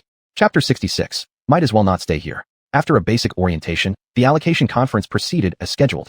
To reduce noise and distractions, the venue for the conference was inside a cave. Outside the cave, various parties left only a portion of their drivers to keep watch. Representatives from the base all gathered inside the cave. After the introductions, all members of the base unanimously elected Luo Yun as the leader of this conference. Thank you all for your trust. As the host of this conference, I will certainly bring about a satisfactory result for everyone. Luo Yun stood among the crowd with his trademark humility on his face. Upon finishing his speech, another round of applause erupted. Everyone, please calm down. Time is quite pressing now. Why don't I share my thoughts first, and then see if you agree or not? How's that sound? Lord Luo, just go ahead and say what you have in mind. If it's from you, we'll surely agree. The crowd responded affirmatively one after another. Having received their consent, Luo Yun began speaking. Everyone knows our current situation, the great chaos of the apocalypse. Countless lives are perishing, and the people live in extreme hardship. The glorious days of Great Xia are gone forever. As citizens of Great Xia, whether natural humans or mutants, we must temporarily put aside our prejudices, unite, and fight against those damn biomechanical armors. Do you all agree? Luo Yun's speech stirred up strong emotions among the crowd, who shouted loudly in agreement. Yes, that's right. With another wave of his hand, Luo Yun quieted the excited group again before continuing. I suggest that this allocation of mechas be based on the overall strength of each base. How do we measure this? I've counted. There are 25 bases attending this conference. Among them, the strongest ones are us from the Northern Great Xia Defense Force, the Eastern Xia Alliance Defense Force, and the Western Blue Defense Force. The stronger bases urgently need top-tier mechas. Only with the help of these forces can we reclaim our chaotic lands faster. At Luo Yun's words, the group expressed clear approval. If everyone agrees, then let's proceed. The 3 strongest bases can each obtain 6 mechas. For the remaining 22 bases, every base will get 1 mecha. After a moment of hesitation, people began to voice their agreement. I agree. Only by following the strong can we achieve victory. I also agree with this statement. Perhaps because of the immense appeal of the Great Xia Defense Force, no one could come up with any objection. Luo Yun appeared very satisfied with everyone's response, nodding approvingly with a smile. He glanced at Lu Yu within the crowd and continued. I have one more suggestion. Would everyone agree? Luo Lord, just state your thoughts directly. Exactly. I believe that all your suggestions will be reasonable. In that case, I'll get straight to the point. Actually, there's another base in the south. It has been guarding the southern region for many years. Although their strength may not be the strongest, their dedication is truly commendable. Turning his gaze towards Lu Yu, Luo Yun added, the Dachang army has guarded the south for so many years and surely endured significant losses. Let's give them an extra mecha. What do you think? What? Lu Yu was taken aback by the unexpected favor, feeling somewhat overwhelmed under the gazes coming from all directions. She felt uncomfortable due to her social anxiety. We agree. Without dissent, the crowd answered unanimously in agreement, showing no objections to Luo Yun's proposal. Suddenly, a voice rose up from within the crowd. Hey, Luo Lord, isn't your math off? In the midst of all the flattery, this comment came off as extremely discordant. Everyone quickly shifted their gaze toward the owner of this voice, Rin Yuan, the fat man. Rin Yuan stood beside Yi Yu, all three standing in a corner, blending into the background. But at this very moment, they were undeniably the most conspicuous figures in the room. They were indeed unique for daring to contradict Lord Luo. Oh, does this young brother have any disagreement? Luo Yun smiled slightly. This way, Luo Lord, I've done the calculation, and actually, 26 powers attended this conference. You seem to have missed one. Missed one? This statement stirred unrest among the crowd. Everything had seemed well calculated and evenly distributed. How could one force be forgotten at the last moment? Luo Yun gave an awkward laugh. I sincerely apologize. I didn't remember your presence. So, how about this? Let's recount everything and reallocate accordingly, alright? It seemed like a very reasonable request. However, someone objected even to this reasonable request. No, we've already allocated everything. What's with adding another count at the end? That's right. I think their team only has 3 people, so their strength must not be anything significant. Whether or not they're included in the distribution would make little difference. Amidst various discussions, at this moment, Lu Ming seemed to have spotted an opportunity and raised his voice mockingly. Didn't you say there was going to be a fair allocation? Then why don't you reveal your base name first, so everyone knows which base you're from? Lu Ming, shut up. Lu Yu glared at Lu Ming furiously. Miss Lu, I was just speaking the truth. How could that possibly be wrong? Lu Ming smiled dismissively. Do you even realize how this might harm them? I know. So what if it does? Miss, what does it matter to you anyway? Or are you perhaps harboring feelings for their leader? Lu Yu couldn't find any valid reasons to refute him. She glared once more and then turned away. Lu Ming had set a fine rhythm, leading everyone to point fingers at their identity. That's right. If you want a share of the mechas, then why don't you disclose your base name like others do? Come on, what is there to hide? Rin Yuan, the fat one, full of youthful impetuosity, spoke without thinking, urged on by the crowd. Southern half-breed base. As soon as these words were out, the entire cave fell silent, an ominous quiet like death itself. All eyes upon them bore expressions akin to gazing at strange creatures. Soon enough, laughter broke through the silence. Oh, so it's those mongrels. Ha, I thought they all died off already. Guess some still cling on to life. Mongrels, you have no right. For a time, the cave echoed with harsh words. Lin Dong clenched both fists tightly, anger blazing in his eyes. The exclusion and discrimination stirred within him immense rage. Suddenly, a heavy hand landed on his shoulder. Yi Yu shook his head slightly at him. They are many and powerful. Do not confront them directly. This helped Lin Dong recover some sanity. Faced with the mockery from all sides, Yi Yu gave a cold smile and stepped forward, placing himself in front of Lin Dong. We need no favors from you. All of you who judge us by appearance can rot here for all we care. Chapter 67. Chapter 67. Proud of you. This place is not worth staying in anyway. Turning resolutely, he prepared to leave this broken place. He originally thought that with so many people around, he could enjoy the due equality. But in the end, he realized he was too naive. Indeed, in this world of apocalypse where strength reigns supreme, what kind of fairness could one still hope for? Yi Yu, don't go yet. Her delicate hand grabbed Yi Yu's arm, stopping all his movements. Whoosh. The attention of the crowd shifted and rested on Lu Yu. When they looked at her, the originally hostile glances softened slightly. After all, this woman was favored and specially taken care of by Luo Yun. They could refuse to give face to her, but they must give face to Luo Yun. This place is full of discrimination. What's the point of staying? She struggled for a moment, but Lu Yu held onto him tightly, like a clamp gripping his arm. Actually, escaping from her grasp would be as easy as pie for Yi Yu, who possessed T-Rex genes. But he was afraid he might accidentally hurt her. He knew everyone here had hostility, except for her. It's not like that, Yi Yu. Lu Yu's face filled with urgency as she gazed at Luo Yun on the stage, desperately explaining. President Luo, I think there may be some misunderstanding between you two. Luo Yun waved his hand. It doesn't matter talking to me. It's everyone's opinion. In one sentence, he pushed all the responsibility onto the crowd. Lu Yu took a deep breath. Everyone, listen to me. I know everyone used to have prejudices against half-breeds. But didn't President Luo just say? Disaster looms ahead. We are all citizens of Daya. We should unite and work together, instead of engaging in any race war. I hope everyone can drop the discrimination against other races and unite. Sincerity. Her words contained only sincerity, without mixing any other emotions. But from ancient times to now, there have always been people trying to dismantle. Miss, do you know what it takes to make a powerful overall strength? That is, when people unite, they all have strength. Do you know about ants? A group of ants, united, are still just a group of ants. Fundamentally, nothing changes. Our collective is a group of brave warriors, a group of beasts, tigers. In such a collective, there must not be any ants allowed. Although this person's speech was harsh and cruel, it was unanimously recognized by everyone in the room. After years of surviving through chaos, they deeply understood that survival in troubled times depended fundamentally on strength. Without strength, everything else was futile talk. I've heard that half-breed base is merely a tiny cave, incapable of even producing an army of mechs. How can they be compared with our defensive forces? Whispering voices spread around, each word circling around two crucial characters, strength. At this point, Yu found it troublesome to bother explaining further to these people, pulling at his arm to signal Lu Yu to let go. Don't move. Lu Yu revealed a look of pleading. Her pitiable expression genuinely made others feel sorry for her. I don't know what you want to do. In the end, Yu chose to compromise, ceasing his struggle. Only then did Lu Yu turn around, take several deep breaths to adjust her emotions, her chest rising and falling like waves. I think you may not know what Yu used to do. I can assure you he has this kind of capability. He is just a maintenance worker. Under such a tense and awkward atmosphere, Lu Ming interjected most untimely, instantly provoking a great laugh from everyone present. In every survivor's base, repairmen indeed occupied the very bottom rung of society. Other civilians and refugees, no matter how bad their situation, still enjoyed military protection and food supplies. What about repairmen? During every battle, they were the first to step into combat zones, using their bare hands and bodies to endure the rigors of war, risking their lives with the slightest mistake. These people's contributions were the greatest, but not everyone appreciated them. Some even despised and looked down upon them. Lu Ming, if you kept your mouth shut, no one would think you're dumb. Lu Yu felt a burning fire in her heart, but couldn't lash out, feeling extremely agitated. Lu Ming simply shrugged his shoulders, pinched his lips, putting up an innocent facade. Everybody, please don't misunderstand. Although he started out as a repairman, he possesses incredibly strong repair skills and scientific expertise. He was once our most outstanding scientist in our research laboratory, without question, and today his achievements continue to greatly impact the combat power of the Dechuan army. For example, most of the mech designs in our army were created by him. Every word she spoke was unrestrained and unembellished, everything coming straight from Yi Yu's own accomplishments. Based on every base's respect for scientists, she believed these achievements would be enough to convince them. But in reality, she was wrong.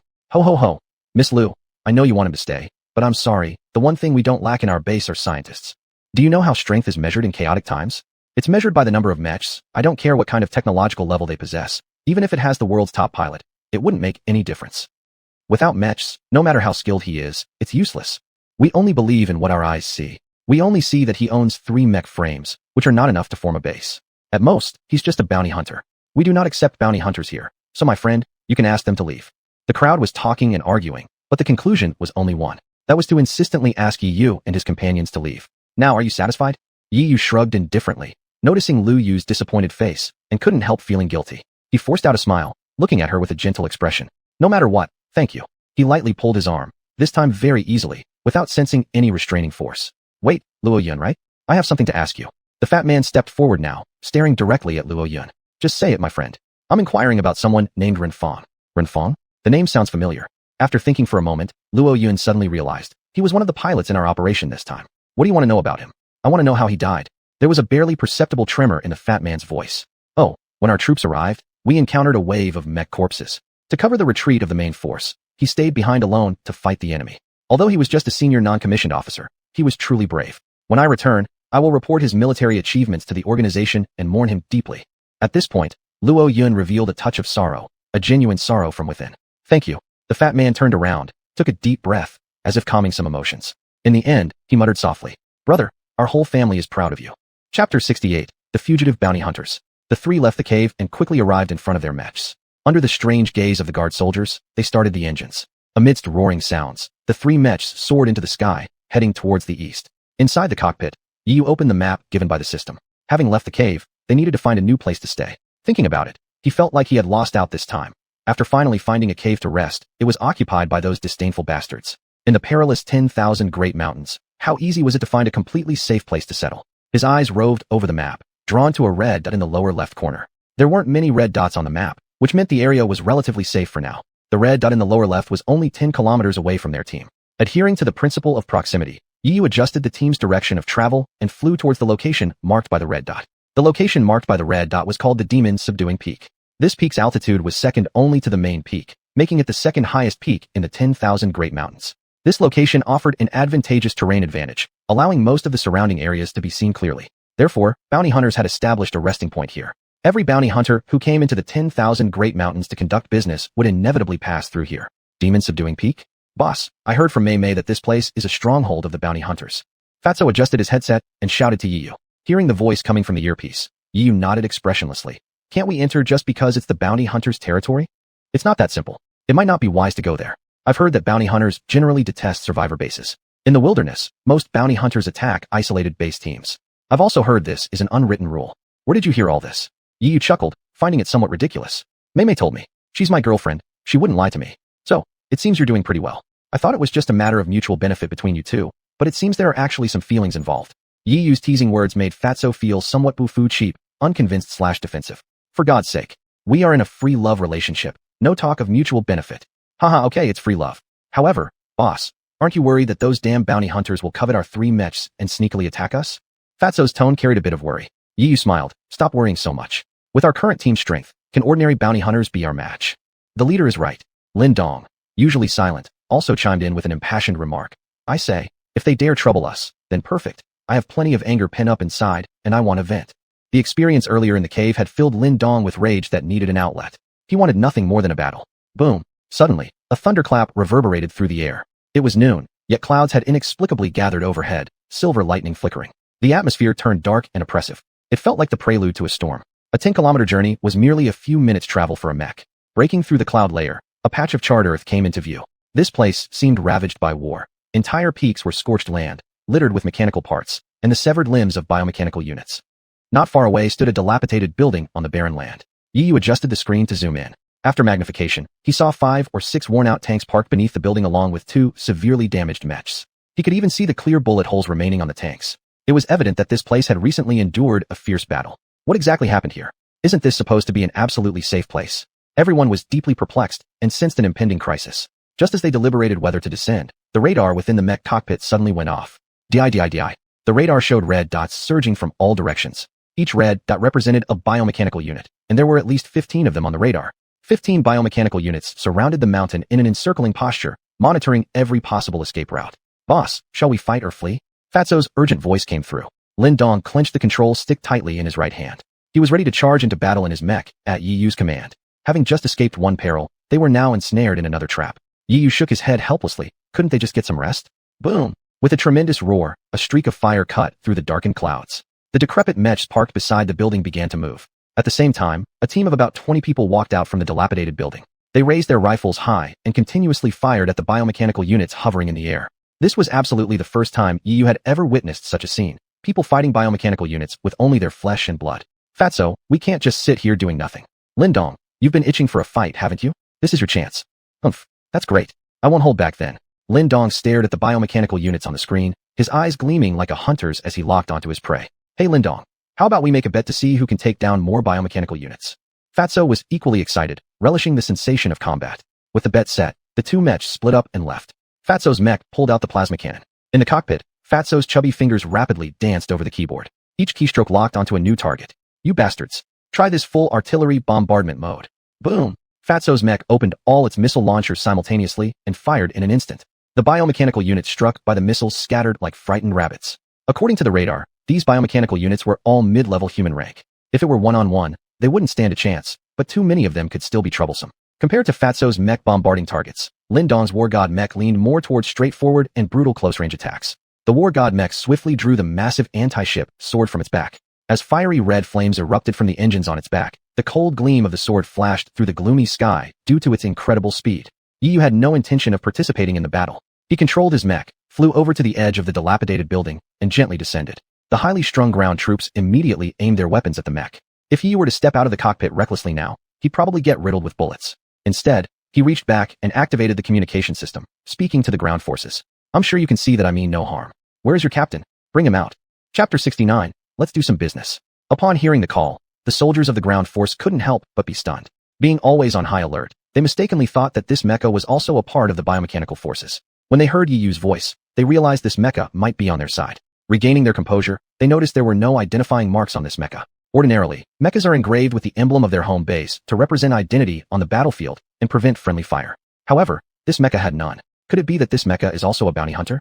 The blank expressions of the ground force did not go unnoticed by Yi Yu. He was puzzled as to why these guys seemed somewhat unintelligent. He opened the communication system again, calling out to the ground force. You guys need to give some reaction. I need to see your captain. Just as he finished speaking, a towering figure emerged from the ruins. It was a bearded man who appeared to be severely injured, his left hand bound in bandages, leaning on a crutch fashioned from a wooden stick to walk.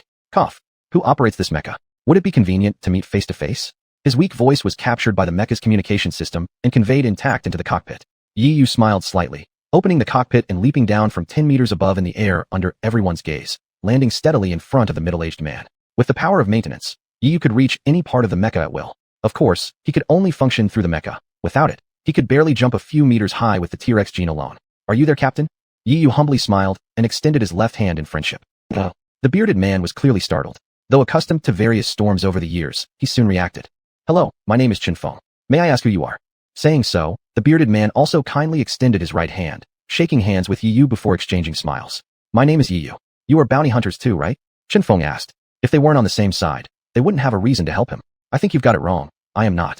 Yi Yu smiled faintly. I belong to the half-breed base. I know you haven't heard of it, but I believe you will hear about it later. Showing no concern for the astonished looks around him, Yi Yu gave a quick glance at Chen Feng's injuries and slowly inquired. I want to know what happened here. Isn't this the safest place for bounty hunters? Why has it become like this? As Yi Yu glanced down at the scorched earth beneath them, a wave of heat rose up from below. What used to be a green hill was now turned into a fiery mountain. Speaking of this, Chen Feng's expression turned somber. This story is a long one. I believe you've also received that mysterious signal, right? Yi Yu nodded. Bounty hunters like you should have gathered quite a number of teams here by now. That's correct. The team I lead consists of brothers from the Northern Hall. We have more than 100 people, several mechas, and sufficient numbers of war vehicles. Originally, I was confident because our team's combat power meant that there wasn't any biomechanical unit outside that could match us. After entering the 100,000 mountains, I found an unusual silence around the outskirts. It wasn't at all like what they said about biomechanical units ruling the mountains with almost certain death upon entry. Sighing at this point, Chen Feng added. That way, we reached here smoothly. We originally intended to set camp here and rest well for a day. Since the distance to the inner ring is merely tens of kilometers, we must preserve our energy. But unexpectedly, cough, cough, cough. After another bout of severe coughing, Chen Feng regained his strength. Yesterday night, we encountered an ambush. Ambush? Yi Yu immediately felt that it was a deliberate human ambush. Which base ambushed you? However, Chen Feng shook his head, dismissing Yi Yu's suspicion. It wasn't a human base's attack, but biomechanical mechas. Only then did Yi Yu recall a crucial piece of information.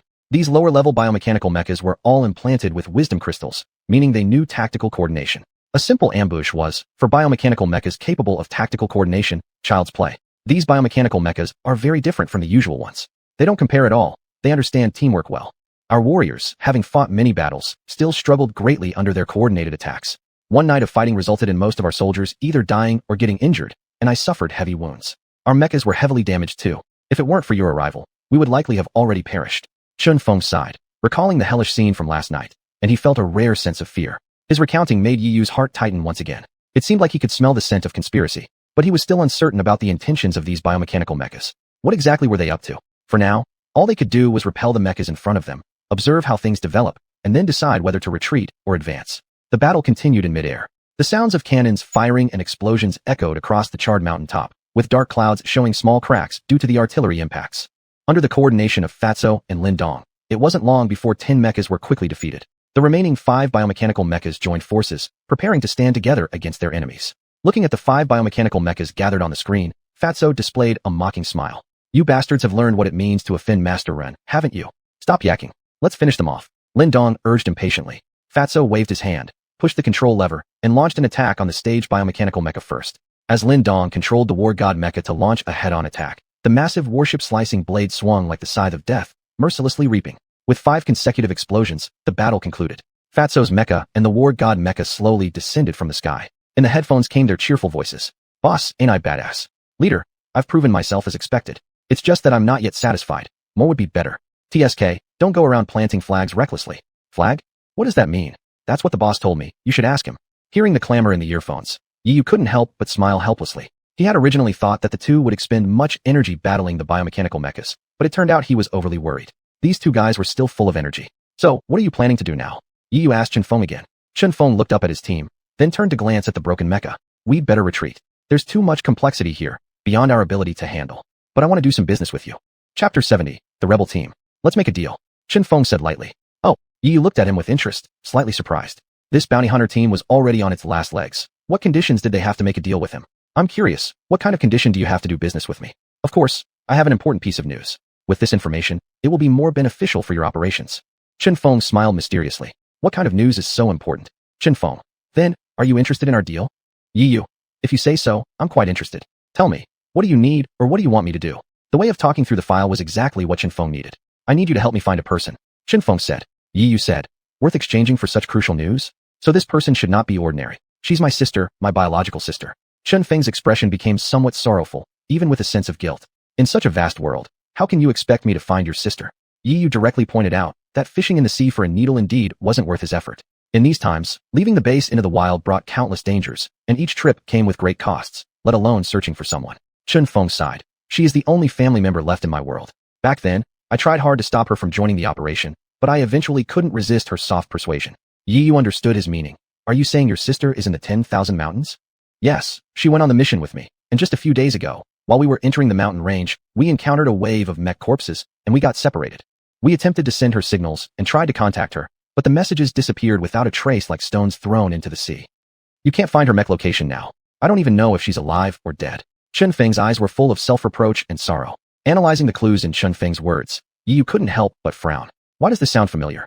So what's your sister's name? Do you have a photo of her? It's impossible to look for someone based on just a few sentences. Of course I do. These words clearly indicated that Yu was willing to close the deal. Ignoring his own pain, Chen Feng quickly pulled a photo from a bag with his right hand. It was a yellowed photograph, apparently quite old. Yu took the photo and studied it carefully.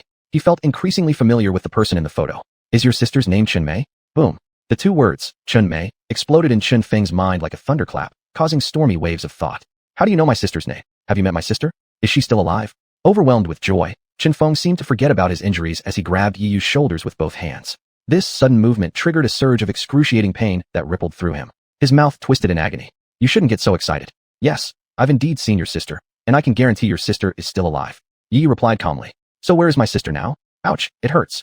Excitedly jumping up again, Chen Feng was reminded of the pain from his wound, which brought him back to his senses. At this moment, Yu had his hands in his pockets, smiling faintly. We're doing business now. Shouldn't you tell me the secret first? Chen Feng had survived for years in the cracks of chaos. Caution was undoubtedly one of the reasons why he'd lasted so long. If that's the case, then I want to know, what evidence do you have to prove my sister is still alive and in your custody? Yu had anticipated this question all along. He opened his earphone and shouted into the communication system. Fatso, get over here immediately. This shout startled Fatso, who was sitting in the cockpit. In Fatso's memory, his boss had never yelled like this before. Well, except in emergencies. Trouble, trouble. Fatso screamed while hurriedly removing all sorts of equipment from his body, opening the hatch door of the cockpit and crawling down from the mech. In approximately 1 minute, Fatso ran panting to Yu's side. Boss, what's going on? Fatso was breathing heavily. Although he had integrated the snake gene into himself, intense physical exertion still pushed beyond his limits. Hearing your tone, isn't it because this uncle bullied you? Fatso shot Chen Feng a glare, puffing out his round belly, trying to look menacing. You bastard. Aren't you blind? This is my boss. If you dare bully him, won't you end up dead sooner or later? Fatso always had his own unique logic. Chen Feng was dumbfounded, whereas Yu covered his mouth and chuckled mischievously. That. Chen Feng pointed at Fatso, his mind momentarily blank. Yu waved a hand, signaling him to keep quiet. Fatso, do you have any cigarettes on you? That, of course I do. What's the matter, boss? Could it be that you? This time, it was Fatso's turn to be stunned. You ask later. Take them out first. Yu urged. Boss, do you know these cigarettes are my engagement keepsake? I know that. Just take them out for now. Yu extended his hand skillfully.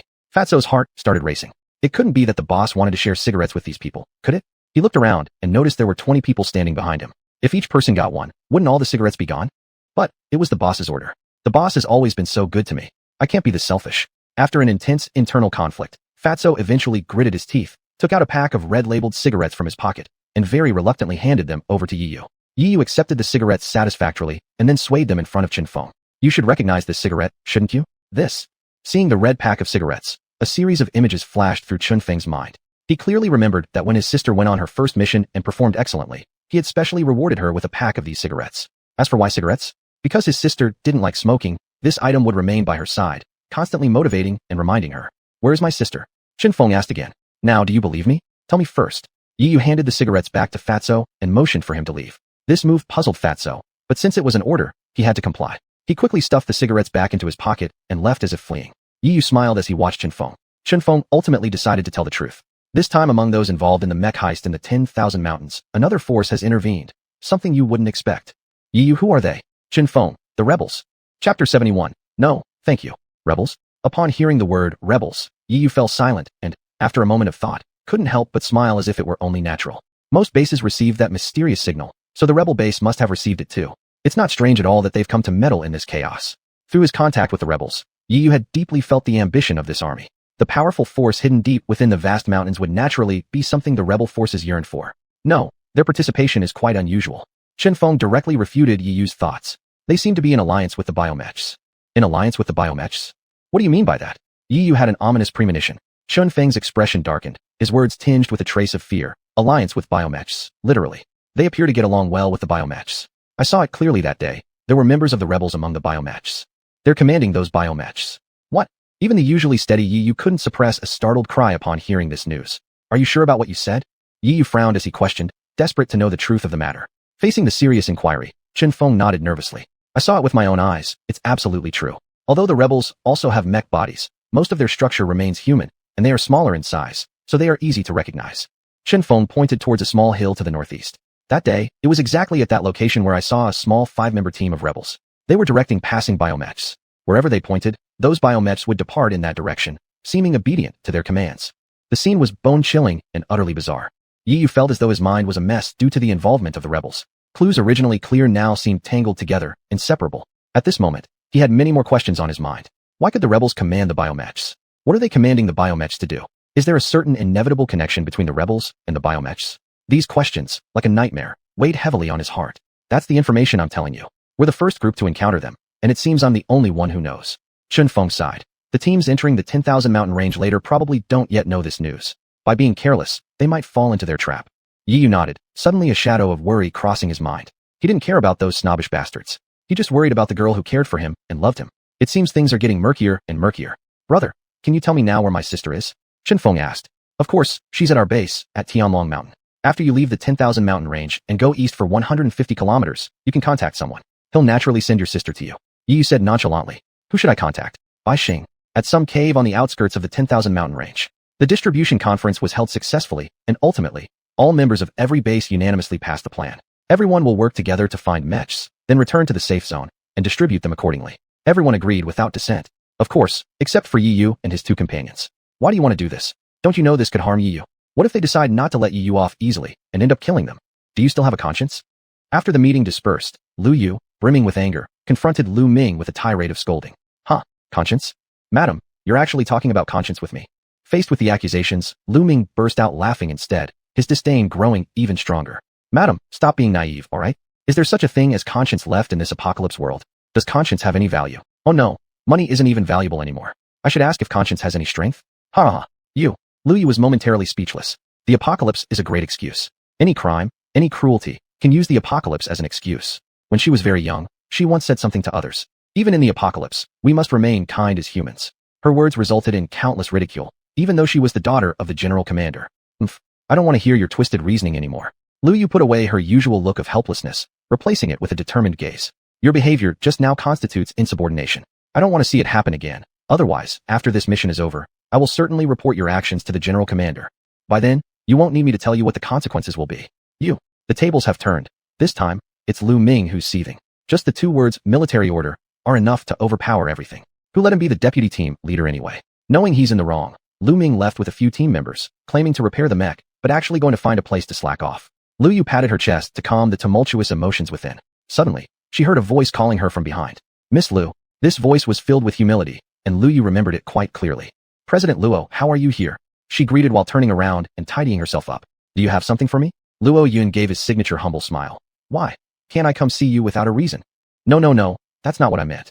Lu Yu waved her hands hurriedly. I just feel surprised, that's all. There's nothing strange about it. Those who know me understand that I'm very easy to get along with. Luo Yun chuckled. Speaking of which, are you very familiar with that half-breed person just now? He suddenly changed the subject. Do you mean Yi Yu?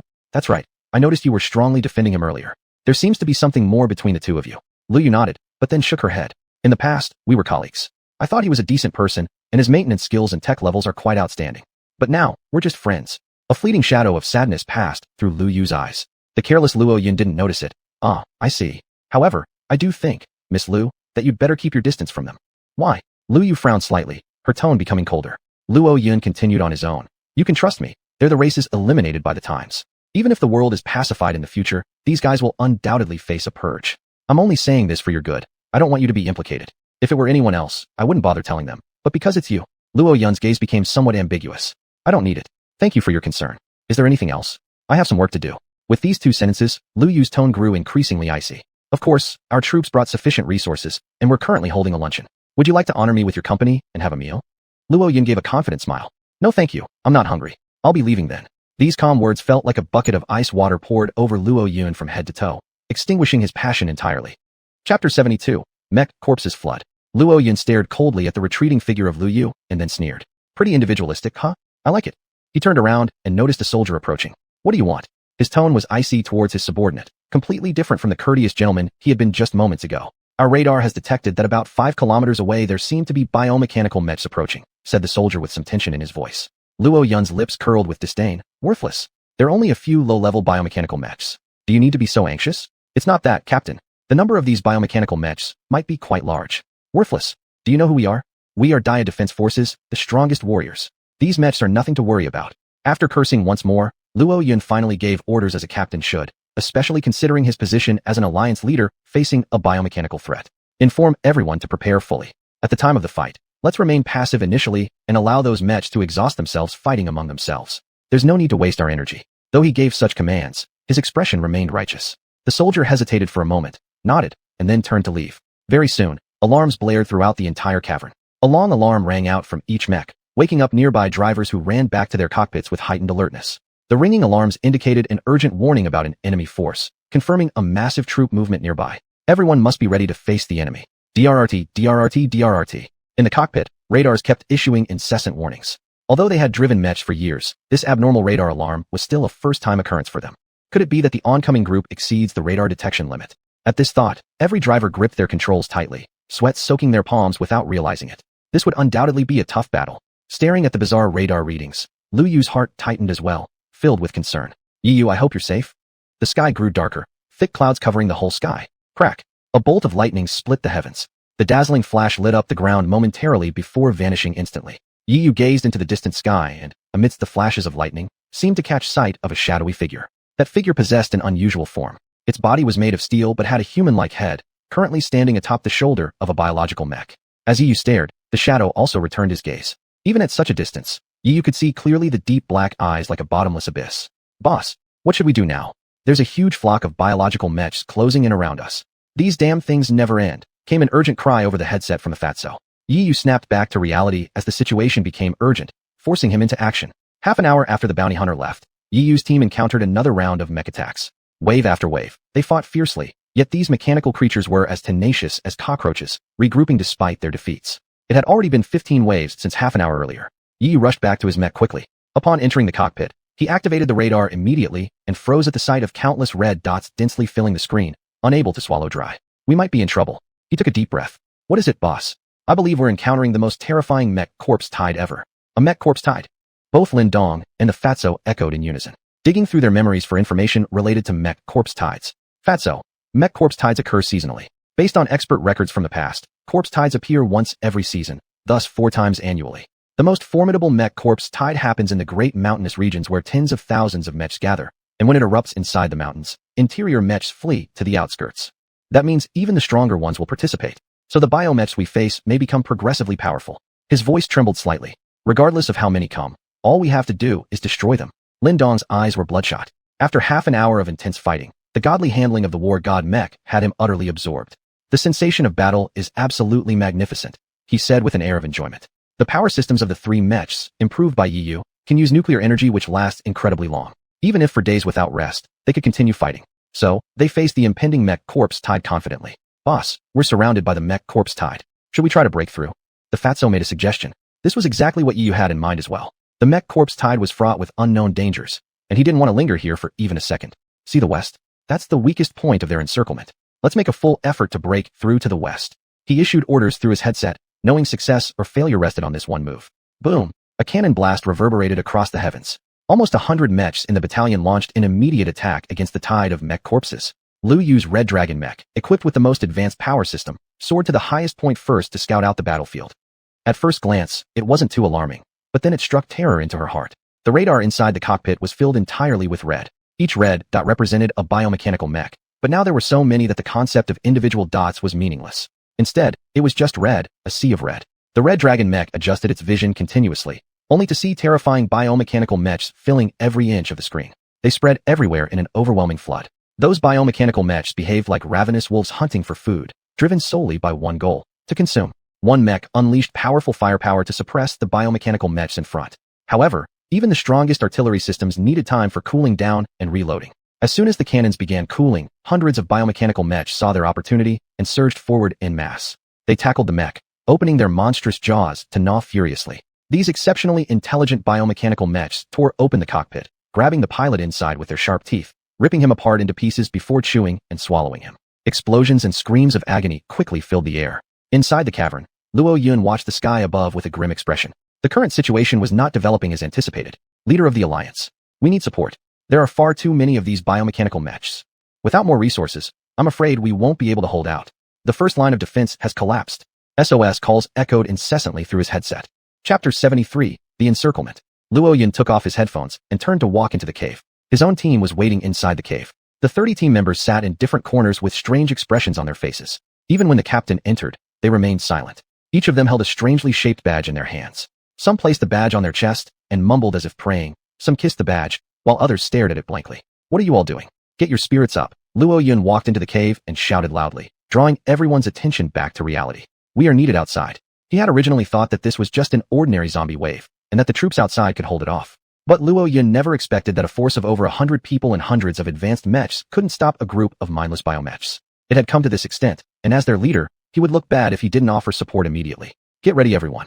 We'll operate a mech to reinforce the front line, Luo Yun ordered. He still had full confidence in his forces. After all, they were recognized as the strongest Great Xia defense army in the whole country. Upon receiving the command, the soldiers quickly stowed away their badges, put on the pilot helmets beside them, and rushed out of the cave. After countless battles and training sessions, they had become exceedingly proficient at handling sudden situations. They quickly assumed their positions, pulled the control levers, and with a roar, 29 mechs lined up in order and soared into the sky. The battle was still ongoing, with cannon fire turning the overcast sky red. The debris of mechs destroyed by the artillery fire formed vast clouds of smoke, making the already dim sky even darker. Hearing the roaring sound from behind, the soldiers engaged in fierce combat couldn't help but cheer loudly. Facing a flood of mech zombies, seeing their comrades torn into pieces one after another by the biomechs, their hearts had been overwhelmed by despair. Until the arrival of the Great Xia Defense Army, they were undoubtedly the strongest fighting force in Great Xia. Everyone implement Tactic A. In the internal communication system of the Great Xia Defense Army, Luo Yun issued tactical instructions. This was a special tactic used within the defense army. The higher the tactic grade marked by letters, the more practical and powerful it was. Upon receiving the tactical instructions, the pilots began executing the tactics, operating the mechs accordingly. They started focusing on rescuing the besieged members, then joined them in combating the biomechs together. The rescued pilots felt renewed life, their spirit rising again, and they immediately turned around to rejoin the battle. With the joining of the Great Xia Defense Army, all members cheered, launching a breakout war against the biomechs once more. However, as the battle time stretched on, they eventually realized a problem. These biomechs kept coming endlessly. It seemed there was no end, and even more were attracted due to the sound of artillery fire.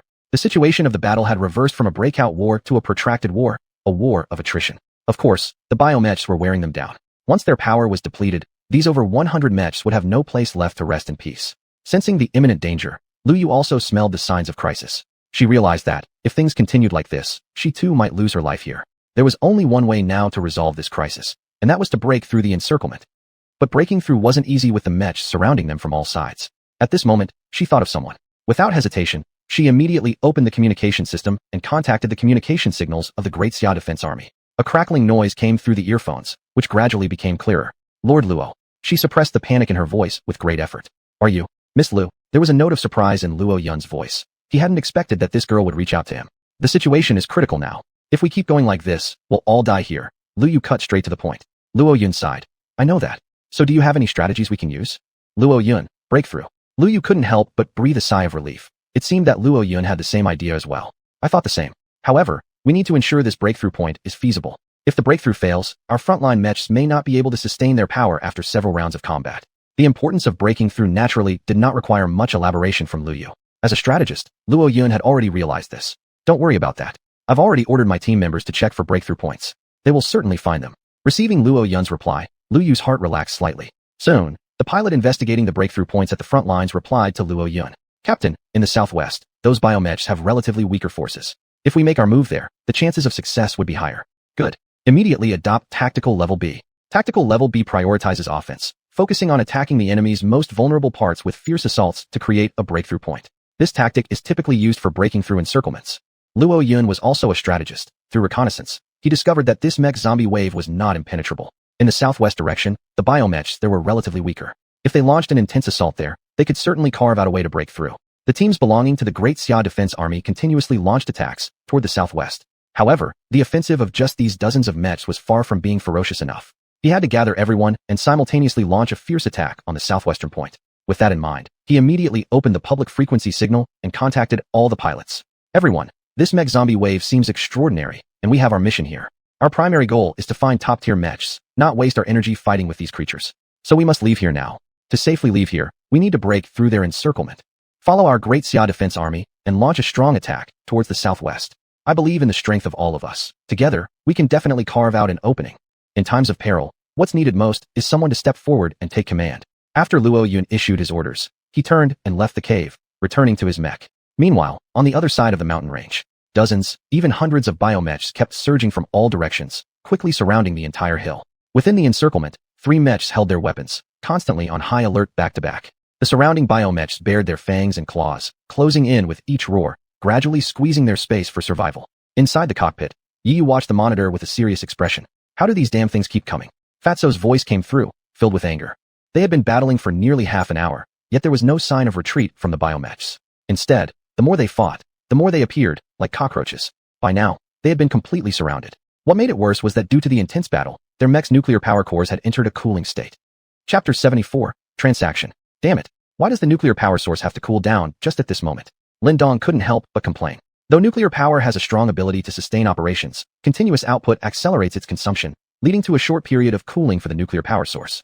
Despite the cooling period lasting only half a minute, on the battlefield, even half a minute, or even a second, can be crucial to one's life. Just as the power was cooling down, they were surrounded by a group of biomechanical armors. Both Fatso and Lin Dong couldn't help but curse in the cockpit. Yi Yu, however, remained silent.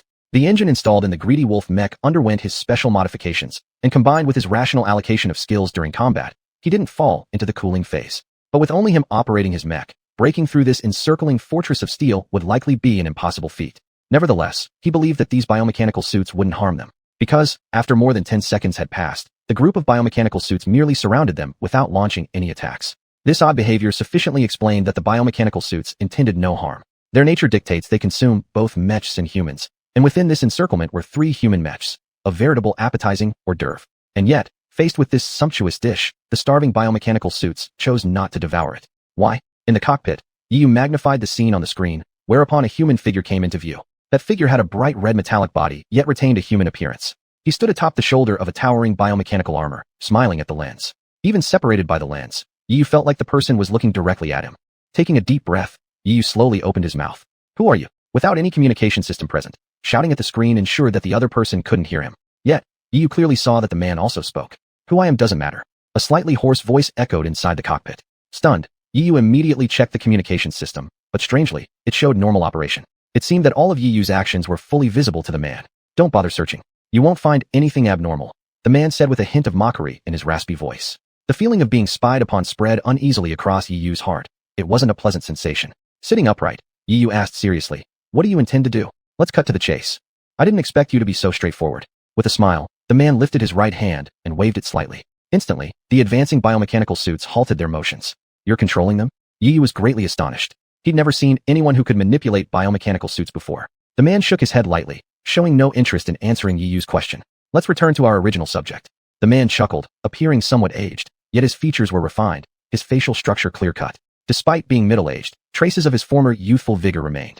However, it was unclear what experiences had led him to his current state. I wish to conduct a transaction with you, he said. Transaction? Upon hearing the word transaction, Yu felt a sense of powerlessness. Why transactions again? I'm just a simple mech repairman. Why have I become a businessman now? Can I refuse? Yi replied with a smile. Certainly, you can refuse. But behind me stands a force of 1,000,000 biomechanical suits. If you refuse, they will crush you instantly with a wave of my hand. His gentle words carried a menacing undertone, accompanied by an eerie smile that sent shivers down one's spine. Controlling 1,000,000 biomechanical suits from behind. That's how terrifying he was. Were you responsible for this mech corpse surge? Ho ho. Boy, I don't like your tone much. But I'll tell you honestly. If I wish, there can be a zombie tide every day in these 10,000 mountains. Though spoken calmly, the statement left Yu deeply shocked. So let me ask you again. Do you agree to make this transaction with me? After he put it so plainly, Yu had no choice but to nod. Yet, the feeling of being threatened was truly unpleasant. What benefits would I get out of this? Yu didn't forget to haggle. If the deal is advantageous only to you but brings me no benefits, then what's the point of negotiating a transaction? That's indeed reasonable. The man nodded. Let's trade it for your lives. Though seemingly offering an exchange, his intention was explicit. If Yu refused this deal, the 3 of them would die here. Our lives aren't valuable. Yu replied instantly without thinking. In the blink of an eye, his brain swiftly processed some key pieces of information and arrived at an answer. Only he could complete this transaction. Since there were so many people who had come to the 100,000 mountains this time, yet this man only approached him. This was enough proof that only he could complete the transaction. He even went as far as to incite a surge of zombie mechs to threaten him, which clearly indicated how important this transaction was for the mysterious individual. But with nothing to fear and every confidence in his position, Yi Yu felt no trepidation. Young man. The enigmatic figure fixed his gaze intently on the screen, his pitch-black eyes seemingly trying to peer into Yi Yu's heart. The atmosphere grew awkward. A moment later, the mysterious person nodded. Fine, you came here to look for a top-tier mech, right? Once this deal is completed, I'll give you a Red Wolf mech. A Red Wolf mech. Yi Yu became wary. Wasn't this the mech from the mission issued by the system? I'll present it to you willingly after this task is done. No need for you to search for it. What do you say? The person retracted their smile, their face now serious. Yi Yu also made his stance clear. Then you should tell me first, what exactly do you want me to do? I need you to help me find something. What? Go to the inner circle, Mount Tianling. There's a cave at the mountain waste containing a key. I want you to bring it back to me. Silence enveloped Yi Yu. He hadn't anticipated that the item the mysterious man wanted was located inside the perilous inner circle. It was rife with danger, so this exchange wasn't going to be as simple as it seemed. Deal. But if he didn't agree, the other party might become angry, potentially attacking them out of spite. That's good. I know every move you make within the mountain ranges. If you're thinking of escaping, I'd advise against it. That man warned in an oddly sinister tone. Of course, Yi Yu wouldn't commit such a rookie mistake. That mysterious individual possessed a formidable army of biomechanical suits. Should he try to flee, he would likely find himself surrounded again before leaving the mountains. To show my sincerity, I will share some information with you. The man suddenly spoke up. This wave of zombie attacks has swept across the entire outer perimeter. While I can let you go now, they may not grant you the same courtesy. Suddenly, Yi Yu thought of something. Chapter 75. Hurry up and leave. Suddenly, Yi Yu seemed to have thought of something, and several big characters flashed through his mind. Cave Luyu. You're not able to control 1,000,000 biochemical mechs? If you stop this zombie tide, the deal can be done faster. Yi Yu suggested in a low voice. Indeed, as he said, if the mountains were still in a state of zombie tide, it would be harder for the mysterious person to complete the transaction with him. The greater the difficulty, the longer the time needed. This point was also understood by the mysterious person, who clearly knew the pros and cons. I certainly know that. The mysterious person coldly laughed, with some helplessness in their tone. But they don't fall under my control. I cannot manage them. Upon hearing this, Yi Yu was immediately stunned. From the mysterious person's words, Yi Yu could clearly grasp one clue. That is, within these great mountains, there exists another person aside from the mysterious one who can control the biochemical mechs and cause large-scale zombie tides. But who is the other person? As doubts arose, two big characters suddenly appeared in his mind again. Rebel Army? Previously, he received news from Chun Feng claiming he had encountered rebel orders controlling biochemical mechs within the Great Mountains. If what Chun Feng said was all true, then the other wave of zombies must have been caused by the rebels. But what was their purpose in doing so? Yi Yu fell into deep thought. The mysterious person did not speak anymore, but waved their hand at a distance. The biochemical mechs surrounding everyone turned around and flew away simultaneously. Silence once again descended on the entire mountain. The sky remained gloomy. A voice pulled Yi Yu, who was lost in deep thought, back to reality. Boss, what exactly is going on here? Why did these bastards suddenly? Fatso's eyes were filled with disbelief as he stared intently at the distance, fearing the retreating biochemical mechs might return. Am I Fatso? Are you scared? Lin Dong teased Fatso for the first time, noticing something unusual about him. Screw you. I'm not at all afraid to fight with these bastards. However, don't you find it strange? They could have attacked us fatally while we were cooling down, yet they didn't. Fatso kept talking nonstop. Strange? There's nothing strange about it. Didn't you notice we couldn't get through to our leader no matter how we tried contacting him? Lin Dong's tone remained calm as he leaned on the chair, hands hanging loosely, with an exhausted face full of survival after danger. Fatso shook his head in confusion. Can't connect. What does this mean? Isn't this enough to explain the issue? Lin Dong counterasked. It's not. Your damn speech is like cloud-covered mist. I say, you'd better stay away from Baixing more often. That guy has read too much, his brain's gone dumb. Fatso kept complaining, and after he finished complaining, he called Yi Yu's cockpit signal. Boss, do you hear me? Of course, what's up? Yi Yu's voice came over. Boss, now the biochemical mechs are all gone, and we should be safe. What's the next step? How about we leave? Fatso proposed. He saw her figure flash across his mind. It was Chun Mei's. Now his mind was completely on her, and he longed to fly to her side. Thus he kept thinking about going back. Our leader suggests we continue. The departure of the biochemical captains means the zombie tide will soon end, which presents us with an opportunity. We must cherish this chance. Lin Dong's opinion was completely opposite to Fatso's. Lin Dong was unlike Fatso, whose mind was full of love and lustful thoughts. His only goal now was to grow stronger. To grow stronger, he could resort to any means necessary, even at the cost of his life. Rather than die shamefully in humiliation and disgrace, he'd prefer to die gloriously in pursuit of power. This was his personal creed. What do you say, Lin Dong? Are you blinded by bloodthirstiness? This place is extremely dangerous. Are you fearless or what? Fatso immediately refuted Lin Dong. Fatso, have you forgotten what you said before leaving home? You wouldn't go back until achieving your goal and getting the mech, but now you've changed your mind. Are you even a man? Heh, whether I'm a man or not doesn't concern you. You know what? Staying here increases the likelihood of death. I have a family. I don't want to die without a clear reason. What kind of family do you have? Fatso, haven't you forgotten? She doesn't even like you. She just wants to use you. Lin Dong. Fatso's voice rose considerably as he stood up excitedly, feigning inner strength that seemed entirely wiped out under verbal attack. The entire chat system was suddenly filled with gunpowder. All right, stop arguing. Yiyu's appearance timely interrupted this quarrel. He helplessly sighed, covering his forehead. Leaving here was fundamentally impossible. First, he hadn't completed the task issued by the system yet, which was to obtain the Red Wolf mech. Secondly, he also had not finished the deal with the mysterious person. If he left here by force, it would likely bring about even more troublesome consequences. So now he must make a new decision again. We need to change our mission objective, he said. Great. Boss, are you thinking of going back? Fatso's face lit up with a proud smile, and he began daydreaming about what would happen when he returned. However, the next sentence shattered all his fantasies. We're going to the inner perimeter, Yiyu stated in the calmest, most unruffled tone. Boss, are you joking? It's already so dangerous out here. If it's worse inside. Even Lin Dong, who had always been strongly advocating for slaughter, couldn't help but twitch at the corners of his mouth upon hearing the two words, inner perimeter. Are you sure, leader? Absolutely. Fatso scratched his head. Boss, we've been playing with our lives. Knowing well Yiyu's character, once decided, nothing, not even 10 oxen could drag him back. So I'll take one for the team then. Fatso shook his head, despite his inner fear. Haha, remember, Fatso, if there's time, stay closer to old Bai. Then you'll talk more elegantly in the future. Hearing Yiyu's teasing voice, Fatso's chubby little face turned red. TSK, not as elegant as our Zwan language. Are you guys ready? Let's start now. We're ready. The mech's propulsion system has cooled down, ready to go at any moment. After receiving confirmation from his teammates, Yiyu started the engine first, then opened the map and set navigation towards the inner perimeter. Boom.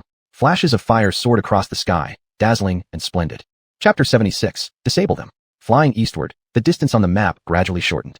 The group flying in midair knew that they were getting closer to the inner circle, a place even more dangerous and unknown. Throughout their journey so far, they had not encountered a single trace of a biomechanical mech. Apart from hordes of zombies everywhere, there were also abandoned mech carcasses, left behind for who knows how long. Yiyu originally had some doubts about the mysterious person's words, but seeing the peaceful mountains now, he chose to believe them. It seemed that all this tranquility was due to that mysterious person. They had withdrawn the mech zombie tide. After a brief flight, Yiyu opened the map again. A red dot on the map caught his attention. Low Cloud Valley. Just a few kilometers ahead, they would arrive at the most perilous place, Low Cloud Valley. After entering the mountain range, Yiyu had roughly understood the terrain of Low Cloud Valley. Surrounded by mountains on all sides, though the middle was a large basin that seemed like an excellent place to rest, it was, in reality, the most dangerous area.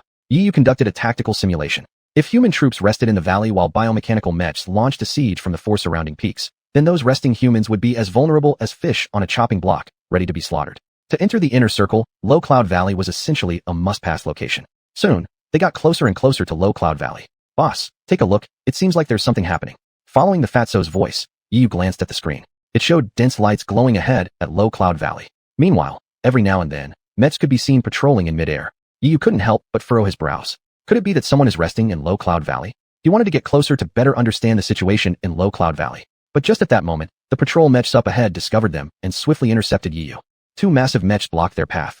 Through the screens, it was visible that these two mechs were entirely blue with a base emblem engraved on their chests. What should we do now, boss? Shall we force our way through?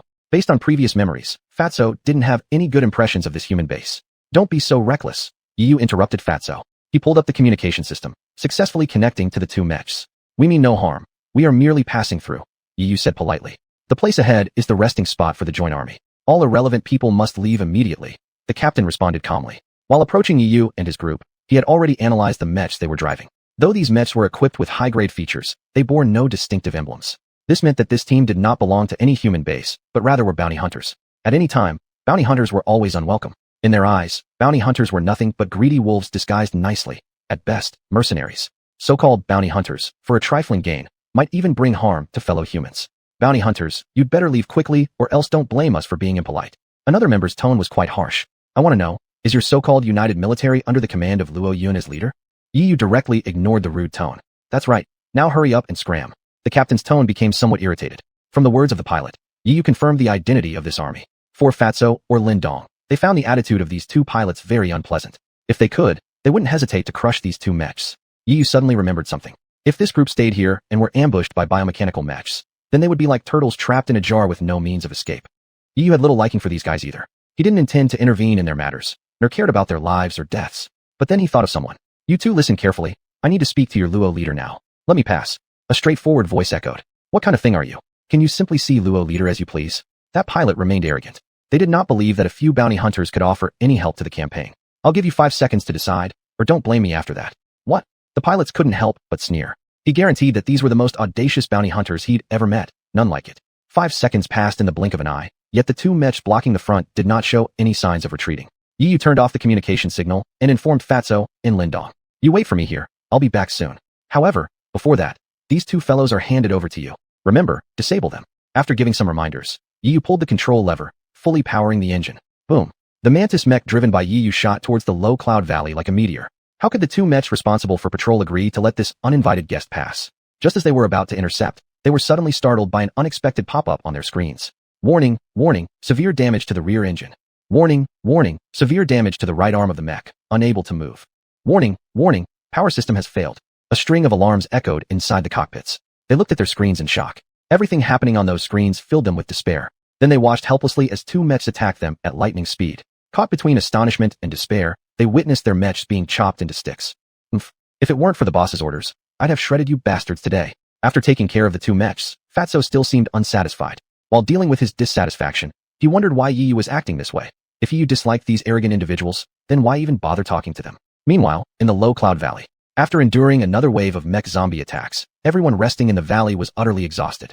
The soldiers set up temporary tents, warming themselves by the fire while eating dry rations. But the higher-ups of the joint army weren't as fortunate. They had no choice but to convene another meeting to decide the next steps of their journey and address the immediate problems before them. We're facing serious trouble. Many of our mechs have suffered heavy damages and can't be fixed anytime soon. Out of 15 mechs in our battalion, 10 have severely damaged power systems. Without timely repairs, they will likely not be able to participate in combat. Our battalion has 20 mechs whose armor is badly damaged. Without prompt repairs, each leader from different bases gave reports on the casualties within their respective forces. In summary, they faced extensive damage and urgently needed repairs. Repairs presented a big problem for them. Under normal circumstances, even if the mechs were heavily damaged, once they returned to base, the damages, no matter how severe, could still be repaired. Now, things were different. This mission was meant to be quick, so they hadn't brought along any repair tools or mechanics. With their strength greatly diminished, they could no longer endure large-scale battles. Chapter 77, I disagree. Inside a tent in the valley, all base teams of the Allied forces had gathered here for a meeting concerning their individual fates. Our material supplies are basically sufficient. We can rest in this valley for 4 to 5 days. One of the captains stood up to analyze the situation. I've already contacted the headquarters. We'll have to wait 10 days for their resources, so right now we can only save ourselves. Luo Yun was equally anxious, but he couldn't show it. As the leader of everyone, he had to appear calm and collected. Otherwise, chaos would spread through the troops with unimaginable consequences. Perceiving the panic flashing across everyone's faces, Luo Yun pretended to remain calm. Relax, this time we will definitely make it through. Once the wave of mech corpse subsides, we'll all be fine. We are all in this valley. What if they discover us and then attack us with mechs? An offbeat voice rang out, causing quite a stir. The scale and strength of the mech corpse tide they were facing now was the first of its kind they had ever witnessed in their lives. They had once been firmly confident, but under the impact of this tide, they became uncertain. Everyone was enveloped by despair. Rest assured, according to my experience, here is absolutely safe. Luo Yun waved his hands, signaling everyone to quiet down. You all know my achievements in Daxia before. I am a strategist and have an intimate understanding of such terrain. The valley we're in is surrounded by mountains on all sides. Those guys won't be able to find us as long as we don't make too much noise or cause too much commotion. Even if we settle here, they will definitely not find us. His composed tone spread throughout the tent, calming the crowd as if they had taken tranquilizers, allowing them to finally relax. They fully trusted everything Luo Yun said. This was the influence of the Daxia Defense Army, and the belief of all the people. They even wanted to believe that everything the Daxia Defense Army said was true. Luo Yun seemed satisfied with this effect, and nodded. If that's the case, why don't you all speak your thoughts? We can discuss together and find a solution. After all, there's an ancient saying in Daxia. When one thinks there's no way out due to repeated obstacles, suddenly there appears a twist that leads to hope again. We're not in an impossible situation yet. At this moment, a captain stepped forward. I have a suggestion. Go ahead. That is to send out small teams to search for materials within the mountain range, which we can use to repair the mechs. We have some drivers who are originally mechanics and skilled at repairing mechs. At the moment, we don't lack for repair skills, but rather the repair materials. We must send members to look for those materials. What the captain said gained unanimous approval from everyone. He's right. Our Mojang base will send out 10 members, 5 of whom used to be repairmen. They can fix all our current damaged mechs, except they need some armor materials. Yes. It's better to go out actively and look for materials than to sit here and wait to die. All 20 captains in the tent raised their hands in agreement. Luo Yun also nodded. As the captain of the Daitsong military department team, Lu Yu now had to step forward and propose her idea. Probably this wouldn't work. She stood up, taking a deep breath as she faced everyone's gaze. Miss, what do you mean by that? Asked the man who suggested the plan, puzzled as to why this young girl was countering him. Everyone was equally confused. Among those present, every single one was a seasoned pilot and a battle-hardened elder. If judged by experience and seniority, weren't all aspects superior to this young lass? Thus, everyone had an unspoken irritation towards Lu Yu's proposal. Lu Yu took a deep breath, shaking her head, and choosing to ignore these strange glances. Firstly, I have a few questions to ask everyone. Didn't we just say that our current supplies are only enough for 4 to 5 days of rest? But does anyone know how long it would take if we go out looking for materials? Her words hadn't finished when the captain who proposed the suggestion spoke loudly in opposition. Miss, you're overthinking this. Where we are now is not a common place, but an area dominated by biomechs. This used to be a battlefield where countless mechs perished. The wreckage of those fallen mechs, though most have been reduced to pieces by shells, always leaves some fragments behind, and these fragments are exactly what we need. That man waved his hand, and several other captains behind him started nodding in agreement. Of course, if we send out enough personnel, we should be able to collect most of the materials within a day. That man spread his arms as if to enjoy the applause after his speech, but before the applause could even begin, Lu Yu's clear and pleasant voice rang out again. Impossible, you're daydreaming. Our supplies are almost depleted anyway, and you don't even know where to find the materials for repairs. Besides, everyone should remember that we are in the tens of thousands Great Mountains. The risks here are far greater than you can imagine. Lu Yu earnestly persuaded, I have a good suggestion now. With this great disaster ahead of us, we must stand together. Aren't there some heavily damaged mechs in our forces? Some have even lost their power. Upon hearing this, the crowd nodded. The wave of mech corpses had indeed inflicted considerable damage on them. Even those with the best piloting skills couldn't escape its effects entirely. Even the mighty Daxia Defense Army had several mechs severely damaged. In the ordinary bases, more than half of the mechs were destroyed. So what if they are damaged? Someone countered. My suggestion is that we gather all the damaged mechs, disassemble those with severe damage, and use their parts for repairs. In this way, we can quickly repair the mechs. As for those without mechs, they will escort others to safety outside the mountain range and wait for us in secure zones. The mechs we obtain will be allocated according to previous arrangements. How does that sound? Lu Yu finished her proposal in one breath and did not allow anyone to rebut it. Luo Yun stared at her dumbfounded. He truly didn't expect this woman in front of him to possess such strategy. Knowing what to abandon and what to hold on to, she remembered everything. Amidst peril, she still remained rational. Most people didn't possess such mental strength. No. In the tent, the first opposing voice finally rose. Your method is too complicated. The mechs produced by each base have their own models. If we want to remove parts, we need to identify the model of every mech. The time cost would be simply too high. Chapter 78. Impervious to blades and bullets. If this continues, the time we spend here will likely be more than 4 or 5 days. It could stretch to over half a month. The man's voice trembled as if he were talking about something horrifying. Upon hearing this, the others nodded in agreement. We still need to think of a way. This method won't work. That's right. The technology used by our base is actually quite outdated. To match your advanced mechs is truly difficult. According to that, the technology used by our base is more advanced than yours. Some backward level ones simply can't compare with ours. With every word spoken, an undercurrent of tension emerged, and the atmosphere inside the tent became slightly uneasy. Luo Yun lowered his head, lost in thought. He understood the feelings of the captains from various bases most clearly. After all, it wasn't easy to dismantle the mechs painstakingly developed at their own base, break them down into parts, and then provide them to other bases. Isn't that akin to indirectly betraying one's own base's technology? The Daxia Defense Force had the highest level of technological advancement among the joint forces. If they dismantled their mechs and provided them to bases with lower tech levels, wouldn't they lose out immensely? Each person, at this moment, harbored selfish intentions. As for Lu Yu's proposal, those with higher technological standards naturally rejected it, while the bases with lower tech levels couldn't wait to start assembly. For a time, the two sides remained at a deadlock. After an hour of discussion, no solution was found. Suddenly, there was commotion outside the tent. Only a strong engine sound from midair could be heard, followed by a slight tremor of the ground. Clearly, a mech had landed. Everyone in the tent couldn't help but be startled. It was too strange. Before entering the meeting, they had already instructed their subordinates that aside from patrol mechs, no other mech should take off privately, and patrol mechs must not land unless given orders. They remembered distinctly that they hadn't issued any orders to the mechs. How could a mech land outside? All eyes met, as if they were trying to identify who had disobeyed military orders. Yet in each other's gazes, there was only confusion and bewilderment. No suspicious looks were found. Could it be an enemy situation? Suspicions arose in everyone's hearts, but they quickly dismissed the guess. If it were an enemy situation, there would be no way the area outside could remain so tranquil. With so many soldiers, it was impossible they'd all go blind. The meeting continues. We cannot let these small interruptions disrupt us. At this point, Luo Yun demonstrated leadership, sitting on the chair with his arms crossed. Time is critical now. We must find a decision within today. I agree. However, I still hold firmly to my idea of sending people out to look for materials. The first to make the suggestion was a middle-aged man, the same person who had been opposing Lu Yu all along. I still insist on Miss Lu Yu's idea. Dismantle some severely damaged mechs. As for the time issue, with all of us working together, repairs won't take long. It should be about a day at most. The speaker was also a middle-aged man, though he looked somewhat older, around 50-something years old. Old May, do you really think your base's tech is on par with ours? Aren't you worried that after installation, your power system might not even be able to sustain it? The middle-aged man began mocking him, simultaneously glancing sideways at Lu Yu, who had remained silent. His eyes were filled with resentment. Lu Yu stayed silent, offering suggestions based solely on the situation. She didn't expect to face such hostility. Given the current situation, it was indeed best to dismantle some mechs for repair. However, doing so would infringe upon their interests. This is just Miss Lu's opinion, and it has nothing to do with me. Still, I believe what she said makes sense. Doing so would be highly beneficial with no regrets, isn't that right? The older middle-aged man stood tall and spoke confidently. Ho ho, old May, have you gone senile in your old age? The middle-aged man shot back sarcastically.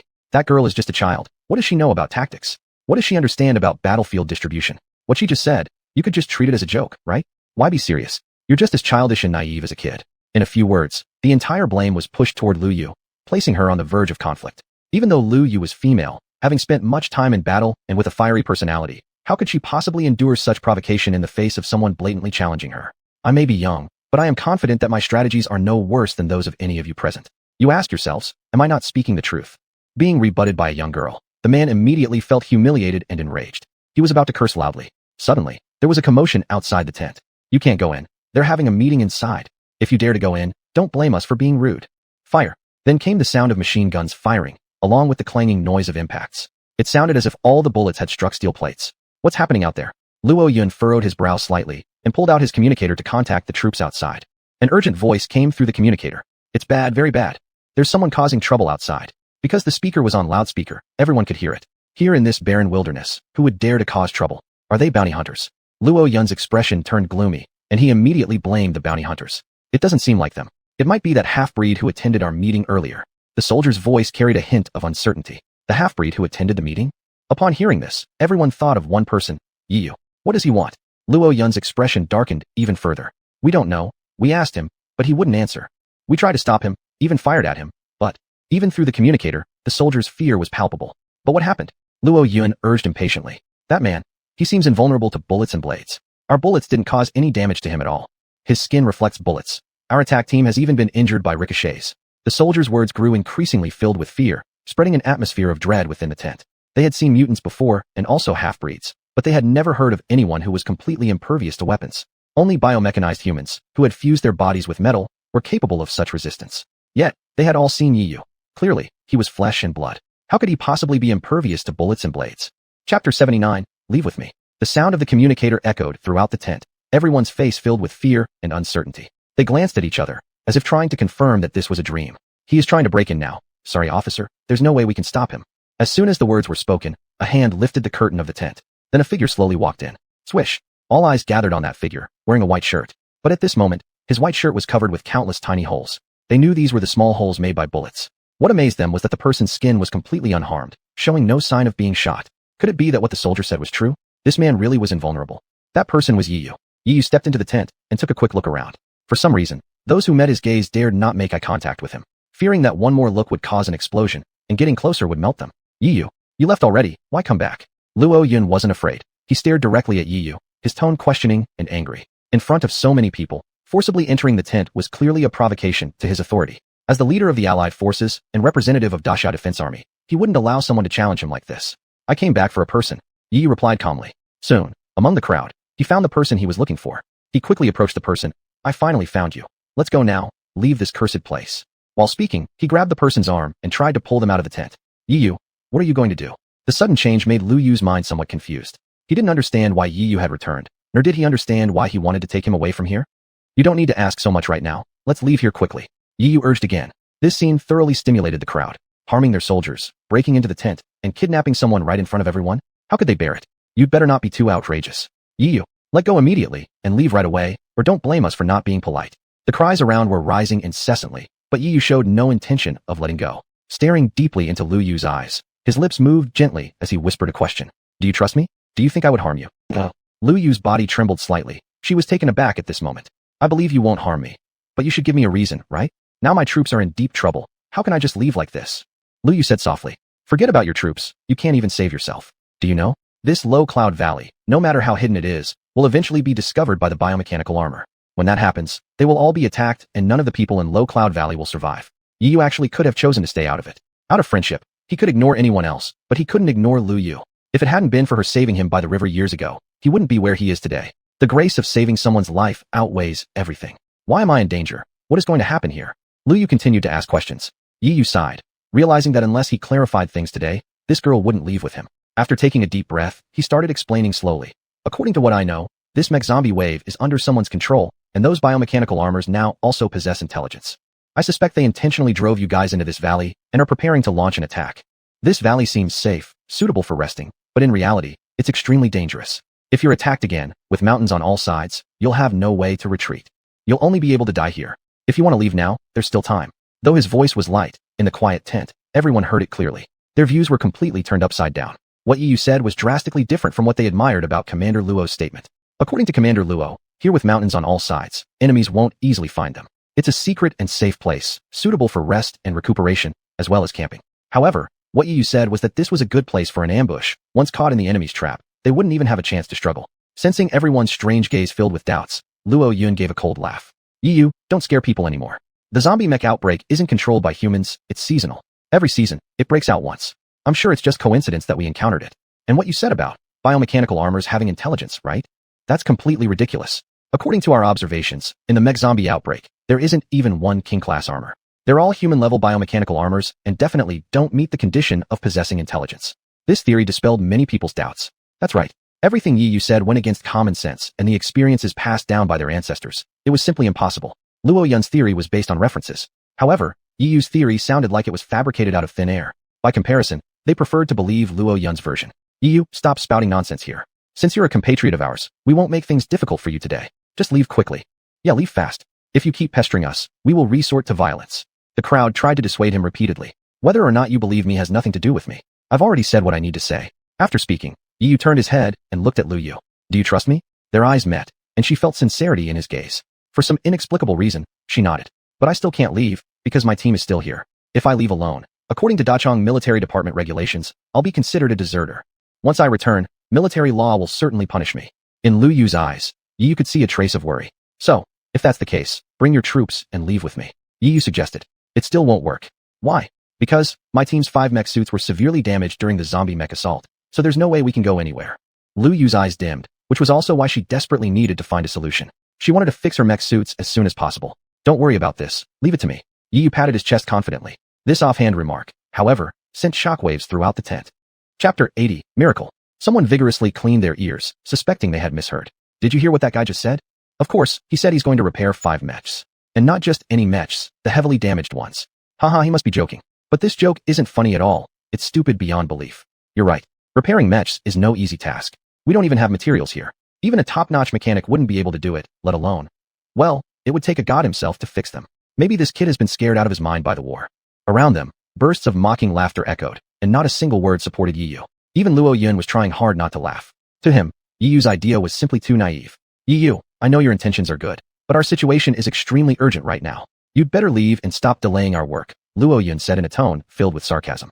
Don't worry so much, I'll definitely leave, but I'll take some people with me, Yu said without even glancing at Luo Yun. His full attention was on Lu Yu. This time, no matter what, he would take Lu Yu away. Are you sure? Lu Yu asked. I'm sure. Yu nodded. And they will launch their attack soon, probably today. The sooner we go, the better. Let's leave this place quickly. The urgency in his tone and the anxious expression on his face left Lu Yu with absolutely no doubt. She also nodded in agreement. Seeing this detail, Luo Yun felt a twinge of bitterness in his heart. Lu Yu, as a representative of the base, you really don't need to trust his nonsense. Believe me, what I say won't be wrong. Here, it's completely safe, Luo Yun urged loudly, hoping to sway Lu Yu's decision. However, Lu Yu shook her head. Lord Luo, I believe everything Yu has said. These things are likely true. Therefore, I suggest you all evacuate as well. Leave those broken mechs behind. If you keep the green hills, you won't lack for firewood later. Retreat now, conserve your strength, and come back when you're ready. Lu Yu advised Luo Yun in return. The firm look in her eyes pierced through Luo Yun's heart. Why could Yu gain Lu Yu's unconditional trust with just a few words? His own painstaking persuasion ended up receiving this response. He wasn't willing to accept it. Neither did he feel satisfied. You can go if you want, but don't forget your subordinates. Their mechs are already damaged. They can't possibly leave so fast. Luo Yun tried changing his approach. That's none of your concern, Lord Luo. I can repair all the mechs within half an hour at most. Yi responded calmly, hands in his pockets, as he looked directly at Luo Yun. Repair all within half an hour. Huh. An explosion of laughter erupted across the scene. It was as though they had heard the funniest joke in the world. Their gaze upon Yi Yu was strange, beyond mockery. It seemed like they were looking at a fool. As everyone knew, repairing one mech required an extremely complicated process. You had to diagnose the fault, match the parts, and then undertake a complex and lengthy welding process. Just combining these steps would take at least a day or two. Moreover, Lu Yu's forces had suffered severe damage. This couldn't be handled with the simplest methods of repair, so double the time cost. It would be impossible to fix everything without 3 or 4 days. Yet Yu dared to boast that he could repair them all in half an hour. This was the craziest claim they'd ever heard. Also the funniest. Amidst the laughter, Yu continued to smile. I don't need you to believe me right now. He turned and held Lu Yu's hand, heading towards the tent exit. The soldiers wanted to stop them, but Luo Yun waved a hand. Let them go. Let's see what tricks that boy has up his sleeve. Exactly. Luo Yun wanted to see how Yi Yu would embarrass himself. Gentlemen, aren't you curious to see the show with me? Luo Yun grinned. Since we can't find a solution right away, why don't we enjoy this entertainment? Upon hearing this, another wave of laughter filled the air, and everyone nodded. They would teach this young man a lesson about arrogance. Led by Luo Yun, more than 20 squad leaders formed a small group, heading towards the encampment of the Datsang detachment. The Datsang detachment's encampment was located in the southeastern part of the valley, leaning against a mountain ridge that shielded them from the sun. On the other side of the mountain, they had set up 10 temporary tents, and beside each tent, 10 mechs were parked in order. 5 of them were in extremely poor condition. Some had damaged arms, some legs, and the worst cases involved engine damage. The team members were working underneath the mechs, conducting reconnaissance on the damage. Upon seeing the extent of the mech's damage, sorrow appeared on their faces. Sigh. This mech has been with me for 2 years. Now it's broken like this. Forget about fighting. The engine won't even start anymore. One of the members leaned against the mech's leg, opened a can, and started eating. Feng Ming beside him scoffed. Isn't this all that woman's fault? Why did she have to join this alliance anyway? If I were the captain, we'd probably have completed the mission ages ago. Why should any of us suffer like this? Perhaps due to the aftermath of the fierce battle, morale was unstable. At the sound of Feng Ming's complaints, they nodded in agreement, believing this entire incident was entirely Lu Yu's fault. Who would have guessed she's the young miss with such a good father? We could never compete with her. What do you mean by that? Feng Ming. Suddenly, a voice came from behind, startling every member. This was undoubtedly Lu Yu's voice. Instantly, everyone felt cold sweat dripping down their backs. Speaking ill behind someone's back truly was embarrassing. We promised we weren't talking about you. We were talking about others. Feng Ming tried desperately to explain, but suddenly caught sight of Yi Yu. Yi Yu, how dare you come back here? Didn't you know you're not welcome here? He successfully shifted the topic and adopted an angry appearance. The attention successfully moved on to Yi Yu. Yi Yu didn't bother wasting words on them. He walked straight up to the mech and looked at the machines attentively. I didn't expect the damage to be this severe. He said nonchalantly. Do you think you can fix it? Lu Yu asked solemnly. For Yi Yu, the answer was definite. He nodded. Leave it to me. Just as he was about to climb onto the mech, a large hand grabbed him. What are you doing? Don't you dare touch my mech. Feng Ming clung firmly to Yi Yu's arm. What are you doing? I want to help you fix the mech, can't you see that? Yi Yu looked at him, his tone becoming somewhat harsher. If you don't want to die here, then let me go immediately. Chapter 81, Our Friendship. If you don't want to die here, then let me go immediately. Yi Yu's eyes gleamed with fierceness, far from his usual gentle demeanor and courteous nature. His appearance startled everyone, especially Lu Ming, who quickly let go and jumped back as if frightened. Afterwards, Lu Ming felt his reaction was too exaggerated, losing all his dignity, so he took a step forward, his body blocking Yi Yu. What is going on? Lu Ming patted his chest, trying hard to steady his breathing.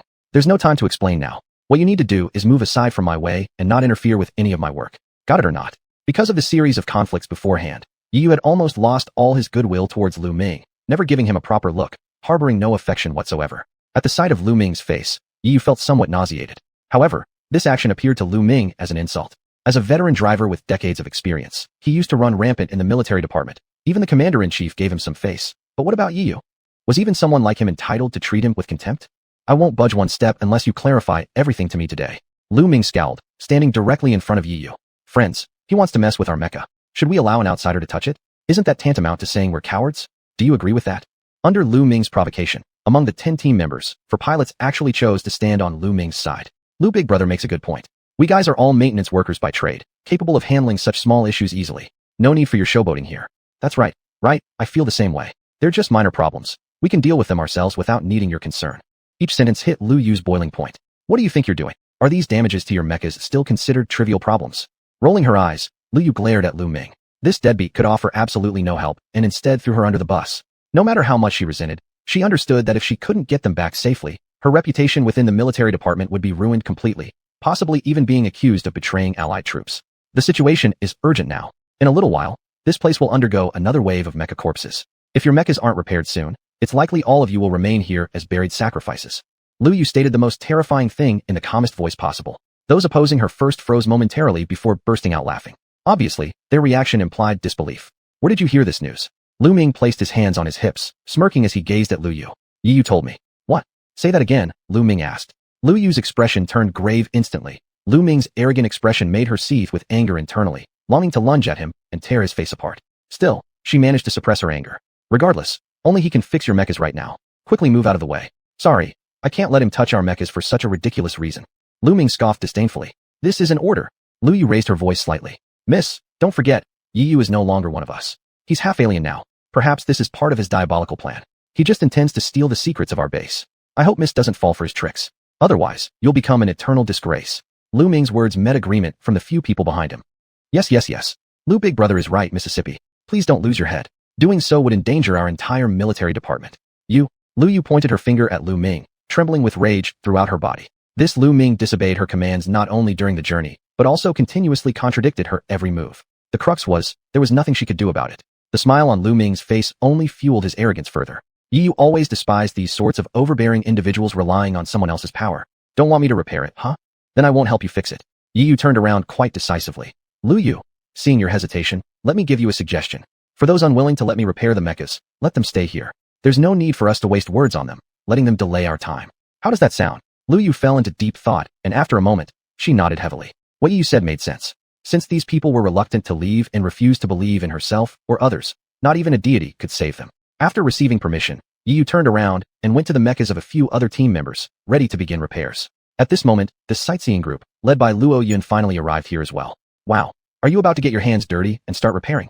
A middle-aged man yelled out loud, his expression full of surprise. Everyone looked at Yi Yu, and only then did they notice that he had no tools in his hands. This was like watching a joke from an amateur, but even professionals found it amusing. Although there weren't many driver-turned-mechanics present, everyone knew the principle of bringing tools for repairs. Not only did Yi Yu not carry any repair tools, he also didn't take any safety precautions. The mecha stood at tens of meters high. If one fell off, it wouldn't be something to laugh about. That was the risk of performing outdoor mecha repairs. Without any safety measures, accidents were likely to occur. However, they seemed somewhat excited, looking forward to Yi Yu falling several meters up, and how severe the fall would be, whether it could kill him or not.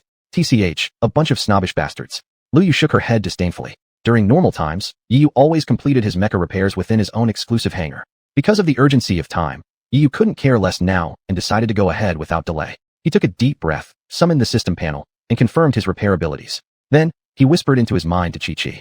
Chi-Chi, can you give me half an hour of maintenance experience time? The kind where I don't spend any repair energy. That last time you just used it. It'll be a while before you can use it again, came Chi-Chi's voice. You let me borrow it, alright. This? Do you hesitation mean yes? Yi Yu asked cautiously. But that's a little against the rules. Chi-Chi sounded troubled. Oh, with our relationship, all these rules are nonsense, right? Chapter 82, The Zombie Tide Approaches. Isn't that right, Chi-Chi? Besides, aren't all the rules meant to be broken? As the saying goes, break first, then establish. Only by breaking the rules can they be improved. Yi Yu didn't even know what he was saying now. His brain had only thought of one thing, getting Chi-Chi to agree. After all, he didn't want to waste his repair energy either. In such a chaotic world, every bit of repair energy is hard-earned.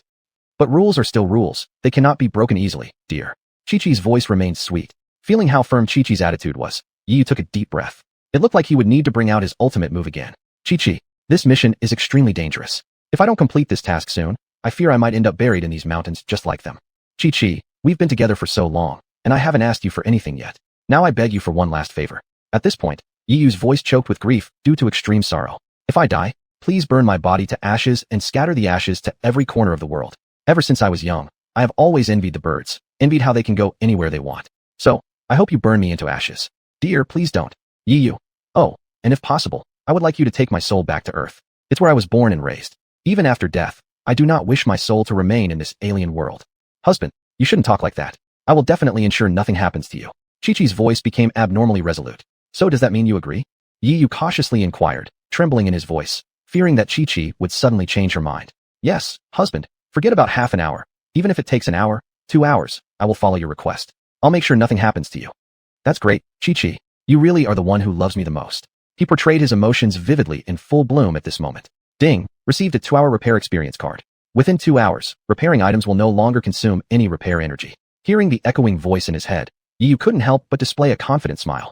Under everyone's watchful eyes, Yi Yu made his move. He stepped forward, held onto a mech's leg with both hands, and climbed up the mech slowly. This act utterly stunned the crowd. As everyone knows, mech's armors possess anti-pollution features, polished smooth to prevent dirt and dust from sticking. Mechs are typically impervious to dirt or dust. Yet, Yi Yu managed to climb up the mech without any tools. What an astonishing feat. The miracle did not end there. The spectators noticed that Yi Yu reached the top of the mech's head very easily, taking less than 30 seconds. That's correct.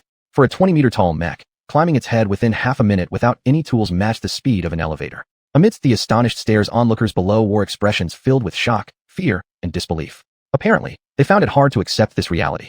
Under everyone's incredulous gaze, Yu swiftly identified the issue with the mech. The head is a crucial part for receiving signals, supporting communication devices, displays, and radar signal reception and transmission. Once the head gets damaged, these signals become ineffective, leading to the loss of many capabilities for the mech, making it behave akin to a headless fly, blindly charging around. Now, this mech sustained severe damage to its head. Typically, it would take a maintenance worker nearly 3 days to fix the head. However, with the repair experience card now in effect, Yi would mend this heavily damaged mech within 10 minutes. His right hand flipped open the mech's head cover, revealing tangled wires and fragmented machinery inside. Taking a deep breath, Yi envisioned the intact image of a perfect mech's head in his mind before inserting his hands between the wires back and forth. Every place his fingers brushed against sparked brilliant flashes. The bystanders watching from the ground involuntarily sucked in their breath. They had witnessed firsthand that Yi did not carry any repair tools on him, yet he somehow accomplished this? Magic. Sleight of hand. Such thoughts crossed everyone's mind simultaneously. Due to Yi's performance surpassing scientific explanations, even Lu Yu showed a calmer expression compared to others' astonishment. After all, having witnessed countless marvels from Yi, she had grown quite accustomed to them. It must be a trick. It's impossible for someone to do this. He didn't bring any tools, did he? Everyone forced a smile. Only this explanation could make sense. They looked up at the sky, waiting for time to pass. Yi did not carry any tools or materials for repairing the mechs. They were certain that once the time was up, Yi would absolutely fail to repair the mech. They could only say he was using tricks and illusions to fool everyone's eyes. Time ticked away 1 minute at a time. As time passed, the severely damaged mech head under Yi's repair gradually restored its former majestic state. 10 minutes later, the mech had actually been repaired. Looking up at the sky, expressions on the crowd's faces weren't just surprised, they were filled with fear. A mixture of shock and terror. The shock came from realizing Yi wasn't performing tricks, but instead was relying solely on his flesh and blood to completely repair a heavily damaged mech, restoring it as good as new. This alone was enough to astonish them for a lifetime. The fear stemmed from Yi's abilities being too powerful, far surpassing machines and manual labor, reaching a level that inspired dread. Luo Yun was now breathing heavily, seeming unable to accept what had transpired. He felt his face burning hotly. Yet, Yi paid no attention to the reactions of the crowd. He acted as if nothing had happened, jumped down from the mech, then ran to another one, continuing to inspect the damage on that mech. Once again, a burst of sparks illuminated the scene. A miraculous display unfolded. The people on the ground remained silent, merely staring blankly upward as Yi continued his work. If Yi didn't know better, he might have thought they were a group of robots. No one knew how long it had been, but eventually, the 5 mechs had all been repaired. Just then, an overwhelming roar of engines echoed through the sky. Every single pilot present immediately identified the sound. It was the engine noise of a mech. To be precise, it was the engine noise of a biomechanical mech. Beep, beep. The communicators at everyone's waists sounded off, and they hastily picked them up to listen. Captain, we detect biomechanical mechs approaching 50 miles away. It's the zombie tide. The zombie tide. Chapter 83. Please. Report. 50 miles away, a wave of mech corpses has been detected. A wave of corpses is coming.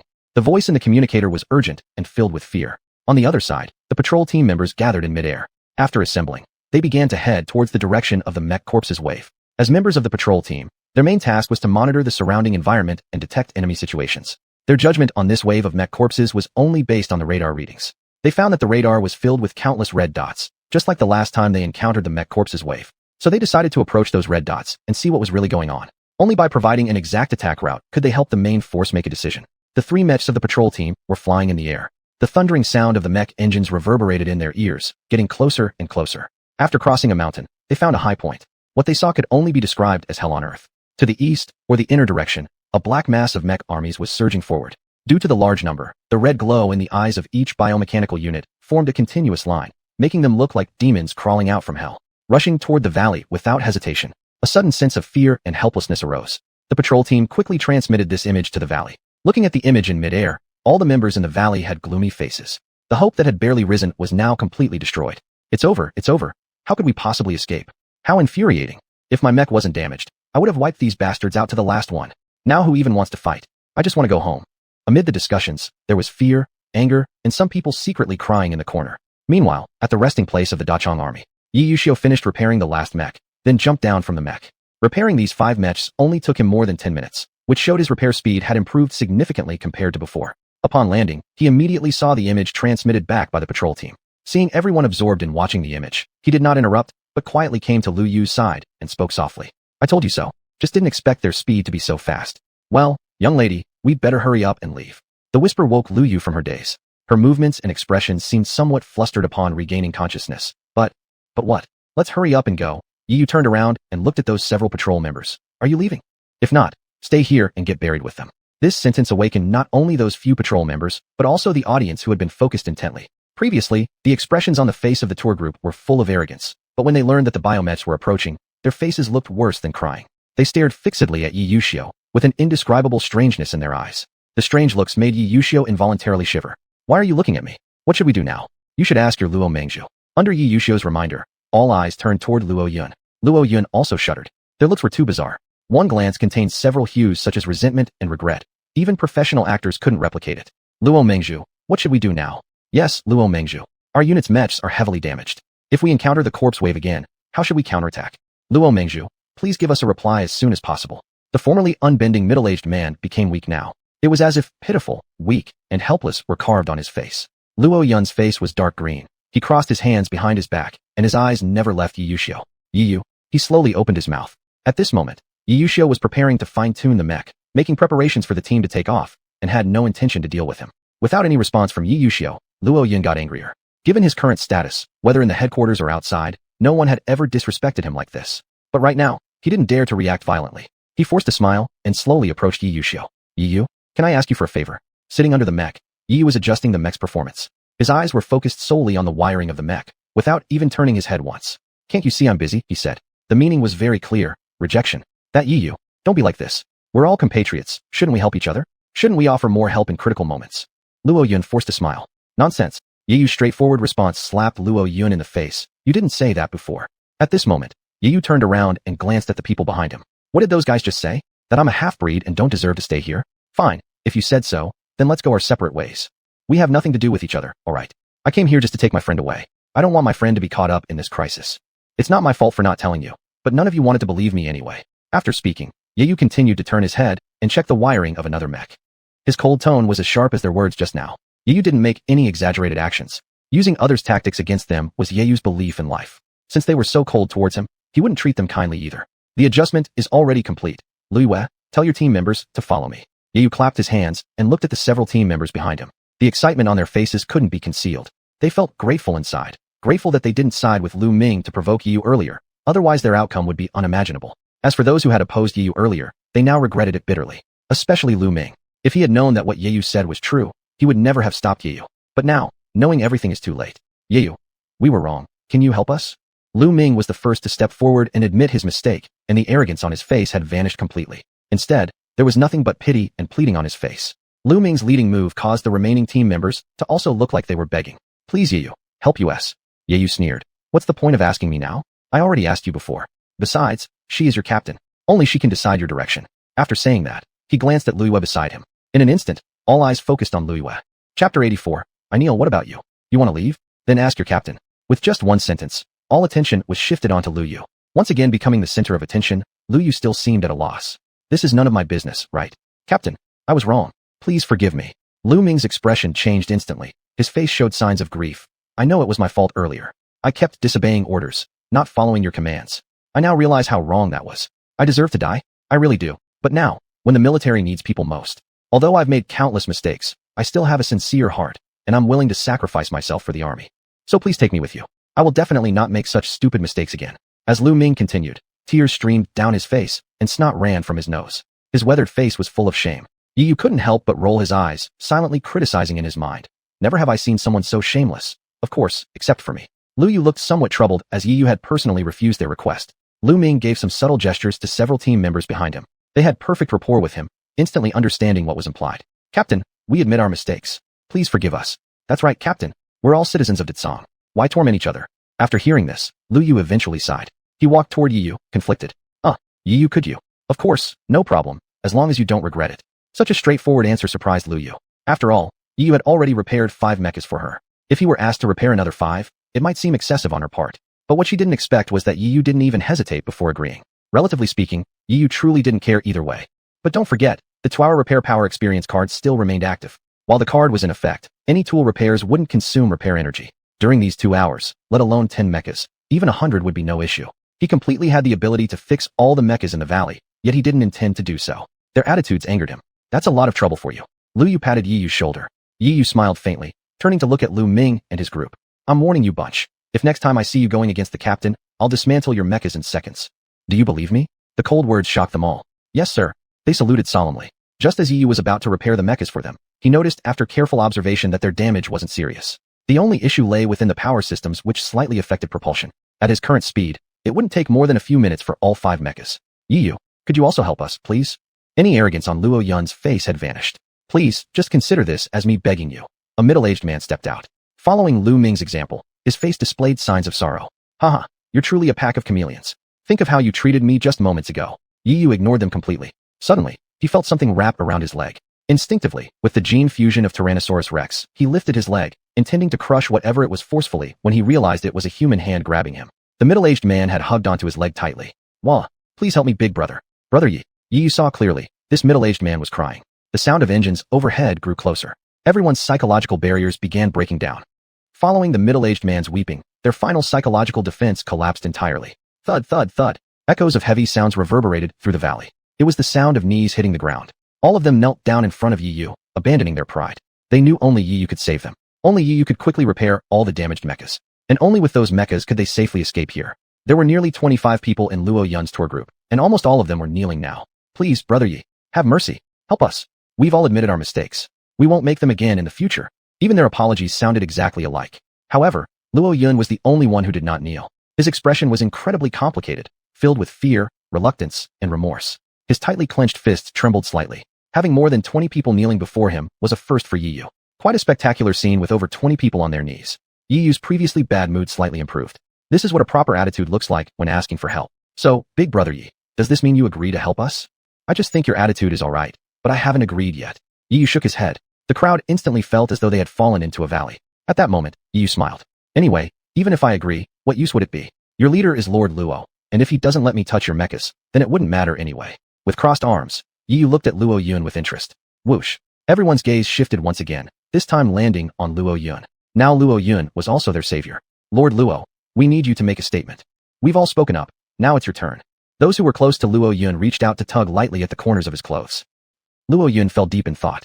Lord Luo, we can't die here. It would be too meaningless. Lord Luo, we're all on our knees now. What about you? The urging words grew more numerous. Luo Yun's psychological defense finally collapsed. Big brother Yi. His voice was hoarse. Please help us. I'm begging you. And then, right before everyone's eyes, Luo Yun bent his knees and dropped heavily to the ground. At this moment, even Yu was moved. Considering your actions, I'll make an exception and help you this one time. But I still want to make something clear beforehand. If a situation like this ever happens again, even if you commit suicide in front of me, I will never help you. For Yu's warning, the crowd treated it like a royal decree, quickly bowing their heads to express agreement. Yu took a deep breath.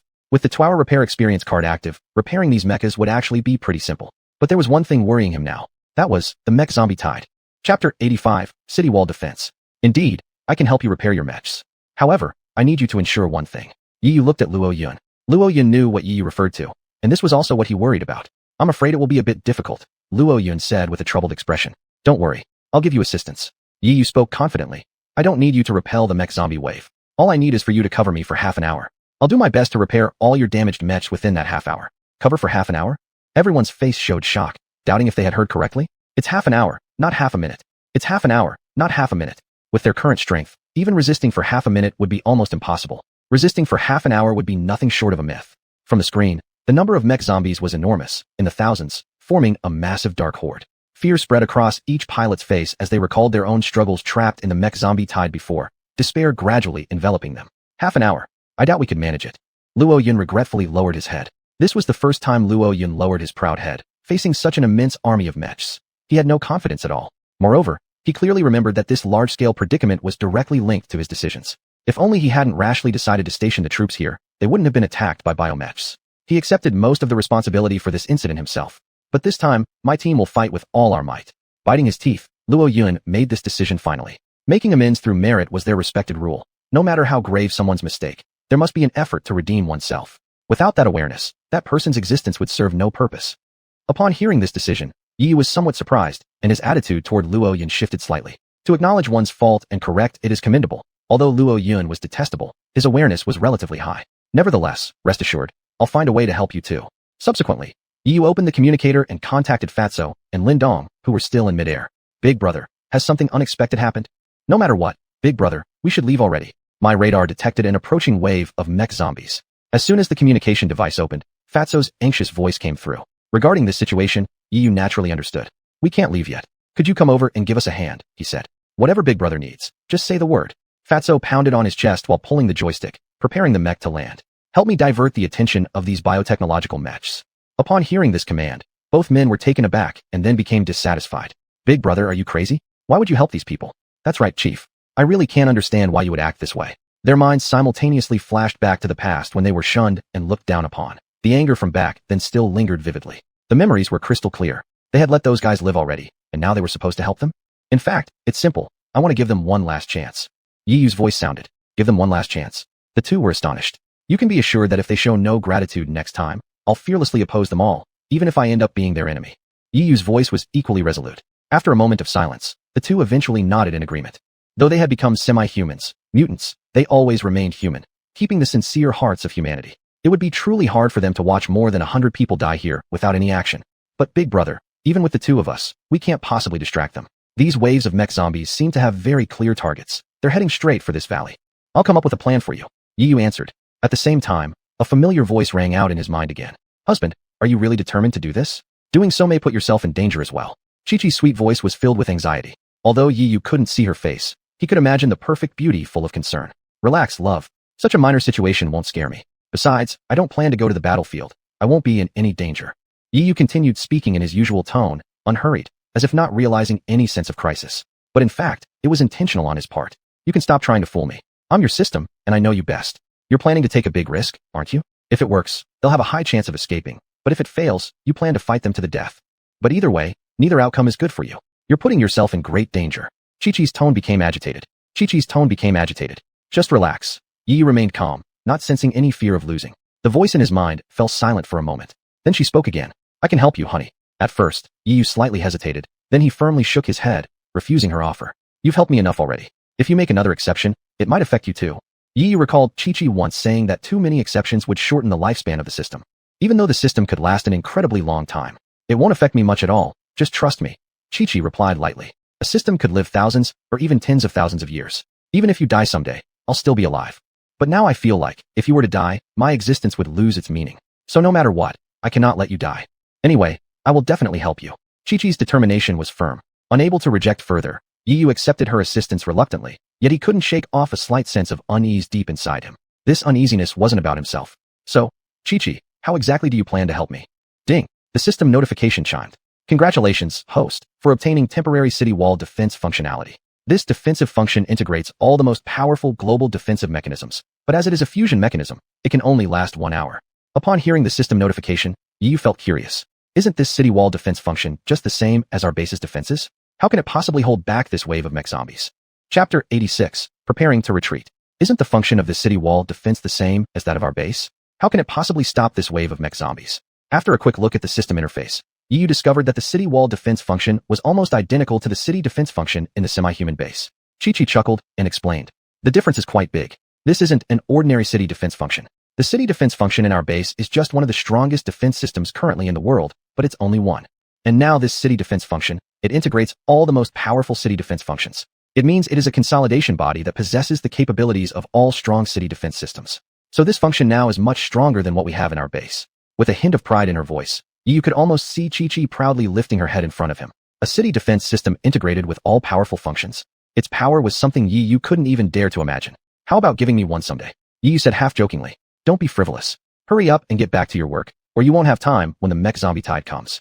After reminding him, Chi-Chi completely disappeared from his mind. Yi Yu certainly knew this. He immediately adjusted his mindset, took a deep breath, and contacted Fatso. Fatso, put that tactic on hold for now. All of you come over here and gather in the valley. Yi Yu's order made the two very confused. If we retreat to the valley, who will stop these biomechs? Lin Dong asked immediately.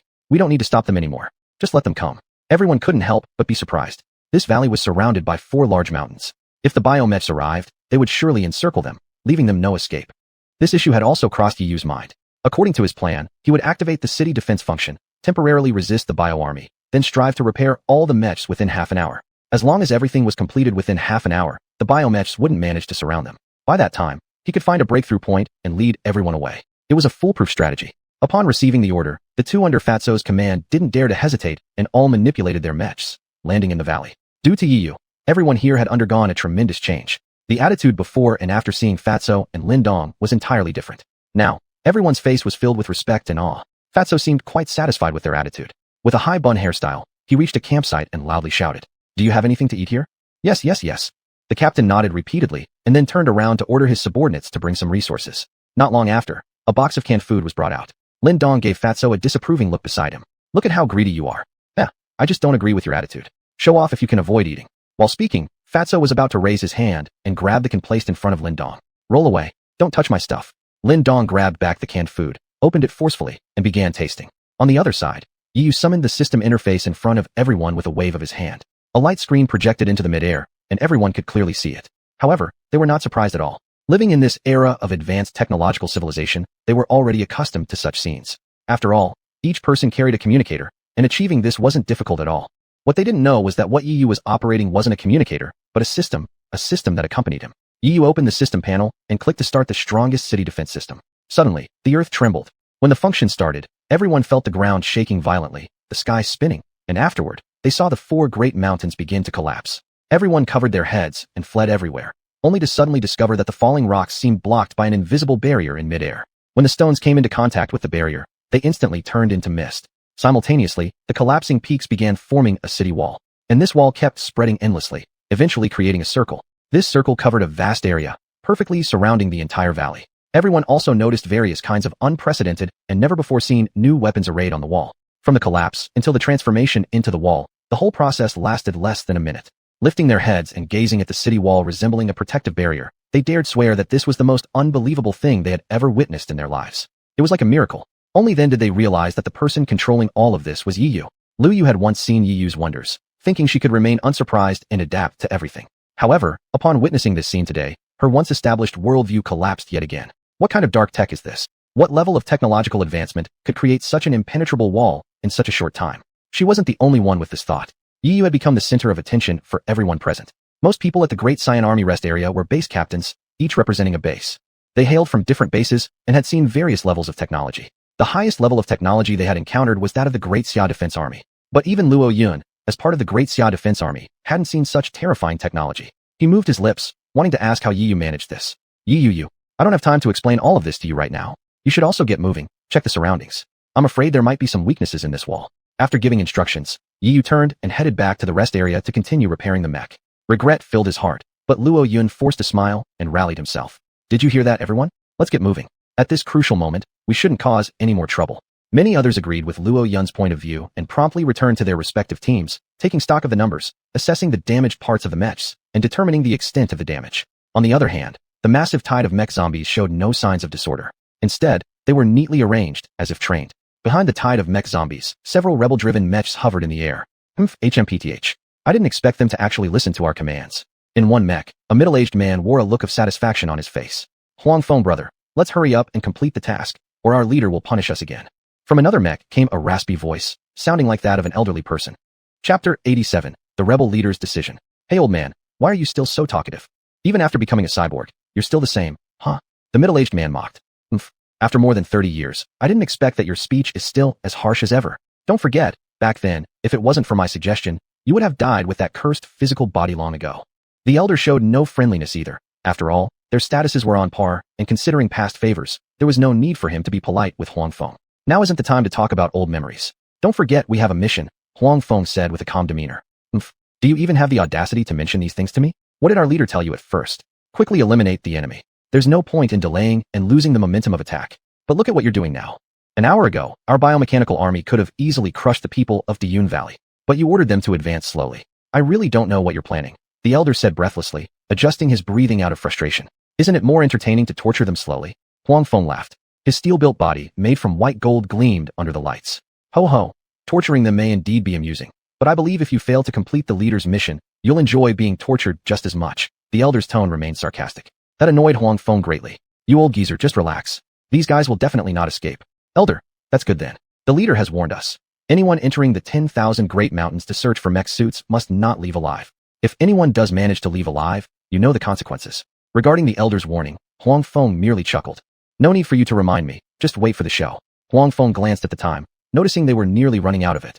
Due to pressure from the leader, he had to speed up a bit. He waved his hand, causing a panel to appear in midair.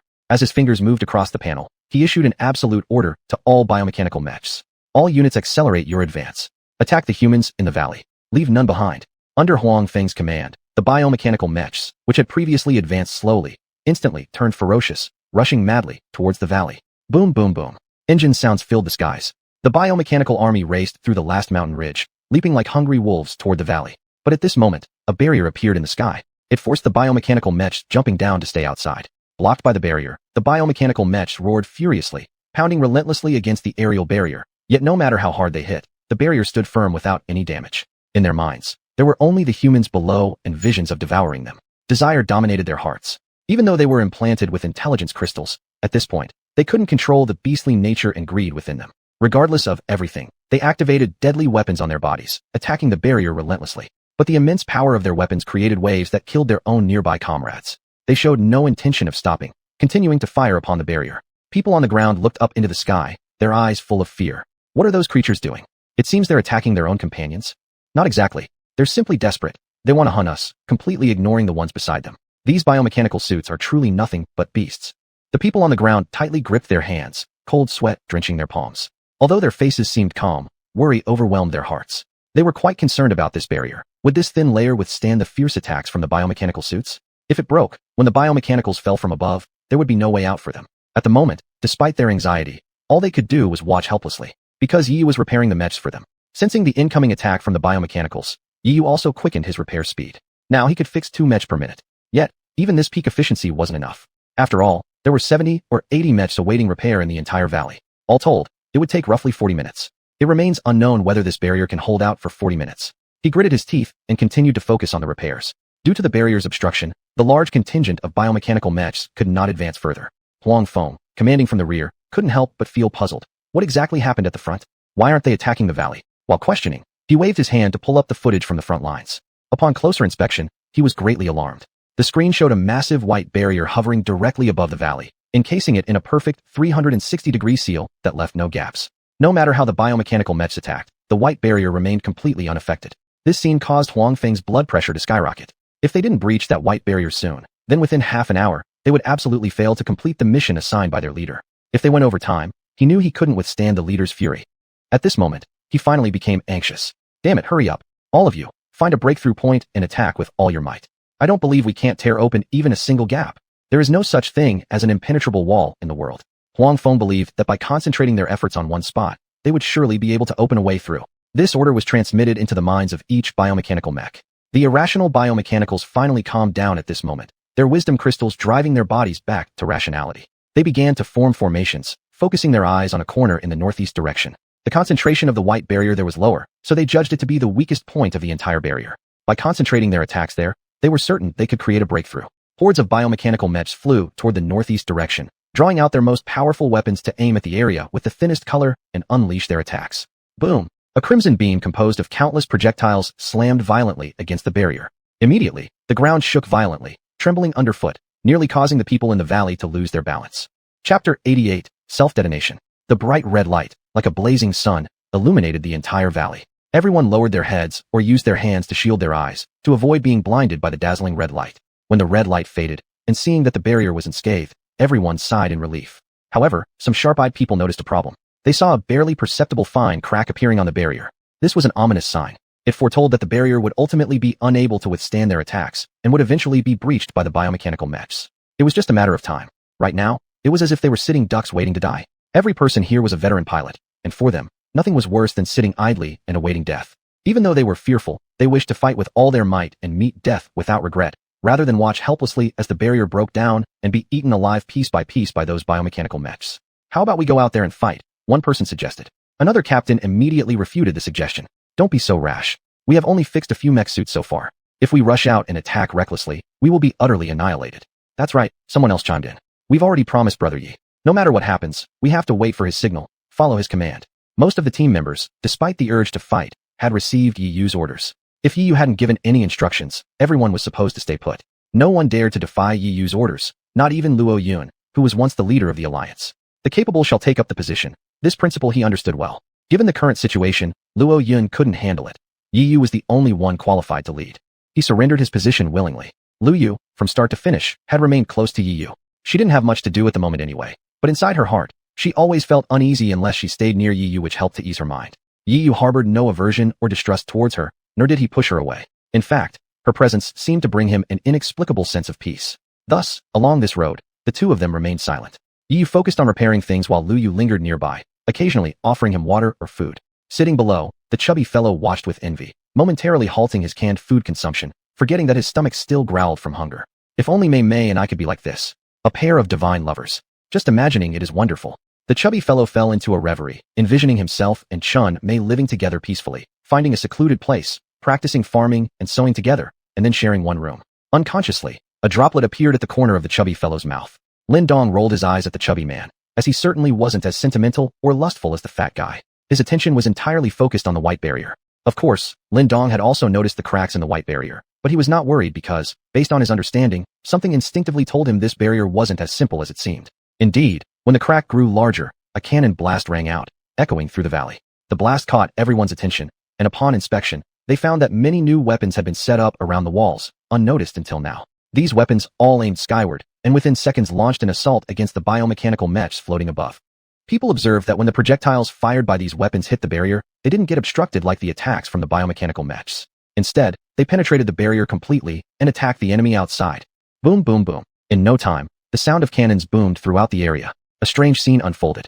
The biomechanical mechs on the outside relentlessly attacked the barrier, but their assaults failed to pierce through it, instead causing collateral damage among their own ranks, leading to massive casualties. Meanwhile, the shells fired within the valley almost without fail hit the external biomechanical mechs. A giant mushroom cloud exploded in the sky over the valley, its powerful shockwaves spreading in all directions. The heat wave instantly devoured the biomechanical mechs ahead. Those engulfed in the heat wave melted into blood water. But the blood water was stopped by the white barrier, sliding down from midair before sinking into the ground. The stench of blood spread across the valley, carried by the breeze. What on earth is happening out there? Sitting in the cockpit, the elder man felt a spinning sensation, lost in chaos. As a seasoned veteran soldier, he quickly made a judgment. Only a heavy-duty missile could produce such an explosive effect. However, he had already analyzed the strengths of both sides before the battle very thoroughly. Neither the biomechanical mechs nor the human pilots in the valley had such powerful heavy-duty missiles prepared. If that's the case, where did the explosion come from? Huang Feng was now driven mad. There were still 20 minutes left until the mission's end time. If it went beyond these 20 minutes, not only would the boss punish him, but the master wouldn't let him off either. Under double pressure, his life held no significance whatsoever. Never mind, I'll risk everything. Biomechanical mechs. Prepare for a suicidal attack. A suicidal attack refers to igniting the core and unleashing a lethal explosive attack. The core is the heart of every biomechanical mech, as well as the power that drives its immense actions. Each biomechanical mech stores absorbed energy within its core, and this energy enables the mech to operate. If a biomechanical mech detonates its core, the resulting force is undoubtedly massive. One biomechanical mech already wields such great power, but what if a group of them self-destructed simultaneously? Huang Feng could not imagine it, but the one thing he dared to be sure of was that this blow would certainly break through the barrier. The order to self-detonate quickly reached the brain of each biomechanical mech. They put away their weapons one after another. Then the entire mech lay flat on the white barrier. This sight stunned those on the ground. What's going on here? Could it be that this group of mechs has stopped attacking? Or maybe these mechs are tired? People on the ground looked at each other questioningly, hoping to find answers in others' eyes, but to no avail. Some experienced drivers among the team felt something was amiss. Over the long journey of combating biomechanical mechs, they had heard of the meaning behind this action made by biomechanical mechs. Suddenly, someone realized, oh no, these biomechanical mechs are planning to self-detonate. They're going to ignite their own cores, then self-destruct. Self-detonation. Everyone's minds conjured up a stunning image. Chapter 89, The Great Escape. Self-detonation. This was the last resort of the biomechanical armor, and also its strongest killing move. The explosion of a single unit of biomechanical armor had enough power to destroy half of a survivor's base. The scenes of watching his own troops being mercilessly slaughtered by explosions were still vivid in his mind. The people on the ground couldn't help but feel an overwhelming chill. With so many biomechanical armors detonating now, could this white barrier withstand such an astonishing force? Amid their worries, some experienced veterans recalled something. The self-destruction of biomechanical armor wasn't an ordinary occurrence. In everyone's impression, biomechanical armors were extremely protective of their lives. Despite their constant obsession with devouring, they deeply cherished their cores. Even in life-or-death situations, they wouldn't easily sacrifice their cores. Out of 100 battles, there would be at most one self-detonation incident, and within each such incident, only 1 or 2 biomechanical armors would self-destruct. However, this time was completely different. It thoroughly overturned everyone's impressions. What they could see with their own eyes was that over 100 units of biomechanical armor were prepared to self-detonate. And more alarmingly, behind these units stood rows upon rows of biomechanical armor, clearly also prepared for self-destruction. As soon as the front line exploded, they would step up to take their place. Such an abnormal change made the crowd suspect endlessly. What was going on today? Why were these biomechanical armors so orderly? And why were they willing to sacrifice their own cores for a self-detonation? Before the confusion could settle, a strong and dazzling light flashed in the sky. A wave of intense heat followed immediately. Boom! A deafening explosion resounded. A massive mushroom cloud shot up into the sky, scattering the dark clouds above. The instant absence was quickly filled with smoke, polluting the sky and making it appear even gloomier. Heaven and earth trembled, and the sun and moon lost their light. The powerful vibrations made the mechas in the valley sway precariously. Yi Yu, who was repairing the mecha, couldn't help but frown. Lu Yu beside him lost her footing amidst the vibration and fell back. As she screamed out from losing balance, she thought she would fall from a great height when suddenly a pair of hands grabbed her. What happened to you? Yi Yu released his grip and looked at her questioningly. Logically speaking, Lu Yu was a trained soldier and an experienced pilot. The earlier vibrations hadn't bothered him, who was just a maintenance worker, so why couldn't she bear them? Noticing Lu Yu's troubled state, Yi Yu decided to ask. Just as he finished his sentence, Lu Yu shook her head vigorously like a tambourine. I'm fine. I'm okay. I'm just a bit worried. Yi Yu, what exactly are you worried about? Are you concerned whether we can escape or not? Don't worry. This white barrier won't be broken anytime soon. Yi Yu trusted Chi-Chi's words. Since Chi-Chi had said it was a barrier combining all the world's strongest city defense systems, it was undoubtedly the most powerful. But what if they keep exploding? For Lu Yu's question, Yi Yu simply laughed. He was unsure whether they could withstand it or not, but the only thing he could do right now was to accelerate the repair process. Next, after finishing another 10 mechas, his task would be complete. The nerves of everyone on the ground tightened further. The moment the blast's aftermath passed, they all looked toward the sky, gazing towards the northeast where the biomechanical armors were attacking. This view startled them significantly. Cracks invisible to the naked eye before were now spreading rapidly in all directions and expanding. Like a cracked glass, a simple blow could shatter it. Biomechanical armors positioned atop the barrier seemed to have seen hope. Already prepped for self-destruction, they rushed forth once again, clambering onto the barrier like raging floodwaters. Seeing the fruits of their efforts on the front line, Huang Feng inside the cockpit smirked arrogantly. He opened the communication system and contacted the elder. Old man, would you like to come along with me? Nah. It's better for us not to expose ourselves too soon. The elder shook his head. What are you afraid of? Everyone here today will not walk away alive. Huang Feng's eyes gleamed with bloodlust. Hopefully so. But let me clarify beforehand. Should anything happen, don't drag me into your mess. The elder chuckled coldly. Huang Feng snorted slightly. He really couldn't understand why the leader, knowing he and that elder were sworn enemies, still ordered him to cooperate with him. However, rejecting the leader's orders wasn't something he dared to do. Without much hesitation, Huang Feng pushed the control stick and flew to the front line. Self-detonations continued. Another breathtaking mushroom cloud erupted once more. This time, the cracks on the white barrier widened, and those on the ground clearly saw many white powdery substances falling off the white barrier. Judging from this, during the next self-detonation, the white barrier would break apart. Soon, more than 100 biomechanical armors came rushing over again to prepare for the next wave of self-destruction. The crowd on the ground finally could no longer contain themselves. They ran to their mechas like frightened rabbits. In the face of such upheaval, only getting close to their own mechas could they feel even slightly safe. Luo Yun led several base captains and found Yi Yu. At this moment, Yi Yu was also repairing the last mecha. Yi Yu, the situation has worsened. This white barrier might not be able to hold any longer, Luo Yun reported the frontline status. Although Yi Yu had been focused on repairs the entire time, he was more aware than anyone else of the state of the white barrier. Call everyone back to their mechas and get ready. Yi Yu didn't turn his head. He gritted his teeth and held on for half a minute before finally finishing the repair on the last mecha. He leapt down from the cockpit and came in front of everyone. His presence calmed the panicked crowd somewhat. Perhaps this was the effect of a leader. Currently, all the pilots have returned to their cockpits. What should we do next? Now, only the base captains, led by Luo Yun, were left. Yi Yu looked up at the sky, where a cluster of biomechanical armors clung to the white barrier halfway up. In the northeast direction, the barrier revealed horrifying cracks. There's no time to waste. Let's escape quickly. As soon as these words left Yi Yu's mouth, the crowd became quite confused. Where can we possibly escape to now? It seems like they've surrounded us. Luo Yun's eyes were filled with worry. He had already used radar surveillance earlier, and there were biomechanical armors swarming around in all directions. They couldn't possibly fly away unnoticed. It may look like it, but we still have a way out. Yi Yu smiled mysteriously, forming an airtight plan in his mind. You guys go back to your mechas too, and from here on out, follow my commands. Is there a problem? Yi Yu gave orders in a commanding tone. Completely convinced, the group spoke in unison. No problems.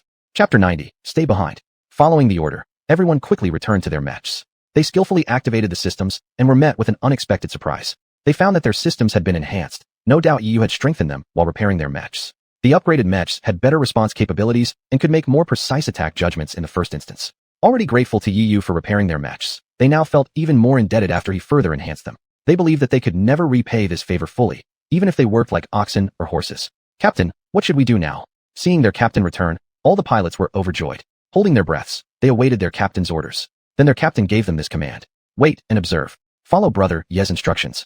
This answer was something none of the pilots expected. They didn't think that the person who was once ostracized by them would now become the backbone and leader of everyone. He had the power to decide the life or death of every person here. Fatso and Lindong also returned to their cockpits. Boss, the radar shows that our surroundings are full of biomechas. We're surrounded. If we take down the barrier now, we'll be attacked by them. Fatso glanced at the radar and analyzed the current situation. Yi nodded, signaling that he was aware. Even though we're surrounded now, due to the white barrier, these biomechas can't harm us. But this isn't a long-term solution. The white barrier will eventually collapse. Recalling how long the white barrier would hold, Yi shook his head. Do you know why those biomechas are concentrated in the northeast direction? Yi suddenly asked. Fatso and Lindong were initially taken aback, but then quickly realized the reason. It's very likely that the weakest part of the white barrier is located in the northeast direction. As a strategist, Lindong promptly analyzed the situation. Yi nodded in agreement. That's right. The northeast direction, where they're focusing their attacks, contains a weak point in the white barrier. They believe that by attacking it fiercely, they can create a breakthrough. But what they don't realize is that I exposed that weak point on purpose.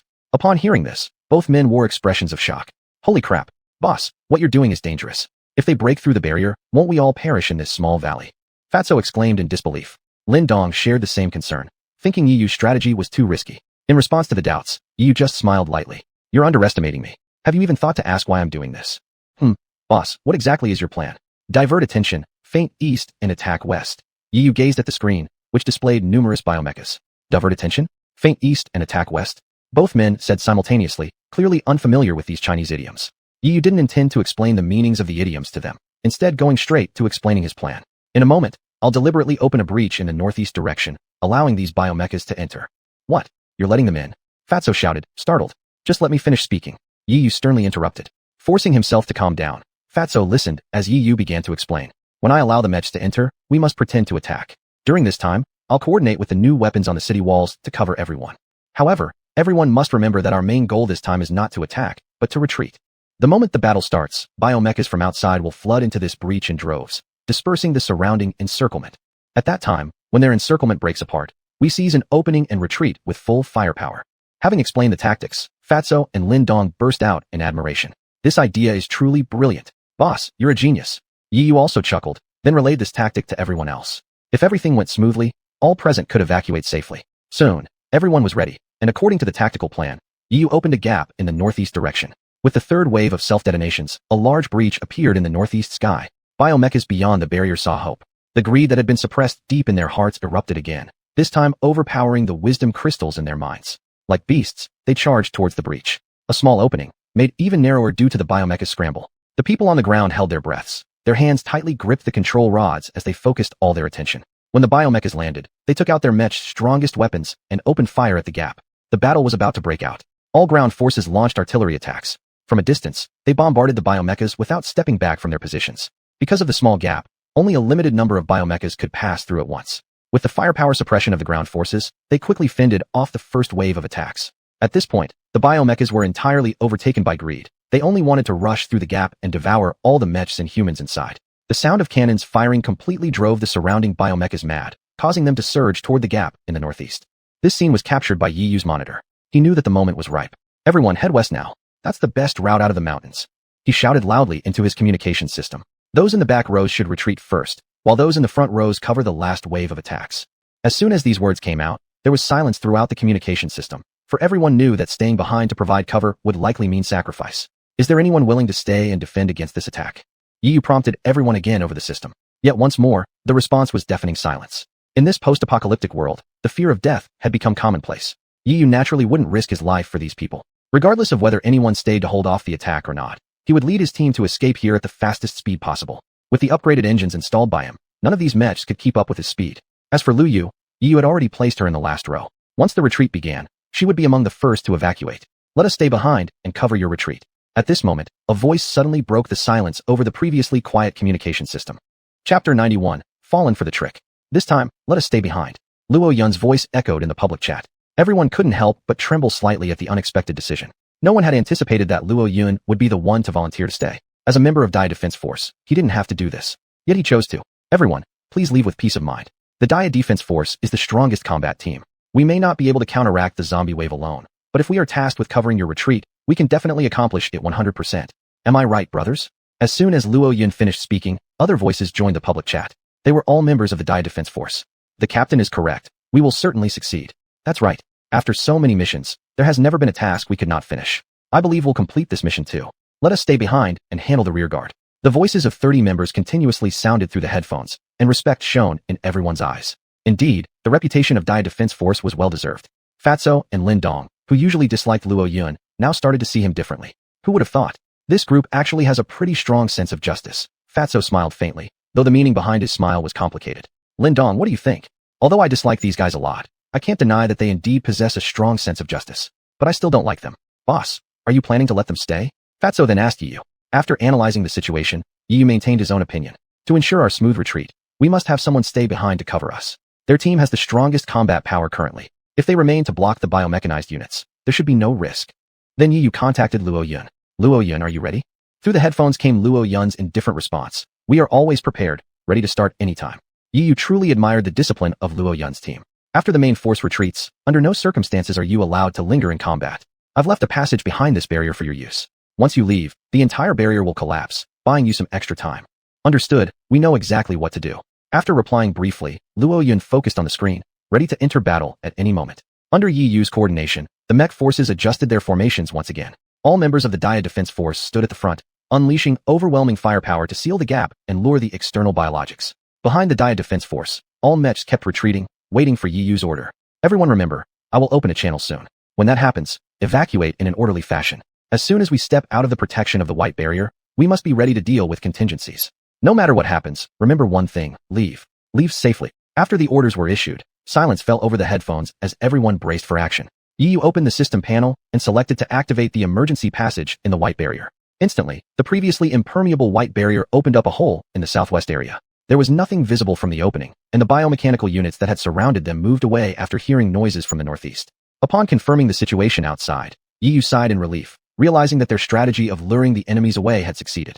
All units prepare for evacuation. With the command given, all mechs' engines ignited, pushing to full capacity. Boom. All mechs immediately set off, passing through the breach in perfect order. The loud engine roars were covered by the sounds of gunfire and explosions.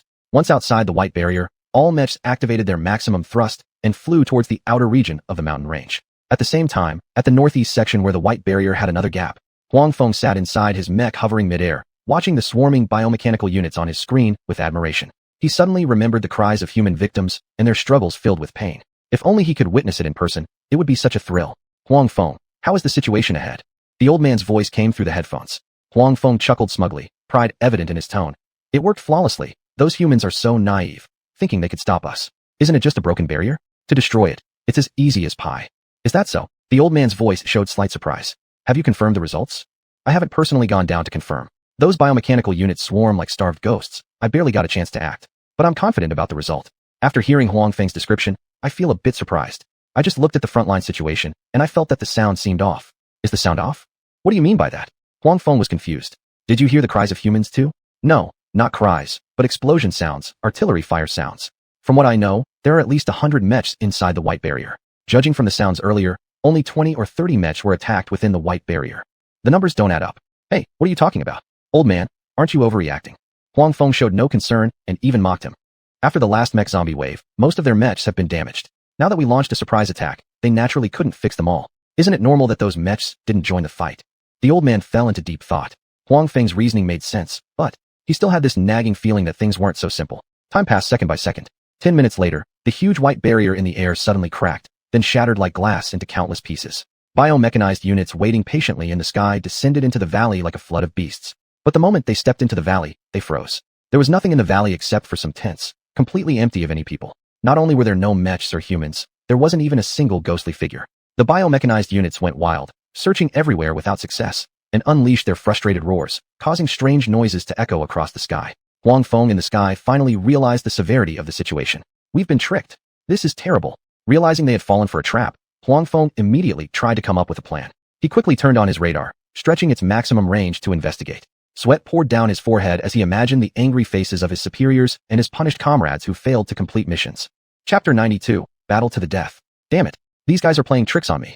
If I catch you, I'll make sure you're torn into 10,000 pieces. In a frenzy of rage, Huang Feng's hands were furiously tapping at the keyboard as he attempted to track their location, venting his inner fury. At this moment, an elderly man's voice came through the headphones, urging him on. How is it going? Are they all dead? The leader just called asking for our results.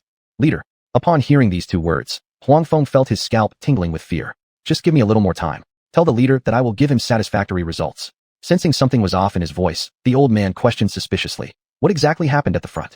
Did they resist? There's no reason for it. This level of resistance is negligible in the bigger picture. What exactly happened up front? Tell me. The elder's tone grew heavier. The urging from the old man was making Huangfeng restless and anxious, causing some mistakes in his operations. It's none of your business. Best you not interfere. Just stay put there and wait for my good news. If the leader calls again, tell him to give me a little more time. I'll definitely provide him with a satisfactory answer. After saying this, he cut off all communication signals and focused entirely on his work. Whether intentional or accidental, the error in operation just now had indeed revealed something. He found a faint red that displayed in the southwest direction. The radar used by the rebel forces was completely different from the one used at the human survivor base. The radar at the survivor base was for detecting biomechanical armors and rebels. Conversely, the rebels' radar only detected human mechanical armor. Upon discovering the human's location, Huangfeng could barely contain himself. He estimated they had fled about 10 minutes ago. There was still time for him to rectify the situation. Subsequently, he opened a panel and began controlling the biomechanical armors hidden within the mountain range. This time, no matter what, he had to intercept them inside the mountains. Meanwhile, on the outskirts of the 10,000 mountain range, the main force's retreat had gone fairly smoothly so far. They hadn't encountered any ambushes from biomechanical armors along the way. At the current pace, they would leave this place in about 15 minutes. Everyone was filled with relief. Simultaneously, everyone felt immensely grateful towards Yiyu. Had it not been for Yiyu, they probably would have all perished in the valley. After thanking Yiyu, they thought of the Daxia Defense Force left behind in the valley covering their retreat. There were over 30 members of the Daxia Defense Force's smaller team. If all of them had sacrificed themselves to cover their retreat, everyone would feel a lifetime of guilt. As a leader, Yiyu had already noticed something amiss with the group. So he spoke up. Rest assured, Luo Yun and the others have successfully retreated and are on the road coming to meet up with us. We must leave immediately and head to a safe place to wait for them. Yiyu's words instantly lifted the low morale. Hope rekindled in everyone's eyes. After turning off the public chat, Yiyu contacted Lu Yu. Lu Yu, everything after this is up to you. What do you mean, Yiyu? Lu Yu looked somewhat startled. She didn't understand why Yiyu said this. Aren't we about to leave here soon? She asked. But I still have something to do. I can't leave just yet. Yiyu's tone was resolute. Why? You know the risk levels here. Could it be for that mech? Lu Yu questioned sharply. Yiyu did not want to elaborate further. I don't want to explain too much right now. Anyway, remember my words. Once you leave the mountain range, find a safe place to regroup, tally the number of casualties, and then each return to your respective bases. This area of the 10,000 mountain range is still dangerous. It's best if you all don't come here during this period. This was Yiyu's advice. Lu Yu wanted to ask more questions, but realized Yiyu had cut the communication line. After disconnecting, Yiyu then contacted Fatso and the other two. You two, don't leave yet. Wait for me at your current position. This made Fatso and the other two appear somewhat flustered. They couldn't figure out why Yiyu would act like this. This was the perfect opportunity to leave. If they missed it, leaving again would likely be as hard as ascending to heaven. What's going on? Fatso was confused. You asked me, who should I ask? Lin Dong shrugged, equally bewildered. However, since this was Yiyu's order, they wouldn't dare defy it. So, they turned off their engines and waited in midair for Yiyu to arrive. Bored, Fatso opened the display and began checking the nearby terrain.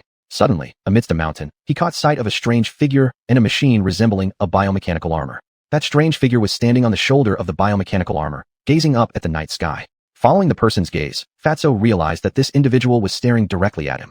With eyes as dark as an abyss, even through the screen, one glance left Fatso feeling like he had fallen into endless darkness. Simultaneously, feelings of helplessness and terror began to rise. Without hesitation, Fatso turned off the display and took deep breaths. If he had lingered for just another moment earlier, it felt as though his soul would have been sucked in. This was Fatso's very real sensation. What's wrong with you, Fatso? Lin Dong was a little puzzled. Based on what he knew, Fatso wasn't the kind of person to get startled so easily. I think I've seen that person before. Fatso muttered to himself. Who is it? Lin Dong asked curiously. I remember now. At the bounty hunter's safety zone. I remember seeing him there. Fatso's eyes were lifeless, as if he had suffered from a great fright. As for Fatso's reaction, Lin Dong was utterly baffled. He also opened the display and similarly spotted the person standing among the mountains. But what he discovered was far more shocking than what Fatso had noticed. He saw their captain, Yiyu, piloting the mech and approaching the mysterious man. Then, under his watchful eyes, Yiyu slowly opened the cockpit. This was absolutely the most incomprehensible event they had ever witnessed. Why did Yiyu have connections with these biomechanical armors? Could it be there were secrets between them that could not be revealed? At the moment Yiyu made contact with the mysterious man, they noticed that all signals in the cockpit were blocked. The screen lost its image, and they could no longer reach Yiyu. Descending from the cockpit, relying on his repair skills, Yiyu successfully climbed to the head position of the mech. At this moment, his position was level with the mysterious man. Perceiving Yiyu's concerned expression, the mysterious man couldn't help but give a cold smile. Rest assured, I've cut off all the signals from nearby mechs. They will never know what we're doing. Chapter 93, Advancing Towards the Inner Perimeter. Rest assured, I've cut off all signals from nearby mechs. They won't know what we're up to. The mysterious figure gazed at Yi, his expression still dark. Yi, on the other hand, wore a relaxed smile as he thrust his hands into his pockets and raised his head. Speak. What is it that you want with me? Ho ho. I'm just here to remind you. Now isn't the time for your group to leave. If you dare to do so, the consequences will be known to you. The mysterious figure's icy tone resonated like the Grim Reaper. Ho ho. Yi returned with a cold laugh. I am not the kind of man who evades responsibility. The things I've promised you, I will certainly fulfill, and I hope you can too. After everything is done, don't forget what we've agreed on. The mysterious person nodded, with an appreciative gleam in his eyes. You can rest assured about this. Once you've helped me, I'll hand over the Red Wolf mech without hesitation. I'm merely curious, Yi asked. You are already someone who could rule in the 10,000 Great Mountains. Why can't you fetch the key inside the inner perimeter yourself? At the mention of this question, the mysterious person's face grew grim. You're overthinking this. The 10,000 Great Mountains aren't what you imagine them to be. There are plenty of rulers within its vast area, and I am just a small fry. Upon hearing this, Yi became even more intrigued. What other forces remain? Could you tell me who controls this wave of biomechanical zombie mechs? Knowing too much will bring you no benefits. The mysterious figure chuckled coldly. Yi shook his head. I must know. For me, they represent a hidden danger. When the enemy hides while we show ourselves openly, we won't be able to deal with their plots effectively. This knowledge would also benefit our mission, wouldn't it? With reasoning, Yi's words and deeds swayed the mysterious man. It's fine if I tell you. This wave of mech zombies was made by those bio-enhanced people. Bio-enhanced people? At these words, Yi recalled the bio-enhanced people who had once held him hostage, as well as the words the bounty hunters spoke before. They said that in the 10,000 Great Mountains, there were sightings of rebel groups, and that these rebels could control biomechs. It seemed that what those bounty hunters said was true. This current wave of zombie outbreaks was indeed controlled by the rebel faction. Suddenly, Yi thought of the reason everyone had been summoned here, the mysterious signal. Could this mysterious signal also have something to do with the rebels? Do you know about the mysterious signal? Yi asked again, hoping to get some useful information from the mysterious man. Upon hearing mysterious signal, the mysterious figure showed a slight hint of surprise. What signal are you talking about? What is its content? The mysterious man feigned innocence. The contents of this mysterious signal go something like this. They claim that in the 10,000 Great Mountains, many top-tier mechs have been left behind, along with their respective locations. It resembles a treasure map signal. The strange thing is, this mysterious signal wasn't received by just one base, but bases all over the country, including the bounty hunters. Now I have every reason to suspect that this is their conspiracy. I suspect it has something to do with the rebels. Yi drew conclusions based on clues gathered over these few days. However, this hypothesis was rejected by the mysterious man shaking his head. Absolutely not done by those bio-enhanced people. They simply don't have the intelligence or capability. While speaking, a peculiar look hung on the mysterious man's face. Yi, with sharp eyesight, immediately noticed something off, but just as he was about to ask further, the mysterious man interrupted him. You needn't ask about this anymore. No matter how much you inquire, I won't answer you. When the timing is right, you will naturally understand everything. The mysterious man gestured for them to leave, glancing deep into the 10,000 Great Mountains. So for now, please return. Yi hesitated, but finally couldn't help but ask, what if we encounter attacks from those bio-enhanced people again on the road? With only the three of us, there's no way we can reach the inner perimeter. Actually, Yi himself knew that reaching the inner perimeter with just 3 people's strength was entirely feasible. It's just that the journey might have obstacles along the way. Moreover, after reaching the inner perimeter, who knows what dangers lie ahead? Right now, all he wanted was to conserve his strength until they entered the inner perimeter and acted accordingly. The mysterious man frowned deeply. Don't you think your behavior is excessive? In what way am I being excessive? Yi shrugged, looking completely unrepentant. Last time, I've already helped you once. Now you're asking me to escort you, correct? That mysterious voice turned colder. You said it, not me. However, with your escort, our journey will definitely be much easier, and we will complete the task quickly as well. Actually, this is also beneficial for you, isn't it? Yi wore an expression of carelessness, leaving the mysterious figure speechless. The mysterious person wanted to refuse, but he was afraid that the bio-enhanced people might disrespect him and deliberately make things difficult for Yi and his group. On the other hand, if he didn't refuse, he feared that Yi would take advantage and make increasingly unreasonable requests. While stuck in this dilemma, a roar of mech engines came from the office. Both of them looked up to see more than 100 biomechs flying over from the half-air. Leading the charge was a mech clearly marked with the rebel insignia. Huang Feng, piloting the mech, immediately spotted Yi's group of mechs. Huang Feng was now consumed by madness and fury, his reason abandoned entirely. With a roar of anger, he commanded those biomechs to attack, and within a blink, the 100 or so biomechs surged forward like tigers out of the mountains towards the few mechs. Damn it! In the cockpit, the fat man couldn't help but curse, his first reaction being to flee in the face of such unexpected circumstances. But as he habitually operated the mech, he found a fatal issue. The mech no longer obeyed his commands, as though its signals and power had all been cut off. No matter what operations he performed, he could not control the mech. It was the same in another cockpit where Lindong sat. He even tried to contact the fat man through the communication system, yet regardless of how many times he attempted, the signal disappeared without a trace. Could it be that we die here today? How unbearably frustrating. Huang Feng, having lost his mind, only wanted to fight quickly, finish off these few mechs, and then pursue further. Therefore, there were no holds barred in his attacks. He took out a light sword and stabbed directly at Yi Yu's mech. This sword aimed straight for the cockpit. Chapter 94, Inner Circle. In the flash of lightning and fire, a roar of anger came. Stop! This voice came from the mysterious man. Strangely, though his voice wasn't loud, it could be heard clearly by everyone. When the sound reached them, all mecha signals experienced a pause. Then all power sources of the mechas were completely cut off. The group of biomechas also stopped their attacks at that instant, suspended midair as if stunned. This voice thoroughly woke Huang Feng. Regaining his senses, Huang Feng looked at the mysterious man who appeared on the screen and suddenly got scared. Red Wolf, be silent. The mysterious man once again roared coldly, stopping Huang Feng's words. What kind of thing are you to dare behave so recklessly here? Aren't you going to get out of here right now? The mysterious man slightly narrowed his eyes, his face unreadable but radiating an aura of mystery, with an air of authority without needing anger. Boo. But Huang Feng seemed to fear this mysterious person very much, yet he was also reluctant to abandon his mission. If he went back just like that, the leader would definitely not forgive him. Since he was destined for death anyway, why shouldn't he make one last attempt? Sorry, I won't go back like this. I've already made a pledge to the leader. I must accomplish this task and won't let anyone stop me. Upon hearing Huang Feng's determined tone, the mysterious man coldly smirked. What kind of nonsense leader is that? If he dares to hinder my actions, I can kill him right now. Do you want to try it? The expression of the mysterious man remained unchanged, the only change being the added contempt in his eyes. It was the disdain of a strong person towards the weak. Anyway, no matter what you say, I am doomed. I will not retreat one step. Huang Feng's eyes were filled with determination and a streak of resolute willingness to die. Stubborn to the end. I warn you, if you dare to harm even one hair of theirs, then prepare yourselves to see Yama. The mysterious man's voice grew louder. Inside the cockpit, Fatso and the others naturally heard every word clearly. They were somewhat surprised. Under the condition of having no communication devices, the cockpit should have isolated all outside noise. Yet, without using any communication tools, that mysterious person could make his voice reach their ears. It sounded as if it was right next to them. This guy has plenty of spirit indeed. Fatso teased, trying to ease the tension. And at this point, the control system of their mecha had completely recovered. At the first moment of recovery, Fatso immediately contacted Lindong. What happened just now? My system and signal both collapsed. Lindong started with that sentence. It was clearly the work of that young man over there. Fatso raised his head and glanced at the screen. Even though the mysterious man didn't look at him directly, Fatso still felt some psychological pressure, sweat pouring down his forehead nonstop. This mysterious man seemed to carry a certain dignity, making one feel uneasy with awe-inspiring authority. Who exactly is that person? Why does he have such an ability? Moreover, it looks like this person knows our leader well. Lindong also noticed the mysterious man and Yi Yu's various abnormal behaviors, which left him utterly confused. However, he vaguely sensed that this mission and the zombie tide absolutely had something to do with this mysterious man. Huang Feng inside the cockpit let out another roar. This time he decided not to retreat, pulling on the lever to initiate an attack.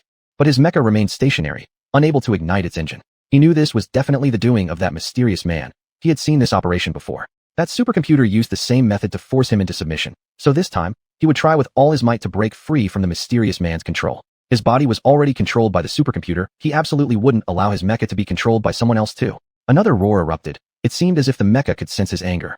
Suddenly, a tiny explosion occurred in the air, subtle, yet giving Huang Feng a glimmer of hope. He felt it. His mecha had returned. In the cockpit, the lights that had originally been extinguished lit up again, signaling that his mecha had successfully broken free from the mysterious man's control and reactivated. Without hesitation, he launched an attack again. But this time, he wasn't attacking Yi Yu. The blade of the mecha pointed straight at that mysterious man. At this time, the mysterious man stood on the shoulder of the mecha, without any defense. If Huang Feng's piloted mecha landed one blow, then that mysterious man would surely meet an irreversible fate. The long sword was about to fall, yet that mysterious man remained unmoving. Beside him, Yi Yu watched this scene with great interest. Between the clamor and struggle, there lay a chance for profit. The mysterious man and Huang Feng were like the crane and the clam, and himself was the fisherman.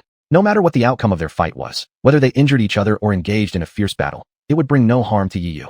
If the mysterious man unfortunately died, then he would no longer be under his control and could choose to withdraw from here. If Huang Feng died, then his path would be unobstructed, allowing him to smoothly reach the inner circle. Of course, Yi Yu absolutely hoped that the mysterious man would die on the spot. Compared to being controlled by the Red Wolf mech, he preferred freedom. The long sword grew closer. The lightsaber tore through the air, emitting a piercing whistling sound. A fierce wind raged around the blade. Finally, the mysterious man moved. He merely waved his hand lightly. Suddenly, the biomecha beneath his feet also reacted. That biomecha deflected the lethal slash at an unbelievable angle by tilting its body sideways. At the same time, it drew a dagger with its right hand from behind its leg. In the blink of an eye, before Huang Feng could react, the dagger stabbed straight toward the cockpit. Didn't I tell you? The consequence of opposing me is death. You are stubborn and blind, so don't blame others. A light spot in the screen grew larger. The heat rushed into the cockpit, burning Huang Feng's skin. Impossible, absolutely impossible. Aya! Amidst the screams of agony, the massive dagger pierced through his body, splitting him into two. Immediately after, flashes of fire and lightning interwove, and the entire cockpit began to explode. The explosion spread across the whole mech. Boom! The huge explosion echoed throughout the valley. Hovering in midair, the group of biomechas finally regained consciousness. They stared at their shattered leader, fear and panic filling their eyes. Oomph, you've seen your leader's fate, haven't you? If you dare to act recklessly again, I assure you, the same will happen to you. The mysterious man's cold words fell like the death sentence proclaimed by the Grim Reaper. The biomechas turned and fled in disarray. Chapter 95, March Forward. Those biomechanical armors turned around and fled. Everyone stared at the scene in front of them with wide eyes, shocked to the core. If they hadn't witnessed it with their own eyes, they would never have believed what was happening right before them. Especially the fat man. He jumped up, pointing at the screen while stammering. This guy is just too fierce. In his entire career as a pilot, the fat man had never seen or heard of anyone who could single-handedly scare off so many biomechanical armors. Even for Yi Yu, who knew the truth, it was equally shocking. It seemed that among these biomechanical armors, there were clear power divisions. If that's the case, then what kind of force did the man in front represent? Glancing briefly at the stunned Yi Yu, the mysterious figure smiled gently. What's wrong? Those biomechanical armors back there were just a disorganized rabble, nothing to be afraid of. You shouldn't just stand there either. Now that I've cleared the way, you can proceed inward by yourself. Along this path, I believe no more biomechanical armors will dare to block your way. He paused here. If you reach the inner area, though, I can't guarantee safety. The forces inside are beyond my control. After saying a few words, the mysterious figure waved his hand again, and his biomechanical armor underneath began to move, initiating its engine and speeding away at an incredible speed. Within 1 second, that biomechanical armor soared into the sky, turning into a purple streak and disappearing into the night curtain. Taking another look at where the mysterious figure disappeared, Yi Yu shook his head, turned around, and returned to his cockpit. Closing the cockpit door, they received a message from the fat man. Once the communication system was activated, the fat man's voice came through. Boss, what the hell just happened? Do you know that mysterious person from before? That guy back there was fucking amazing. With a flick of his hand, he wiped out a mech. With a single sentence, those damn biomechanical armors got scared. Wasn't that just like a god descending from the heavens? The constant flow of words interrupted Yi Yu's thoughts, and only then did he remember that he hadn't yet explained the matter of going to the inner area to them too. And now, this was a perfect opportunity. The fact is, I wouldn't really say we're acquainted per se. I just have a deal with him. Yi Yu tried to make himself relax. As a leader, he couldn't show even a bit of nervousness at this time. A deal? What do you mean? Did you make some shady deal with that person? The fat man asked instinctively. He had known Yi Yu the longest and understood him the best. On this journey so far, how many deals had he witnessed? His reaction wasn't all that surprising. It was almost relaxed, even to the point where he jokingly remarked, "Dirty PY deal?" Having said that, the fat man laughed on his own accord. His laughter appeared infectious. The magical laugh of the fat man also put Yi Yu somewhat at ease. Not quite. The situation was urgent. If we hadn't agreed to him, all of you might have died. Righteous boss, shouted the fat man, pride filling his expression. My deal with him is that I help him accomplish a task, and in return, he chooses to give me the Red Wolf mech. Upon hearing the words Red Wolf mech, the two immediately realized something. Wasn't that exactly the mech they were searching for? That would work perfectly, wouldn't it? That sounds great. We saved our lives once again, and at the same time, we'll accomplish our own mission smoothly. 2 birds with 1 stone. The fat man continued his endless speech. That's enough. Listen to me first. Yi Yu interrupted. Only then did the fat man shut up. Do you know what the deal I made with him entails? He wants us to find something for him. The item to find lies within the perilous inner zone. Inner zone. At hearing those 2 words, the slightly relaxed nerves of the fat man tightened again, making him jump up as if springs had been installed inside him. My God, this isn't funny, right? That place is deadly. We've been struggling around the outer area for a while now, nearly losing our lives. But that's just the outer part. If the outside is already this dangerous, I don't dare to imagine what kind of incidents await inside the inner zone. The fat man collapsed back onto the chair, little beads of cold sweat appearing unconsciously on his chubby face. Lindong's mouth was twitching at the corners too. Speaking of the inner zone always invoked an inexplicable fear and a deep repulsion within him. Big brother, do you think we could skip it? After all, that guy isn't here, we can run away right away, suggested the fat man, catching sight of hope. But Yi Yu shook his head. Forget about that idea. I've thought of it before, but if we leave here, I'm sure that guy won't let us off easily. You've seen his strength just now. Do you think the 3 of us could be a match for him? But you can rest assured, he won't do anything to us. Besides, he has something we want too. We traveled such a long distance, and we can't possibly go back empty-handed, right? There was still a sense of ease in Yi Yu's tone. No one could detect any sense of crisis from his words, as if he were talking about a routine matter. Only then did the 2 feel slightly reassured. That's right, we've already come such a long way, and so much has happened along the way. If we return now without accomplishing our mission, it would be truly regretful. Moreover, with Yi Yu by our side, what difficulties could possibly hold us back? If death is inevitable anyway, why not take a risk? As the saying goes, a risk may transform a bicycle into a motorcycle. Perhaps inside, there lies an endless fortune awaiting our discovery. I'm fine, leader. When do we set off? Lindong was the first one to rally. Boss, I'm good too. There's no way Fatso here will meet his end in this ghostly place. The fat man also gathered himself, though some fear lingered in his heart. People are often filled with fear of the unknown, but once they face it head-on, that fear transforms into strength. The fat man understood this principle well, so he compelled himself to confront the challenge. Yi was quite satisfied with his two teammates' performance. Had the two refused to participate this time, he would have let them stay at the perimeter while he ventured alone into the inner zone to complete the task. To his surprise, both teammates actually agreed, even the fat one who feared death so much. This certainly caught him off guard. We'll set off immediately. After the intimidation of that mysterious person earlier, the biomechanical armors along the way likely won't attack us. The journey ahead will go smoothly. Let's leave now and aim to reach the inner zone by midnight. Chapter 96, Tianling Mountain Cave. At the same time, in another part of the mountain range, a vast formation of mechs was retreating from the 100,000 mountains. This formation was none other than the United Army, led by Lu Yu. At this moment, they had regrouped with all the scattered members, including the Daxia Defense Army that stayed behind to cover their retreat. Although they were still a short distance away from fully escaping the mountain range, no one dared to let their guard down. Everyone knew that only when they truly escaped this place would they be absolutely safe. After reuniting with the group, Luo Yun began searching for Yi Yu among the mechs. After looking around and finding no trace of Yi Yu, driven by curiosity, he initiated communication with Lu Yu. Lu Yu, Luo Chief. It's great, you finally returned. Lu Yu couldn't help but sound excited upon hearing Luo Yun's voice. Only with Luo Yun back could she finally pass on the command of the army to him and enter the 100,000 mountains to search for Yi Yu. Where is Yi Yu? Why don't I see his presence? Is he in danger? There was worry in Luo Yun's tone. Through this incident, Luo Yun had completely recognized Yi Yu's abilities and even admired him to some extent. In his thoughts, if Yi Yu, with his extraordinary strength, joined the Daxia Defense Army, he has something else to do. He told us to retreat first. Lu Yu decided to withhold the truth. So that's how it is. Luo Yun nodded. At this point, Lu Yu clenched her teeth, as if making a decision. Luo Chief, from now on, the army is in your hands. I promised Yi Yu that after you return, I'll go back to help him. Luo Yun frowned upon hearing this. Are you sure he only needs you to help? Isn't it dangerous for you to go alone? How about I send a few more people with you?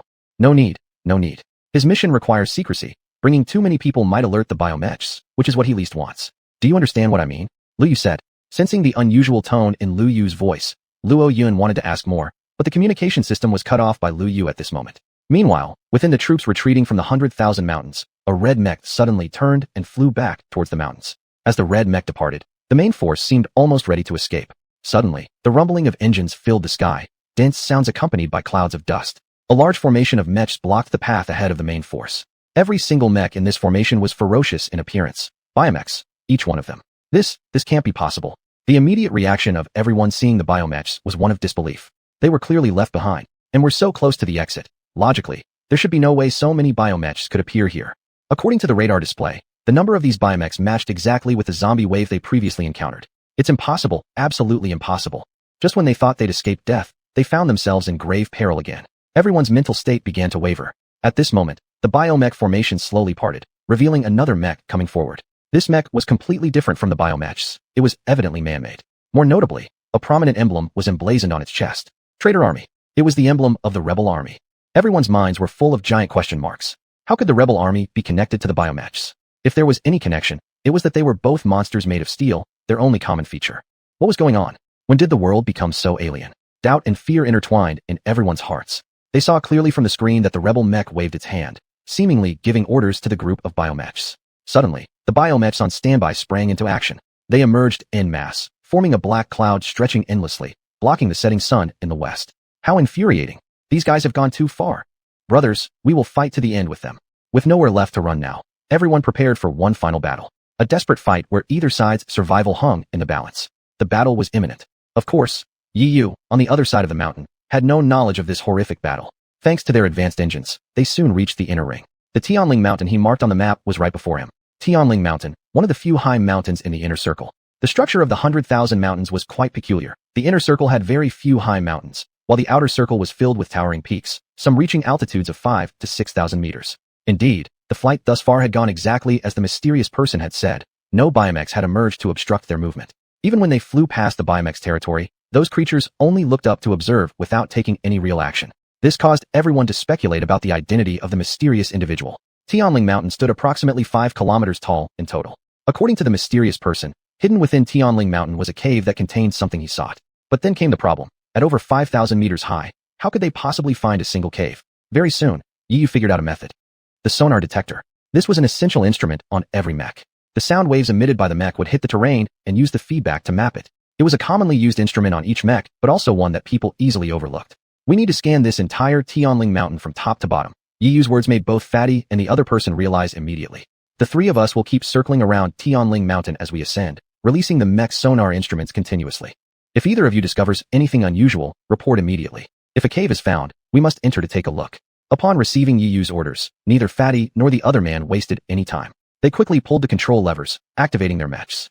The mechs started ascending, rotating around the mountain body as they climbed. As the sonar instruments activated, the screen gradually displayed the features of Tianling mountain. When they reached an altitude of 1,000 meters, they finally found the first cave. Boss, we found the first cave. Based on the feedback from the sonar instrument, the cave is 3 meters wide, 5 meters high, and approximately 900 meters deep. Should we go inside and explore?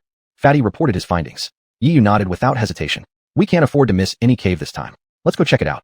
The three mechs landed in front of the cave and stopped. Chapter 97, Weirdness. The three mechs all came to a stop. Through their monitors, they observed every situation outside the cave. This cave was located on the edge of a cliff, and those three mechs couldn't possibly park nearby. Thus, they found a small valley, just using the surrounding mountains to cover the location of the mechs. Are your weapons ready? Yiyu contacted the Fatso and the other one. This place was in the inner area of the mountain range. Its dangers were unknown even to himself. So everything had to be done cautiously. It had to be constantly on their minds. Fatso nodded and answered into his earpiece. All prepared and ready to go, though I think it's probably just some biozombies. That level of biotech is utterly incapable of harming us. So boss, you don't need to be too nervous either. Though Fatso said this out loud, in reality, he was more tense than anyone. He'd never been to the inner region before, nor had he ever seen anything in textbooks about the inner zone. As for the dangers inside the inner region, everything was unknown. That was why he acted so relaxed, completely carefree, merely giving himself psychological reassurance, so as to alleviate the fear in his heart. Lin Dong opened the storage room of the cockpit, getting ready to arm himself. For this mission, they had prepared all the advanced weapons from the base, including the piercing rifles researched by Lin Ling. After initial testing, a rifle could easily penetrate through the body of a biomech. With this weapon in hand, Lin Dong felt his previously taut heart relax somewhat. After all, he didn't believe there were creatures on the ground stronger than biomechs. As for those biozombies, they weren't even worth mentioning. Once confirmed that his team members were all ready, Yiyu gave another order, waved his hand, and said into the earpiece. Everyone disembark. Hist. The cockpits opened up. The three people respectively raised their rifles, quickly stepped down from the mechs, gathered together, back to back, holding rifles vigilantly around them, stepping lightly to minimize the sound made from crushing stones. The surrounding vegetation was extremely strange. Originally green plants, green grasslands, were now blood red, and the soil on the ground was the same. Under the shadow of a gloomy sky, this place looked like a demon hell. Weird roars would sometimes echo through the sky, a very strange sound, both like an ox yet also like a wolf, which made one's scalp crawl just hearing it. Carrying with them unease and caution, the three of them finally approached the cave. The pathway connected to the cave was a narrow little road. On the left side of the road was a cliff face smooth as if carved by a blade. To get through this road, the three of them had no choice but to change their formation, moving single file, one after the other. This passage wasn't long. It only took half a minute before they passed through the passage and successfully reached the mouth of the cave. Inside the cave, another eerie scene greeted them. Faint light shone in from the cave entrance. Everyone could clearly see the floor covered in bones, those bones still faintly draped in ragged human clothing. Around the human bones were scattered some enormous animal bones. My goodness, what the hell happened here? An alarming sight caused Fatso to exclaim a profanity. The hand gripping his rifle involuntarily tightened, fearing it might drop and leave him in a dire situation. Are we truly going to explore inside such a haunted place? Fatso's face looked piteous, staring at Yiyu while wrinkling his eyebrows and eyes, attempting to express his fright. But Yiyu resolutely nodded. Let's go. I don't know if there's a key in this cave or not. However, to complete the task, we must take the risk. How about it, Fatso? Are you scared? Upon hearing this mocking tone, Fatso put on a brave front and thrust out his round belly. Who says I'm scared? Fatso since birth has feared no one. What could possibly be inside this cave? Some bones, maybe a few biomechs at most. I can handle them easily. Looking at the confident face of Fatso, Yiyu exchanged glances with Lin Dong, understanding each other with silent laughter. Subsequently, they continued advancing further into the cave without stopping. No sooner than having walked less than 10 meters, the light within the cave gradually dimmed. They had no choice but to turn on flashlights, maintaining vigilance throughout. After all, regardless of how bold they might be, they would still dread the sudden emergence of monsters from any dark corner. In the cave, the feeling of lurking danger was everywhere, so being cautious was always better. They returned to their initial formation, advancing back to back, keeping vigilant in all 6 directions, and attentively listening all around. Despite their slow pace, it took nearly 5 minutes to advance 100 m, they pressed on. Suddenly, Fatso let out a loud shout. Goodness me, there's something. Everyone immediately looked in Fatso's direction. All 3 beams of light focused on that object. Under the illumination of the light, the 3 finally saw clearly what it was. It turned out to be a tent. Time had ravaged it, and the tent was already in a state of disrepair, with some black blood stains congealed on it, along with some strange claw marks. The three cautiously approached the tent. When they changed their perspective, they discovered there was a figure standing inside the tent. In an instant, all their nerves tightened. Ghost. Fatso, associating the scene with the skeletons at the cave entrance, felt goosebumps all over his body. Quit being so jumpy. Yiyu shot Fatso a glare, then refocused his attention on the shadow ahead. Who is that person up ahead? If you don't answer me, we'll have no choice but to open fire.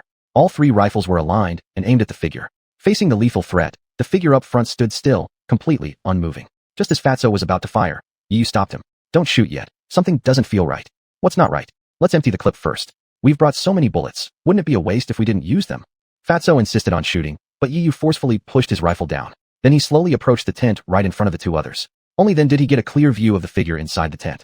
More accurately speaking, it couldn't really be called a person anymore. It was a skeleton. This skeleton was wearing a military uniform, with a long sword inserted into its chest, leaning against the table. Because the sword propped up the table, its body hadn't fallen down. Observing the direction in which the sword had pierced, Yiyu judged that this person had committed suicide before their death.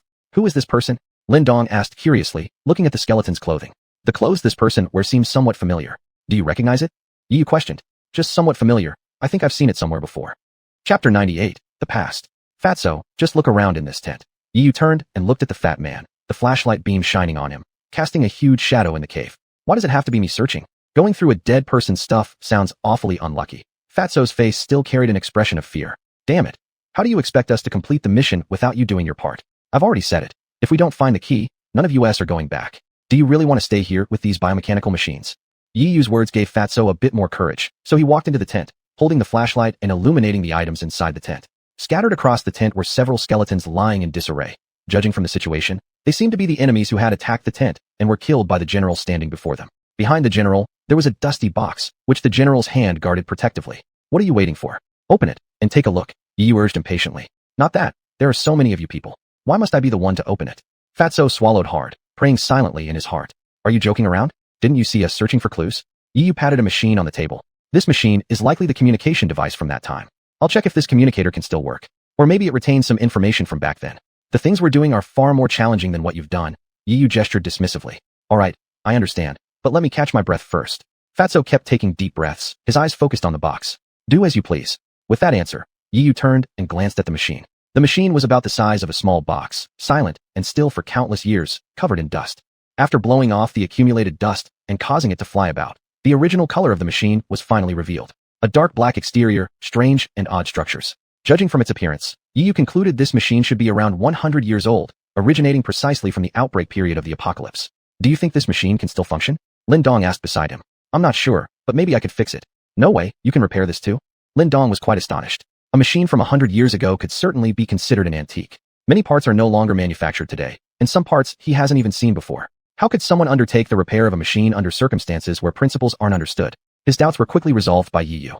Seeing Yiyu lift his hands and fiddle with the black machine, sparks appeared wherever his fingers touched. The sparks illuminated the entire cave. Then after half a minute, the sparks faded away, leaving the machine looking as good as new. This is simply ridiculous. Lin Dong's exaggerated expression was beyond simple astonishment. Where was this repairing? This was undoubtedly creating a brand new machine by hand.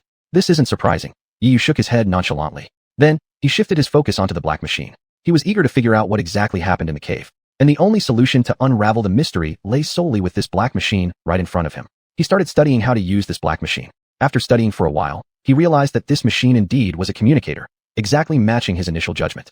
However, this communicator had completely lost contact with the headquarters. All it emitted was an array of radio waves. Can any useful information be analyzed from these radio waves? Lin Dong listened carefully for a while and raised his question. Yiyu shook his head. They don't have signals now. Their station went out of business 100 years ago. However, this type of communicator has one advantage. It comes with an automatic preservation system. Automatic preservation? Yes. Yiyu reached out and pressed his hand on the top of the black machine, feeling around and finding a hidden button. Then he pressed it lightly. Soon afterward, a black strip popped out from behind. Yiyu picked it up and gestured. This is called a black box, capable of preserving any radio waves used by the communication system. We may be able to find some useful information within the black box. Lin Dong furrowed his brows. Can our current machines use this black box? Indeed, a century's worth of time had brought tremendous change in technological levels. Outdated antiques from back then would definitely be useless now. The problem Lin Dong raised posed absolutely no issue for Yiyu. With his remarkable repair skills, creating a machine that could interpret the contents of the black box would be effortless. Not to mention that it's a 100-year-old antique, built Building one wouldn't even take up much of his repairability. Let's study this after we get out. Our main task right now is still exploring the cave. Yiyu stuffed the small strip into his pocket and turned to look at Fatso. Minutes had passed, and Fatso still hadn't opened the box. With an exasperated slap, Yiyu said, "Fatso, can you do it or not? If you can't, I'll just find someone else." "Ow, don't rush me. I'm coming to it." Fatso took another deep breath and clenched his teeth as he moved the skeleton hand of the refugee general away. The moment Fatso touched it, the skeletal arm broke like dry wood, crumbling into pieces of bone fragments. "My God, forgive me, forgive me." Fatso clasped his hands together in prayer once more. Then he took another deep breath. He picked up the box and blew hard to clear the dust off. Only then did they realize the box was already locked. However, the rifle they brought with them was a penetration rifle, so a lock of this level presented no difficulty at all. A dark blue beam fired from the black muzzle of the gun, and in 3 swift movements, the lock was cut open. With a crisp sound, the box was opened. Inside, lying peacefully in the box, was a pale yellow crystal, alongside a sheepskin map next to it. When the 3 of them opened the map, they saw a diagram on it. However, there were no text explanations on the map, so they could not determine what location the map depicted. What caught their attention most was the yellow crystal next to the map. The crystal was only the size of a fingernail but emitted green light throughout its body, which was quite mismatched with its own natural color.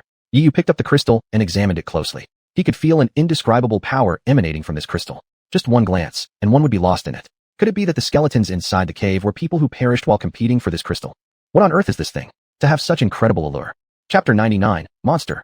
Little crystal continuously emitted golden light, extraordinarily bright within the cavern. "Boss, what exactly is this substance?" "It looks completely different from ordinary crystals," said the Fatso, finally recovering his strength and pointing at the little crystal to ask. Yiyu was holding the small crystal, looking at it from all sides. "I don't know either.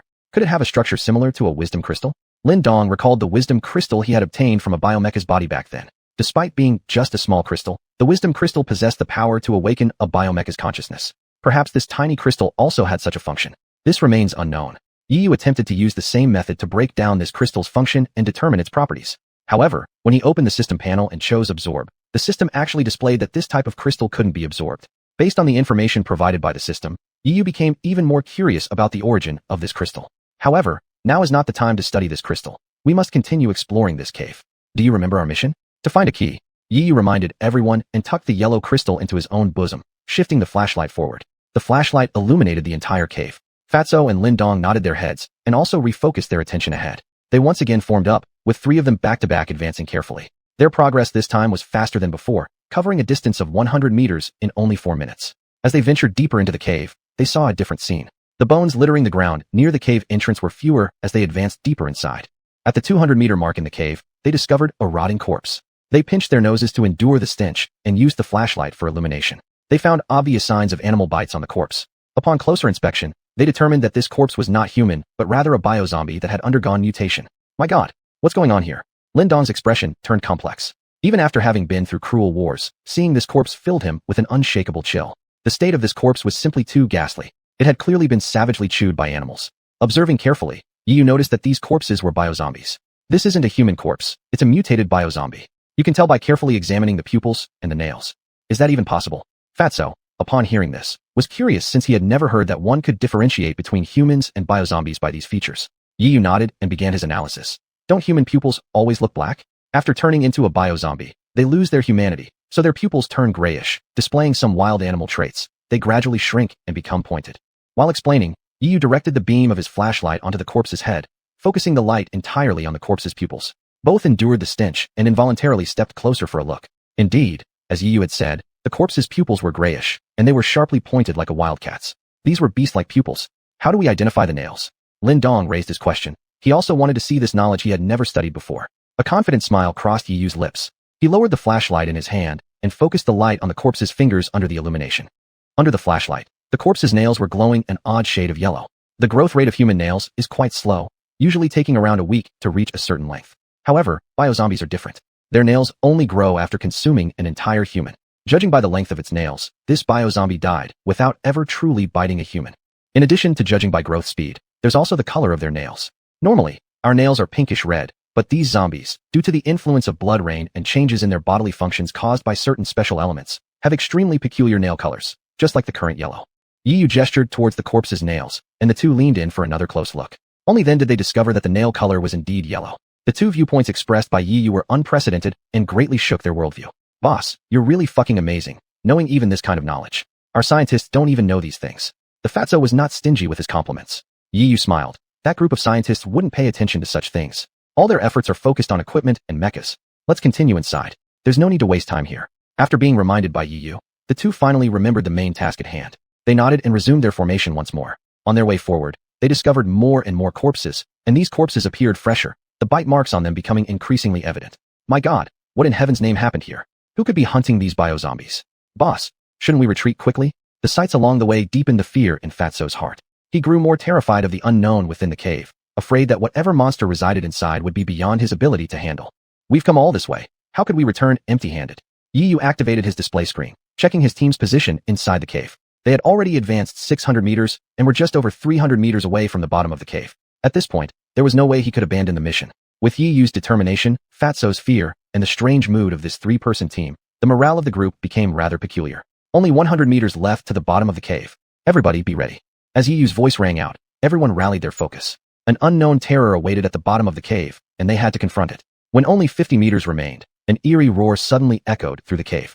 Kaka. The sound was sharp and piercing, like a massive creature breathing heavily, and bones cracking as it ate.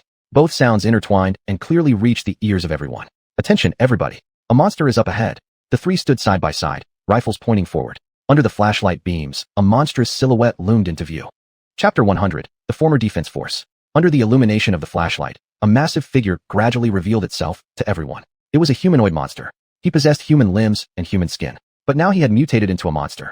His head resembled that of a tiger. His upper limbs were incredibly strong, his hands thick with claws. Under the light, everyone could clearly see the monster gnawing on a corpse, biting the arm. The hard human bones crumbled like crispy peanuts under his sharp teeth. One bite turned them into powder. What in the world is this monster? So it's him hunting the surrounding biozombies. Everyone, calm down. This isn't the time to be scared, and our fear won't do any good. We must find a way to eliminate this monster right before us. Otherwise, we'll be destroyed by him. Out of fear, Fatso's legs were trembling uncontrollably. If not for Yi Yu's reminder nearby, Fatso might have turned and run away. Hearing the commotion behind him, the monster suddenly turned around. He stood approximately 4 meters tall. When he stood up, the cave barely accommodated him. Only then did they finally get a clear view of the monster's entire face. A tiger-like head, sharp teeth, and python-like eyes. The most striking feature was the yellow crystal stone on the monster's forehead. Under the flashlight's light, the yellow crystal emitted dazzling brilliance. Could this crystal be? Yi Yu just then recalled the yellow crystal he found earlier in the cave. Their intuition told them that the crystal on the monster's head was absolutely related to the one they'd picked up earlier. There was no time to dwell further, so they immediately lifted their rifles, their dark muzzles aimed at the monster's head. If the monster took another step closer, they would fire. Gripping the rifles tightly gave them an inexplicable sense of security. Everyone, don't worry. I believe the beams fired from these rifles will certainly be unstoppable. Confidence filled Yi Yu's tone. He had participated in the research of these rifles, though the primary developer was Lin Ling. During the initial experiments, Yi Yu had been present. He had personally witnessed how the beams from these rifles could effortlessly penetrate the protective armor of human-grade mechs. The protective armor of a human-grade mech far exceeded the frailty of flesh and blood, and he didn't believe that, no matter how powerful this monster was, it could withstand the attack of this beam. As long as they pierced through the monster's head, it would end its life instantly. Get ready to fire. Yi Yu gestured commandingly, preparing to issue the final order to the monster. At that moment, the monster raised both hands in a gesture of surrender and let out a raspy sound from its throat. Please don't shoot. I'm not a monster. Everyone was stunned. Looking at each other, they all saw surprise reflected in their eyes. They reconfirmed, eventually certain that this voice came directly from the monster's mouth. In their memories, monsters were always vicious, mercilessly attacking without discrimination. Whether it was people or animals, anyone who got close would be ruthlessly attacked by the monsters and possibly become their dinner. Yet, the monster before them, while resembling the ones in memory and shape, could speak human language, something they hadn't expected. Yi Yu waved his hand, signaling everyone to refrain from firing.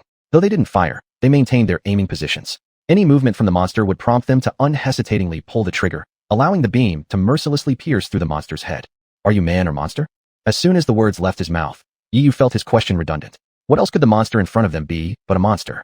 I used to be a person. Now, I'm a neither man nor ghost monster. The hoarse voice emanating from the monster's throat was extremely distorted, almost as if it hadn't truly spoken in many years. It took great effort for them to understand what the monster said. Who are you exactly? Yi Yu asked again, desperate to uncover the monster's identity. I am a general from the former Blue Star Defense Force, named. Suddenly the monster paused, as if lost in reminiscence. He was struggling to recall his own name. It seems my name is, what was it called again? While the monster was recalling, Yi Yu quietly questioned Fatso and the others. The former Blue Star Defense Force? Have you ever heard of this organization? Are you serious, boss? You haven't even heard of such a famous organization. Fatso looked at Yi Yu with an incredulous expression.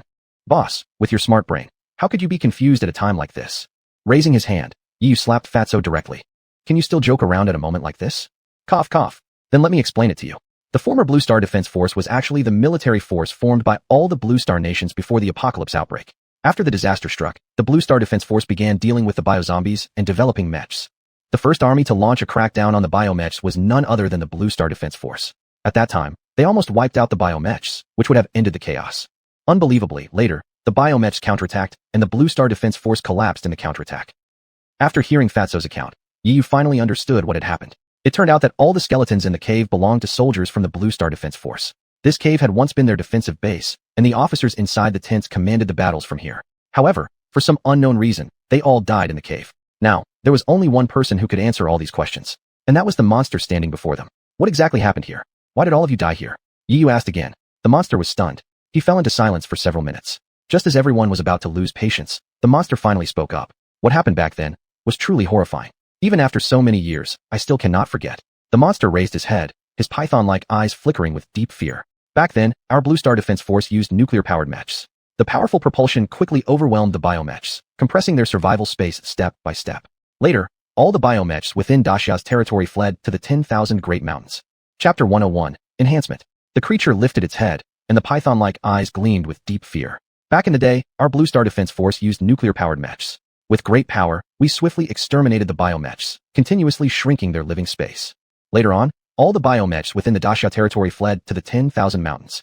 Everyone remembered then that what the creature had said completely matched the history written in the history books. The great counterattack of the biomechs back then was built upon this. My army received an order to go deep into the 10,000 mountains for a strike mission. At first, with our powerful firepower and nuclear-powered mechs, we forced the biomechs to retreat step by step.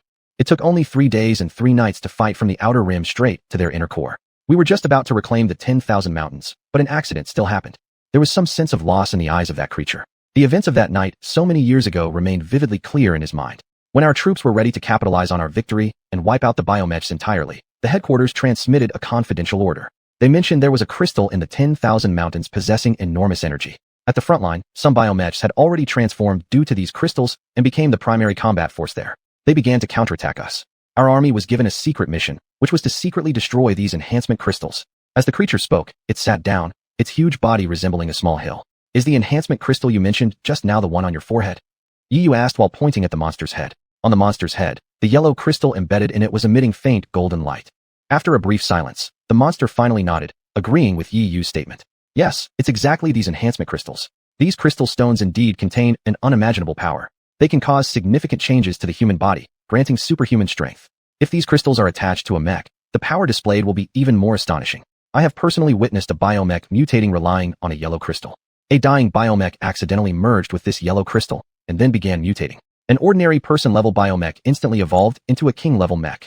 At that time, we had an army of 100 mechs, yet we seemed powerless against this mutated mech. I personally saw this mech wiping out our frontline forces entirely.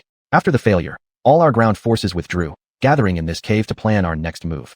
According to our original plan, we intended to find the source of these yellow crystals, infiltrate the enemy's ranks, and destroy the yellow crystals. At this point, the fat man suddenly raised his question. How sure can you be that these yellow crystals are manufactured by those biomechs, and not artificially created?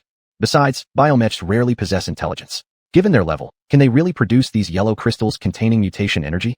The fat man's doubts made sense too. Over 100 years ago, the apocalypse had just broken out.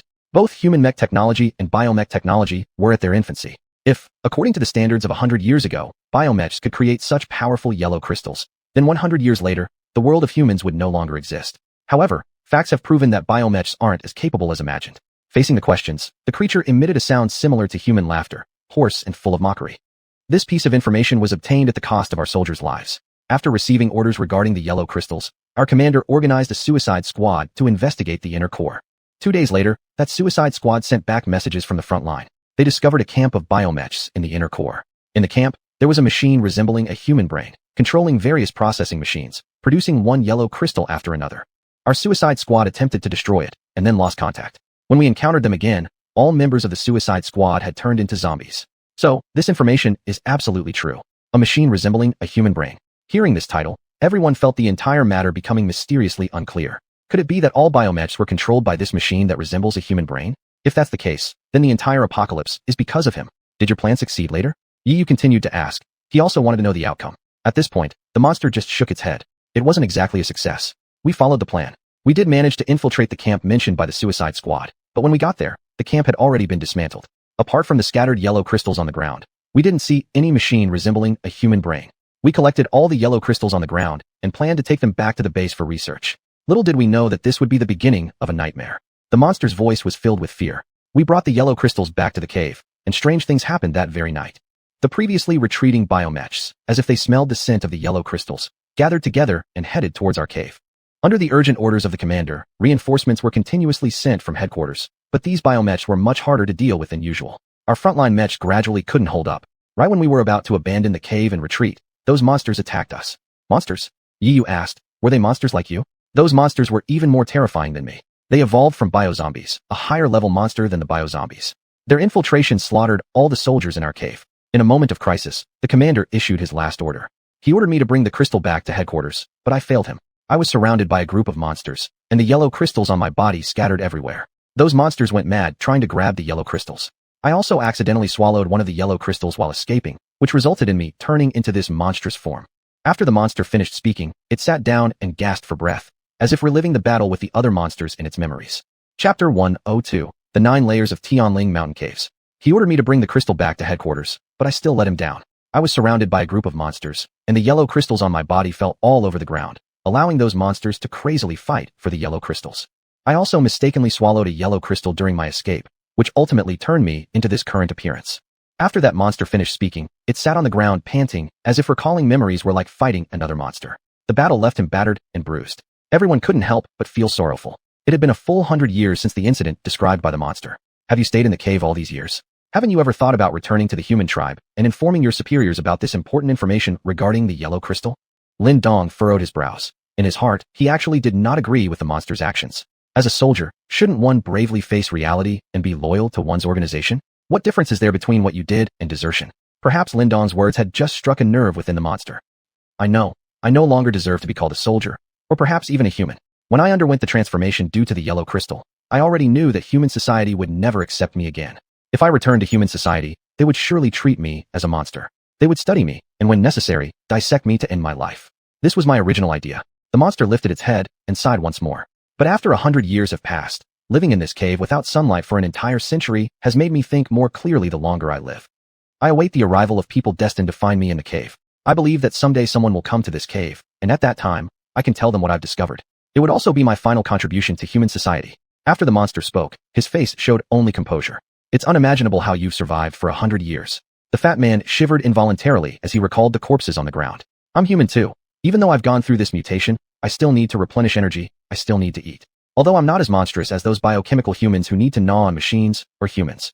I believe you saw the corpses at the cave entrance. I feed on those biochemical zombies every day. Thinking about their journey so far and the bodies that had been eaten by animals inside the cave gave them a wave of nausea. So, what do you plan to do next? Yi tried hard to calm himself down before asking. The monster stood up. What else can I do? I've already told you the secret of the yellow crystal. Oh right, most creatures in here have undergone enhancement from the yellow crystal. I suggest you leave as soon as possible. These evolved forms are mutated from biochemical zombies, far stronger than me. The rifles you have probably wouldn't work against them. Yi extracted useful information from the monster's words. You mean the biochemical zombies around here have mostly become monsters? That's correct. The yellow crystal was crazily fought over by those monsters back then. After so many years, I don't even know how much yellow crystal that machine-producing brains has created, so I'm uncertain how many monsters there are exactly. And where do these biochemical zombies you eat come from? Clearly Yi referred to the biochemical corpses they had encountered at the cave entrance, the very corpses the monster fed on daily. The location here is close to the outer regions. I can only move at night. Once morning comes, especially at sunrise, the entire inner mountain range is ruled by those monsters. So I suggest you guys leave quickly. After the monster finished speaking, it stood up and walked deeper into the tunnel. At this moment, Yi shouted loudly to stop him. Hold on, please tell me one more thing. What else do you want to ask? Go ahead, said the monster without turning around. I want to ask whether you know about a key existing somewhere in these caves. Upon hearing Yi's question, the monster froze. Based on the monster's reaction, Yi was absolutely certain that this monster definitely knew something about the key. This revelation could greatly benefit him. Could you please tell me where that key is now? Asked Yi earnestly. The monster shook its head. Give up. There's no way you can easily obtain that key. Based on the monster's response, Yi became even more determined in his guess. I just need to know where it is, and no matter what lies ahead, I must obtain it. The monster sighed. It's in the 9 layers of caves within Tianling Mountain. Tianling Mountain's 9-layered caves? Everyone was greatly surprised by the monster's words. Judging from the information in its words, Did this mean that Tianling Mountain had 9 caves? What exactly are these 9 layers of caves in Tianling Mountain? The fat man couldn't help but ask. It seems you didn't carefully investigate or familiarize yourselves with Tianling Mountain when you entered the inner area. Acting blindly like this will cost you your lives, do you understand? The tone of the monster sounded a bit like a superior reprimanding a subordinate. This Tianling Mountain is one of the few high mountain ranges in the inner area, so those monsters have settled here. They dug 9 caves into Tianling Mountain with their sharp claws. Of course, the cave I'm in now doesn't belong to the 9 layers. The cave I'm currently in is a naturally formed one. Our army chose to camp here precisely because it was a natural cave. The monster paused for a moment. Those monsters divide their ranks according to the 9 caves. The first cave to around the 5th cave are inhabited by weaker monsters. Although their intelligence increases with the height of the caves, their intelligence can never match that of humans. Aside from their enormous size, they're actually inferior to humans. But when I climbed up to higher caves, the monsters there became terrifying. The monster slowly lifted its head as if reminiscing about the horror of the 9-layered caves. The monsters above the 5th layer already possess an intelligence more formidable than humans. From a distance, I observed that those monsters seem to engage in human-like activities. There also appear to be human structures within their caves. Not only can they speak human languages, but they can even research biomechanical armors.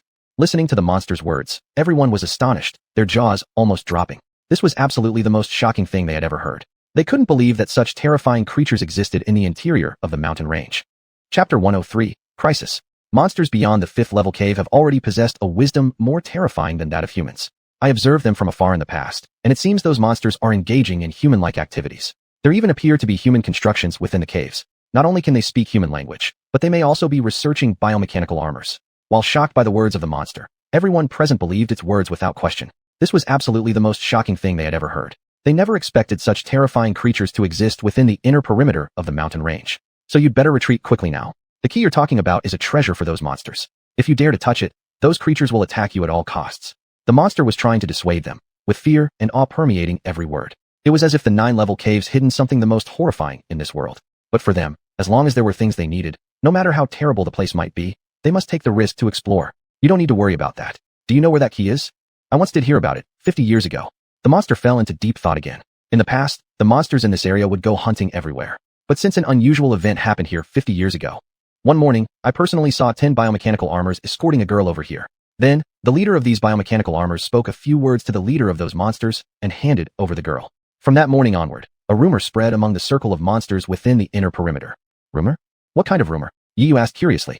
The rumor specifically mentioned that within the 9 levels of caves in Tianling Mountain, there is a key hiding.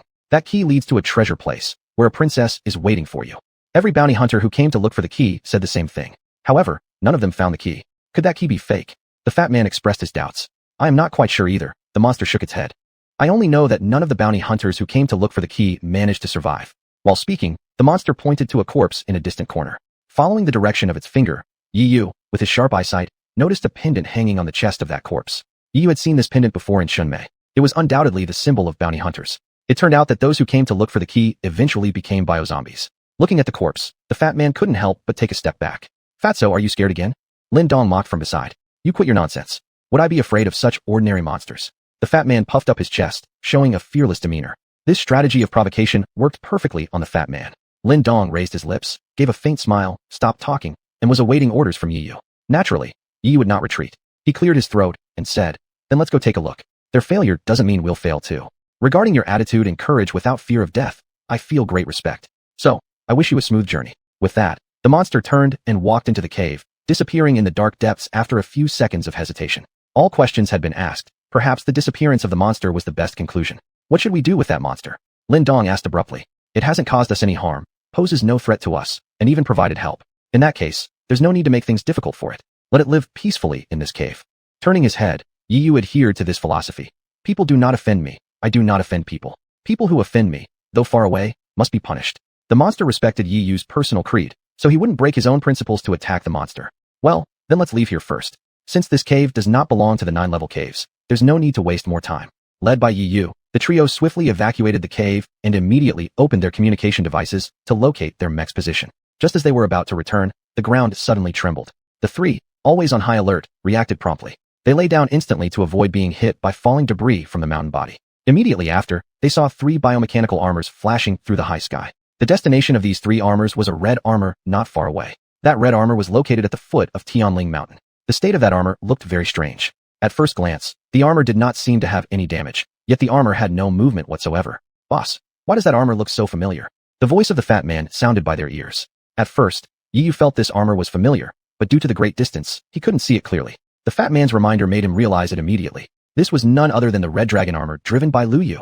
What's going on? How could that girl's armor be here? Could it be? The fat man kept guessing until suddenly he felt a slap on the back of his head.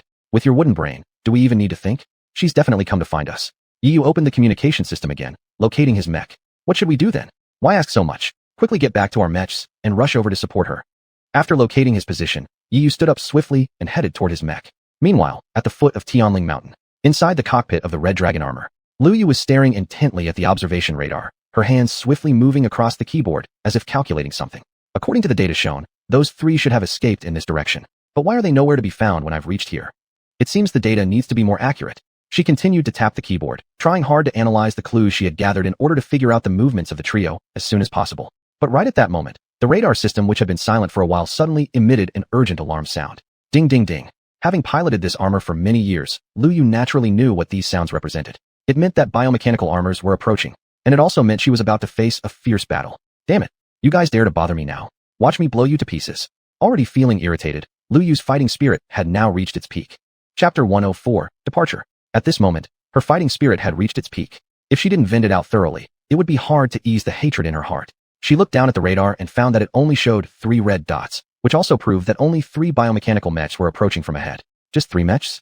That's not enough for me to even start. Without any hesitation, she pushed the control stick, and the red dragon mech, which had been completely still, now soared into the sky like a fierce dragon.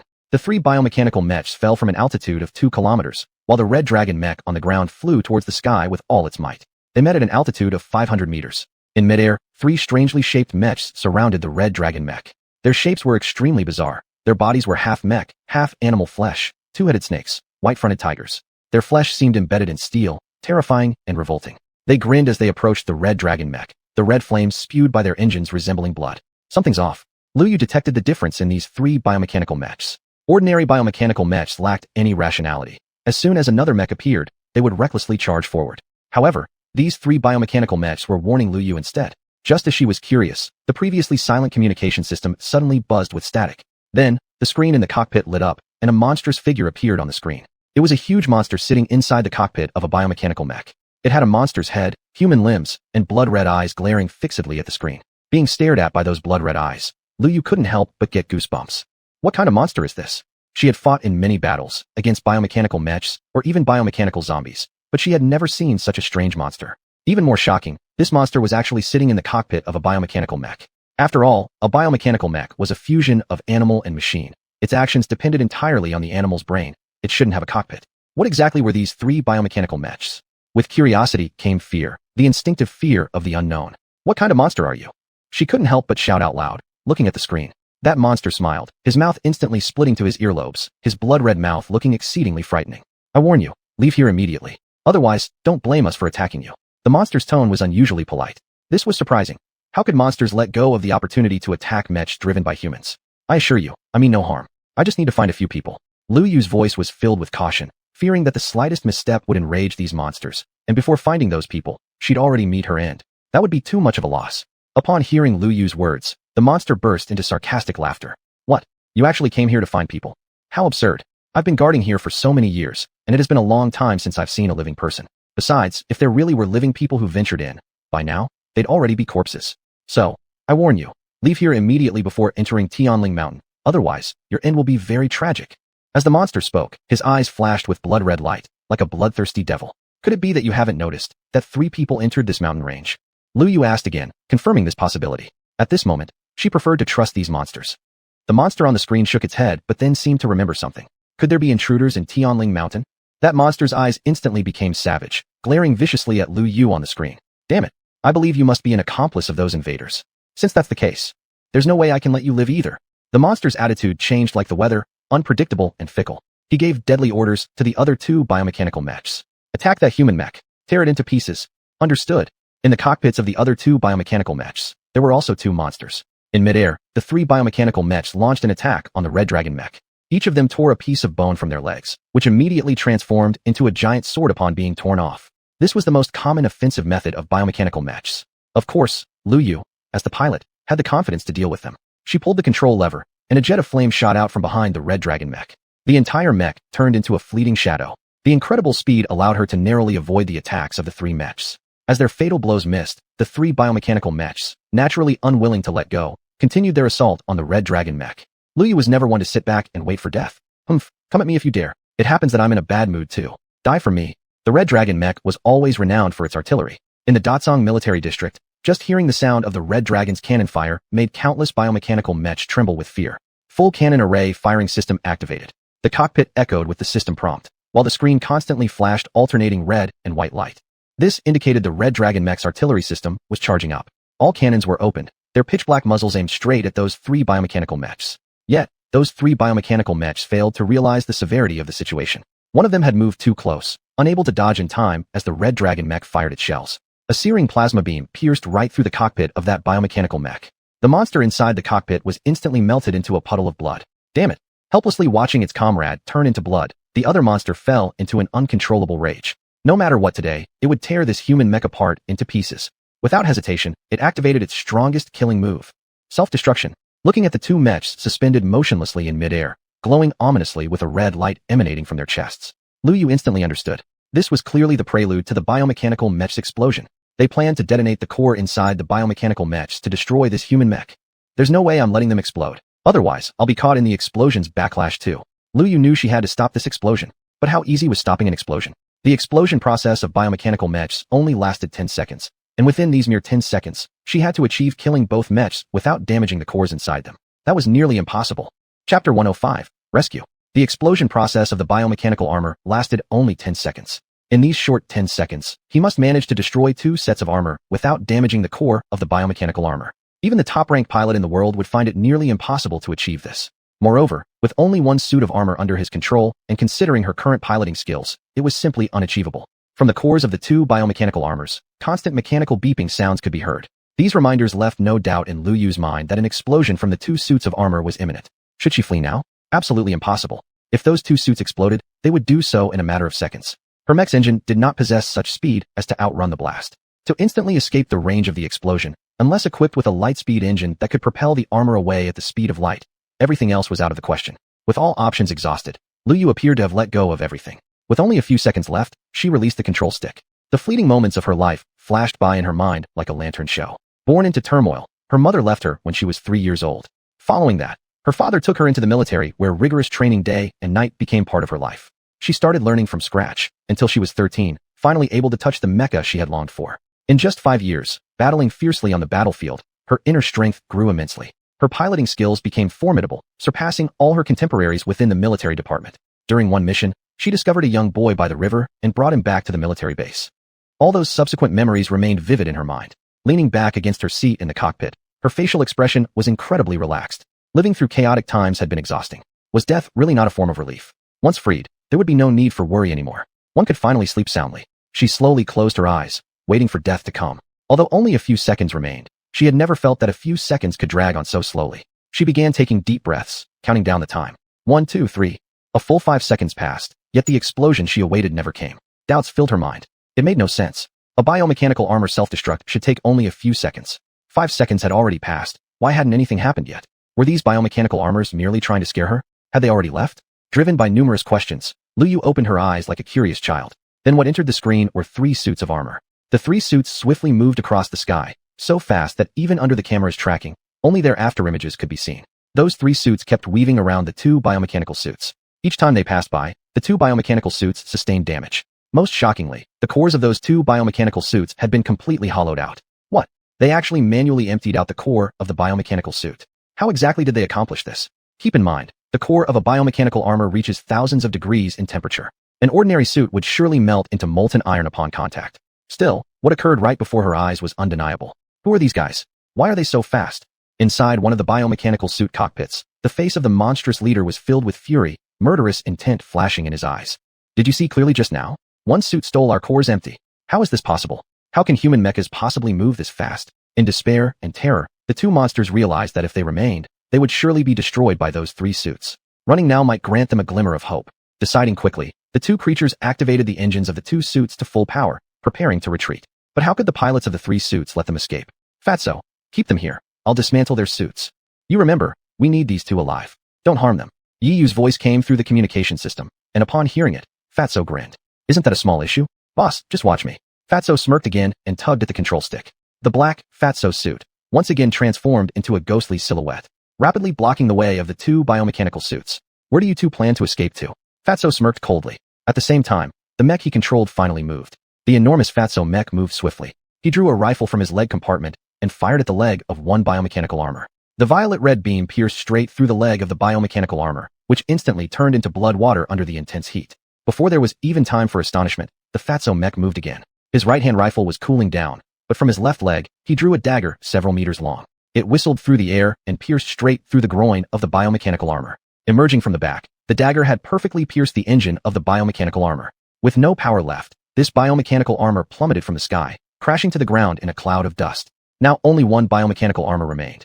Lindong wasn't about to let Fatso steal the spotlight. With no hesitation, he launched an attack on the remaining biomechanical armor. His assault was brutally fierce. The war god mech he piloted pulled out a battleship-cutting sword more than 10 meters long from its back. Without hesitation, the massive sword swung with all its might toward the back of the biomechanical armor. Boom! With a deafening explosion, the sharp blade tore straight through the biomechanical armor, slicing it cleanly in half. Such brutal force didn't cause the entire biomechanical armor to explode. During the attack, Lindong deliberately held back, aiming only for the engine rather than the fuel tank, so the biomechanical armor would not explode. The last suit also fell from the air. Dust rose all around. The three mechs descended from the sky. It was only then that Lu Yu in the cockpit could clearly see what those three mechs looked like. Weren't these exactly Yi Yu's mechs? Perfect.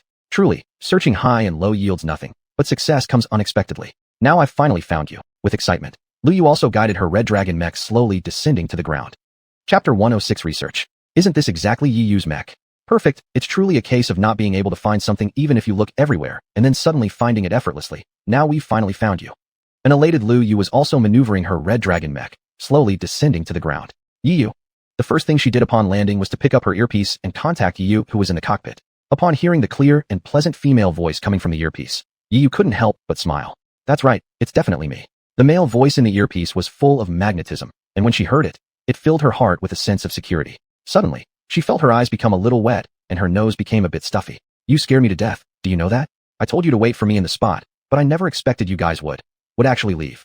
Lu Yu's voice was filled with reproach. Haha, I thought you were just joking around. After all, this is the 100,000 mountain range, and you dare to turn back. That indeed takes a lot of courage. Yi Yu didn't hold back on his praise. But you have quite some courage, since you dared to run from the periphery into the inner circle. I don't have any courage at all. The way was so smooth. I almost began to doubt if this place really was the 100,000 mountain range. Lu Yu's voice changed to something more relaxed as the feeling of relief after danger spread through her heart. If it weren't for us arriving earlier just now, by now, who knows where you would be. This is still the 100,000 mountain range, much more perilous in the inner circle than in the outer. Yi Yu started teasing. Lu Yu's pretty face turned red. Recalling the harrowing scene moments ago, her heart was still pounding fiercely. But why did you guys just now? You could have easily destroyed those two biomechs. Why did you just dismantle their mechs? Recalling their attack just now, Lu Yu had another wave of questions arise in her heart, very curious about what they were thinking. Yi Yu simply shook his head. You'll know soon. Then he cut off the communication system and opened the hatch. The moment the hatch opened, a searing heat rushed to greet him, and the air was filled with an odd smell, a smell that seemed to carry both the scent of blood and oil. This was the unique smell of the biomech. After Yi Yu stepped out of the cockpit, Fatso and Lindong also came out. When they exited the cockpit and reached the ground, the two biomechs had already lost all power. The originally blood-red eyes had long faded. Lu Yu also came out of the cockpit. Her curiosity was aroused, and she really wanted to see what Yi Yu intended to do. What do you plan to do? Oh right, inside the mech cockpits are some extremely ferocious monsters. These monsters can not only control the mechs, but also speak like humans. They're akin to the legendary demons. With good intentions, Lu Yu offered a warning. She assumed this piece of information would shock everyone. But instead, after Yi Yu heard this news, he remained calm and waved a hand casually. Don't worry, we already knew these monsters existed. We intend to capture them this time to conduct research. What? You want to study these monsters? Lu Yu stood dumbfounded. She really doubted if she had misheard. Can these ferocious monsters really be studied by humans?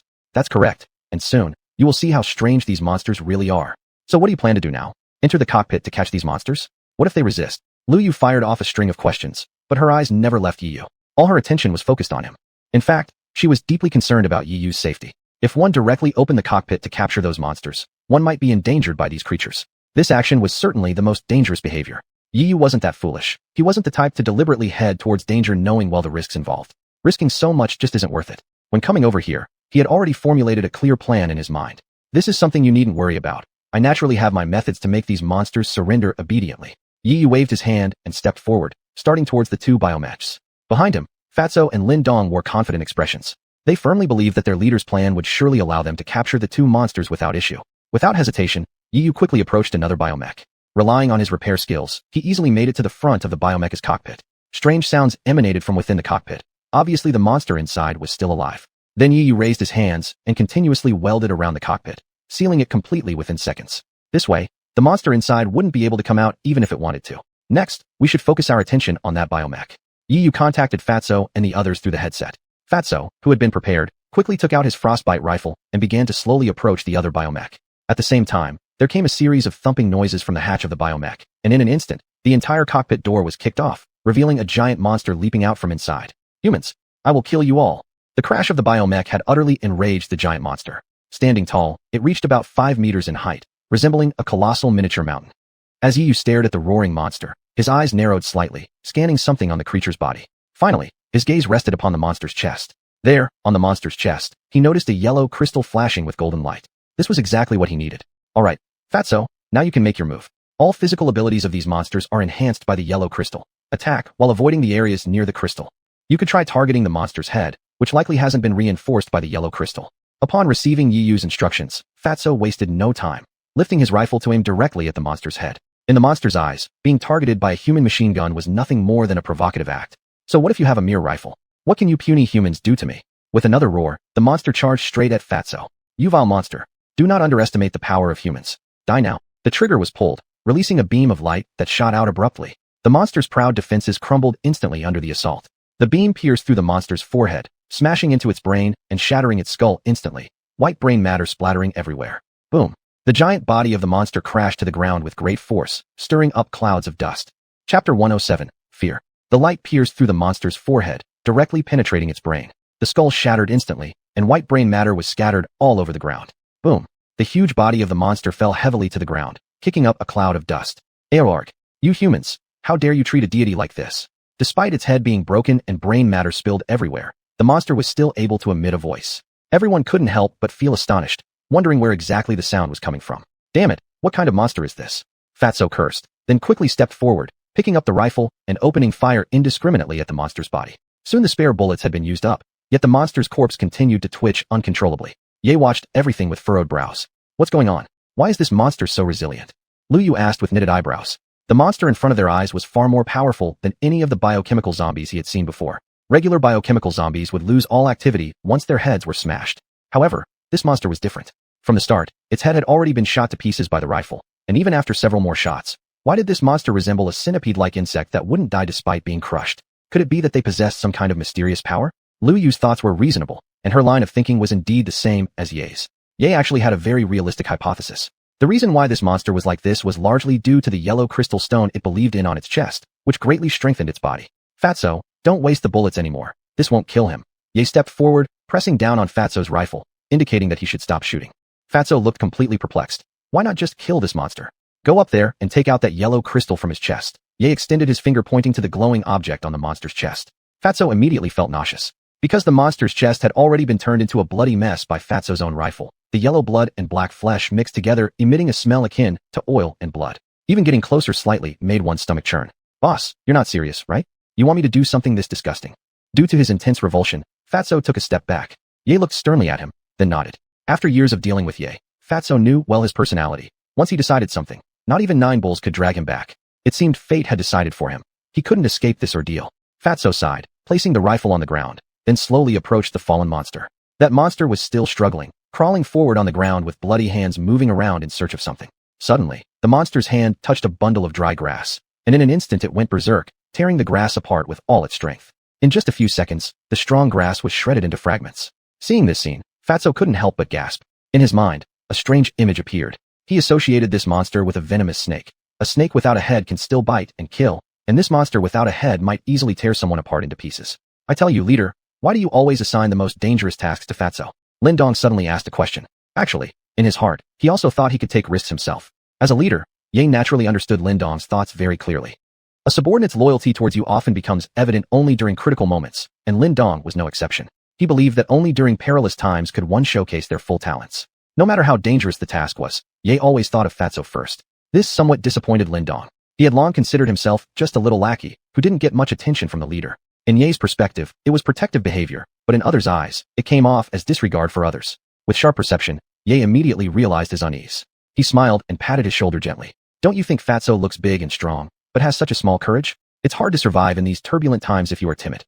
So every time we encounter such dangerous situations, I push Fatso ahead at the first moment. The goal is to train his bravery. With such a large build, shouldn't he have more courage too? Ye patted Lindong on the shoulder and said in a deep voice, I believe you can understand me. Besides, once there is an important mission, I will still rely on you in the future, so I won't let anything unexpected happen to you. Lindong noticed the sincerity in Ye's eyes and nodded lightly. In this moment, he chose to trust. Upon hearing Ye's words, Fatso indeed turned his head around excitedly. All right, boss. I've been wondering why you've been making me do dangerous things lately. So this was the reason. And by the way, you know me. My courage has always been huge. Why would I need more training? Anyway, Lindong mentioned earlier that he felt like trying too. So why not let him dig out that yellow crystal this time? How about we swap places? Fatso turned his head back, with his eyes wildly spinning, as if hinting at Lindong. But surprisingly, Lindong gave a slight shrug and replied in a disdainful tone. Puffed. It's better if you continue doing it this time. I prefer living a peaceful life without forced tasks. Plus, this one was assigned to you by the leader. So enjoy your wonderful journey thoroughly. Alright, it looks like Lindong wasn't interested in stepping in. With disappointment, Fatso slowly turned around, swallowed hard, and then moved closer to the monster again. The monster was still struggling violently, its hands swinging wildly in every direction. Whenever it grabbed something, the creature would go berserk, tearing whatever it held into pieces. Fatso couldn't help but swallow another lump in his throat. He was utterly afraid of being caught by the monster and torn apart. However, he didn't plan to retreat this time, and there was no way to retreat even if he wanted. He straightened his chest and coughed lightly. Gradually, he got closer to the monster. The monster seemed to have gone mad, reaching for Fatso's legs. In a split second, Fatso's legs moved like snakes, dodging the monster's strike in an incredible angle. At the same moment, his whole body fell down, heavily pressing onto the monster. Chapter 108. An inconceivable power. That monster lunged madly at the fat man's legs. At the critical moment, the fat man's legs wriggled like a python and dodged the monster's claw in an inconceivable angle. At the same time, he toppled over and pressed heavily onto the creature. The instant he fell, his immense gravitational force smashed the chest of the beast into smithereens. A crisp sound reverberated through the air along with yellow liquid splashing everywhere. It directly splashed onto the fat man. Ugh! Lindong considered himself as having great mental strength. Even in scenes filled with blood and filth, he could still maintain his composure. But upon seeing the fat man mix with that creature, the scene made his stomach churn uncontrollably, causing him to throw up. One time the pressure was too great, leading to the fat man directly crushing the monster's chest, its squashed innards and flesh flying all around like a bomb exploding. The fat man was covered in the beast's blood and meat. Yellow fluid mixed with black flesh. A foul stench quickly permeated the air. Dying. Ugh! The fat man, being one of the main characters, immediately stood up, knelt on the ground, and threw up violently. Shit, it's disgusting, too disgusting. Lu Yu and Yi Yu looked increasingly uncomfortable. They continuously moved backward until they reached what they considered a safe spot, and only then stopped. Fatso, you should go wash yourself first. Come find that yellow crystal later. Yi Yu decided promptly, ordering the fat man to bathe. Given his current smell and grotesque state, no one had any appetite for seeking the yellow crystal. The fat man knew this as well. Luckily, their cockpit had drinking water available, or facing today's sudden circumstances, he would have had to endure it. If he had to endure this foul odor, he might as well kill himself. He nodded frantically and quickly walked towards his mech, dashing toward the cabin as if running on springs. On normal days, the fat man's ascent into the mech was unbearably slow, but now, his movements were unlike his usual sluggish posture. Now, it was as if his feet were spring-loaded. Within moments, he ascended into the mech's cabin, reconfirming once more before closing the hatch. Inside the cockpit, he cleaned off the foreign substances from his body. Meanwhile, Yi Yu and the others waited below. No one volunteered to investigate the remains of the monster. After all, under the fat man's enormous weight, the creature's corpse was already unrecognizable. Whether it was due to being covered in bodily fluids or other reasons, they couldn't find the light emitted by the yellow crystal anymore. However, they weren't worried because the yellow crystal wouldn't just disappear. What exactly are you searching for? After a short pause, Lu Yu voiced her curiosity. At this stage, she believed Yi Yu would disclose the information. She guessed correctly, and Yi Yu chuckled. We're searching for a new type of substance that all scientists have yet to research. You probably won't believe me. The person researching this material is from the 10,000 Great Mountains. Upon hearing the words 10,000 Great Mountains, Lu Yu revealed a look of surprise. In her understanding, aside from biochemical zombies, the 10,000 Great Mountains were home to only biochemical mechs. Of course, lately, she noticed these biomechs possessing some wisdom. Only faint signs though. She couldn't bring herself to believe that those biomechs, capable of only basic tactical maneuvers, could create novel substances. You better not be joking with me, right? This mountain range has nothing except biochemical zombies and mechs. Where can there be people living? Lu Yu squeezed out a slight smile. If I tell you something, you may not believe it either. If I hadn't gone through so much, I would have been skeptical too, just like you. However, we've seen too many incredible things. Do you believe that a small crystal can give boundless strength to an organism? Yi Yu smiled while asking her, gazing at her earnestly. Eventually, she firmly nodded. She chose to believe. Why? For some unknown reason, she unintentionally asked, unsure whether it was a slip of the tongue or deliberate. Yet she looked at him earnestly, saying, before knowing you, I believed everything I saw with my own eyes. Seeing is believing, and hearing might mislead. But since meeting you, reality has taught me that sometimes what I see isn't necessarily true, and what I hear might not always be false. Anything you say must be fact. Yi Yu's smile vanished, and his gaze at Lu Yu became somewhat peculiar. He had never imagined that this girl would trust him so completely, even choosing to unconditionally believe him when he said something as absurd as it might sound. So what exactly is that yellow crystal? Lu Yu blinked her watery eyes, filled with curiosity. It's this. Yi Yu took out the small yellow crystal from his pocket and held it up. The yellow crystal emitted a dazzling light. The tiny crystal was only as big as a fingernail. Does this little thing really have immense power? I don't feel it, Lu Yu said curiously. At first, she thought it was some sort of treasure, but now she realized it was just a small, insignificant crystal, which would not have caught her attention if it hadn't been for its glow. That's right. The reason the monster earlier wouldn't fall despite dying was entirely due to the energy radiated by this small crystal. It can cause complete biological mutation. Yi Yu nodded, starting to explain the functions of the crystal. Actually, he had just recently begun studying the yellow crystal and understood only a bit of its specific functions. However, his intuition told him this crystal must be related to enhancement fields. The monster from before was a great example. At this moment, there came a sound from the black mech that the fat man piloted.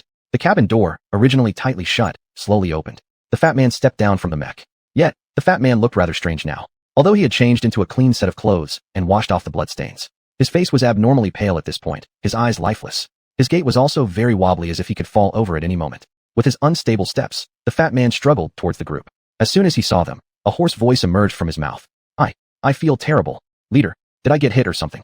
Seeing the state the fat man was in, Yi Yu frowned and reached out to touch the fat man's forehead. This action turned out to be alarming. He wasn't expecting such a result after touching the fat man's head. Chapter 109, The Abnormal Fat Man. But at this moment, the fat man's face was abnormally pale, and his eyes lacked spirit. His steps were very unsteady, as if he would fall down with the slightest inattention. With unsteady steps, the fat man struggled to reach everyone's side. As soon as he saw everyone, a hoarse voice came from him. I feel so uncomfortable. The leader, did I get myself into some trouble? Seeing the fat man in such a state, Yi Yu furrowed his eyebrows and reached out to touch the fat man's forehead.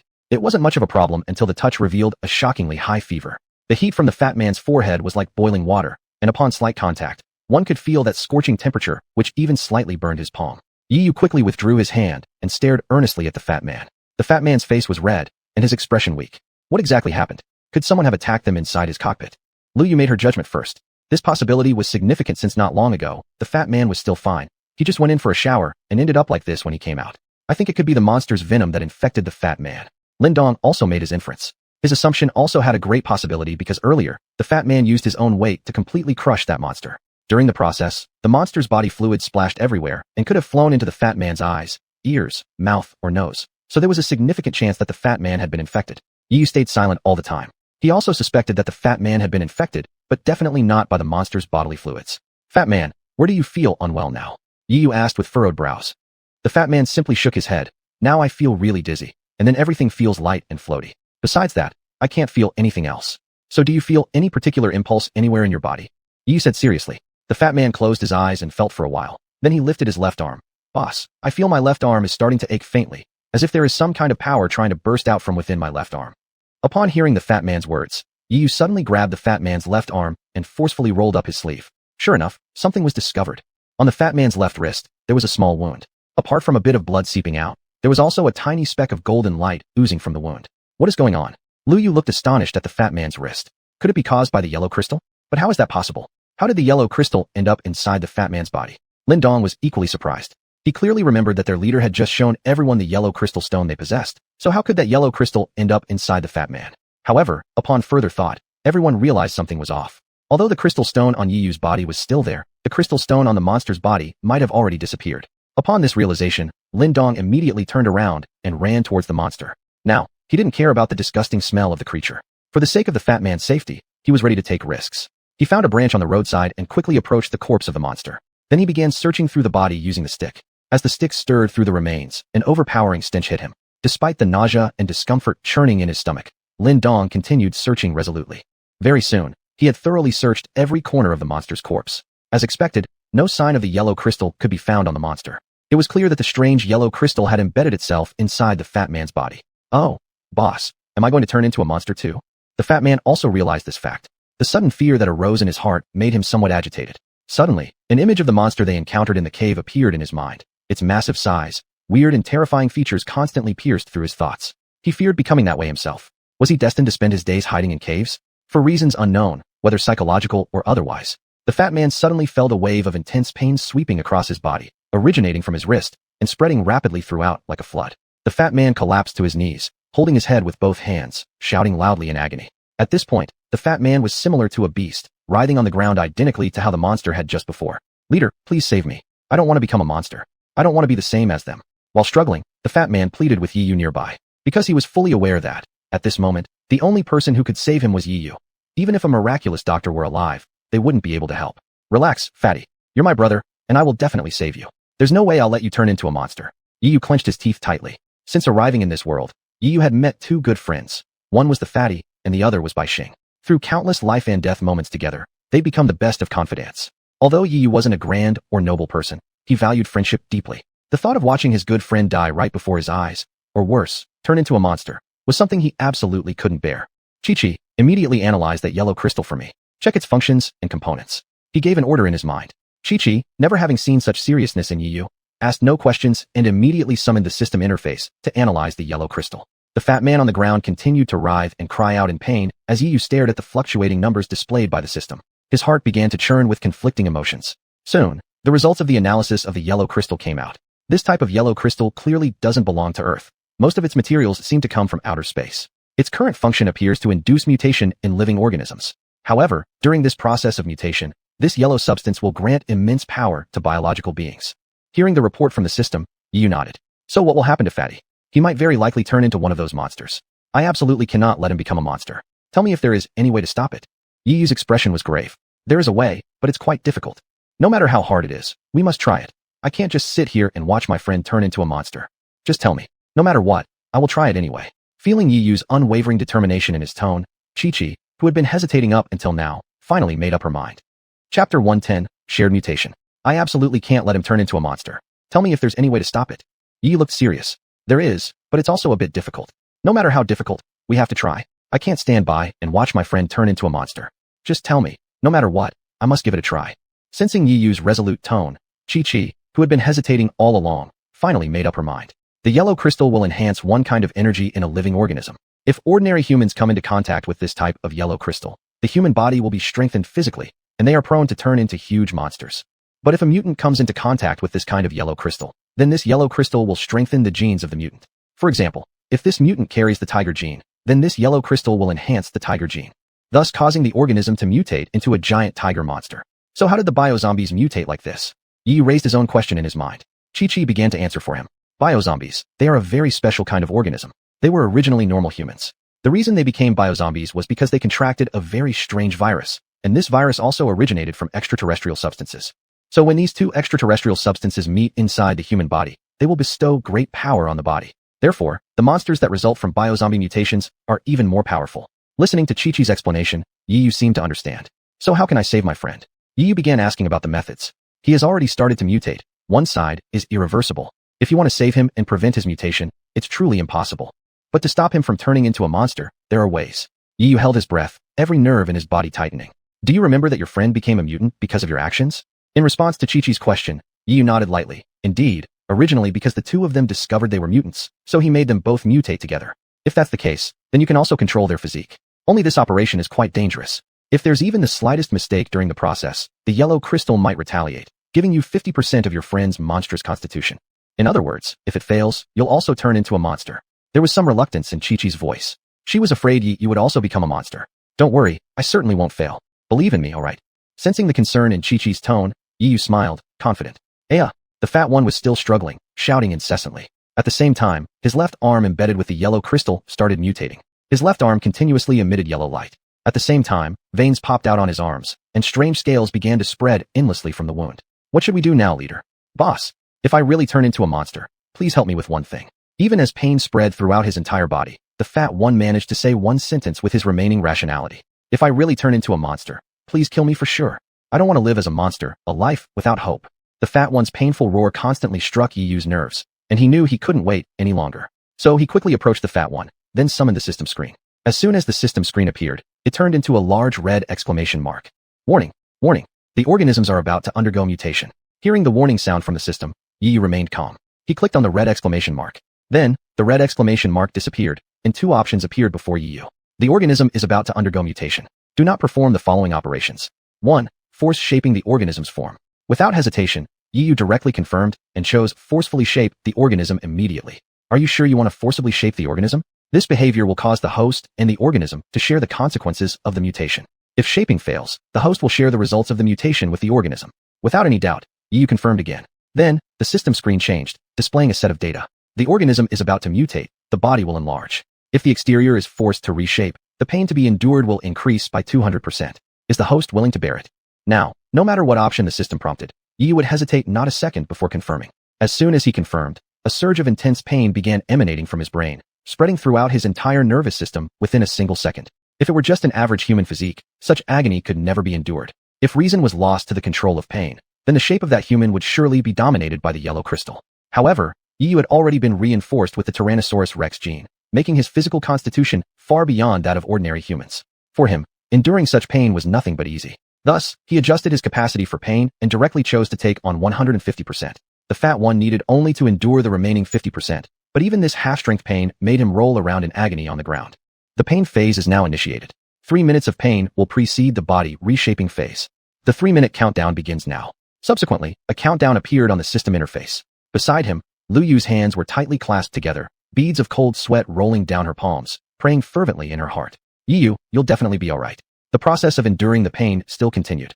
3 minutes. Under normal circumstances, they would pass in the blink of an eye. But here and now, those 3 minutes stretched longer than 3 hours. To Yu, this short span of time felt as though it lasted 3 centuries. By the end of it, he was drenched in sweat, his clothes soaked through from the sheer agony of the ordeal. Thanks to his unique T-Rex physiology, he survived the ordeal unscathed after 3 full minutes. Next came the phase of shaping their forms. The system interface changed once again. Displayed on the panel were 2 silhouettes. One belonged to the fat one, while the other was his own. Looking at these 2 figures projected on the system interface, everyone couldn't help but feel astonished. Clearly, the person embedded with the yellow crystal was only the fat one. Yet, why could Yu also undergo mutation? Could it really be the relationship between the host and the parasite? Chapter 111 Compression. Staring at the 2 silhouettes on the system screen, everyone couldn't help but be secretly shocked. Clearly, the person with the yellow crystal embedded was only Fatso. So why could Yu also undergo a mutation? Could this be the relationship between the host and the parasitized? Lu Yu and Lin Dong looked at the light screen in midair, their eyes filled with shock. What on earth is going on? The same shocking matter that shocked everyone equally shocked Yu. From the moment he decided to sculpt the physique, he never expected such a result. His original intention was to shape Fatso's physique, preventing Fatso from mutating into a monster. He never imagined that he himself would also be affected by the mutation. Suddenly, he remembered the words Chi-Chi had said earlier. If he made a mistake, he too would be influenced by Fatso and mutate into a monster. Upon careful consideration, he finally understood what Chi-Chi meant. It turned out to be this. When sharing the pain, the influence of the yellow crystal was also shared onto another person. In other words, if this attempt at shaping the physique fails, then he would share the monstrous transformation with Fatso. For his own sake, and for Fatso's as well, this time the physique sculpting must not fail. Big brother, I'm in so much pain. I can feel my body undergoing mutation. I think I'm about to turn into a monster. Big brother, if I really become a monster, please, kill me. Fatso, rolling on the ground, used his last strength to shout these words. It was his wish. Having seen countless monsters, he fully understood their horror, and therefore his heart rejected them. If he were truly to turn into a monster, he'd rather die. Lin Dong nearby furrowed his brow. Unconsciously, he took a step back and placed his hands on the rifle. If Fatso really transformed into a monster, he would certainly show mercy to him. This wasn't because he was cold-blooded or cruel. It was simply because he had experienced too much. The things he had once gone through were far more terrifying and cruel than anything happening before him now. He clearly remembered. During one mission, due to an unavoidable attack by Blood Rain, all 10 members of his small team mutated into biochemical zombies due to the blood fish. Each member of the team begged him before transforming into biochemical zombies. They pleaded with him to end their lives before they became monsters. Amid desperate howls, Lin Dong ultimately endured immense sorrow and pulled the trigger. With his own hands, he killed every member of the small squad. After returning to base, some said he was cold-blooded, others called him merciless, still others praised him for being decisive. But after experiencing this kind of event, he no longer wavered. At crucial moments, hesitating leads to chaos. He had once vowed silently that if such a situation arose again, he wouldn't hesitate to pull the trigger. Of course, Yi wouldn't know what they were thinking. At this moment, he only cared about one thing. stopping Fatso from turning into a monster. The mutation began with Fatso's body. His originally obese figure began to twist. The lumps of fat on his body started wriggling continuously like worms.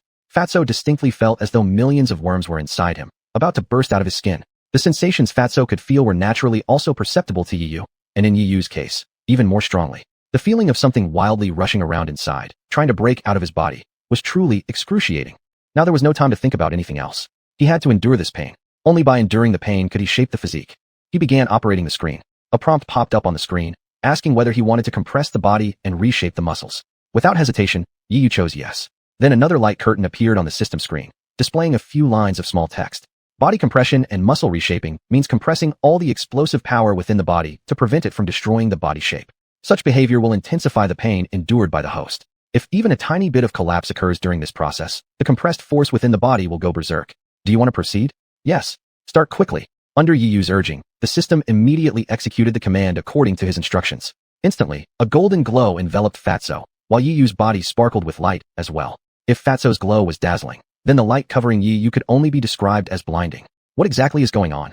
Everyone looked at the flickering lights before them, surprise reappearing on their faces. They had seen far too many strange occurrences. Now, at the sight of this light, they momentarily thought that Yiyu was a god. Could this be holy light? Amid their astonishment, they finally noticed the changes happening to Fatso. The muscles that were wriggling on Fatso's body and continuously growing larger began to contract. Gradually, his originally obese figure became exceptionally slim. At the same time, Yiyu underwent a drastic transformation as well. His originally slim figure suddenly became very obese. Upon closer inspection, everyone realized that Yiyu's current body was exactly the same as Fatso's previous form. What exactly is going on here? Are these two people swapping bodies? A strange idea sprouted in everyone's mind. But before the thought could take root, it was instantly negated by what they saw next. Yiyu's obese figure suddenly underwent another round of intense compression. Then, like a deflated balloon, all the muscles in his body began to shrink, eventually withering into nothing more than skin and bones. On the other hand, Fatso's already slim body began to swell again, even more so this time, far surpassing his previous size. Seeing this scene, everyone couldn't help but be shocked once more. What's happening now? Why are their bodies changing back and forth like this? Lu Yu, unable to contain her curiosity any longer, cried out in surprise. Could it be that their bodies are somehow interconnected right now? Lin Dong made a bold guess. He believed there must be some kind of connection between their bodies. Otherwise, such an occurrence wouldn't have happened. One getting fatter while the other got thinner, essentially exchanging bodies. Of course, Yiyu himself observed everything unfolding before him. And the person controlling all of this was none other than Yiyu himself. This was one step in the process of shaping the physique. Oh no, I've compressed my own body too much. Yiyu grimaced inwardly, forgetting how thin and frail he'd become. This body sculpting was harder to control than he imagined. Chapter 112, A New Species. Lin Dong made a bold guess. He thought that there must be some connection between the bodies of these two people, otherwise such an event would never have happened. When one becomes fat, the other becomes thin, and vice versa, as if they were swapping bodies. All this unfolded right before Yiyu's eyes, and the one controlling everything was none other than Yiyu himself. This was also a part of the process in shaping his body. Troublesome, I've compressed my body too severely. Yiyu, gazing at his skeletal frame, couldn't help but sneer inwardly. Isn't this body shaping just way too difficult to control? After initiating the body compression, Mingyu had already understood the principle. The compression function involves compressing those about to undergo mutation, keeping those mutating cells restrained within a critical point, thereby suppressing the mutation. Through sharing, most of the mutant cells from the obese man had weakened, and a large portion of them had transferred to Yiyu's body.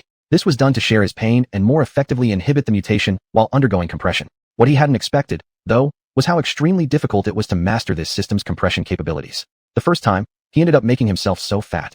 This mainly occurred because the cells from the obese man's body were overly compressed, then all shifted over to him. The second time, he became excessively thin due to excessive compression on his own body.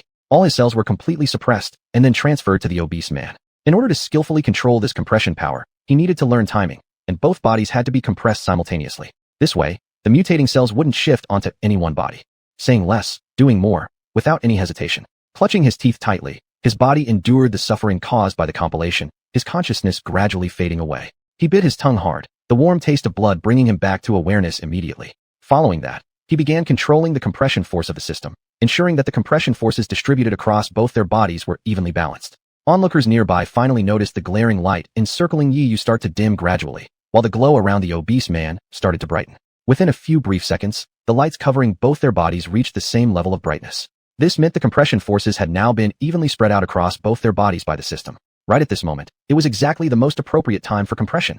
Biting down again, bolstering his spirit, Yiyu controlled the full body compression to press upon the mutating cells. For unknown reasons, The cells being compressed went wild in their struggles. The yellow light emanating from the obese man's left arm grew increasingly brilliant. It seemed to resist the compressive force.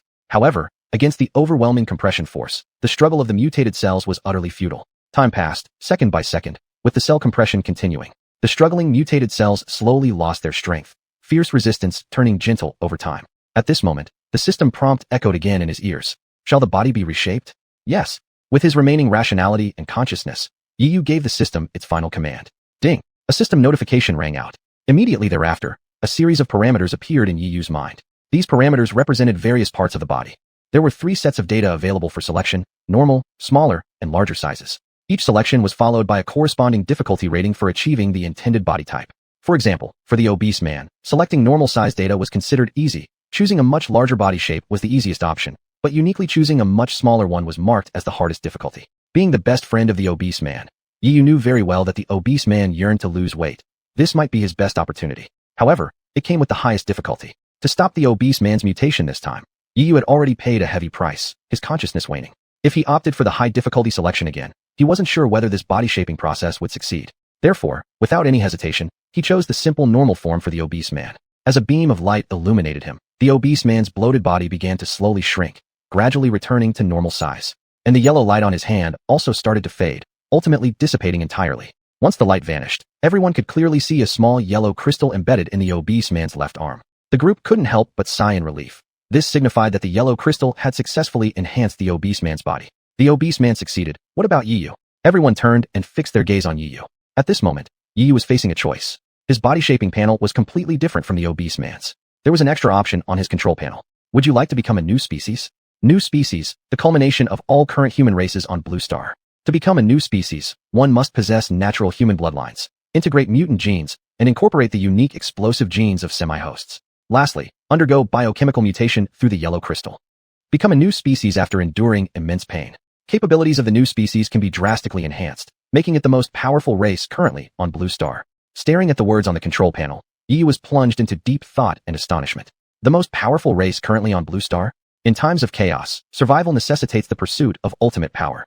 To protect others and bring peace to the chaotic world, one must first become strong. After hesitating for a moment, Yi ultimately clicked confirm.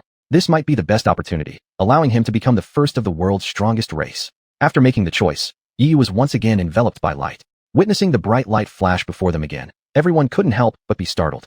The suffering in the obese man's body had long ended. He struggled to rise, astonished at the changes happening within him. He clenched his fists, feeling an unparalleled strength swirling within his body. Fantastic.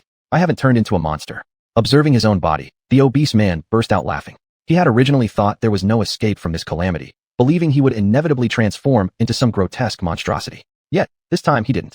He also knew that his intact survival was entirely due to Yu. Boss, this time, I truly owe it all to you. Boss. Receiving no response from Yu, the obese man abruptly turned his head and just caught sight of Yu encased in light. What is going on here? The obese man, utterly clueless, couldn't help but voice his question. Could it be that boss is like this because of me? Is he still unconscious now? A wave of guilt surged within the obese man's heart, like towering waves crashing against a shore. Chapter 113, Enhancement Plan.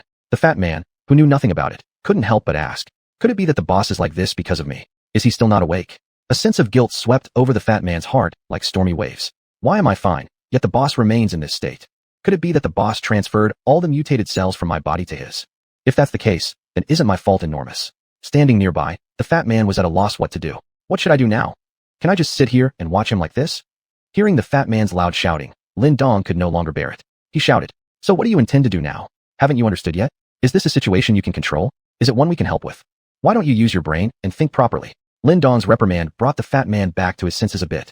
Upon careful thought, it was indeed true. The situation that Yu was currently experiencing was something far beyond their capability to handle. For example, asking them to create light out of thin air without any machine would be absolutely impossible. So what should we do now? The fat man persisted in asking, still unwilling to give up. What else can we do? We can only wait. Lin Dong glanced at the fat man, and then turned to look at Yu enveloped by a full body glow. In such a powerless situation, there was nothing they could do but watch.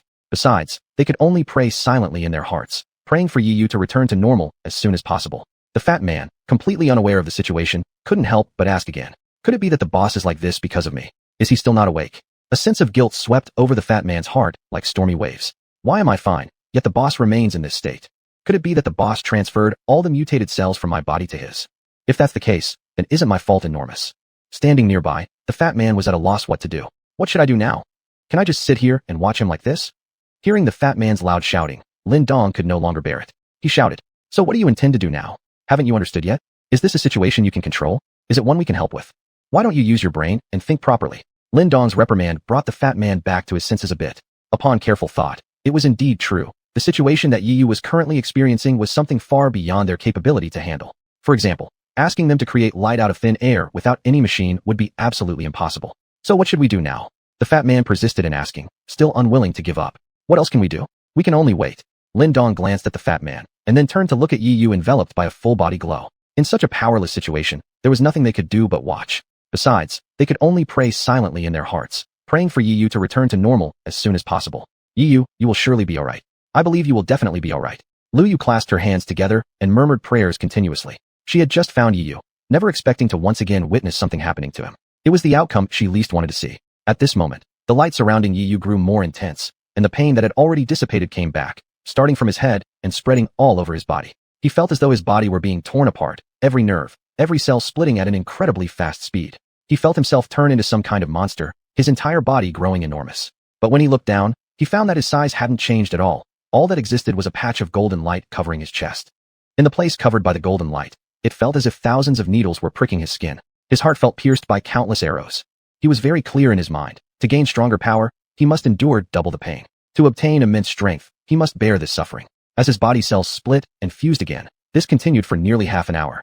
Finally, the glow surrounding him gradually dissipated, and he could clearly feel that those cells which had been torn apart had been reborn, granting him unimaginable strength along with the rebirth. He slowly opened his eyes and looked down at his chest. A yellow crystal was now embedded in the center of his chest, shimmering with a dazzling light.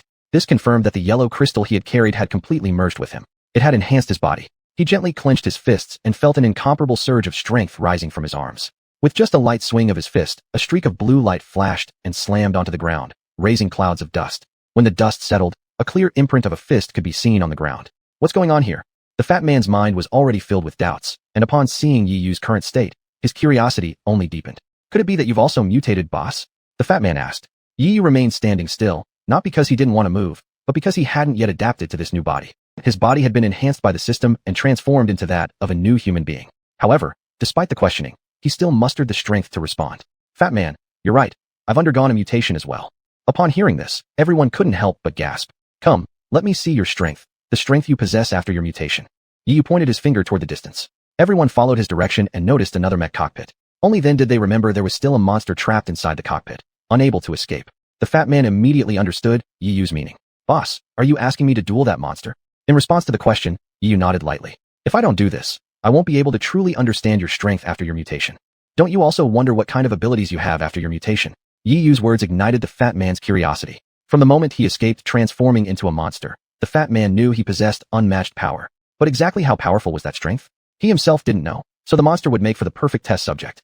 Chapter 114, Attracted Over Here. "Boss, are you asking me to duel with that monster?" In response to the question, Yi Yu gently nodded. "If not, I won't be able to see the strength you possess after your mutation. Are you not curious about the power you have gained after your mutation?" Yi Yu's words piqued Fatso's curiosity. From the moment he mutated into a monster, Fatso knew he possessed unparalleled strength. But how powerful was this strength? Even Fatso himself didn't know, so that monster was the best opponent. "In fact, I also want to try. I've wanted to try for a long time." Fatso clenched his fists, his eyes shining with excitement, ready to give it a shot. He then gestured invitingly. Lin Dong and Lu Yu listened to their bold conversation and were a little shocked. "Isn't this too risky? Those monsters we saw earlier seem to be immortal. Even if their heads are chopped off, they can still move, even more wildly and frenziedly. But Fatso is still in human form. Even if his body has undergone mutation, how could he possibly match up against those monsters?" Recalling the ferocious appearance of the monster earlier, Lu Yu was still filled with fear. Those monsters probably could only be handled with mecha suits. If human power was used to fight them, there would be no chance of winning.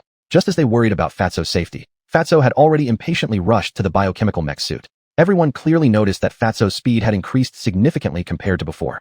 In the past, his large frame made him walk extremely slowly. But now, where was Fatso's old demeanor? The current Fatso was like an agile monkey, scaling the mech suit in just a few short seconds. He arrived at the cockpit, slowly lifting his left hand, which exactly embedded a yellow crystal.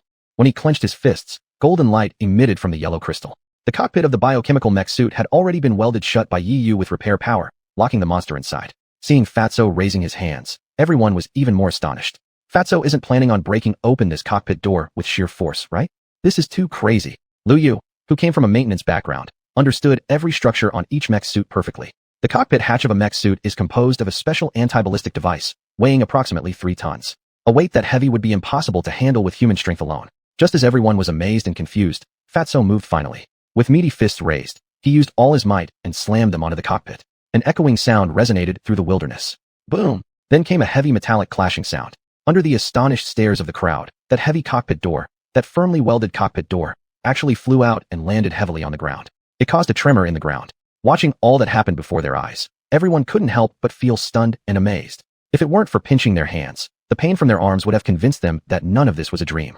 Breaking open a cockpit door weighing several tons with human strength is something that should fundamentally never exist in human history. Yet they now witnessed the miracle. One Fatso did it. Even Yu was somewhat surprised. The power displayed by Fatso exceeded his imagination. He originally thought that the strength after mutation only improved a few times. But unexpectedly, it wasn't just a few times stronger, but dozens of times, even hundreds of times stronger. This single punch was sufficient enough to damage a rank person mech. Meanwhile, Yu was also filled with excitement.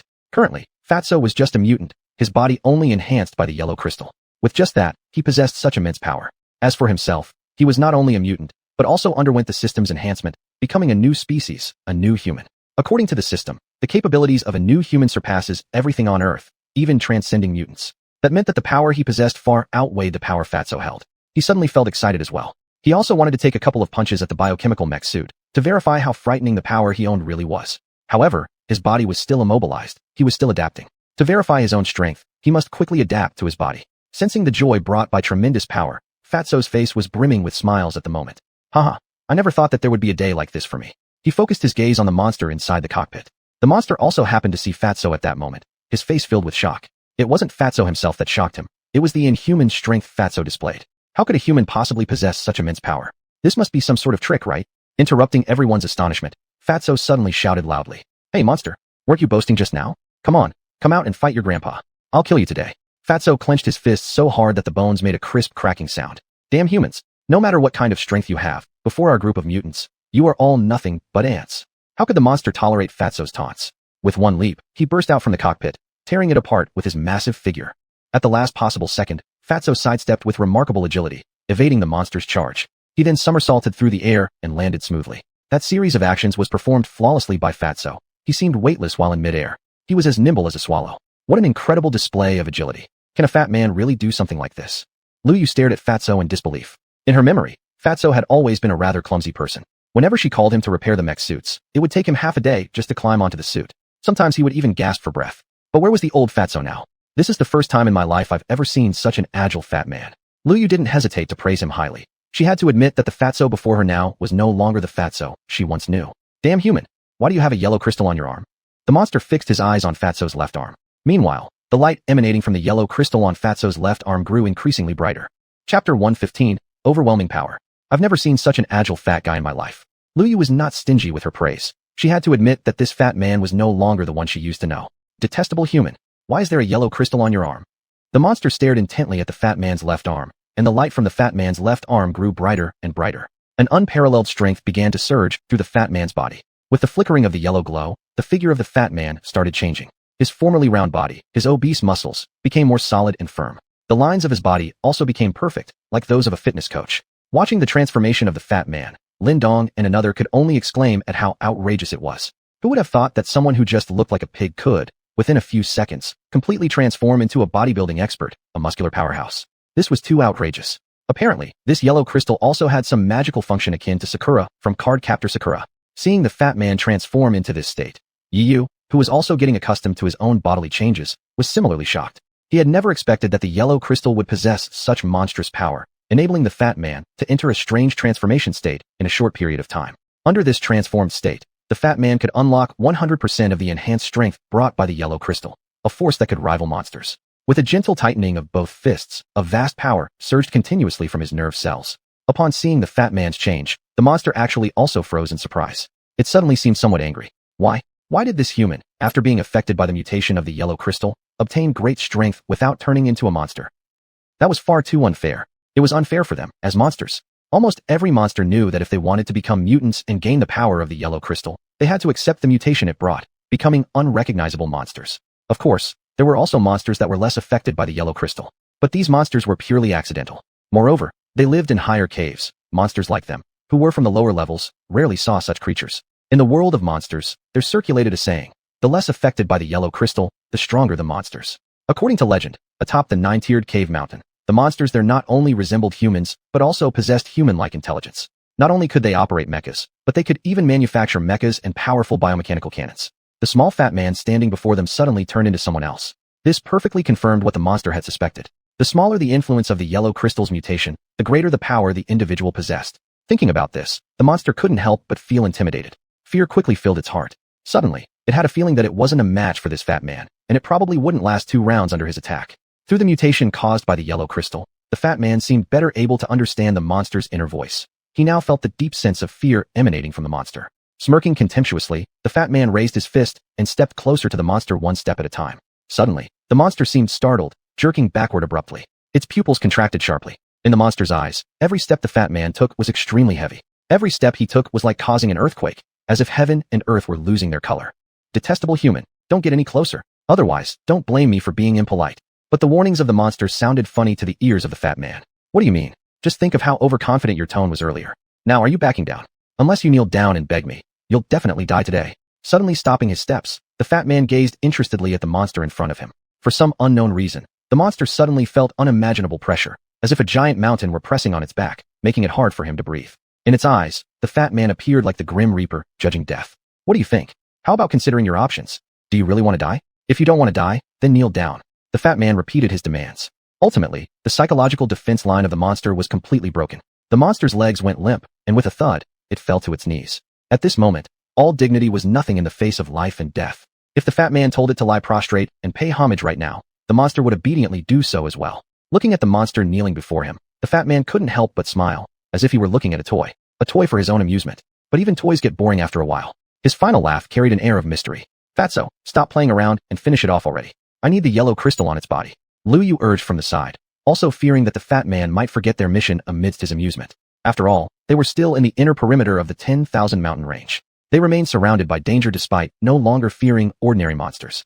Still, caution was better than regret. Hearing Lu Yu's reminder, the fat man naturally complied. Sorry, but despite your following my rules, I'd like to keep you around. However, I'm really sorry, mainly because you're too damn ugly. Keeping you alive would just be a waste of air. The fat man's witty remarks left the monster completely baffled. So, you're better off dead.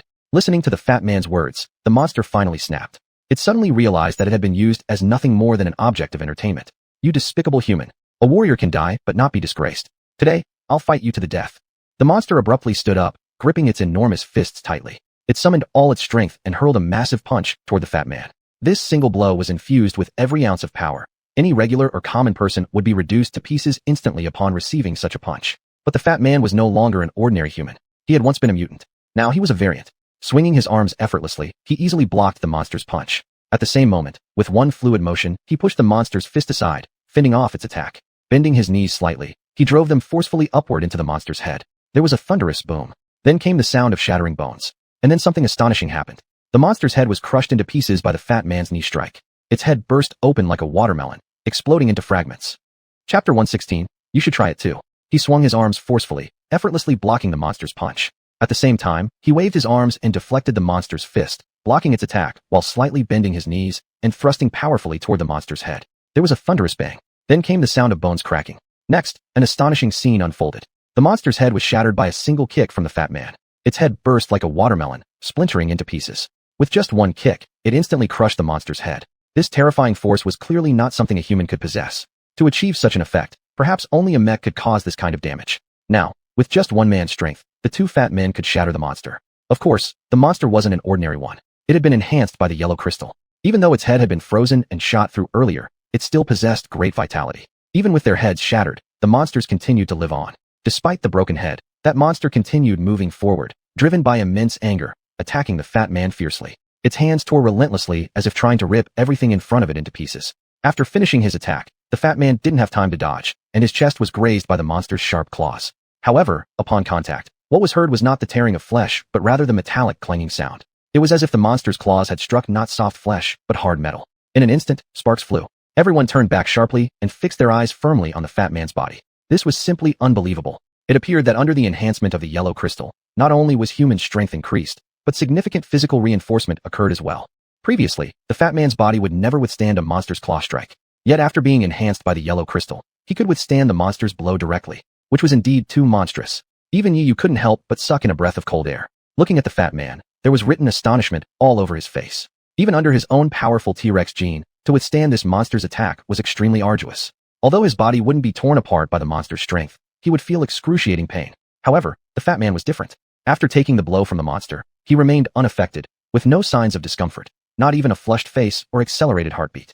Apparently, the physical enhancement provided by the yellow crystal had already reached an impervious level. Yiyu's body finally adapted, and now, he could move again. He gently rotated his arms, producing crisp sounds at the joints. At the same moment, an unparalleled force spread from his limbs.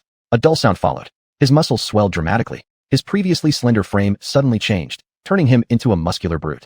Under the sunlight, those muscles radiated a sense of masculinity. He then lightly threw a few punches, which bent the surrounding air. Just as the fat man wanted to deal with the life of that monster, Yiyu's voice sounded behind him. "Let that monster go. Let me take care of it." Everyone turned around, only to find that Yiyu standing before them was no longer the Yiyu they knew. Currently, Yiyu was over 2 meters tall, fully covered in strong muscles, exuding a powerful presence. How did Yiyu become such a giant muscle man in just the blink of an eye? Seeing everyone's puzzled looks, Yiyu simply smiled. "Relax. Now, I am just like the fat man, transformed by the power of the yellow crystal. Once the battle is over, I'll end the transformation and return to my normal self." After hearing Yiyu's words, everyone relaxed slightly.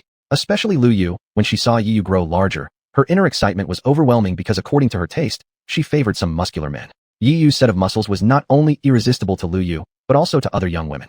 But in this post-apocalyptic world, the most affected group by these muscles was not the young women, but rather these dangerous monsters. "Great. Boss, you finally recovered." Seeing Yiyu awaken, Fat Man's heart was filled with joy. He knowingly yielded his position and handed the monster over to Yiyu. They also wanted to see how powerful Yiyu's strength was. Without any hesitation, Yiyu swung both fists, his figure darting towards the monster with great speed. Even though Yiyu's figure was massive at this moment, his movements were incredibly agile. If the word agile could describe the fat man's techniques, then Yiyu's current technique could only be described as ghostly. In their right eyes, all they could see was a lingering afterimage. In the blink of an eye, Yiyu had appeared in front of the monster. Without any hesitation, he lifted his hand and delivered a heavy punch directly to the monster's chest. Boom! After a dull explosion sound, a loud burst followed. To everyone's astonishment, the body of the giant monster exploded instantly. However, when the monster exploded, there was no splatter of flesh and blood. The monster's cells turned into ash during the explosion. Everyone looked dumbfounded at what had just occurred. This kind of power is truly unbelievable. It took just one punch to blow up the monster, and it even turned the monster's cells into ashes. This strength is absolutely monstrous. All of them knew deep down that blowing up the monster's body was something powerful machines or mechs could achieve. But to destroy the monster's body while also turning its cells to ash was another matter entirely. This feat required nothing less than a king-tier weapon. Yet, the most astonishing thing was, Yiyu accomplished it. Right in front of them, with just one punch, he obliterated the monster. A bone-crushing explosion. "Boss, is this a human weapon?" That single punch produced the effect of a king-tier mortar. "It's just too damn outrageous." The fat man used his distinctive vernacular language to describe Yiyu. The other two simply conveyed their sense of awe with expressions of absolute shock. Slowly retracting his fists, Yiyu bent down and sifted through the pile of dust until he found a fragment of yellow crystal. He pinched the yellow crystal between his fingers, examining it closely. He couldn't understand how such immense power could reside within this small piece of yellow crystal. If this yellow crystal was indeed material from outside the universe, then which planet did it come from? A tiny crystal could yield such formidable strength. What must the civilization on the planet capable of producing this substance be like? Could there be a possibility? An advanced cosmic civilization might have already invaded the entire blue. Chapter 117, A Small Trial. A small piece of crystal can bring such immense power, and the planet that possesses this kind of substance must be from an incredibly advanced civilization. Is it possible? An advanced interstellar civilization might have already invaded the entire blue star. Aliens, the most mysterious beings in human history. The impact of aliens on Earth.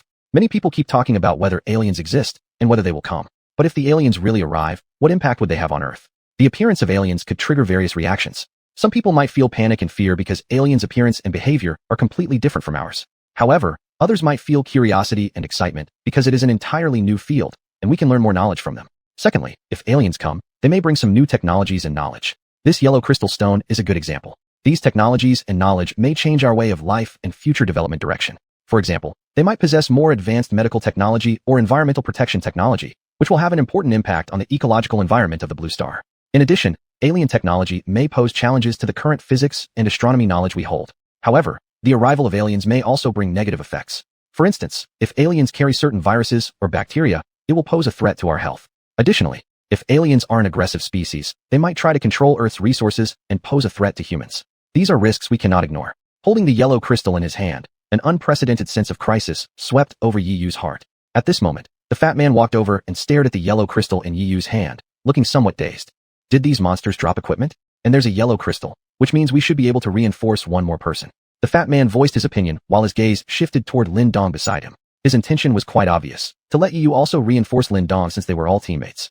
Reinforcing their team members would undoubtedly be beneficial for both their team and the entire survivor base. We'd better not jump to conclusions so quickly. What if the other party doesn't like it? Then what? With the yellow crystal in his hand, Yi Yu slowly approached the two men. Seeing Yi Yu walk closer, Lu Yu hurried up to greet him immediately. Yi Yu, are you alright? As she spoke, she circled around Yi Yu, continuously examining him up and down, fearful of any wounds on his body. Seeing her worried expression, Yi Yu couldn't help but smiled gently with kindness in his eyes. I'm definitely fine. How about you? Did you get scared? Those events earlier must have been pretty terrifying for you.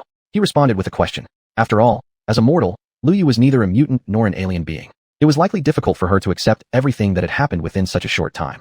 To everyone's surprise, Lu Yu nodded, indicating that she could accept everything that had just happened. This was unexpected for everyone. From the perspective of a normal person, Lu Yu's ability to adapt was exceptionally strong. She managed to accept everything that happened in such a short time. If it were ordinary people, they would have probably been scared out of their wits by now. That's good.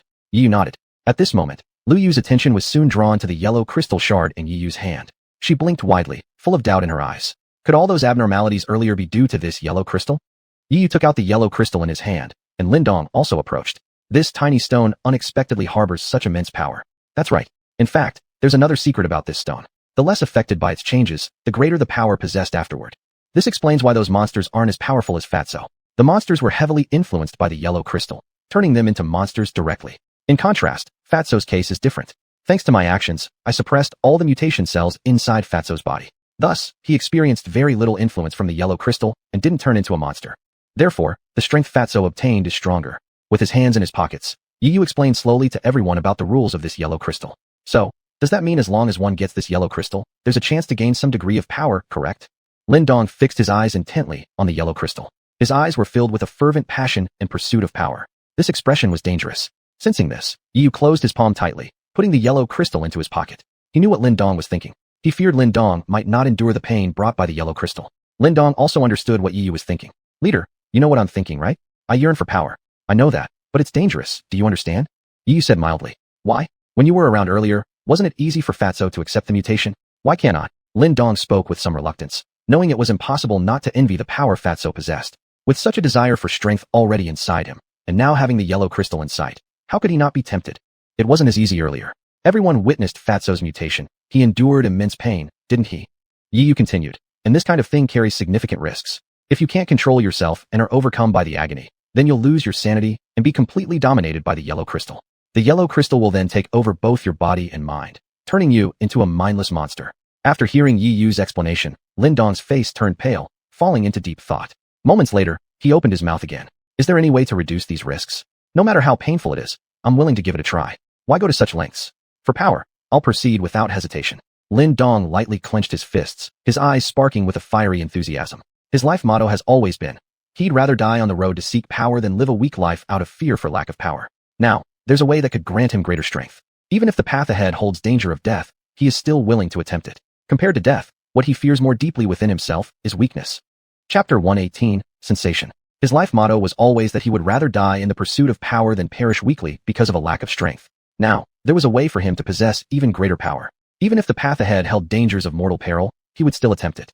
Compared to death, his heart feared weakness more. Sensing his unwavering determination in his eyes, Yi Yu wavered at this very moment. I knew all along you'd think like this. Yi Yu shook his head, his tone full of helplessness. Actually, there is still a method, but are you willing to endure greater pain? The method Yi Yu spoke of was actually body shaping.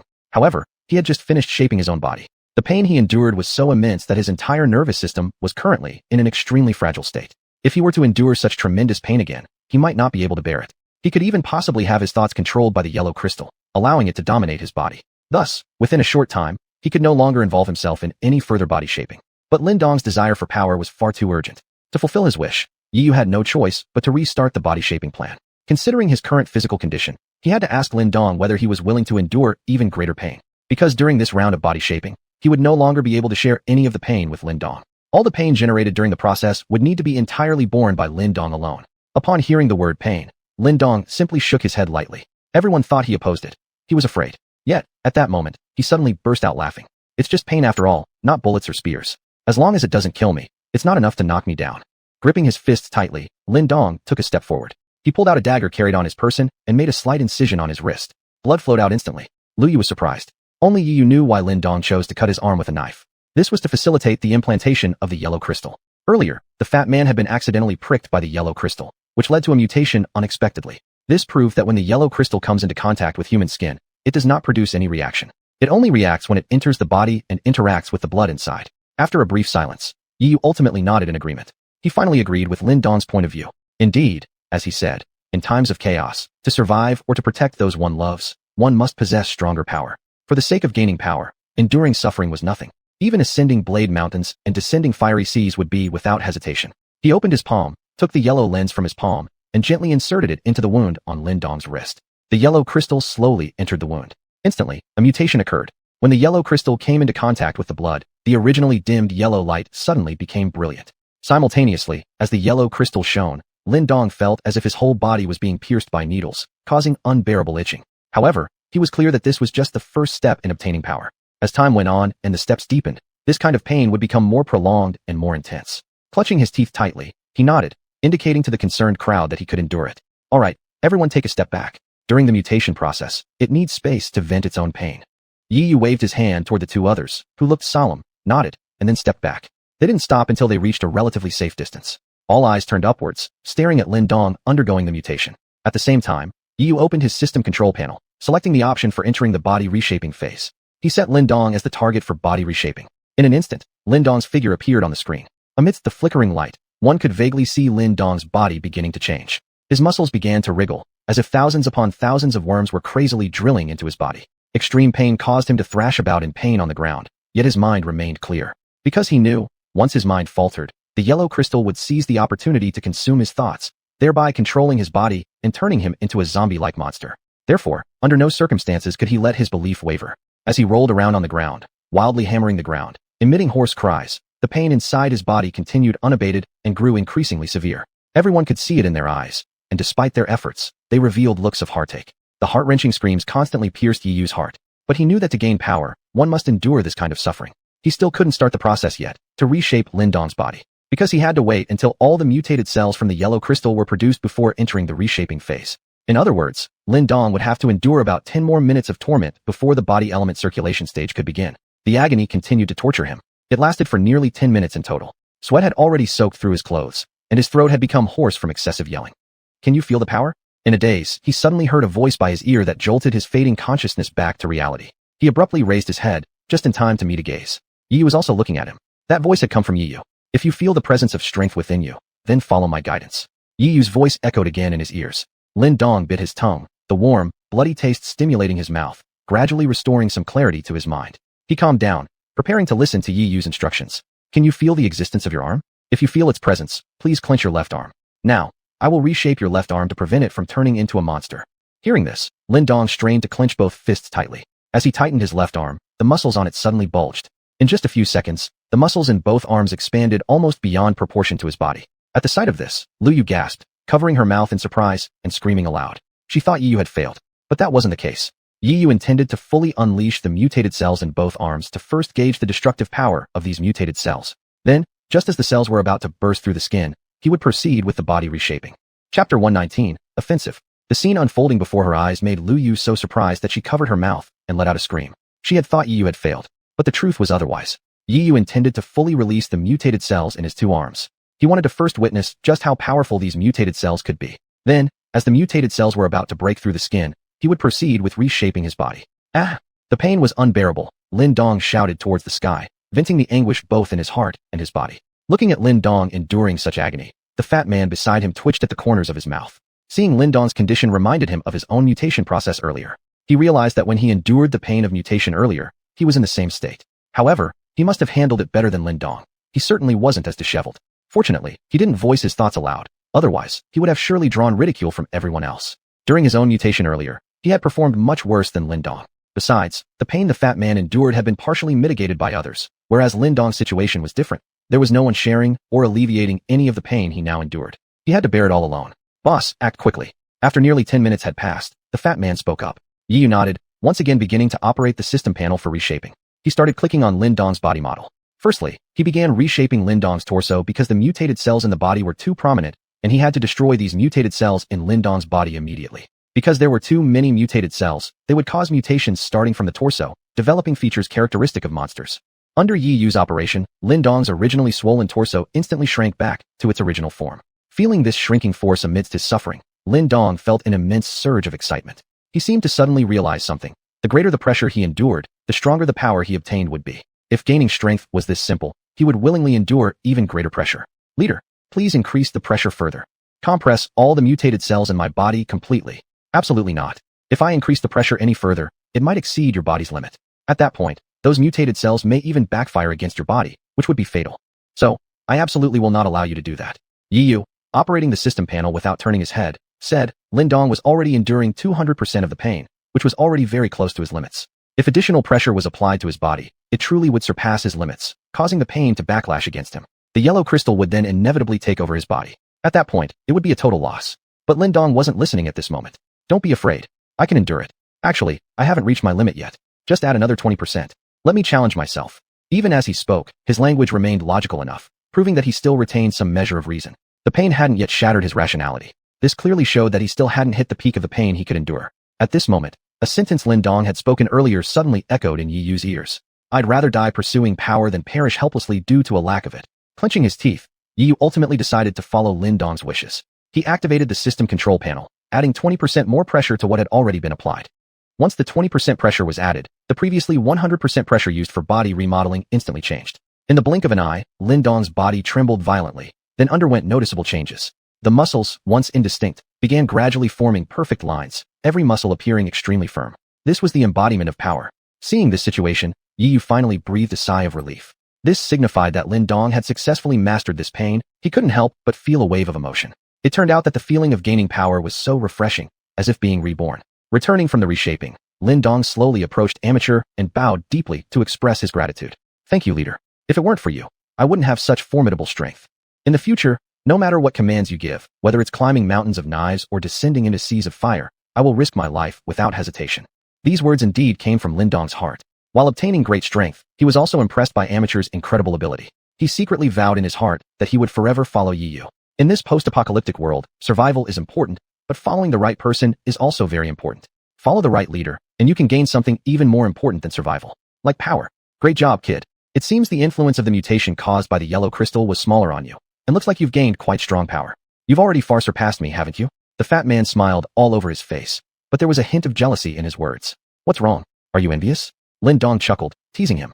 Do I need to envy you? I'm a mutant too, okay? My strength can also break open a cockpit door with one punch. If you don't believe me, let's find a monster and practice our hands-on skills. We'll see who kills more, won't we? The fat man slapped his chest, showing obvious bufu cheap discontent. Chapter 120, Kill. What's wrong? Are you jealous? Lin Dong smiled and teased. Am I supposed to envy you? I'm a mutant too, alright? My strength can also punch open the cockpit door. If you don't believe me, let's find a monster to practice on. We'll see who kills more. The fat man patted his chest, looking bufu, unconvinced. With his newly acquired immense strength, Lin Dong was already eager for a try. At this moment, he couldn't wait to engage in an intense battle with those monsters to see who truly ruled in strength. Then how about we take a look? Let's find where these monsters' nests are and destroy one. The fat man waved the fists in his hand, his eyes also carrying a similar fervor as Lin Dong's, filled with excitement for battle. Yi Yu shook his head and sighed lightly. How did these two guys become battle-crazed lunatics after obtaining power? They were so fond of fighting now, but he also felt greatly comforted in his heart. If they became these battle-crazed lunatics, they could certainly help him solve quite a few problems. After all, there were still the 9 layers of mountain caves that needed to be breached by himself. With their previous abilities alone, they would not have been sufficient to break into these 9 layers of caves. But now, all of them had been strengthened by the yellow crystal. Their current internal force was already enough to stand against those monsters. So the next step would be even easier. It seemed like obtaining that key was just around the corner. Meanwhile, at 2 kilometers within the Tianling mountain range, this was the second layer cave of the 9-layer mountain caves. The width of this cave was approximately 10 meters, and its height was around several dozen meters. It looked like a gigantic cave. Outside the cave, only 5 or 6 towering monsters were guarding the post. Their defense was extremely strict. Every 5 steps there was a guard, every 10 steps a lookout. According to logic, in the inner area of the 10,000 Great Mountains which should be their territory, it was basically impossible for humans to come here, so such strict defense was unnecessary. The standing guard monster soldiers were quite puzzled. For decades, our 9-layer mountain caves have never needed guards before. I wonder what's going through our leader's mind these days. Suddenly, he has decided to establish these guards. One monster muttered softly. Another guard monster seemed equally puzzled. That's right. According to our tradition in the 9-layer mountain caves, the Holy Fire Festival is coming up in a couple of days. No one knows why our leader suddenly chose these few days to set up such ceremonial guard duties. Hey, if you don't know, don't talk about it. If the leader hears this, all of you might end up dead, an older-looking monster said. This monster was strange. It had the head of a lion, with silver-white fur and faintly visible wrinkles brought by time. Sorry, teacher, we're just curious. Teacher, don't you think it's odd too? Since the 9-layer mountain caves have been established, we've never had such habits. Why did the leader suddenly order us recently to set up checkpoints and sentry posts at the cave entrance? A young monster said. They possess human-like intelligence, though basic, and they rank differently despite being among the lowest of the creatures. Even the lowliest of them understood human manners. Hating humans was one thing, but they yearned for human civilization. This story goes back a long way. This was commanded by the leaders from the upper-level caves. We low-ranking creatures can hardly understand these things. Even if we don't know whether it's right or wrong, doing as told is always correct. Don't question any of it, otherwise. The old monster's expression turned stern. Do you remember the monster above the 5th cave? His fate should still be fresh in your minds. The old monster pointed at a certain flat area outside the cave. He was executed right there. I recall you were all present back then. Taking him as an example, I hope you will bear this lesson in mind. Listening to the elder monster's words, these older monsters all fell silent. Although we have become monsters, our lives are not immortal. If it weren't for those higher-ups sympathizing with us and willing to distribute some of the yellow crystals, we would probably still be unconscious walking corpses by now. I hope you all can remember, just being alive is hard enough. At the same time, inside the cave, there were many tents used by humans. Although these tents have been improved by the monsters so they can accommodate many large creatures. In the largest and tallest tent, there was a pile of grass fire lit inside the tent, illuminating the whole tent properly, and 2 monsters sat inside the tent. A monster with a tiger's head sat atop a rock, eyes closed as if waiting for something. Suddenly, the tent was pushed aside and a monster rushed in hurriedly. Report to the leader. There might be an issue. Did you figure out what happened? The tiger-headed monster slowly opened his eyes and looked at the one who had come to report. There was a hint of violence hidden in his gaze. Our advance team seems to have run into trouble at the foot of the mountain. What kind of trouble occurred? The tiger-headed monster leaned forward, listening intently to the other monster's response. Our 3-member advance team appears to have been attacked. None of the members survived. The monster spoke with a heavy tone. Upon hearing this, the expression on the tiger-headed monster's face darkened instantly. Do you know who did it? He questioned fiercely. The monster shook its head. We only discovered it through the surveillance system. Moreover, those 3 members have already ceased hard activity. Looks like they've finally arrived. The tiger-headed monster stood up and paced around inside the tent. After a moment, he said slowly, send someone immediately to check out the situation at the foot of the mountain. Find out who did it. If you spot any traces of humans, report back to me immediately. Is that clear? Yes, leader. The monster straightened up with a kick of its feet, mimicking the posture of a human giving a military salute. Soon after, 3 biomechanical armors flew out from the 2nd-layer cave. The engines of the 3 biomechanical armors emitted bright red light as they quickly headed toward the foot of the mountain. At the foot of the mountain, the few down below were startled by the roaring engine sound. Without hesitation, they each boarded their mechanical suits and left the mountain base. Then, they found a relatively safe and quiet place and turned on the monitoring devices they had left behind, observing every move in the previous area. Chapter 121, Impersonation. The engines of the 3 biomechanical mechs emitted a bright red glow as they quickly flew toward the foot of the mountain. However, those at the foot of the mountain had already been startled by the roaring engine sounds. Without any hesitation, they drove their mechs and left this mountain base. Then they found a relatively safe and quiet place and opened the monitors they had left behind. They observed every move from the previous location. The 3 biomechanical mechs stopped at the foot of the mountain, with the heads of the mechs constantly looking around. Seeing the broken walls and scattered limbs on the ground, the heads of the several biomechanical mech captains suddenly froze. The brutal scene was streamed live by the cameras mounted on the heads of the biomechanical mechs into the screens of the cockpits. Staring at the bloody image on the screen, the 3 monsters inside the cockpits revealed expressions of heavy seriousness. What is going on here? Why are all our patrol squads dead? The leader monster said this, while his communication system echoed the words of another monster. Judging from the situation, it seems like an injury caused by human mechs, which indeed matches the leader's thoughts. This place has been infiltrated. Shall we contact the leader first? I'll report everything that happened here so he can take timely action. Otherwise, missing the chance will cause trouble. A monster picked up the communication device, ready to contact the one currently in the mountain cave. But before he could act, another monster stopped him. Not yet. We don't have solid evidence right now. We only know that something went wrong with the prior squad, but have no idea who exactly caused it. You all know there aren't any humans in the 10,000 Great Mountains. Hearing the words of the monster leader, the other 2 monsters thoughtfully pondered. After a moment of deep reflection, another monster spoke up. Leader, do you mean the monsters from nearby mountains? That's correct. Our 9-fold mountain cave is its own power. There are also the 5-fold mountain caves and 100-fold mountain caves nearby, and they seem to be quite eager for the secrets hidden within our mountain caves. Upon hearing the words of the leader monster, the other two monsters who hadn't seen much widened their eyes. Leader, what did you say earlier? Are you implying that there are secrets hidden within our Shandong province as well? What kind of secret would make so many monsters desire it eagerly? Faced with the questioning of the two monsters, the monster leader didn't intend to answer any of their questions. He hummed lightly, and then immediately activated the radar on the biomechanical mech, using the radar function to start scanning the nearby terrain, checking if the radar had any reactions around. The radar of the biomechanical mech differs greatly from that of the human mech. The biomechanical mech radar only detects reactions from human metal, meaning as long as there's a human mech nearby, it would show on the biomechanical mech radar. On the other hand, human mechs only react to metallic alloys that fuse blood and flesh, metals that are exclusively used in biomechanical mechs. Therefore, the radars of both sides have powerful specificity. As soon as the radar was turned on, all the monsters concentrated intensely on the responses on the screen, followed by many small red dots slowly appearing on the radar. The appearance of these small red dots didn't attract too much attention from the monsters. This is actually a shortcoming of the biomechanical mech radar. It only reacts to human metals. If something approaches closely, an urgent alarm sound will occur. However, the larger the human metal entity, the bigger the red dot will appear on the radar. At this moment, the radar showed extremely small red dots. This sufficiently proves that the surrounding human metals were nothing more than some mech wreckage. Such wreckage from human mechs is very common in the 10,000 Great Mountains. After all, fierce and brutal wars have occurred within the 10,000 Great Mountains in the past, resulting in countless casualties of human mechs and biomechanical mechs. After the war, no one buried these mechs, leaving them exposed to the sun, enduring weathering and frost. Looking at the radar covered with small red dots, those monsters couldn't help but let out a sigh of relief. It seems that there's no presence of human mechs nearby.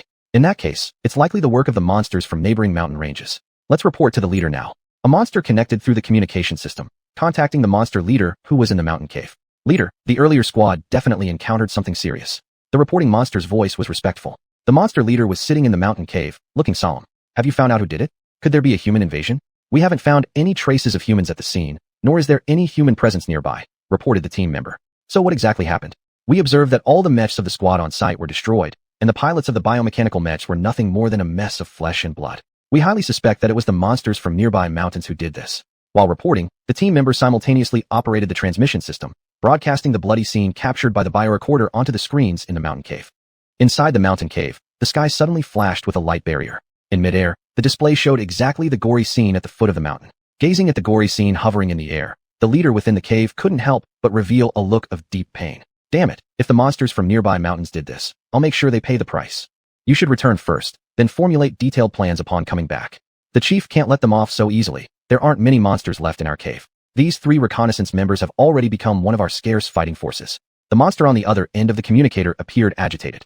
The leader within the cave nodded lightly. Rest assured, though we low-level monsters may not be able to accomplish much, the high-ranking monsters will definitely not let this slide so easily.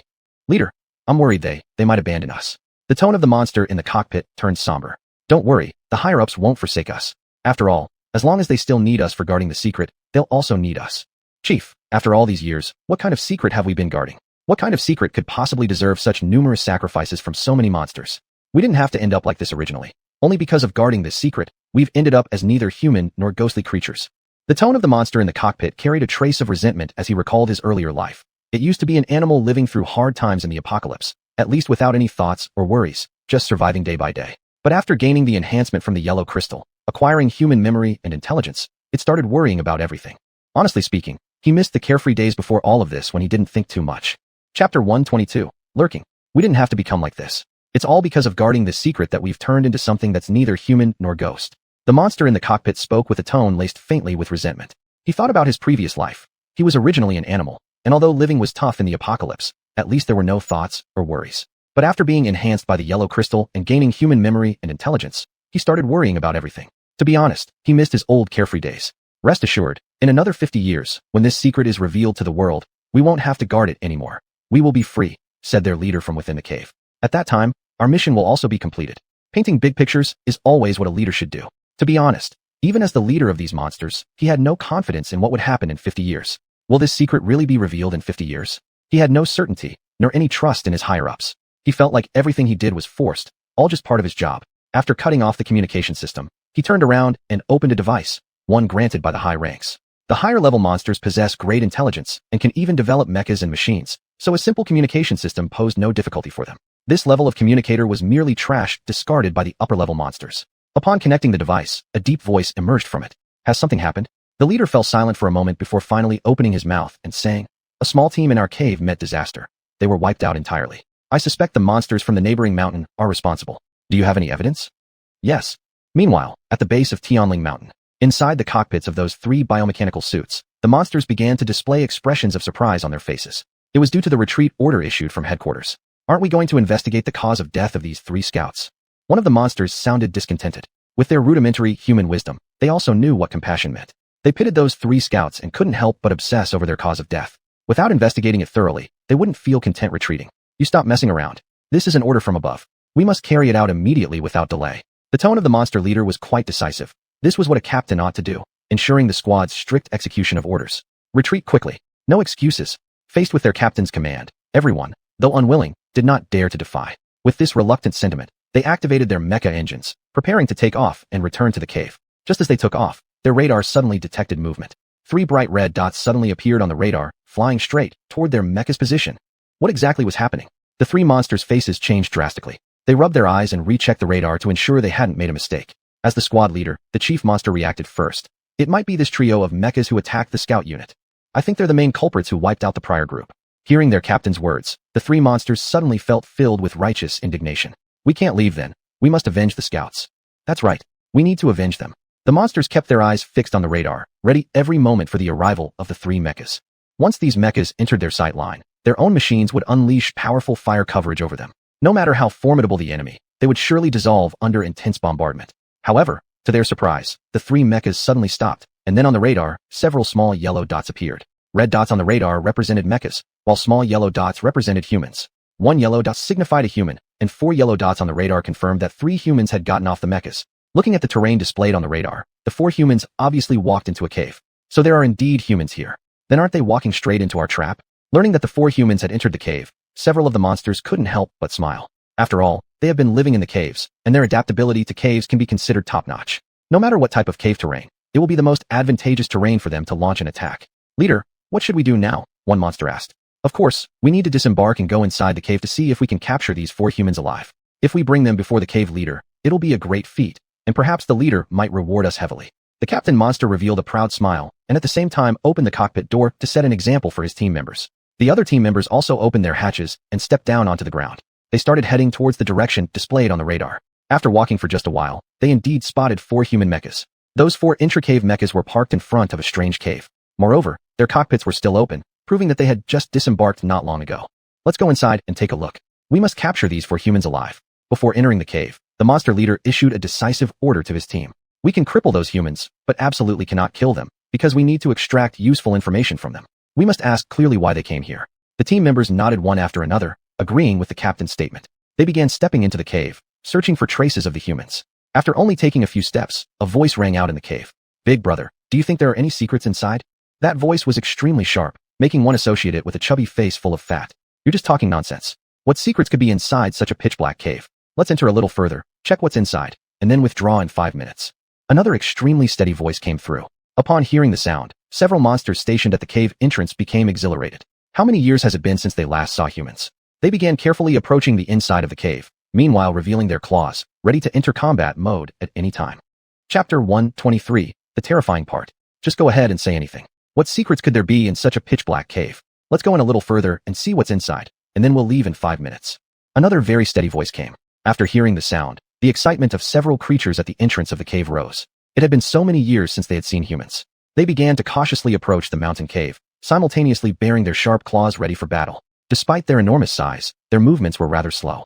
Their huge feet stepped on the sandstone. This position was very hidden, besides the blackness of the cave. Without the help of light, it was impossible to discover the hiding spot of the 4 of them. This location not only suited hiding, but was also perfect for a suicide attack. They stood behind the boulder, approximately 4 or 5 meters above the ground.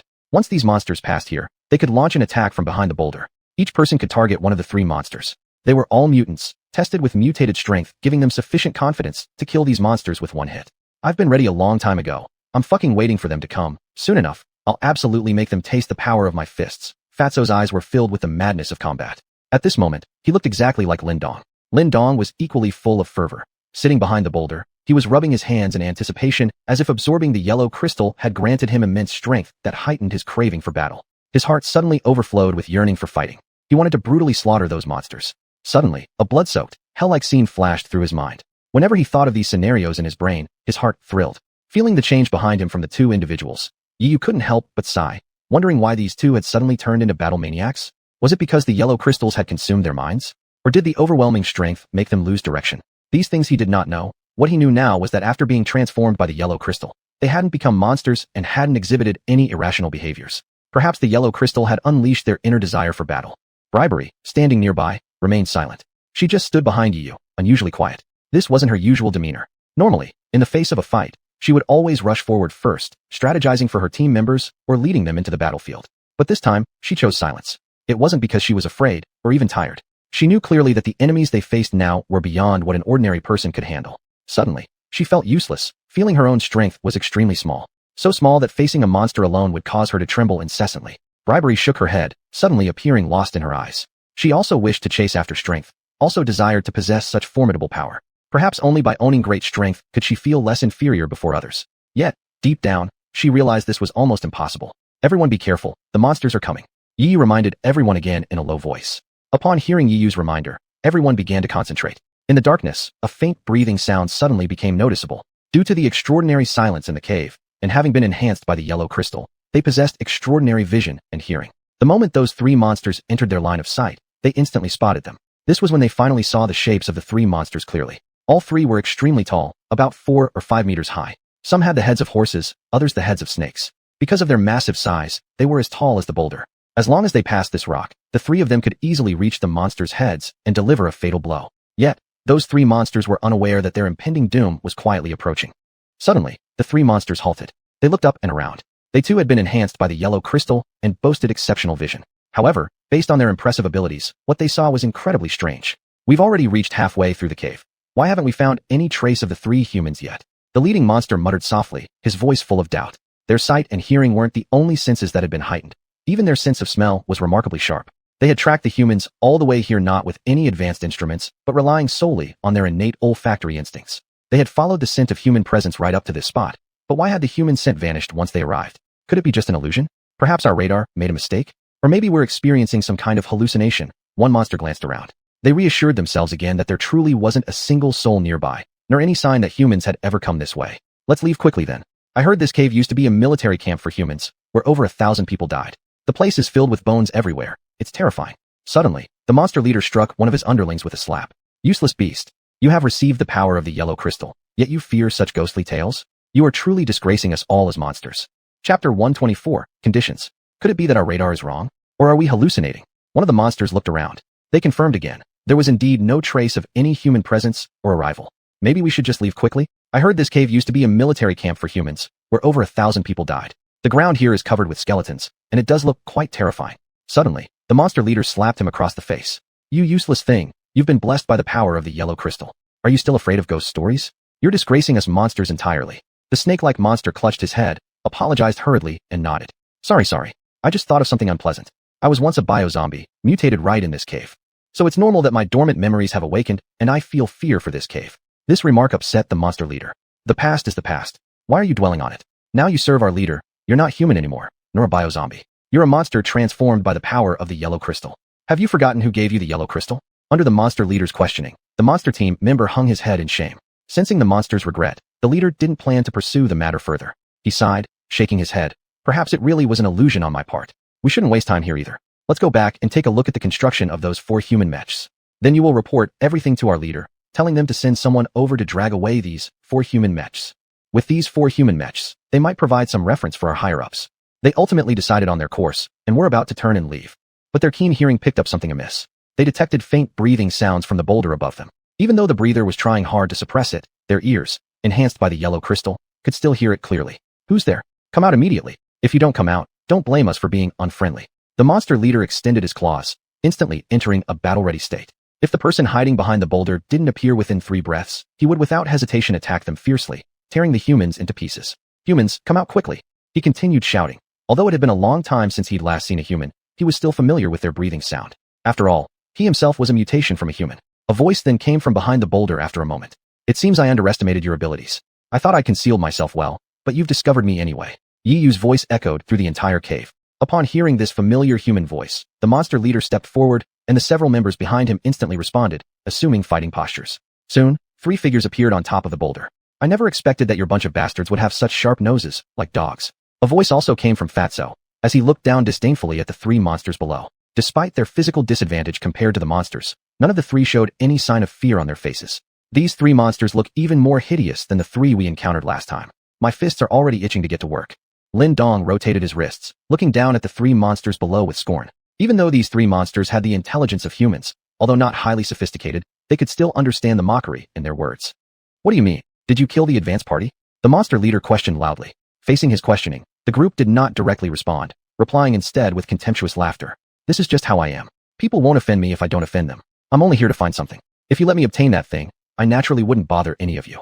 Yi said slowly, hands clasped behind his back. For reasons unknown, the monster felt unprecedented pressure when gazing at Yi. Deep inside, he felt this person's strength must definitely surpass theirs. What exactly do you want to find here?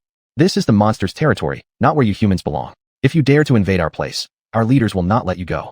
The monster leader tried to intimidate them with words, but they were not afraid. With just your leaders, they're no match for us. To be honest, I really don't want to kill you right now. Yi's words came as calm as lake water, without a ripple, but filled with threatening undertones that were quite intense. Do you want to die? Yi suddenly asked, and at the moment those words left his mouth, he seemed to transform into the Grim Reaper standing behind the boulder, passing judgment on their impending death.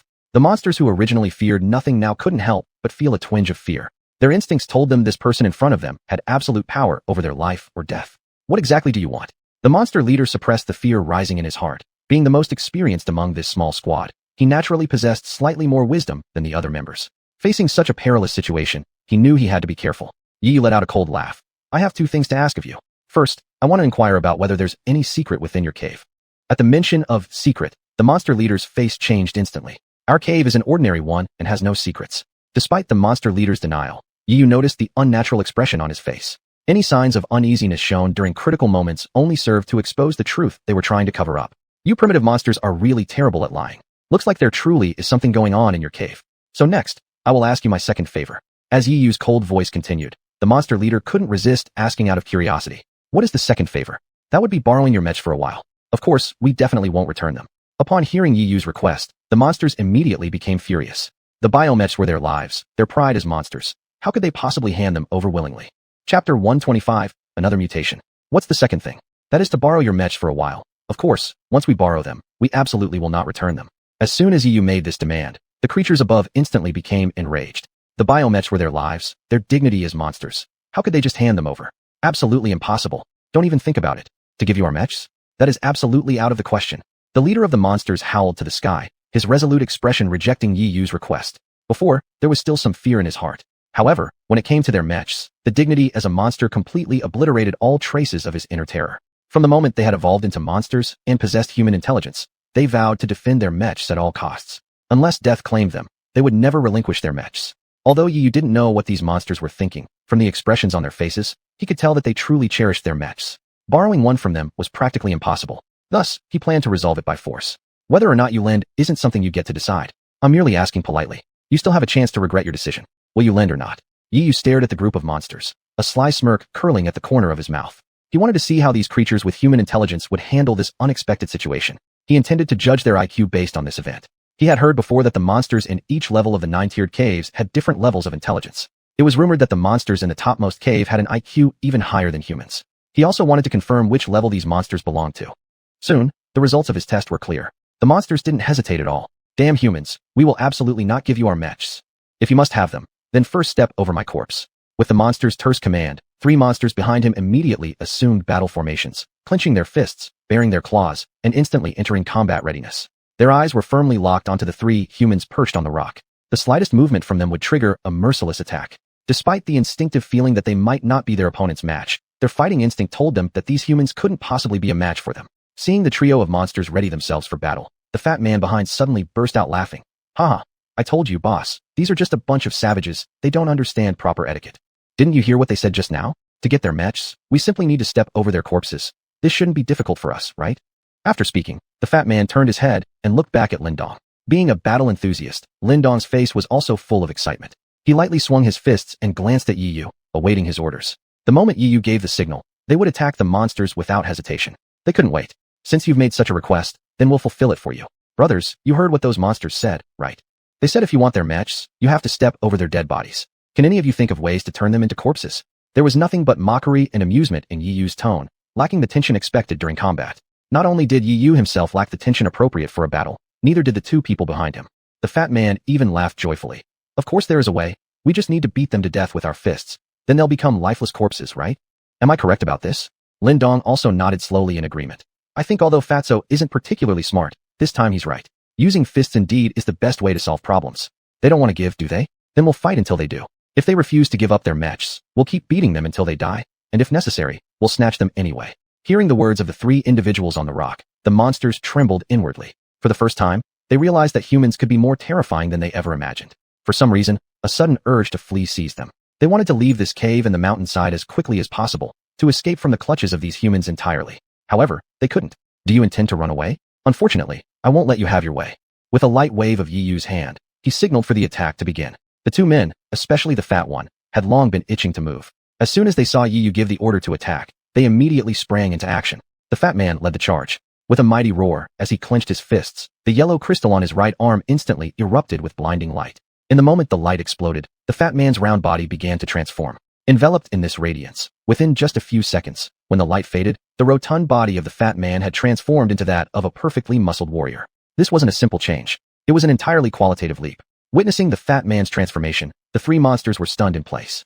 They possessed human intelligence and had heard tales about humans from other monsters. In their minds, even if human technology was advanced, it only applied to mech suits. In biological realms, humans absolutely did not possess such powerful techniques, much less the ability to completely alter someone's appearance. The three monsters noticed the yellow glow emanating from the fat man. This scene was one they would never forget for the rest of their lives. They recalled the initial moments of their own mutations, being enveloped by that very same yellow glow, which then triggered massive changes in their bodies, turning them into the monstrous forms they now bore. How could these people also have the power of the yellow crystals? And yet, they didn't mutate. How did they do this? It's utterly impossible. The phenomena unfolding before their eyes utterly shattered the monsters' established worldviews. Their entire sense of reality seemed to collapse. Perhaps due to the collapse of their worldview or the loss of confidence, the three monsters stood dumbfounded, taking no measures to escape. Seeing their lack of action, the fat man couldn't help but sneer coldly. Looks like we're too strong and scared these little cuties speechless. But you don't need to be afraid. I'll relieve you of your fears soon enough. The fat man grinned once more, tightening both fists as he absorbed the mutation energy provided by the yellow crystal. Then with a shout, he leapt off the rock, charging straight toward the group of monsters. Chapter 126, Instant Kill. These three monsters just stood there blankly and didn't take any measures to escape. When the fat man saw that they actually took no action, he couldn't help but sneer coldly. It seems that our strength is too powerful, scaring these little cuties. But you don't have to be afraid. I will soon relieve you of this torment. The fat man smiled again. He clenched his fists tightly and felt the mutated energy brought by the yellow crystal. Then he shouted loudly, jumped off the boulder, and rushed toward the group of monsters. You guys should react quickly, otherwise it won't be interesting. In midair, the fat man intentionally slowed down. He loudly reminded the three monsters.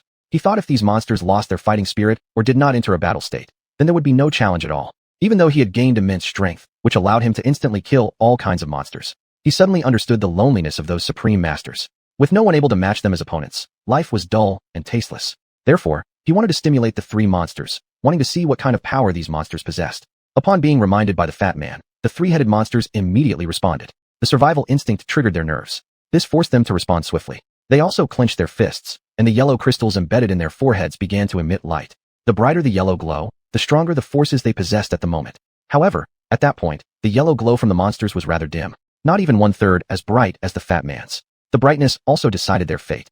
The monster leader was the first to attack the fat man. He threw both punches, one aimed for the fat man's head, and another aimed at the chest. This was their most commonly used tactic when hunting monsters.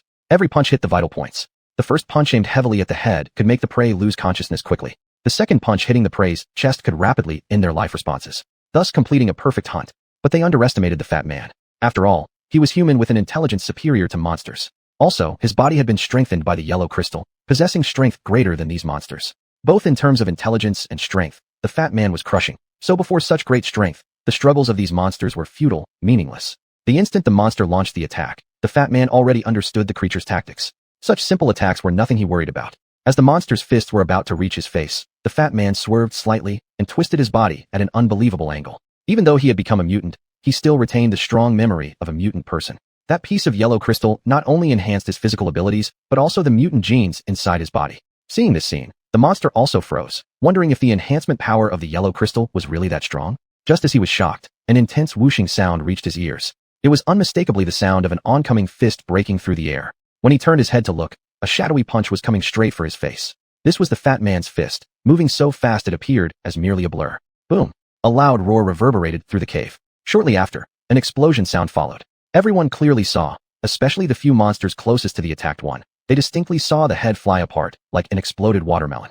The broken skull flew and hit their feet. The brain matter splashed on their faces. How could this be? They completely froze. As monsters, they had lived together day and night in the cave with their leader. They had fought alongside their captain on the battlefield. So they were fully aware of their captain's strength, which ranked as the strongest in the whole team, and also as the most experienced senior member. Unexpectedly, such a powerful individual failed to survive more than 2 moves against the fat man. Could this human in front of us still be considered human? Are we monsters, or are they the real monsters? Although the monster had its head shattered by the fat man, thanks to the enormous power of the yellow crystal, even with only its torso left, it continued to move. His hands waved incessantly, entering a bizarre state, as if trying to shred everything in front of him. Because of participating in 2 battles, the fat man had summed up some experience in battling monsters. So he skillfully dodged the crazy claw strikes from the monster and spun around to reach behind it. Then he swung his fists again, aiming for the creature's limbs. These punches carried the powerful energy granted by the yellow crystal. The first punch left the monster's body battered and bloody, with severed limbs flying everywhere. The second punch turned the monster's body into nothing but a mist of blood, reducing it entirely to a splatter of gore. Everyone was stunned by this sight. As the stench of blood filled the air, the remaining 2 monsters were tormented, witnessing their strongest elder fall right before them. How could they not be terrified? In previous battles, they had only fought monsters from other peaks. Those monsters, though powerful, were nothing compared to the sheer terror of the human standing before them now. Against those monsters, they still had a fighting chance. But in this moment, they felt as if they faced not just an opponent, but a god, a death god. They had no way to resist. "Don't come over here!" One of the monsters shouted, genuinely overwhelmed by fear this time. Panic had consumed his mind completely. Yet the fat man, now fully immersed in battle frenzy, would never let him escape. He slowly advanced toward the creature, tightening his fists as a brilliant yellow light surged around his body. Lin Dong couldn't help but interject, "Fatso, stand down for a while. Let me handle the last one." "Wait, there are 2 left. Can you really take them on? Don't be so greedy. How about giving me one?" The fat man pleaded earnestly. "No, no way. You've already fought the monsters, so the remaining 2 are mine." Without waiting for the fat man's reply, Lin Dong pulled him back forcefully and then stepped forward, positioning himself in front of the 2 monsters.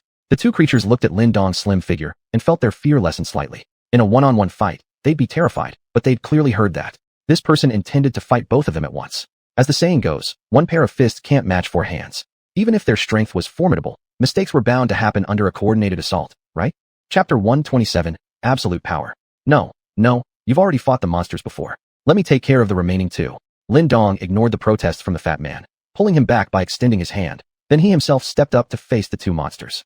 The 2 monsters, looking at Lin Dong's slim figure, felt their fear diminished somewhat. In a one-on-one fight, they were indeed afraid, but they had clearly heard that the person in front of them intended to take on both of them at once. Even with great strength, being surrounded could lead to mistakes. And whenever they spotted a mistake, it would be their best chance to attack. If humans made a mistake, they would crush their heads without hesitation, just as they had crushed their captain's head, killing mercilessly. As Lin Dong slowly approached, the 2 monsters exchanged a knowing smile. These 2 monsters had fought together in many battles and formed a tacit understanding between comrades in arms. They read each other's tactics from their glances.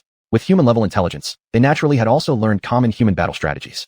They believed that with such tactics, they could easily defeat these humans. What they hadn't anticipated was that Lin Dong, who hailed from the base with the leaders, was also an excellent tactical strategist. To him, the monsters' tactics seemed as simple as children playing in the mud, too easily broken. Feeling the disdain in Lin Dong's eyes, the 2 monsters felt as if they were being disdained, their dignity trampled upon. A nameless fire raged fiercely, burning away all traces of their fear. This time, they vowed to avenge their captain and swore not to retreat under any circumstances. "Brothers, kill them. Avenge our captain. Take one down with us. If we can't survive, at least we'll drag someone with us." The monsters roared in anger, clenching their fists tightly, and bright light surged around their bodies. It wasn't hard to see with the naked eye that the glow emanating from these 2 monsters was significantly brighter than that of the captain from earlier. This proved that these 2 monsters possessed much greater strength than the monster leader from before. Whether it was due to anger or something else, the 2 monsters felt their power swell immensely, though deep inside they still thought it was insufficient. Everyone else watched curiously as the glow from the 2 monsters grew brighter. The glow from these 2 monsters was undeniably much more brilliant than that of the captain from before. Seeing this, the fat man became rather buffoon cheap, unwilling to accept, saying, "What? You're stealing the glory here. That captain should have been your fight. I thought the captain would be more powerful, but now it seems these 2 little monsters are stronger." At this point, how could Lin Dong possibly step back? Known for being a notorious fighting maniac, Lin Dong observed these 2 monsters, and his long-restrained desire to fight erupted entirely. He clenched his fists and began advancing cautiously toward the two monsters. Seeing Lin Dong approach, the two monsters prepared for battle. Perhaps this was the side effect of the yellow crystal. Once combat began, it would stir up a strong sense of wariness within the host, leading to an intense craving for battle and a bloodlust. Was this a good thing or bad? Finally, the two monsters launched their attack. One monster attacked from the front, employing the same method as the leader from before, striking Lin Dong's head with one fist and his chest with another, aiming for a fatal blow. Seeing the clumsy attack patterns of the monsters, Lin Dong couldn't help but laugh out loud. The monsters, having gained the augmentation of the yellow crystal, now possessed wisdom akin to humans, but their level of intelligence remained low. They only imitated things that humans had done deliberately. For instance, the tactic before them now, full of flaws. And the monster behind didn't stop either. He also launched his attack. His pattern mirrored the one attacking from the front, attacking Lin Dong's head with one fist and his chest with the other. They wanted to corner Lin Dong with this double-sided attack, making him unable to respond effectively. With attacks coming from two directions simultaneously, it was impossible for a person with only two hands to fend off everything. Truly, two fists could never rival four, and they applied this principle perfectly. But just when they thought they could burst Lin Dong apart with one punch, something astonishing happened again. Clearly, before their very eyes, Lin Dong, caught in the crossfire, suddenly radiated a far more terrifying power. His eyes turned feral, filled with a thirst for blood that startled both monsters. Right at that moment, they felt that the man before them was more like a monster than they were themselves. Not only that, they also noticed a significant increase in Lin Dong's aura, especially his physical form. Originally standing at just a little over 1.70 meters, in that brief moment, his body surged in size, growing to well over 2 meters. His muscles swelled visibly, as if he had transformed into an entirely different person. What is going on? The two monsters looked absolutely shocked. But what shocked them even more was when they thought their blows would land perfectly. Just then, Lin Dong finally made his move. He stiffened his body, absorbing the monster's dual punches without resistance. Even their feared head-crushing attack was absorbed deeply by Lin Dong. What stunned them even further was that after withstanding the two punches, Lin Dong's head showed no damage whatsoever. How could this be? They were monsters strengthened by the yellow crystal, possessing far greater strength than ordinary people. Their previous attacks had been delivered with all their might. No exaggeration, the force contained in one punch could completely shatter a human-class mech. Yet Lin Dong's body had endured those powerful punches. This clearly indicated that this person's physical strength had already surpassed that of a human-class mech. Was this some kind of humanoid Gundam? The two monsters stood frozen, watching everything unfold before them. Their actions completely halted. They suddenly felt that any further struggle would be futile, leading inevitably to death. Is that all you've got? It feels like you're tickling me. Lin Dong smirked, his tone dripping with mockery. The monsters, who had already lost their will to fight, were reignited with determination due to this single sentence. They swung their fists again, aiming for Lin Dong's head. Boom! With a muffled sound and the crack of bone, a monstrous scream erupted, echoing throughout the cave. Ah! My hand! The monster was thrown back forcefully, landing heavily and kicking up a cloud of dust. When it struggled to its feet, everyone saw that its right arm was utterly broken. Chapter 128, Piloting the Biomechanical Armor. The monsters, which had originally lost their fighting spirit, were reignited by a single sentence. They swung another punch towards Lin Dong's head. Bang! With a muffled sound and the crack of breaking bones. That monster let out a tremendous scream that echoed through the entire cave. Ah! My hand! My hand! The creature was thrown back violently, raising a cloud of dust upon impact. When it regained consciousness, all they could see was that its right hand was completely broken.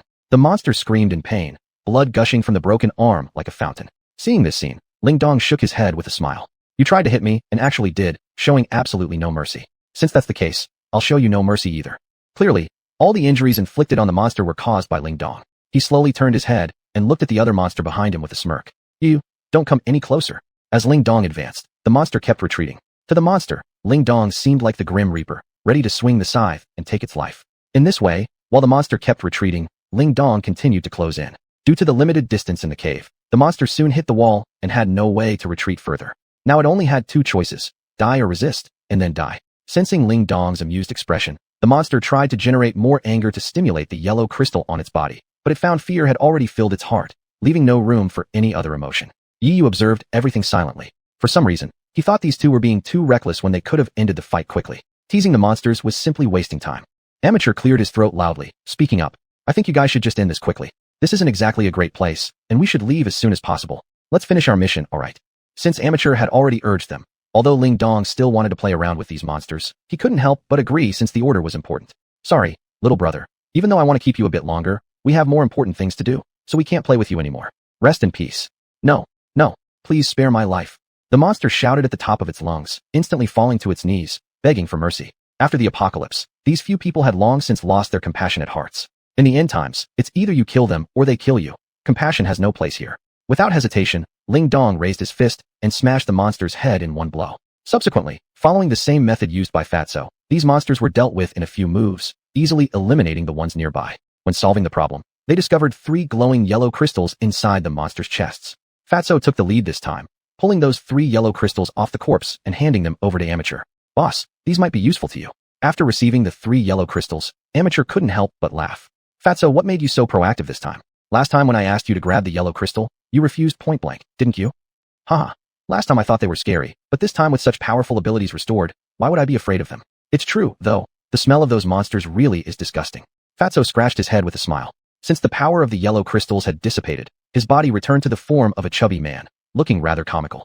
Amateur also laughed and shoved the 3 yellow crystals into his pocket. Then he turned around and pulled Lu Yu out from behind the boulder. The situation here has been resolved. We're safe now. Yi Yu smiled, making Lu Yu feel greatly reassured. So, what are your plans next? She asked. We're going to infiltrate the camp of those monsters using the 3 biomechanical armors and check if there's anything we're looking for. Amateur said without reservation. After all, the girl was now part of the group and deserved to know these things. Let me go too. She answered immediately, showing no sign of fear on her face. This mission will be very dangerous. We haven't figured out the dangers lurking within the monster ranks where we plan to infiltrate. You're just an ordinary person, not having the insane strength we do. If attacked by those monsters, the consequences could be unimaginable. You should stay here and wait for us to come back in the mountain cave, alright? This truly came from Amateur's heart. The girl was just an ordinary person. Her body had not undergone reinforcement by the yellow crystal and would definitely not be able to withstand those monsters' terrifying attacks. In this way, if she followed them into the cave, she might not be of any help at all and could even be a burden. Lu Yu was a smart girl. After calming down and thinking about it, she realized that this was indeed the truth. It was true that as an ordinary person, without the mech armor, she would be utterly useless. On the contrary, this mission did not require anyone to pilot any mech suits, because they were no longer facing mechs, but terrifyingly powerful monsters instead. She didn't want to become a burden on others. After hesitating for a moment, she nodded. I will wait for you guys here then. You must return safely. When you finish the task, send me a signal, and I'll pilot the mech to pick you up. Lu Yu revealed a confident look. Yi Yu thought for a while. This suggestion of yours is very good. It's impossible for us to escape driving a biomechanical armor after completing the task, so we need someone on standby. Lu Yu, when we finish the mission, we will send you a message, and once you receive the message, immediately fly the mech to the cave entrance and get us out of here.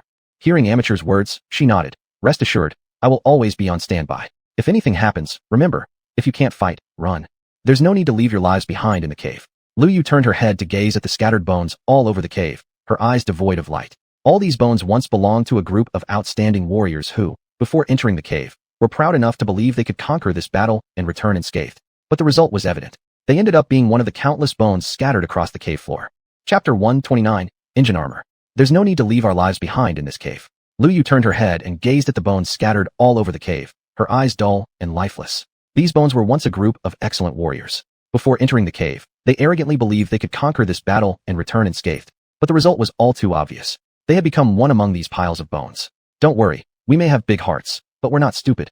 In the face of impossibilities, we won't rush in. Trust me, if we encounter insurmountable difficulties, we'll let you know immediately. You'd better come rescue us right away when that happens. Our lives are now in your hands. As Ye spoke, he lightly patted Lu Yu on the shoulder, his eyes filled with trust. Feeling Ye's trust, she nodded slightly, replying with an equally confident gaze to affirm his trust. Comrades in arms always do so. They respond through action, using their actions to present the most perfect answer possible. After obtaining her promise, the group left the cave and arrived before the 3 biomechanical armors. Though these 3 biomechanical armors had the same appearance as regular ones and were equally grotesque looking, they differed greatly from ordinary ones. Ordinary biomechanical armors possess autonomous consciousness. Their actions are completely uncontrollable. They only have one instinct, devouring everything alive before them. Devouring life is what grants them the qualification to evolve. However, the modified biomechanical armors are completely different. They seem to be manipulatable by human input, exactly like human-operated armors. Before entering the biomechanical armor, they first entered their own piloted armors. She controlled hers into a half-kneeling position and hit all of them by utilizing the terrain's height. This way, should there be any biomechanical armor patrols or flyovers, they wouldn't easily detect their armors. Having finished all preparations, they bid farewell to Lu Yu, handing over Ye's communicator to her. In dangerous times, he could reach out to Lu Yu via this device. Now, we're setting off, Yi Yu smiled. Upon hearing the voice transmitted through the communicator, Lu Yu nodded, speaking with an exceptionally gentle tone. You must take care of your safety. I'll wait here for you to come back, or come to pick you up. I hope you go out as 3 and come back as 3, all safe and sound. Hearing her words, Ye involuntarily smiled. He suddenly recalled a distant memory. In his memories, from another place, his previous life, he had a father, a mother, and an elder sister. In that world, his elder sister cared deeply for him. Now, Lu Yu's tone mirrored his older sister's tone from his previous life. Both were reminding him to be cautious when stepping out and ensuring a peaceful return. A warm stream coursed through his heart, and Ye smiled again before leading his team onto the biomechanical armor. The cockpits of the 3 biomechanical armors were wide open, so it wasn't difficult for them to board them. After entering the cockpit, they noticed significant differences. The cockpit of these monster-driven biomechanical armors was much larger than those of human ones, not just in size but also in the complexity of the operating equipment. However, after some research, they found that the control console of the biomechanical armor bore a certain resemblance to that of human armors. Hey, Fatty, can your driving skills handle controlling these biomechanical armors? Ye activated the communication system, joking to ease the tension. The chubby one picked up the conversation. Are you kidding? Boss, don't you know where I graduated? From Zwan College. That school used to boast the best driving techniques. Would my driving be bad if I came out from there? Yet, as he was talking, he still hadn't successfully powered up the biomechanical armor. Not just the chubby one, but even Ye and the others failed to ignite the biomechanical armors. To manipulate the biomechanical armors, they at least needed to get them started first. They tried following the ignition process for their own armors on the biomechanical versions. Then, they discovered that after inputting a string of codes, the biomechanical armors showed absolutely no reaction. The results told them they had failed to operate the biomechanical armors. What the heck? They're all armors. But why are these biomechanical armors completely different?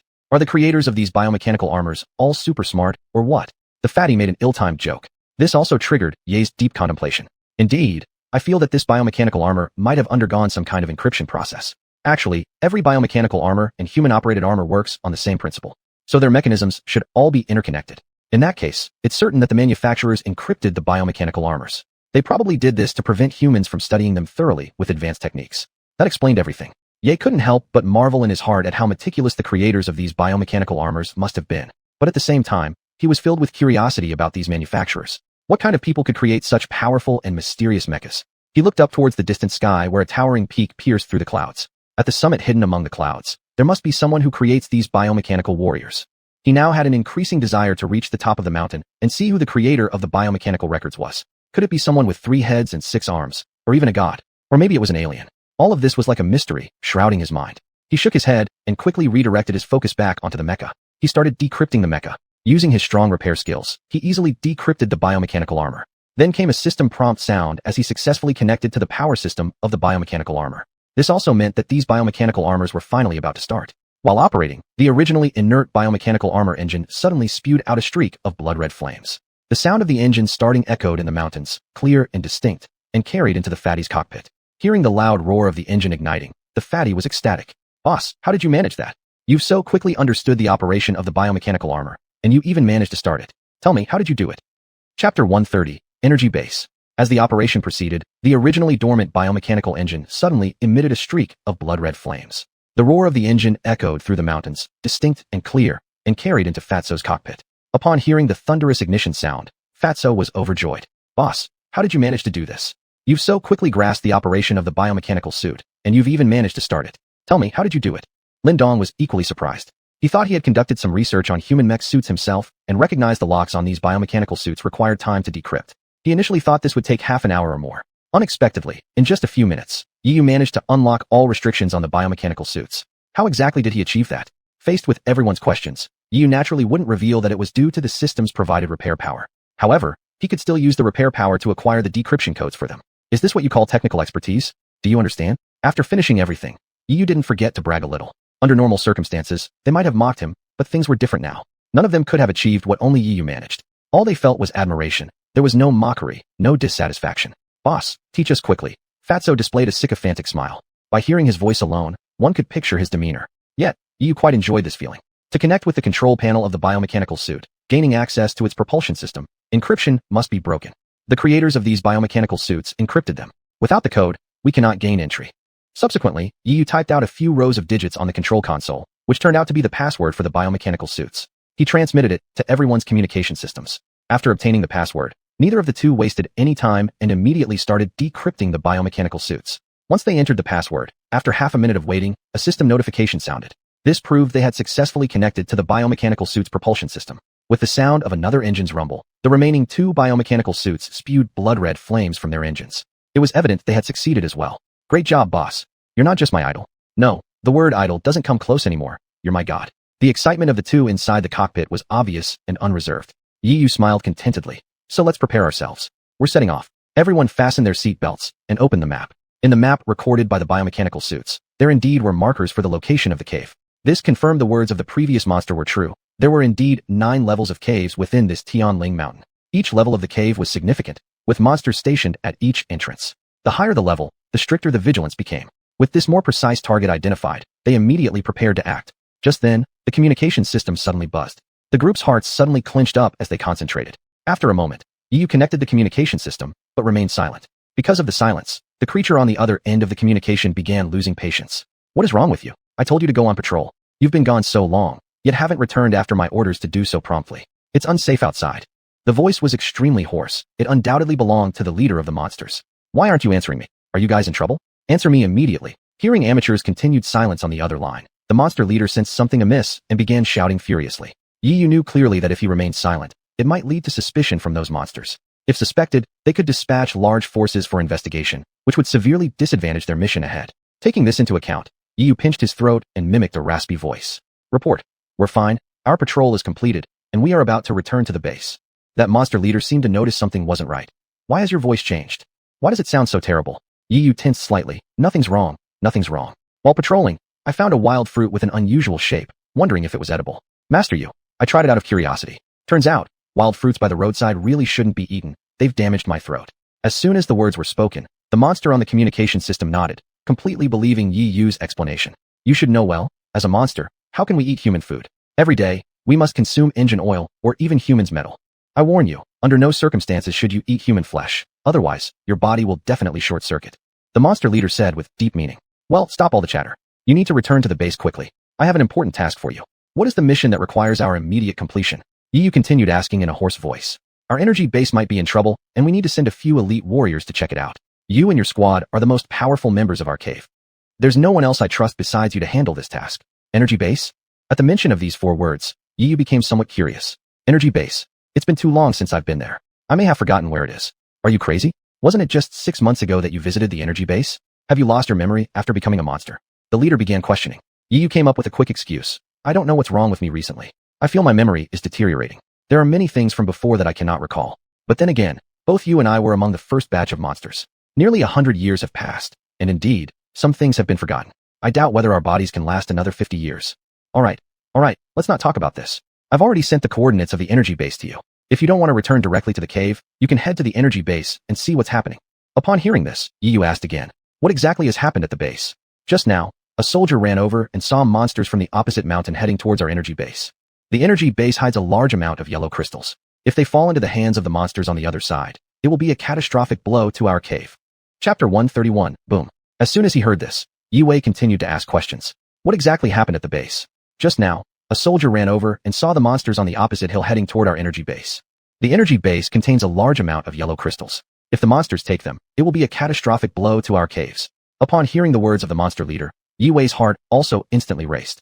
He continued recalling what the monster leader had said earlier, making sure he hadn't misheard anything. The monster leader said that within the energy base was a large quantity of yellow crystal stones. He suddenly remembered that these yellow crystals were the ones that could cause their mutations. It was unexpected that there was such a great secret hidden in the monster's cave.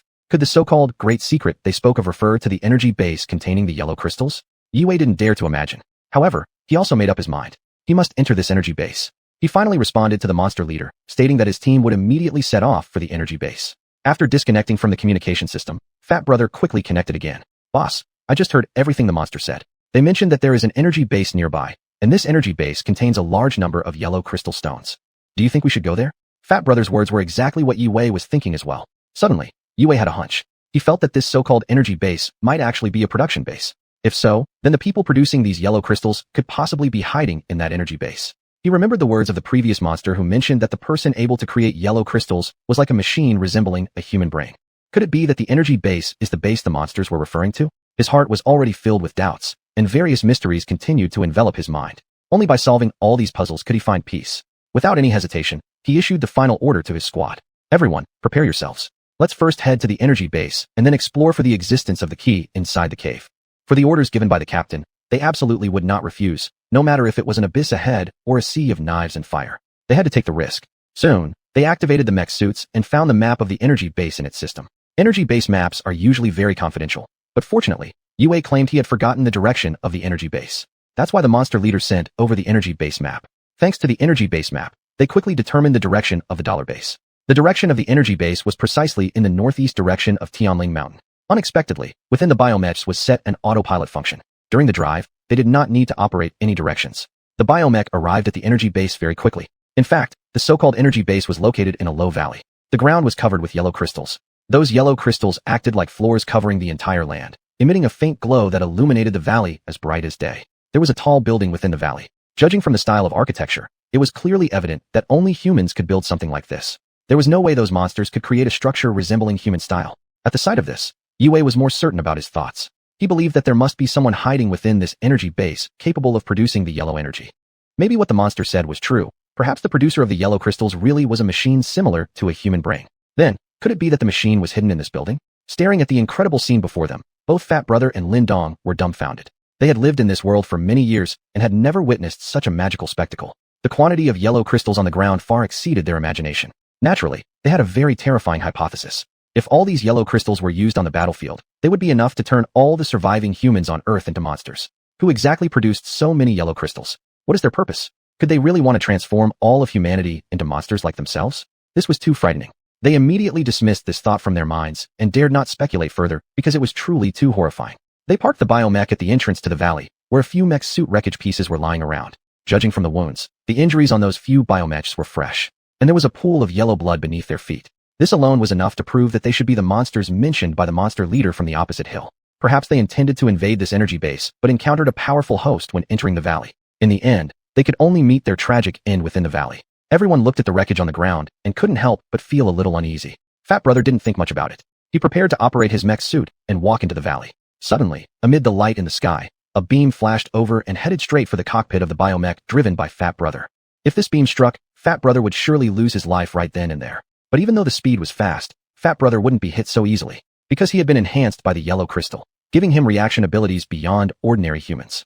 His current reaction capability was much stronger than the monster's reinforced by the purchase of yellow crystals. The biomech he operated reacted instantly, sidestepping to dodge the attack of that beam. And the beam missed its mark, hitting straight into the ground. The ground was struck by the beam, creating a large crater. Looking at how such a small beam could cause so much damage, if the mech were hit, wouldn't it result in complete destruction? Boss, what should we do now? Fat Brother stopped. The biomech no longer moved forward. Instead, he connected to the communication system and contacted Yue. At this moment, only Yue knew what to do. Yue glanced at the large crater on the ground and looked up at the distant building, then made a bold decision.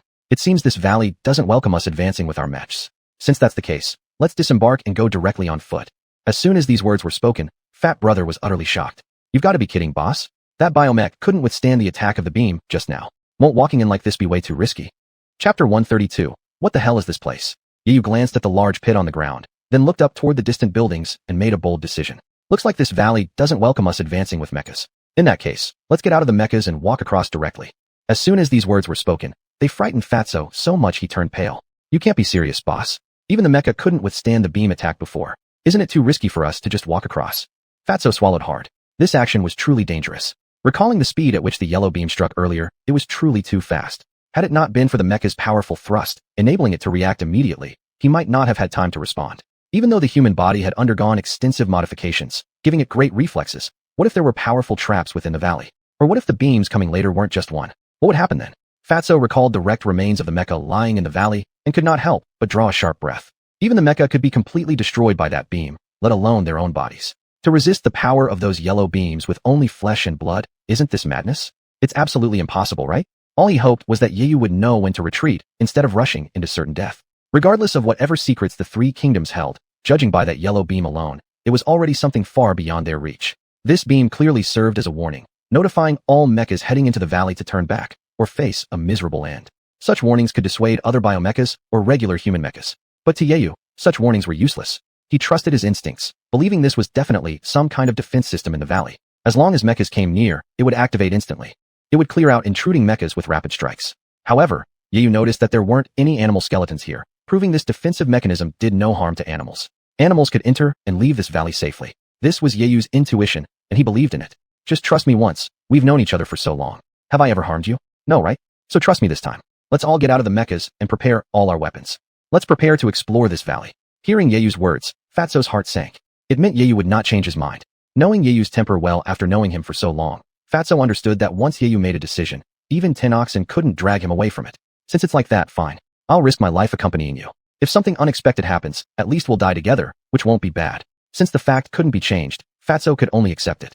He grinned and began unloading his gear, opened the cockpit, and jumped down. The moment he landed on the ground, Yu patted his shoulder. You don't need to be afraid. You can test it first. For example, try sticking your hand into the mouth of the valley to check. Listening to Yeyu's suggestion, Fatso couldn't help but feel curious. However, his instincts told him not to do it. After some hesitation, curiosity eventually overpowered his instincts. Following Yeyu's advice, he extended his hand into the valley opening and waved it around. He had expected the defensive barrier in the air to activate fully, then release tens of thousands of beams and shred him to pieces. Yet, the worst-case scenario never occurred. The valley remained eerily calm, with only warm wind whistling through it. This sufficiently proved one thing. Stepping out wouldn't trigger the defensive formation of the valley, leaving them shredded. After confirming this, Fatso walked straight into the valley. His feet stepped on the yellow crystals, emitting a crisp sound. These yellow crystals, as if called upon, burst into intense light. This sight once again shocked everyone. What exactly was going on? According to Yeyu's judgment, the three of them were people altered by the yellow crystal, but their transformation was incomplete. As the monster mentioned, those less affected by the crystal wield more power granted by the yellow crystal. In other words, the three of them had already gained the energy bestowed by the yellow crystal. The yellow crystal had lain dormant for many years, never encountering anyone who could absorb it so completely. I estimate that they should resonate with the yellow crystals on us. Don't worry, there is absolutely nothing wrong with this. Yeyu spoke again, soothing the fear in everyone's hearts. Everyone thought about it, and it indeed made sense. They all already had yellow crystals on them, and had successfully undergone the mutation. Could they possibly mutate again? That was definitely impossible. After testing at the entrance of the valley, and confirming that the formation of the yellow crystal would not be triggered again, they bravely stepped into the valley. The tall building stood amidst a pile of yellow crystals. The building looked like a teaching building, divided into 6 floors. However, the building was strange as it had no windows or any doors, looking just like a heap of messy rocks.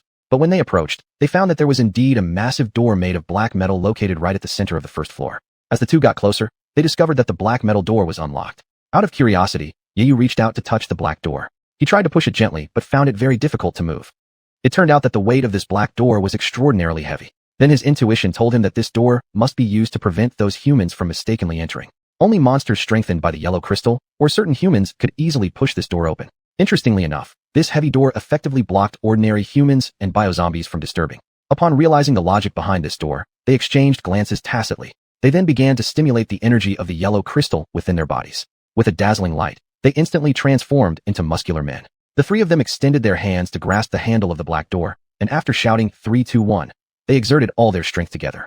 Only then did they manage to fully push open the black door. As soon as the black door opened, a sudden stench filled the air, smelling just like the odor of decaying corpses. Inside was pitch black, seeing nothing, resembling a hell of demons. Chapter 133, Strange Bats. The three of them stretched out their hands and placed them on the door handle of the black gate. Then, with a 3, 2, 1 slogan, they all exerted their strength together. Only then did they manage to push the black gate completely open. When the black gate opened, a pungent smell suddenly wafted out, akin to the odor of rotting corpses. Inside, it was pitch black, and everything was shrouded in darkness, like a scene from a hell of Azuras. That black gate seemed like a seal, tightly sealing this hell of Azuras within, preventing any person or mech from entering. The bones scattered all over the valley entrance were the best proof. Although it was dark inside and impossible to see a thing, there was an inexplicable allure hidden within that darkness, tempting people to explore further into its depths. Even if it cost them their lives, they still wanted to figure out what exactly was hidden in that darkness. Looking at the vast expanse of darkness before them, everyone couldn't help but feel a sense of emotion. The fallen biomechs at the valley entrance likely wouldn't have known that they were only restricting the entry of mechs, not monsters. As soon as they stepped through the gate, they noticed something strange beneath their feet. They squatted down for a closer look and discovered it was the corpse of a monster. This monster's body hadn't decayed like the others nearby. It still felt warm to the touch, which indicated that it had just died recently. Could it be the last monster that came to explore? Yi recalled the words of the monster leader he had heard. Within that secret shop, the monster leader had mentioned that the monsters from the neighboring mountain also intended to head towards the main energy base. It appeared that this energy base wasn't shared by all monsters, but divided among different factions. Who would have thought that within this small Tianling mountain, there were so many factions hidden, along with disputes between various monsters? Indeed, even a sparrow may be small, but it has all its vital organs. Boss, are we sure we want to go in? It feels quite creepy here, and with all these monster carcasses everywhere, it's evident that every monster who comes here might die. We should probably turn back. I don't think there's much worth exploring inside. Fatso's voice trembled slightly. To be honest, fear crept back into him once again. Even as they first entered from the valley entrance, he had a bad feeling about it. Who would have thought that after opening the gate, they found themselves surrounded by such darkness?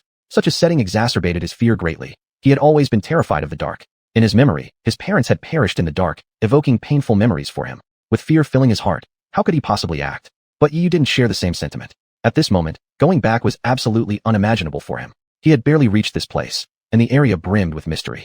He couldn't possibly return without uncovering the truth hidden in this building.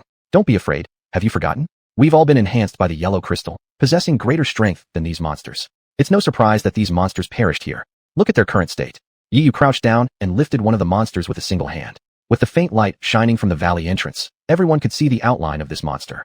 This monster had been significantly affected by the yellow crystal. Its size was drastically different from that of humans. Its huge body nearly filled up the entire doorway. In particular, its mutated chest, its grotesque muscles were prominently exposed. Seeing this scene, they couldn't help but feel nauseated. This monster was definitely the most disgusting and terrifying one they'd encountered throughout their careers.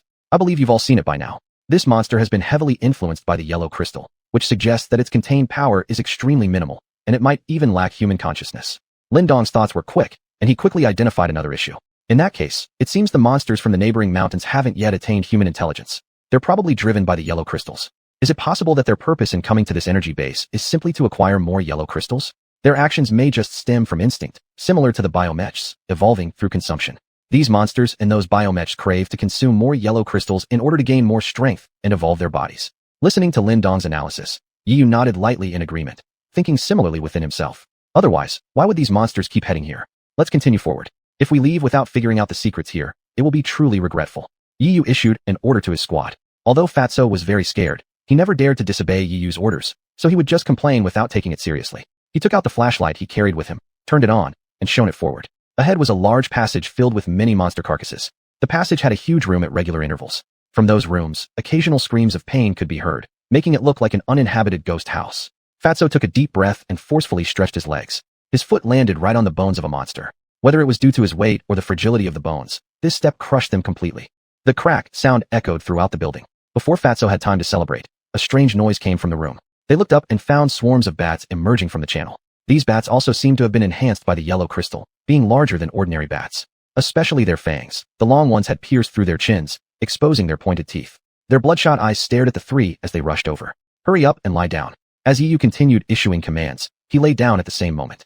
Just as the bats were about to touch them, all three finally flattened themselves. The bats flew over their heads, emitting strange cries that constantly pierced their eardrums. These bats seemed unable to see the three people on the ground, continuously rushing outwards. Yeyu's gaze followed the direction these bats were heading.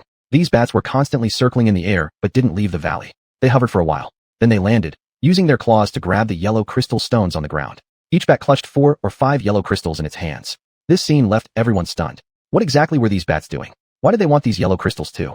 Chapter 134, Alien Material. An amateur's gaze followed the direction of these bats. They kept circling in the air and didn't break out of this valley. After hovering for a while, they landed on the ground, using their claws to grab the yellow crystal stones on the ground. Each bat had 4 or 5 yellow crystals in their claws. This scene left everyone stunned. What exactly are these bats doing? Why do they also need these yellow crystals? Boss, what's going on here? Are these bats going to take the crystals back with them? Fatty whispered while lying on the ground because he could clearly see that although the bats only had tiny feet, when they landed, they quickly grabbed the yellow crystals on the ground. Their movements were very fast, and if it weren't for the three of them having undergone the enhancement from the yellow crystals and possessing superhuman vision, they probably wouldn't have been able to clearly see what these bats intended to do. Witnessing this scene, everyone was shocked. Could it be that these yellow crystals attracted the bats inside? Then why would they need these crystals? Soon, after grabbing the yellow crystals from the ground, the bats flew back into the air and went toward the gate. They returned again and disappeared into the corridor. As the bats disappeared before their eyes, the people lying on the ground slowly stood up. Following the light from Fatty's flashlight, the corridor still looked as it usually did, pitch black and bottomless. It seemed some strange noises were coming from within. From the event just now, they drew a conclusion that the bats needed the yellow crystals. But what were they going to do with these yellow crystals? These questions hovered over their minds like dark clouds. Amateur already felt an urgent desire to unravel these mysteries, so he couldn't contain himself any longer. He turned back and gave the order. There's no time to waste. Let's set off right away. We must track those bats and see where they're taking the yellow crystals. Hearing this command, Fatty couldn't help but feel puzzled. Boss, aren't you worried that these bats will use the yellow crystals to create even more powerful monsters? If it really turns out like that, we won't have time to escape when the moment comes. Fatty remained fearful about this matter. If he could, he'd rather leave immediately. Of course, that was impossible. Yet what if the bats were hiding in some corner of a room, ready to launch a surprise attack when they entered? In such a situation, if they failed to dodge in time, it might cost them their lives. This was Fatty's assumption, believing this journey was full of danger. A single misstep might cost him his life. Under Amateur's orders, though reluctant to disobey, Fatty handed the flashlight to Ling Dong, saying, "You take the lead. My body is too large, I'll block the light, and then you two behind me won't see anything. In addition, since you've become so impulsive lately, handing over the responsibility of exploring the way to you seems most fitting. After receiving the flashlight, Lingdong shot a glance at Fatty. If you're scared, just admit it. Don't make up so many excuses pretending to care about us. I don't believe you. But unlike you, it's just some bats, or maybe some small bugs. What's there to be afraid of? Taking the flashlight, Lingdong led the way ahead. As they kept moving forward to explore, the originally narrow corridor, which could only accommodate one person, gradually grew wider and wider as they proceeded. There were also more and more rooms on the sides. Thus, they arrived at the first room. The first room was locked with a black lock. They tried forcibly entering it, but found the lock indestructible. No matter how much they pulled, they couldn't get it open. Even transforming into monsters or using the power of the yellow crystals didn't enable them to force their way through it. Amateur always felt like this room hid some secret, and he desperately wanted to enter it. However, under the current circumstances, he was at a loss. Suddenly, someone came to mind. It was the long silent system.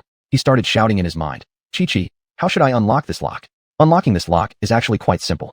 Haven't you forgotten your ability to absorb materials?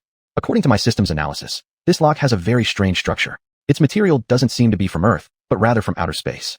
With our Earth technology, it's completely impossible to open this lock. However, you can have the function of absorbing materials. From a human perspective, this lock is incredibly strong, but in your eyes, it's an excellent material. If you absorb this lock, you can gain tens of thousands of repair points. So, there are many benefits for you to take this lock. Upon hearing the system's words, Yu instantly became excited. Without much hesitation, he raised his hand and pressed it on the black lock, then activated the absorption system in his mind. As a series of system prompts sounded, the black lock that appeared indestructible began to gradually become transparent and finally vanished into thin air. Fatty was puzzled throughout the process. He kept shining the flashlight at it and watched as the black lock disappeared right before his eyes. This seemed far too incredible to them. Having grown up without ever witnessing such bizarre phenomena, it left them astounded. "Boss, what exactly did you do? That unbreakable lock vanished in no time under your hands. This is unimaginable. Are you some kind of magician who made the lock disappear?" Fatty continued to exaggerate. In response to the questioning, Yu just smiled. He felt that now wasn't the time for explanation, and he couldn't tell Fatty and the others about his system. If they could believe he had a system, they might also accept even stranger things. Seeing that Yu didn't plan to explain, the group stopped asking further questions. Now that the lock securing the door had been opened, all that remained to uncover the secrets inside was to push open this door. Without hesitation, they lifted their foot and kicked the door open. The corridor was originally pitch black, but when they kicked open the door, they were greeted by an extremely dazzling light. It seemed while the corridor was dark, this room held an entirely different world. They quickly entered the room and witnessed a scene they would never forget. Chapter 135, Processing Plant. Now that the lock on the closed door had been opened, all that was left to uncover its secrets was to push this door open. Without any hesitation, they raised their foot and kicked the door open. The corridor had originally been pitch black, but after they kicked the door open, they were met with an incredibly dazzling light. It turned out that while the corridor was dark, this room was full of wonders. They quickly entered the room and saw a sight that would stay with them for the rest of their lives. Right before their eyes, the room was actually a place similar to a processing plant. This processing plant was strange. It was filled with various odd machines and conveyor belts transporting production lines. Each machine was responsible for its own task. On the sides of those production lines, there were all sorts of monsters. However, at this moment, the monsters had vacant eyes, and they repeatedly performed the motions in their hands, producing continuously on the assembly line, repeating like an emotionless machine. What they were producing even gave everyone a shock. What they were making were clearly parts of biomechanical armor, and what was even more terrifying was that they could also produce heads resembling living organisms. At the end of the production line, they stuffed the biomechanical armor parts into a place similar to a black hole. There was no need to look further. This black hole definitely connected to another room, and they were manufacturing biomechanical armor. And it was done by a group of monsters without any consciousness. Upon seeing this scene, it was truly a great shock for everyone. In the minds of the group, they began to piece together all the clues they had thought of earlier, trying to deduce exactly what had happened here. Remembering the restrictions within this valley, which only restricted the entry of biomechanical armor but did not restrict the free entry of those monsters, it meant some monsters could enter inside, and the widespread yellow crystals proved one thing. When any creature touched the ground at the entrance to the valley, they would instantly transform into a monster, but the monsters here were different from other monsters. Other monsters possessed human intelligence, but these monsters seemed to lack any way of thinking. They only worked aimlessly. The only thing that seemed to exist in their eyes was working on the production line, endlessly manufacturing powerful biomechanical armors for the factory. How is this possible? Yellow crystals, when influencing creatures' transformations, usually grant them human-level intelligence. But the monsters here clearly lacked human intelligence. What's wrong with this group of monsters? Judging by their looks, it seems they don't possess any sort of intention. They're just like machines, aimlessly working. Fatso looked incredulously at all the monsters in this room. The scale of this room was large, capable of accommodating many enormous machines as well as all kinds of powerful monsters. Unbelievably, inside the room, things were entirely different, and it seemed the monsters had also noticed Yu and the others coming in. They merely glanced up briefly, showing no concern for them, and then resumed focusing on their work. Their hand movements even accelerated slightly. Realizing these monsters held no malice, Fatso and his group gathered the courage to approach the processing production line. They began studying these monsters and discovered that though they bore embedded yellow crystals, the yellow crystals on their bodies emitted no light at all.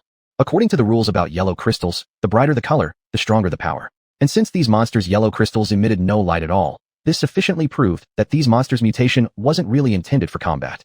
It was possible their mutation was simply aimed at production. It appears this group of monsters lacks any killing potential. They started wandering around the production line, taking down a piece of armor from it. They found these armor parts were extremely meticulously made. They themselves, being maintenance workers, immediately recognized the function of such parts. They are crucial parts used to connect the head and body of armor, requiring high precision. Only in specialized factories could they be fully manufactured and undergo various quality inspections. Unexpectedly, the machines within this building could also create such precise tools, and judging from the accuracy, they weren't worse than those produced in human bases. What's going on? Even human bases couldn't produce tools with such precision. Yet deep within this mountain range lies the ability to produce machines more precise than human-made ones. This is simply too shocking. Staring at the tool in his hand, Yiyu's heart was filled with shock. They began to approach the black hole. Despite there being many production lines here, all of them eventually connected to this black hole. Everything produced on the lines would be thrown into this abyss. The black hole was pitch black inside. When Fatso shone a flashlight into it, he discovered that the light could not penetrate through this black hole at all. This strange phenomenon shocked everyone. Why would there be such a supernatural reaction deep within this mountain? By the world's understanding, these biomechanical creatures, these biomechanical zombies, were merely simple and ordinary monsters. Their thoughts, their minds revolved around nothing but devouring, with no independent thinking at all. Yet, these creatures without any independent thought somehow possessed technology so advanced that even the highest human achievements couldn't match its precision. This made them wonder, what kind of power lies behind these monsters? Could it really be alien technology? If that were true, why didn't they choose to invade directly? Because they already possessed technology capable of crushing humanity, so why hide themselves? These questions lingered heavily in everyone's minds. Their desire to uncover this mystery grew stronger with each passing moment, to see clearly what force supported these monsters and allowed them to continue operating. They quickly left the first room and moved on to the second one. The second room was similar, also having a black lock. However, this black lock was much sturdier than the previous one. It took Yu only half a minute to completely dismantle the last lock. But this time, it took him a full 5 minutes to dismantle this one. After dismantling it, the repair rate he gained was surprisingly minimal. Yu couldn't help but ponder, why does it take longer yet yield fewer repairs? Chapter 136, Total Uprising. However, this black lock was more robust than the previous one. The last black lock, he could dismantle in only half a minute. Now, it took him 5 minutes to completely decompose this lock. After decomposing it, the repair rate he obtained was also very low. Yu couldn't help but wonder, why did the longer it took, the less repair rate he got? This was too strange. He intended to ask the system again to find out what exactly happened, but then the door suddenly opened, and another blinding flash of light emerged. The scene that had previously occurred shocked everyone once again. The room before their eyes was still as large as the previous one. Inside were several massive machines and groups of aimless monsters. But at this moment, the things they produced were entirely different from the steel items. The things being produced in this room were no longer parts of biomechanical armor, but rather shining yellow crystals. Seeing the yellow crystals lying on the production line, everyone was stunned. This place turned out to be a factory for processing yellow crystals. They suddenly remembered the pile of yellow crystals they saw in the valley, where the yellow crystals covered the valley in abundance, so numerous that they could even be used as floor tiles. They thought these yellow crystals came from somewhere else, but never expected them to be manufactured inside this processing plant. They originally assumed that these powerful yellow crystals were exclusive and quite rare. Unexpectedly, right before their eyes, it appeared in the form of a factory, and there was even a huge amount of them piled up at the mouth of the valley. Their minds were now utterly confused. All the information they had obtained earlier became jumbled in their heads. It was like noodles mixed with sauce, two things mixed together. What was going on here? They suddenly remembered the bats carrying those yellow crystals. Since the factory could produce yellow crystals, why did those bats still go outside to bring them in? What could be the reason? They entered the factory. When they walked in, the monsters reacted the same way. They raised their heads to look at them for a second, then went back to working without any concern. They approached the assembly lines and picked up the yellow crystals, rolling them around in their hands for a bit. Then they made a significant discovery. The texture and power emanating from the yellow crystals in their hands felt completely different from the ones they'd encountered before. Could it be that these yellow crystals had been reinforced? Yu further explored this and found that indeed, the power contained within these crystals was much stronger than the previous ones. This explained it all. Yellow crystals brought by the bats, and then put into this processing factory. After transformation, more powerful monsters would be created for battle. Thinking about it now, they couldn't help but feel some trepidation. It seemed that whoever was behind this factory was secretly mass-producing powerful biomechanical creatures. But what was their goal in doing so? Were they planning to control these monsters and launch a large-scale counterattack on the human world to ultimately unify it? If that were true, the consequences would be unimaginable. These crystals possess far greater resistance than we imagined. Our current bodies might not withstand the impact of these yellow crystals, someone said. If we can't withstand the crystal's impact, what will happen to us? Fatso asked curiously, suddenly eager to know the exact kind of power these yellow crystals held. Yiyu gave a cold laugh. If you can't withstand the impact of the yellow crystals, your mind will be shattered by its intense radiation-like power, and you'll end up like them, monsters. Just like them, devoid of meaning, just working every day, endlessly repeating this dull life. On hearing Yiyu's words, Fatso immediately dropped the yellow crystal he held in his hand onto the ground. Such a terrifying thing indeed lacked any sense of security when held. After throwing the yellow crystal away, Fatso stepped back cautiously, fearing that his skin might be punctured by the crystals, causing him to turn into a monster as others had before. Boss, what should we do? This factory is producing so many yellow crystals, we don't know why, but my gut tells me this thing won't be used for good. So what's your plan? Yiyu turned to ask him. Lin Dong let out a cold laugh. He glanced at the yellow crystal beside him, then slowly spoke near Yiyu. If these yellow crystals were to be released into human society, it would deal a devastating blow to humanity. We absolutely cannot let these yellow crystals circulate outside. My suggestion is that we destroy this factory completely. This way, we can also ruin the production capacity of these monsters. What do you think about my proposal? After hearing Lin Dong's words, Yiyu couldn't help but nod lightly. They truly thought alike. What Lin Dong had said was exactly what he had in mind. In fact, even without Lin Dong's suggestion, Yiyu would have chosen to destroy this base. If it was merely a simple facility for manufacturing biomechanical armor, he wouldn't have planned to destroy it at all. After all, blowing it up would definitely attract the attention of various monster factions and cause them unnecessary trouble. But after discovering that the base produced yellow crystals, they had no choice but to take action to neutralize it. Precisely because his body had fused with a yellow crystal, giving him immense power, he realized that if such crystals entered human society, the remaining humans would surely also turn into thoughtless monsters through their influence. When that happens, this world would be beyond salvation. There would be no hope left.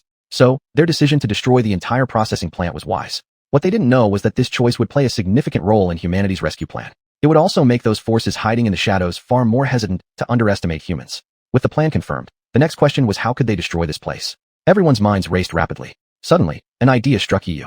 Let's go out first and try using the mecha's missiles to see if we can bomb this place. If the mecha's missiles can destroy this location, then our job becomes easier. Moreover, we might even be able to escape before the monsters react. Chapter 137, The Monster's Resistance. Everyone's mind was racing, when suddenly Yiwu thought of something. Let's go out and try using the mecha's shells to see if we can bombard this place. We could even escape as soon as those monsters react. Hearing Yiwu's idea, the Fatso and the other person applauded, showing their strong agreement with Yiwu's plan. This truly was a perfect plan. If they were to destroy the base from inside, the explosion would inevitably affect them, no matter how powerful their physical condition might be now. It seemed unlikely they could endure the high temperature brought on by the explosion. Heat has always been the most formidable enemy of all living organisms. In the face of intense heat, even steel would melt, let alone human flesh. Even though their bodies had been enhanced by the yellow crystal, they still retained human characteristics and would be melted by extreme temperatures. After the decision was made, they prepared to evacuate and return to their mechas, then detonate this area. However, what they didn't know was that every single one of their actions and words in this building had been captured by a hidden camera and broadcast live to another location. Their moves were already known to the enemy, and their plans exposed. But they had no clue about it at all. Just as they were about to leave, a sudden and violent alarm sound came from midair, and the lights in the room abruptly began flashing red in alternating brightness. Alarm! Alarm! Intruders detected. All monsters stop your current tasks and implement the plan to eliminate intruders. As the alarms blared in the office, everyone internally shouted disaster. They originally assumed these monsters had no consciousness and believed there was no surveillance in the room. They never realized how careless they had become. Upon hearing the alarm from above, the once calm and composed monsters started becoming contorted. Their eyes slowly gained vitality, and they stood up from their seats, focusing their attention entirely on the three individuals standing at the door. A predatory glint flashed in their eyes. It was as if they were looking at three preys. It seemed like they wanted to swallow these three preys whole. The monsters began running over, forming a tight circle around the three of them. Not only in this room, but strange sounds also emerged from other rooms. Following that, doors tightly locked with black locks were kicked open, causing continuous vibrations on the ground. All the monsters from different rooms rushed over, surrounding the three of them completely. An enormous encirclement was formed. Everywhere was filled with monsters, leaving no way for the three to escape. As they looked at the monsters surrounding them, everyone's hearts tightened. They had originally assumed these creatures were merely emotionless and thoughtless production machines. Machines following program instructions, blindly producing, without question, akin to standard assembly line workers. They didn't expect that under the activation of the alarm, these monsters actually possessed human-level consciousness. Moreover, they could speak intelligibly. You, invaders, must die here. Intruders must die. Intruders must die. The monsters raised their arms high and chanted slogans. Simultaneously, their arms began glowing. This glow was precisely an indication of the invention's history of the yellow crystal. The brighter the yellow crystal shone, the stronger the power these creatures obtained. Although the light emitted from their hands wasn't as potent as the three individuals, yet when combined, it resembled a giant bulb shining brightly. The three slightly squinted their eyes. Fatso was particularly frightened. Truthfully, the strength he obtained from the yellow crystal far surpassed what these monsters possessed. Despite this, fear welled up uncontrollably within his heart. Initially, facing just a couple of monsters gave him ample confidence for complete eradication. However, this place contained much more than just a few monsters. Seeing the dark expanse surrounding them, probably amounting to thousands, being surrounded by such an overwhelming number couldn't be compared to being surrounded by two monsters. Despite undergoing enhancement by the yellow crystal, they were ultimately human. Human endurance is always limited. Fighting 1 or 2, 10 or 20, maybe even hundreds might be feasible. But there were definitely tens of thousands of monsters here. In this small room, the sight extended seemingly endless. Surrounded by a dense sea of monsters, Ling Dong felt a surge of excitement, his embedded yellow crystal making him full of fighting spirit at that moment. In reality, Ling Dong was a battle enthusiast. Even without the enhancement of the yellow crystal, he would not have been afraid when facing so many monsters. Moreover, with the yellow crystal now amplifying his power and noticing that the light emanating from the crystal on his arm was far stronger than what those monsters were producing, it was evident enough to indicate that no matter how great their number, these monsters were absolutely no match for him. Detecting Fatso's discomfort, Ling Dong simply chuckled. Relax, Fatso. We don't need to eliminate all the monsters here. We just need to carve out a bloody path to escape, return to our mechas, and destroy this place. But there are way too many monsters here. It will be hard for us to move. Fatso still voiced his fear. In his eyes, it seemed impossible to break through such an overwhelming siege. It was as hard as climbing to the heavens, utterly impossible. Ling Dong smacked Fatso's back, teasing him while crying laughter. You fool, you really have a pig brain. You eat so much usually, but become useless in critical moments, don't you? Haven't you realized? Although these monsters are numerous, they're packed together so densely that it's difficult for them to maneuver. In other words, they are barely able to move right now. We just need to focus on one direction, push hard to open a breakthrough point, and we'll definitely be able to leave here. And don't forget, this is only the first floor of this building. We can run upstairs. I believe, given their current formation, it would be extremely hard for them to catch up with us. Once we reach the upper floors, we jump down. That way, we can shake off these monsters without expending even a single ounce of effort, isn't it? Listening to Ling Dong's explanation, Fatso carefully considered it, and indeed found it reasonable. Taking a deep breath, he forced himself to gear up for battle. At this crucial moment, fear and panic wouldn't solve anything. Chapter 138, the second floor. I believe it would be difficult for them to catch up with us in their current lineup. Run to the higher floors, and then we jump down again, right? This way, not only can we get rid of these monsters, but we won't even break a sweat, will we? As the amateur narrated his thoughts, the fat man carefully considered them and indeed found some logic in this idea. He took a deep breath and forced himself to draw up his plan. At this point, fear and worry wouldn't solve any problems. The best way to solve issues is to confront fear directly. Only by facing the fear and scattering it into nothingness could they consider themselves truly overcoming it. The fat man took a deep breath, adjusted his state to its best, and then powered his arms using the yellow crystal embedded in them. Instantly, the yellow crystal began emitting an intense glow that lit up the entire red room with brightness. Seeing the great light radiating from Fatso's hands, the surrounding monsters were momentarily stunned. They had viewed these three ordinary people as simple mortals who would be easy prey. What they hadn't anticipated was that these three ordinary mortals possessed yellow crystals as well. From the intensity of the light, the power these three mortals held was undoubtedly stronger than what they had themselves. If they were to battle, wouldn't they just be completely overwhelmed? A trace of fear crept into the minds of the monsters, but they quickly dismissed this fearful thought, feeling it was excessive. If it were one-on-one, they'd indeed not stand a chance against these three mortals. But here, things were different. Surrounding the three weren't just him, but thousands of his brothers ready for battle. Even if they couldn't kill them outright, using continuous rotations, they could tire out the trio. Once the power of the yellow crystals faded, these mortals would revert back to normal human form. Then, his fellow monsters would easily tear them apart and exact their revenge. Roaring loudly, they expelled their inner fears. Once the fears were vented, they finally started moving. They lunged at the three individuals like a tidal wave surging forward. Without hesitation, the amateur swept his eyes around and eventually determined the direction toward the second floor. Thus, he signaled towards the staircase, and the fat man along with another person ran towards it. Follow my orders. Head to the second floor, slay anyone who comes near. Destroy gods if they obstruct. Destroy Buddha if they hinder. Let's cut these monsters down. After issuing the order, the fat man and his companion finally made a move. Under the enhancement provided by the yellow crystals, they easily shattered the heads of the monsters before grinding their bodies underfoot. Their actions were swift, resolving each monster within an average of 2 seconds. The number of fallen creatures beneath their feet multiplied rapidly. With unyielding determination in their gaze, they continued focusing steadfastly on the staircase leading to the second floor. They knew once they reached the staircase, safety would be ensured because these monsters could not possibly breach that area. The corridor was too narrow to accommodate such a large horde all at once. While fending off the monsters and progressing forward, as they neared the staircase entrance, the space grew increasingly constricted. The monsters surrounding them lessened correspondingly, making the combat easier for them. Finally, they arrived at the staircase. Upon reaching the staircase, they discovered a heavy black iron door blocking their path. You three over there. Let's see if we can close this iron door. Upon receiving the amateur's command, the fat man and another person immediately turned back. Their hands placed firmly on the massive black iron door, they strained every muscle pushing the iron door shut. A deafening roar erupted as the colossal black iron door slammed closed. The monsters trapped outside now continuously battered at the door, but this sturdy iron barrier stood immovable regardless of their efforts. This is too miraculous. This iron door can withstand thousands of monsters. What kind of structure is this? The fat man curiously scrutinized the immense heavy iron door before him. He noticed that this door was entirely different from the gate's iron door. The gate's iron door was quite light. When they activated the yellow crystal, they could effortlessly push it open. This door was distinct. When closing it, even though they used the power of the yellow crystal, they found that it required a tremendous effort and strain to manage shutting the door. This shows that this iron door is far from simple. It seems those monsters are really weak. The three of us can close this iron door, and tens of thousands of monsters outside can't shake it at all. Ling Dong had always been good at identifying problems. Actually, Yu also noticed. They had to use all their strength just to close the iron door, yet the monsters outside couldn't budge it. This indirectly showed that the strength of the three was much greater than that of all the monsters combined. Was it something to be happy or sad about? Possessing such immense power meant they were no longer ordinary people. All right, we don't have time to waste here. We must hurry. To prevent these yellow crystals from falling into human hands, we must destroy this base. Yi Yu's words reminded everyone. Originally, the startled Fatman wanted to rest a while here, but remembering he still had a mission, he followed Yi Yu without delay, starting towards the second floor. The staircase leading to the second floor was long. It took them 50 minutes to finish climbing the whole thing. At the top of the stairs was an enormous, spacious hall. Inside this vast area were set up countless strange machines. All the machines were connected by a red wire, which stretched endlessly towards the distance, finally reaching a peculiar machine. They shifted their gazes to focus on the distant machine wrapped in the red wire. The machine looked quite odd.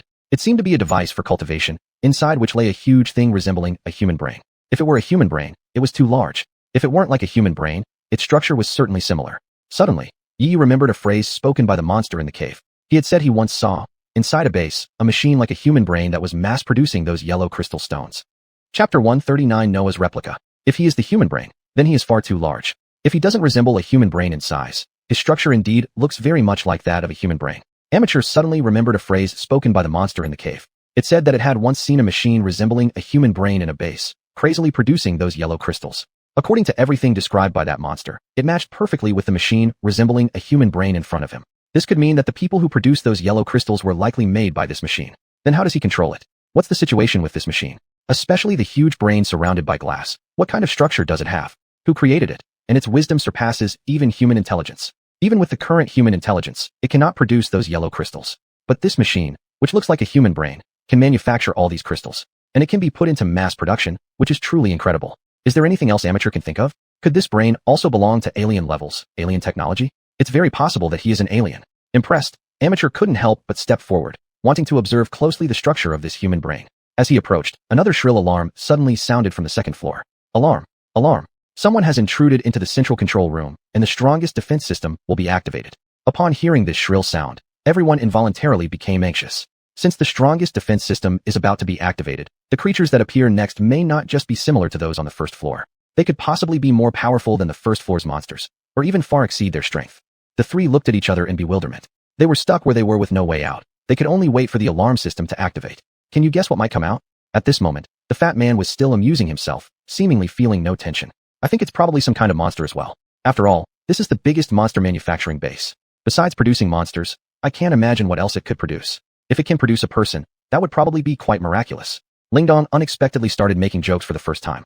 Actually, by now, they realized that feeling tense wouldn't help them at all. Just like before on the first floor, due to temporary fear, they missed the best opportunity to escape. Therefore, they were trapped on the second floor. If at that time on the first floor they hadn't been so frightened and had chosen to flee immediately, they wouldn't be here on the second floor right now. They might have already boarded the biomecha and destroyed this base with its missiles. However, since the chance has passed, it's gone. Now, all they can do is realize their mistakes and ensure they don't make the same mistake again.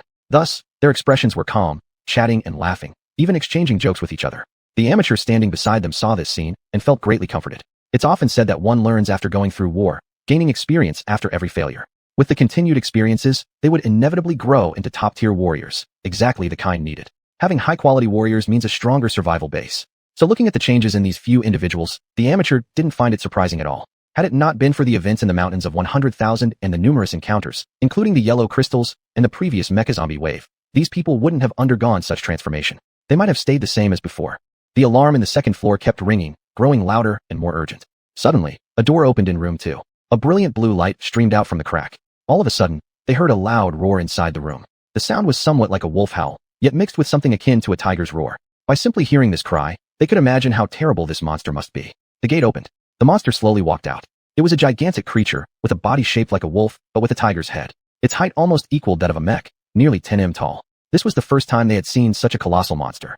The largest monsters they had encountered so far were those biomecha, which were hybrids of creatures and machines, half animal bodies, half mechanical frames. When fused together, these created the biomecha. But the creature in front of them now was completely different. It didn't possess the steel body of a biomecha. Instead, it was made purely of flesh and blood. On the forehead of this monster was embedded a large yellow crystal. This yellow crystal was unlike any they had seen before. It was simply too enormous. By their estimate, that massive yellow crystal was as tall as a man. That enormous yellow crystal gleamed with a dazzling yellow light right on the monster's forehead. The general rule for the crystals stated that the more brilliant the yellow glow, the greater the monster's power, and the less it would be influenced by the level of yellow energy. Judging by the light emanating from the crystal on its forehead, this monster's strength was likely much greater than the three of them combined. At the sight of the monster, Amateur suddenly felt his heart tighten. If this monster were to launch an attack, all three of them might not be able to withstand it. The power this monster possessed was simply too overwhelming. Even the combined force of all three of them might still not be enough to defeat this monster. As Fat Man stared at the creature, his legs began to tremble uncontrollably. He never expected this monster to be so powerful. He had initially thought it would just be some lackeys, or perhaps slightly stronger than the ones on the first floor. When this tiger-shaped monster appeared, despair completely enveloped his mind. Because this monster was clearly beyond what he could handle. Fighting it would be like trying to break stone with an egg, pointless and futile. Isn't this suicide? Boss, we're in deep trouble.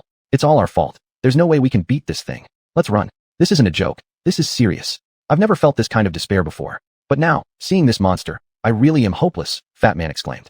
Chapter 140, Battle. Because this monster was simply beyond his ability to handle. If he were to fight this monster, it would be like an egg colliding with a rock. Isn't this suicide? Big Brother is in trouble. This is all our fault. We can't defeat it. Let's run. This isn't a joke. This isn't something to take lightly. I've never felt this kind of despair before, but seeing this monster now, I really feel hopeless. The Fat Man kept retreating, his body shaking with fear, and even his tone quivered slightly. The yellow crystal light on his body grew weaker and weaker. He didn't understand why this was happening at the moment. He clearly wanted to harness the power within himself so that the yellow crystal could shine and release all his strength. But as he faced the yellow crystal on the monster's forehead, under its glow, he felt his own strength growing powerless. He clenched his fists tightly, trying to sense the power of the yellow crystal inside him. But he could not feel it at all. It felt as though his strength was being absorbed by the monster's yellow crystal. Still, upon reflection, this seemed absurd. If the yellow crystal could absorb someone else's power from a distance, then he would have already absorbed all the powers of the monsters on the first floor below long ago. If it had absorbed the forces of those monsters on the first floor, the monster in front of him probably wouldn't even stand a chance against him. But he himself couldn't do that. Could it be that this monster had some special ability that could absorb others' power remotely? Big Brother, I can't use my strength anymore. What's going on? The Fat Man immediately verbalized his sensation. Soon after, Lingdong also began to notice his own strength dwindling. Lingdong had been in a battle-ready state since the start and had been using the power of the yellow crystal continuously. However, when that monster appeared, the force from his yellow crystal began to fade gradually. When the monster came closer, he realized that his strength inside him was dissipating. He couldn't even transform or summon the power of the yellow crystal. Lingdong looked at his weakening hands with disbelief. Could all of this be caused by the monster in front of him? But this was impossible. How could it absorb others' strength from a distance? It was too unscientific. Yet Yi, who did not understand what they meant by absorbed, still clearly felt his own inner strength expanding more and more. Even without effort, he could feel the yellow crystal's force surging through him. They didn't understand what Fat Man and Lingdong meant by their strength being absorbed, because that monster hadn't absorbed either of their forces. Suddenly, Yi seemed to realize something.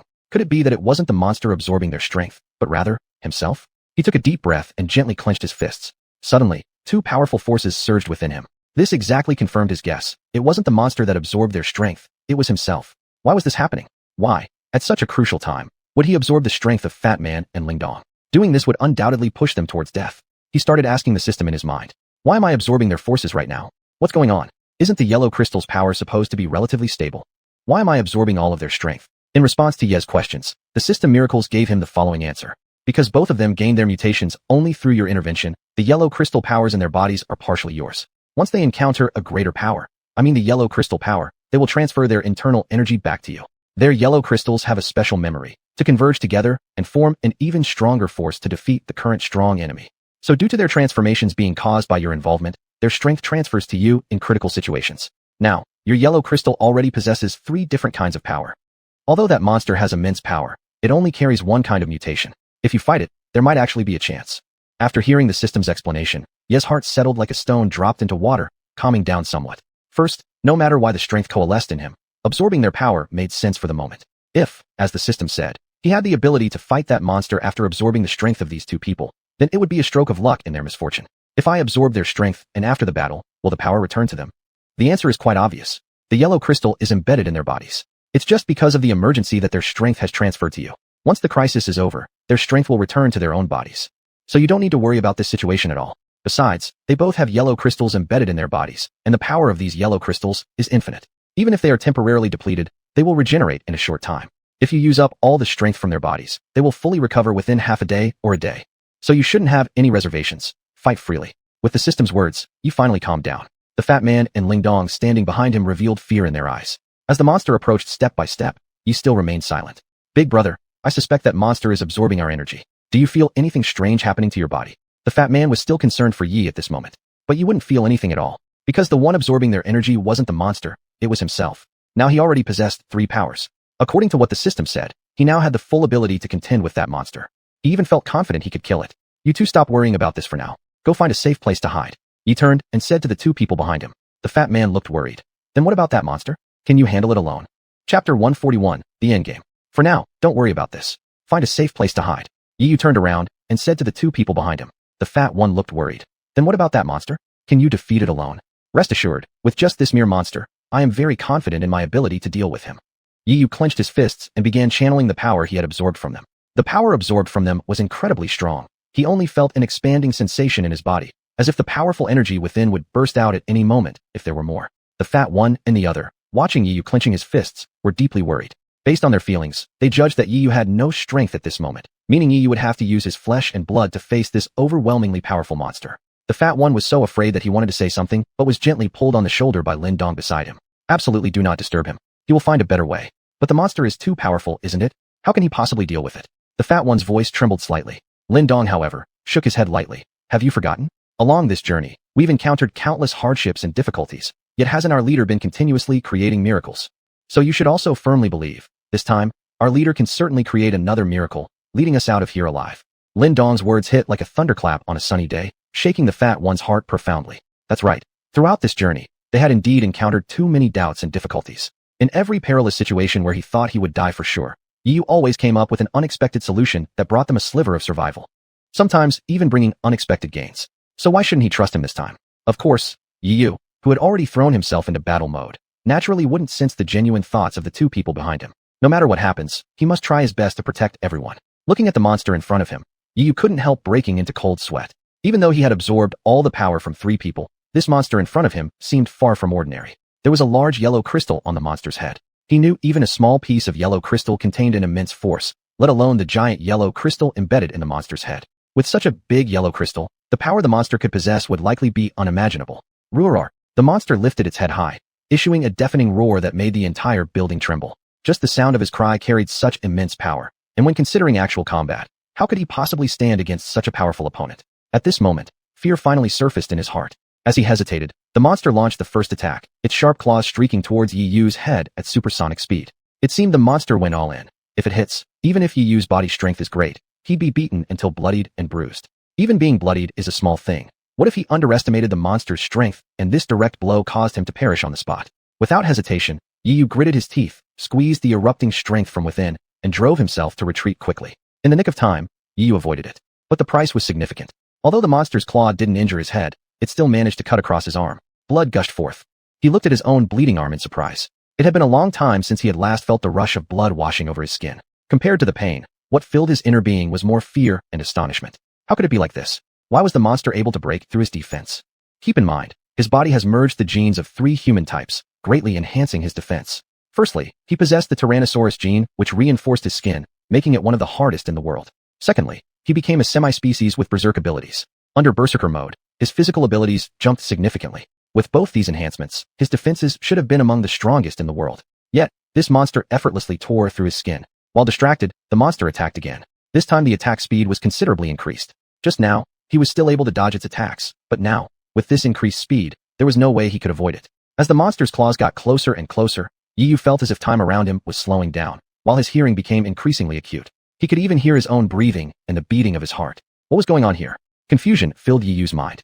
But just as he was confused, The slowed down time suddenly snapped back to normal. All he saw was a massive hand rushing towards him before an excruciating pain exploded in his head. It was clear that he had been struck by the monster's twin palms. The fat one standing behind Yi Yu could clearly see Yi Yu's skull being smashed into pieces by the monster's hand. Brain matter splattered all over the ground. Not stopping at all, the monster continued its assault on Yi Yu's corpse, tearing at his body with its teeth. Limbs flew everywhere and blood sprayed all over. Witnessing such a shocking scene, the fat one and the other were petrified with fear, collapsing onto the floor. Even their powerful leader couldn't withstand the monster. How could they, just the two of them, possibly be a match for it? After shredding Yi Yu's body into pieces, the monster slowly turned its head and locked its eyes onto the two men lying trembling on the ground. Fat one, our leader is gone. Lin Dong looked at Yi Yu's shredded remains, his voice trembling violently. At this moment, the fat one felt none of the fear that one might expect. For some reason, he felt a sense of relief. Meanwhile, in a hospital in China, doctors watched a young man lying lifelessly on a bed and sighed. At 21 years old, who would have thought his life would end so soon? What a waste. But just after the doctor spoke those words, the monitor, which had already stopped showing any signs of life, began to fluctuate again. Yi Yu slowly opened his eyes. He realized he wasn't dead. Instead, he had returned to his original world. So, everything about that strange world he experienced was just a dream. And now the dream was over.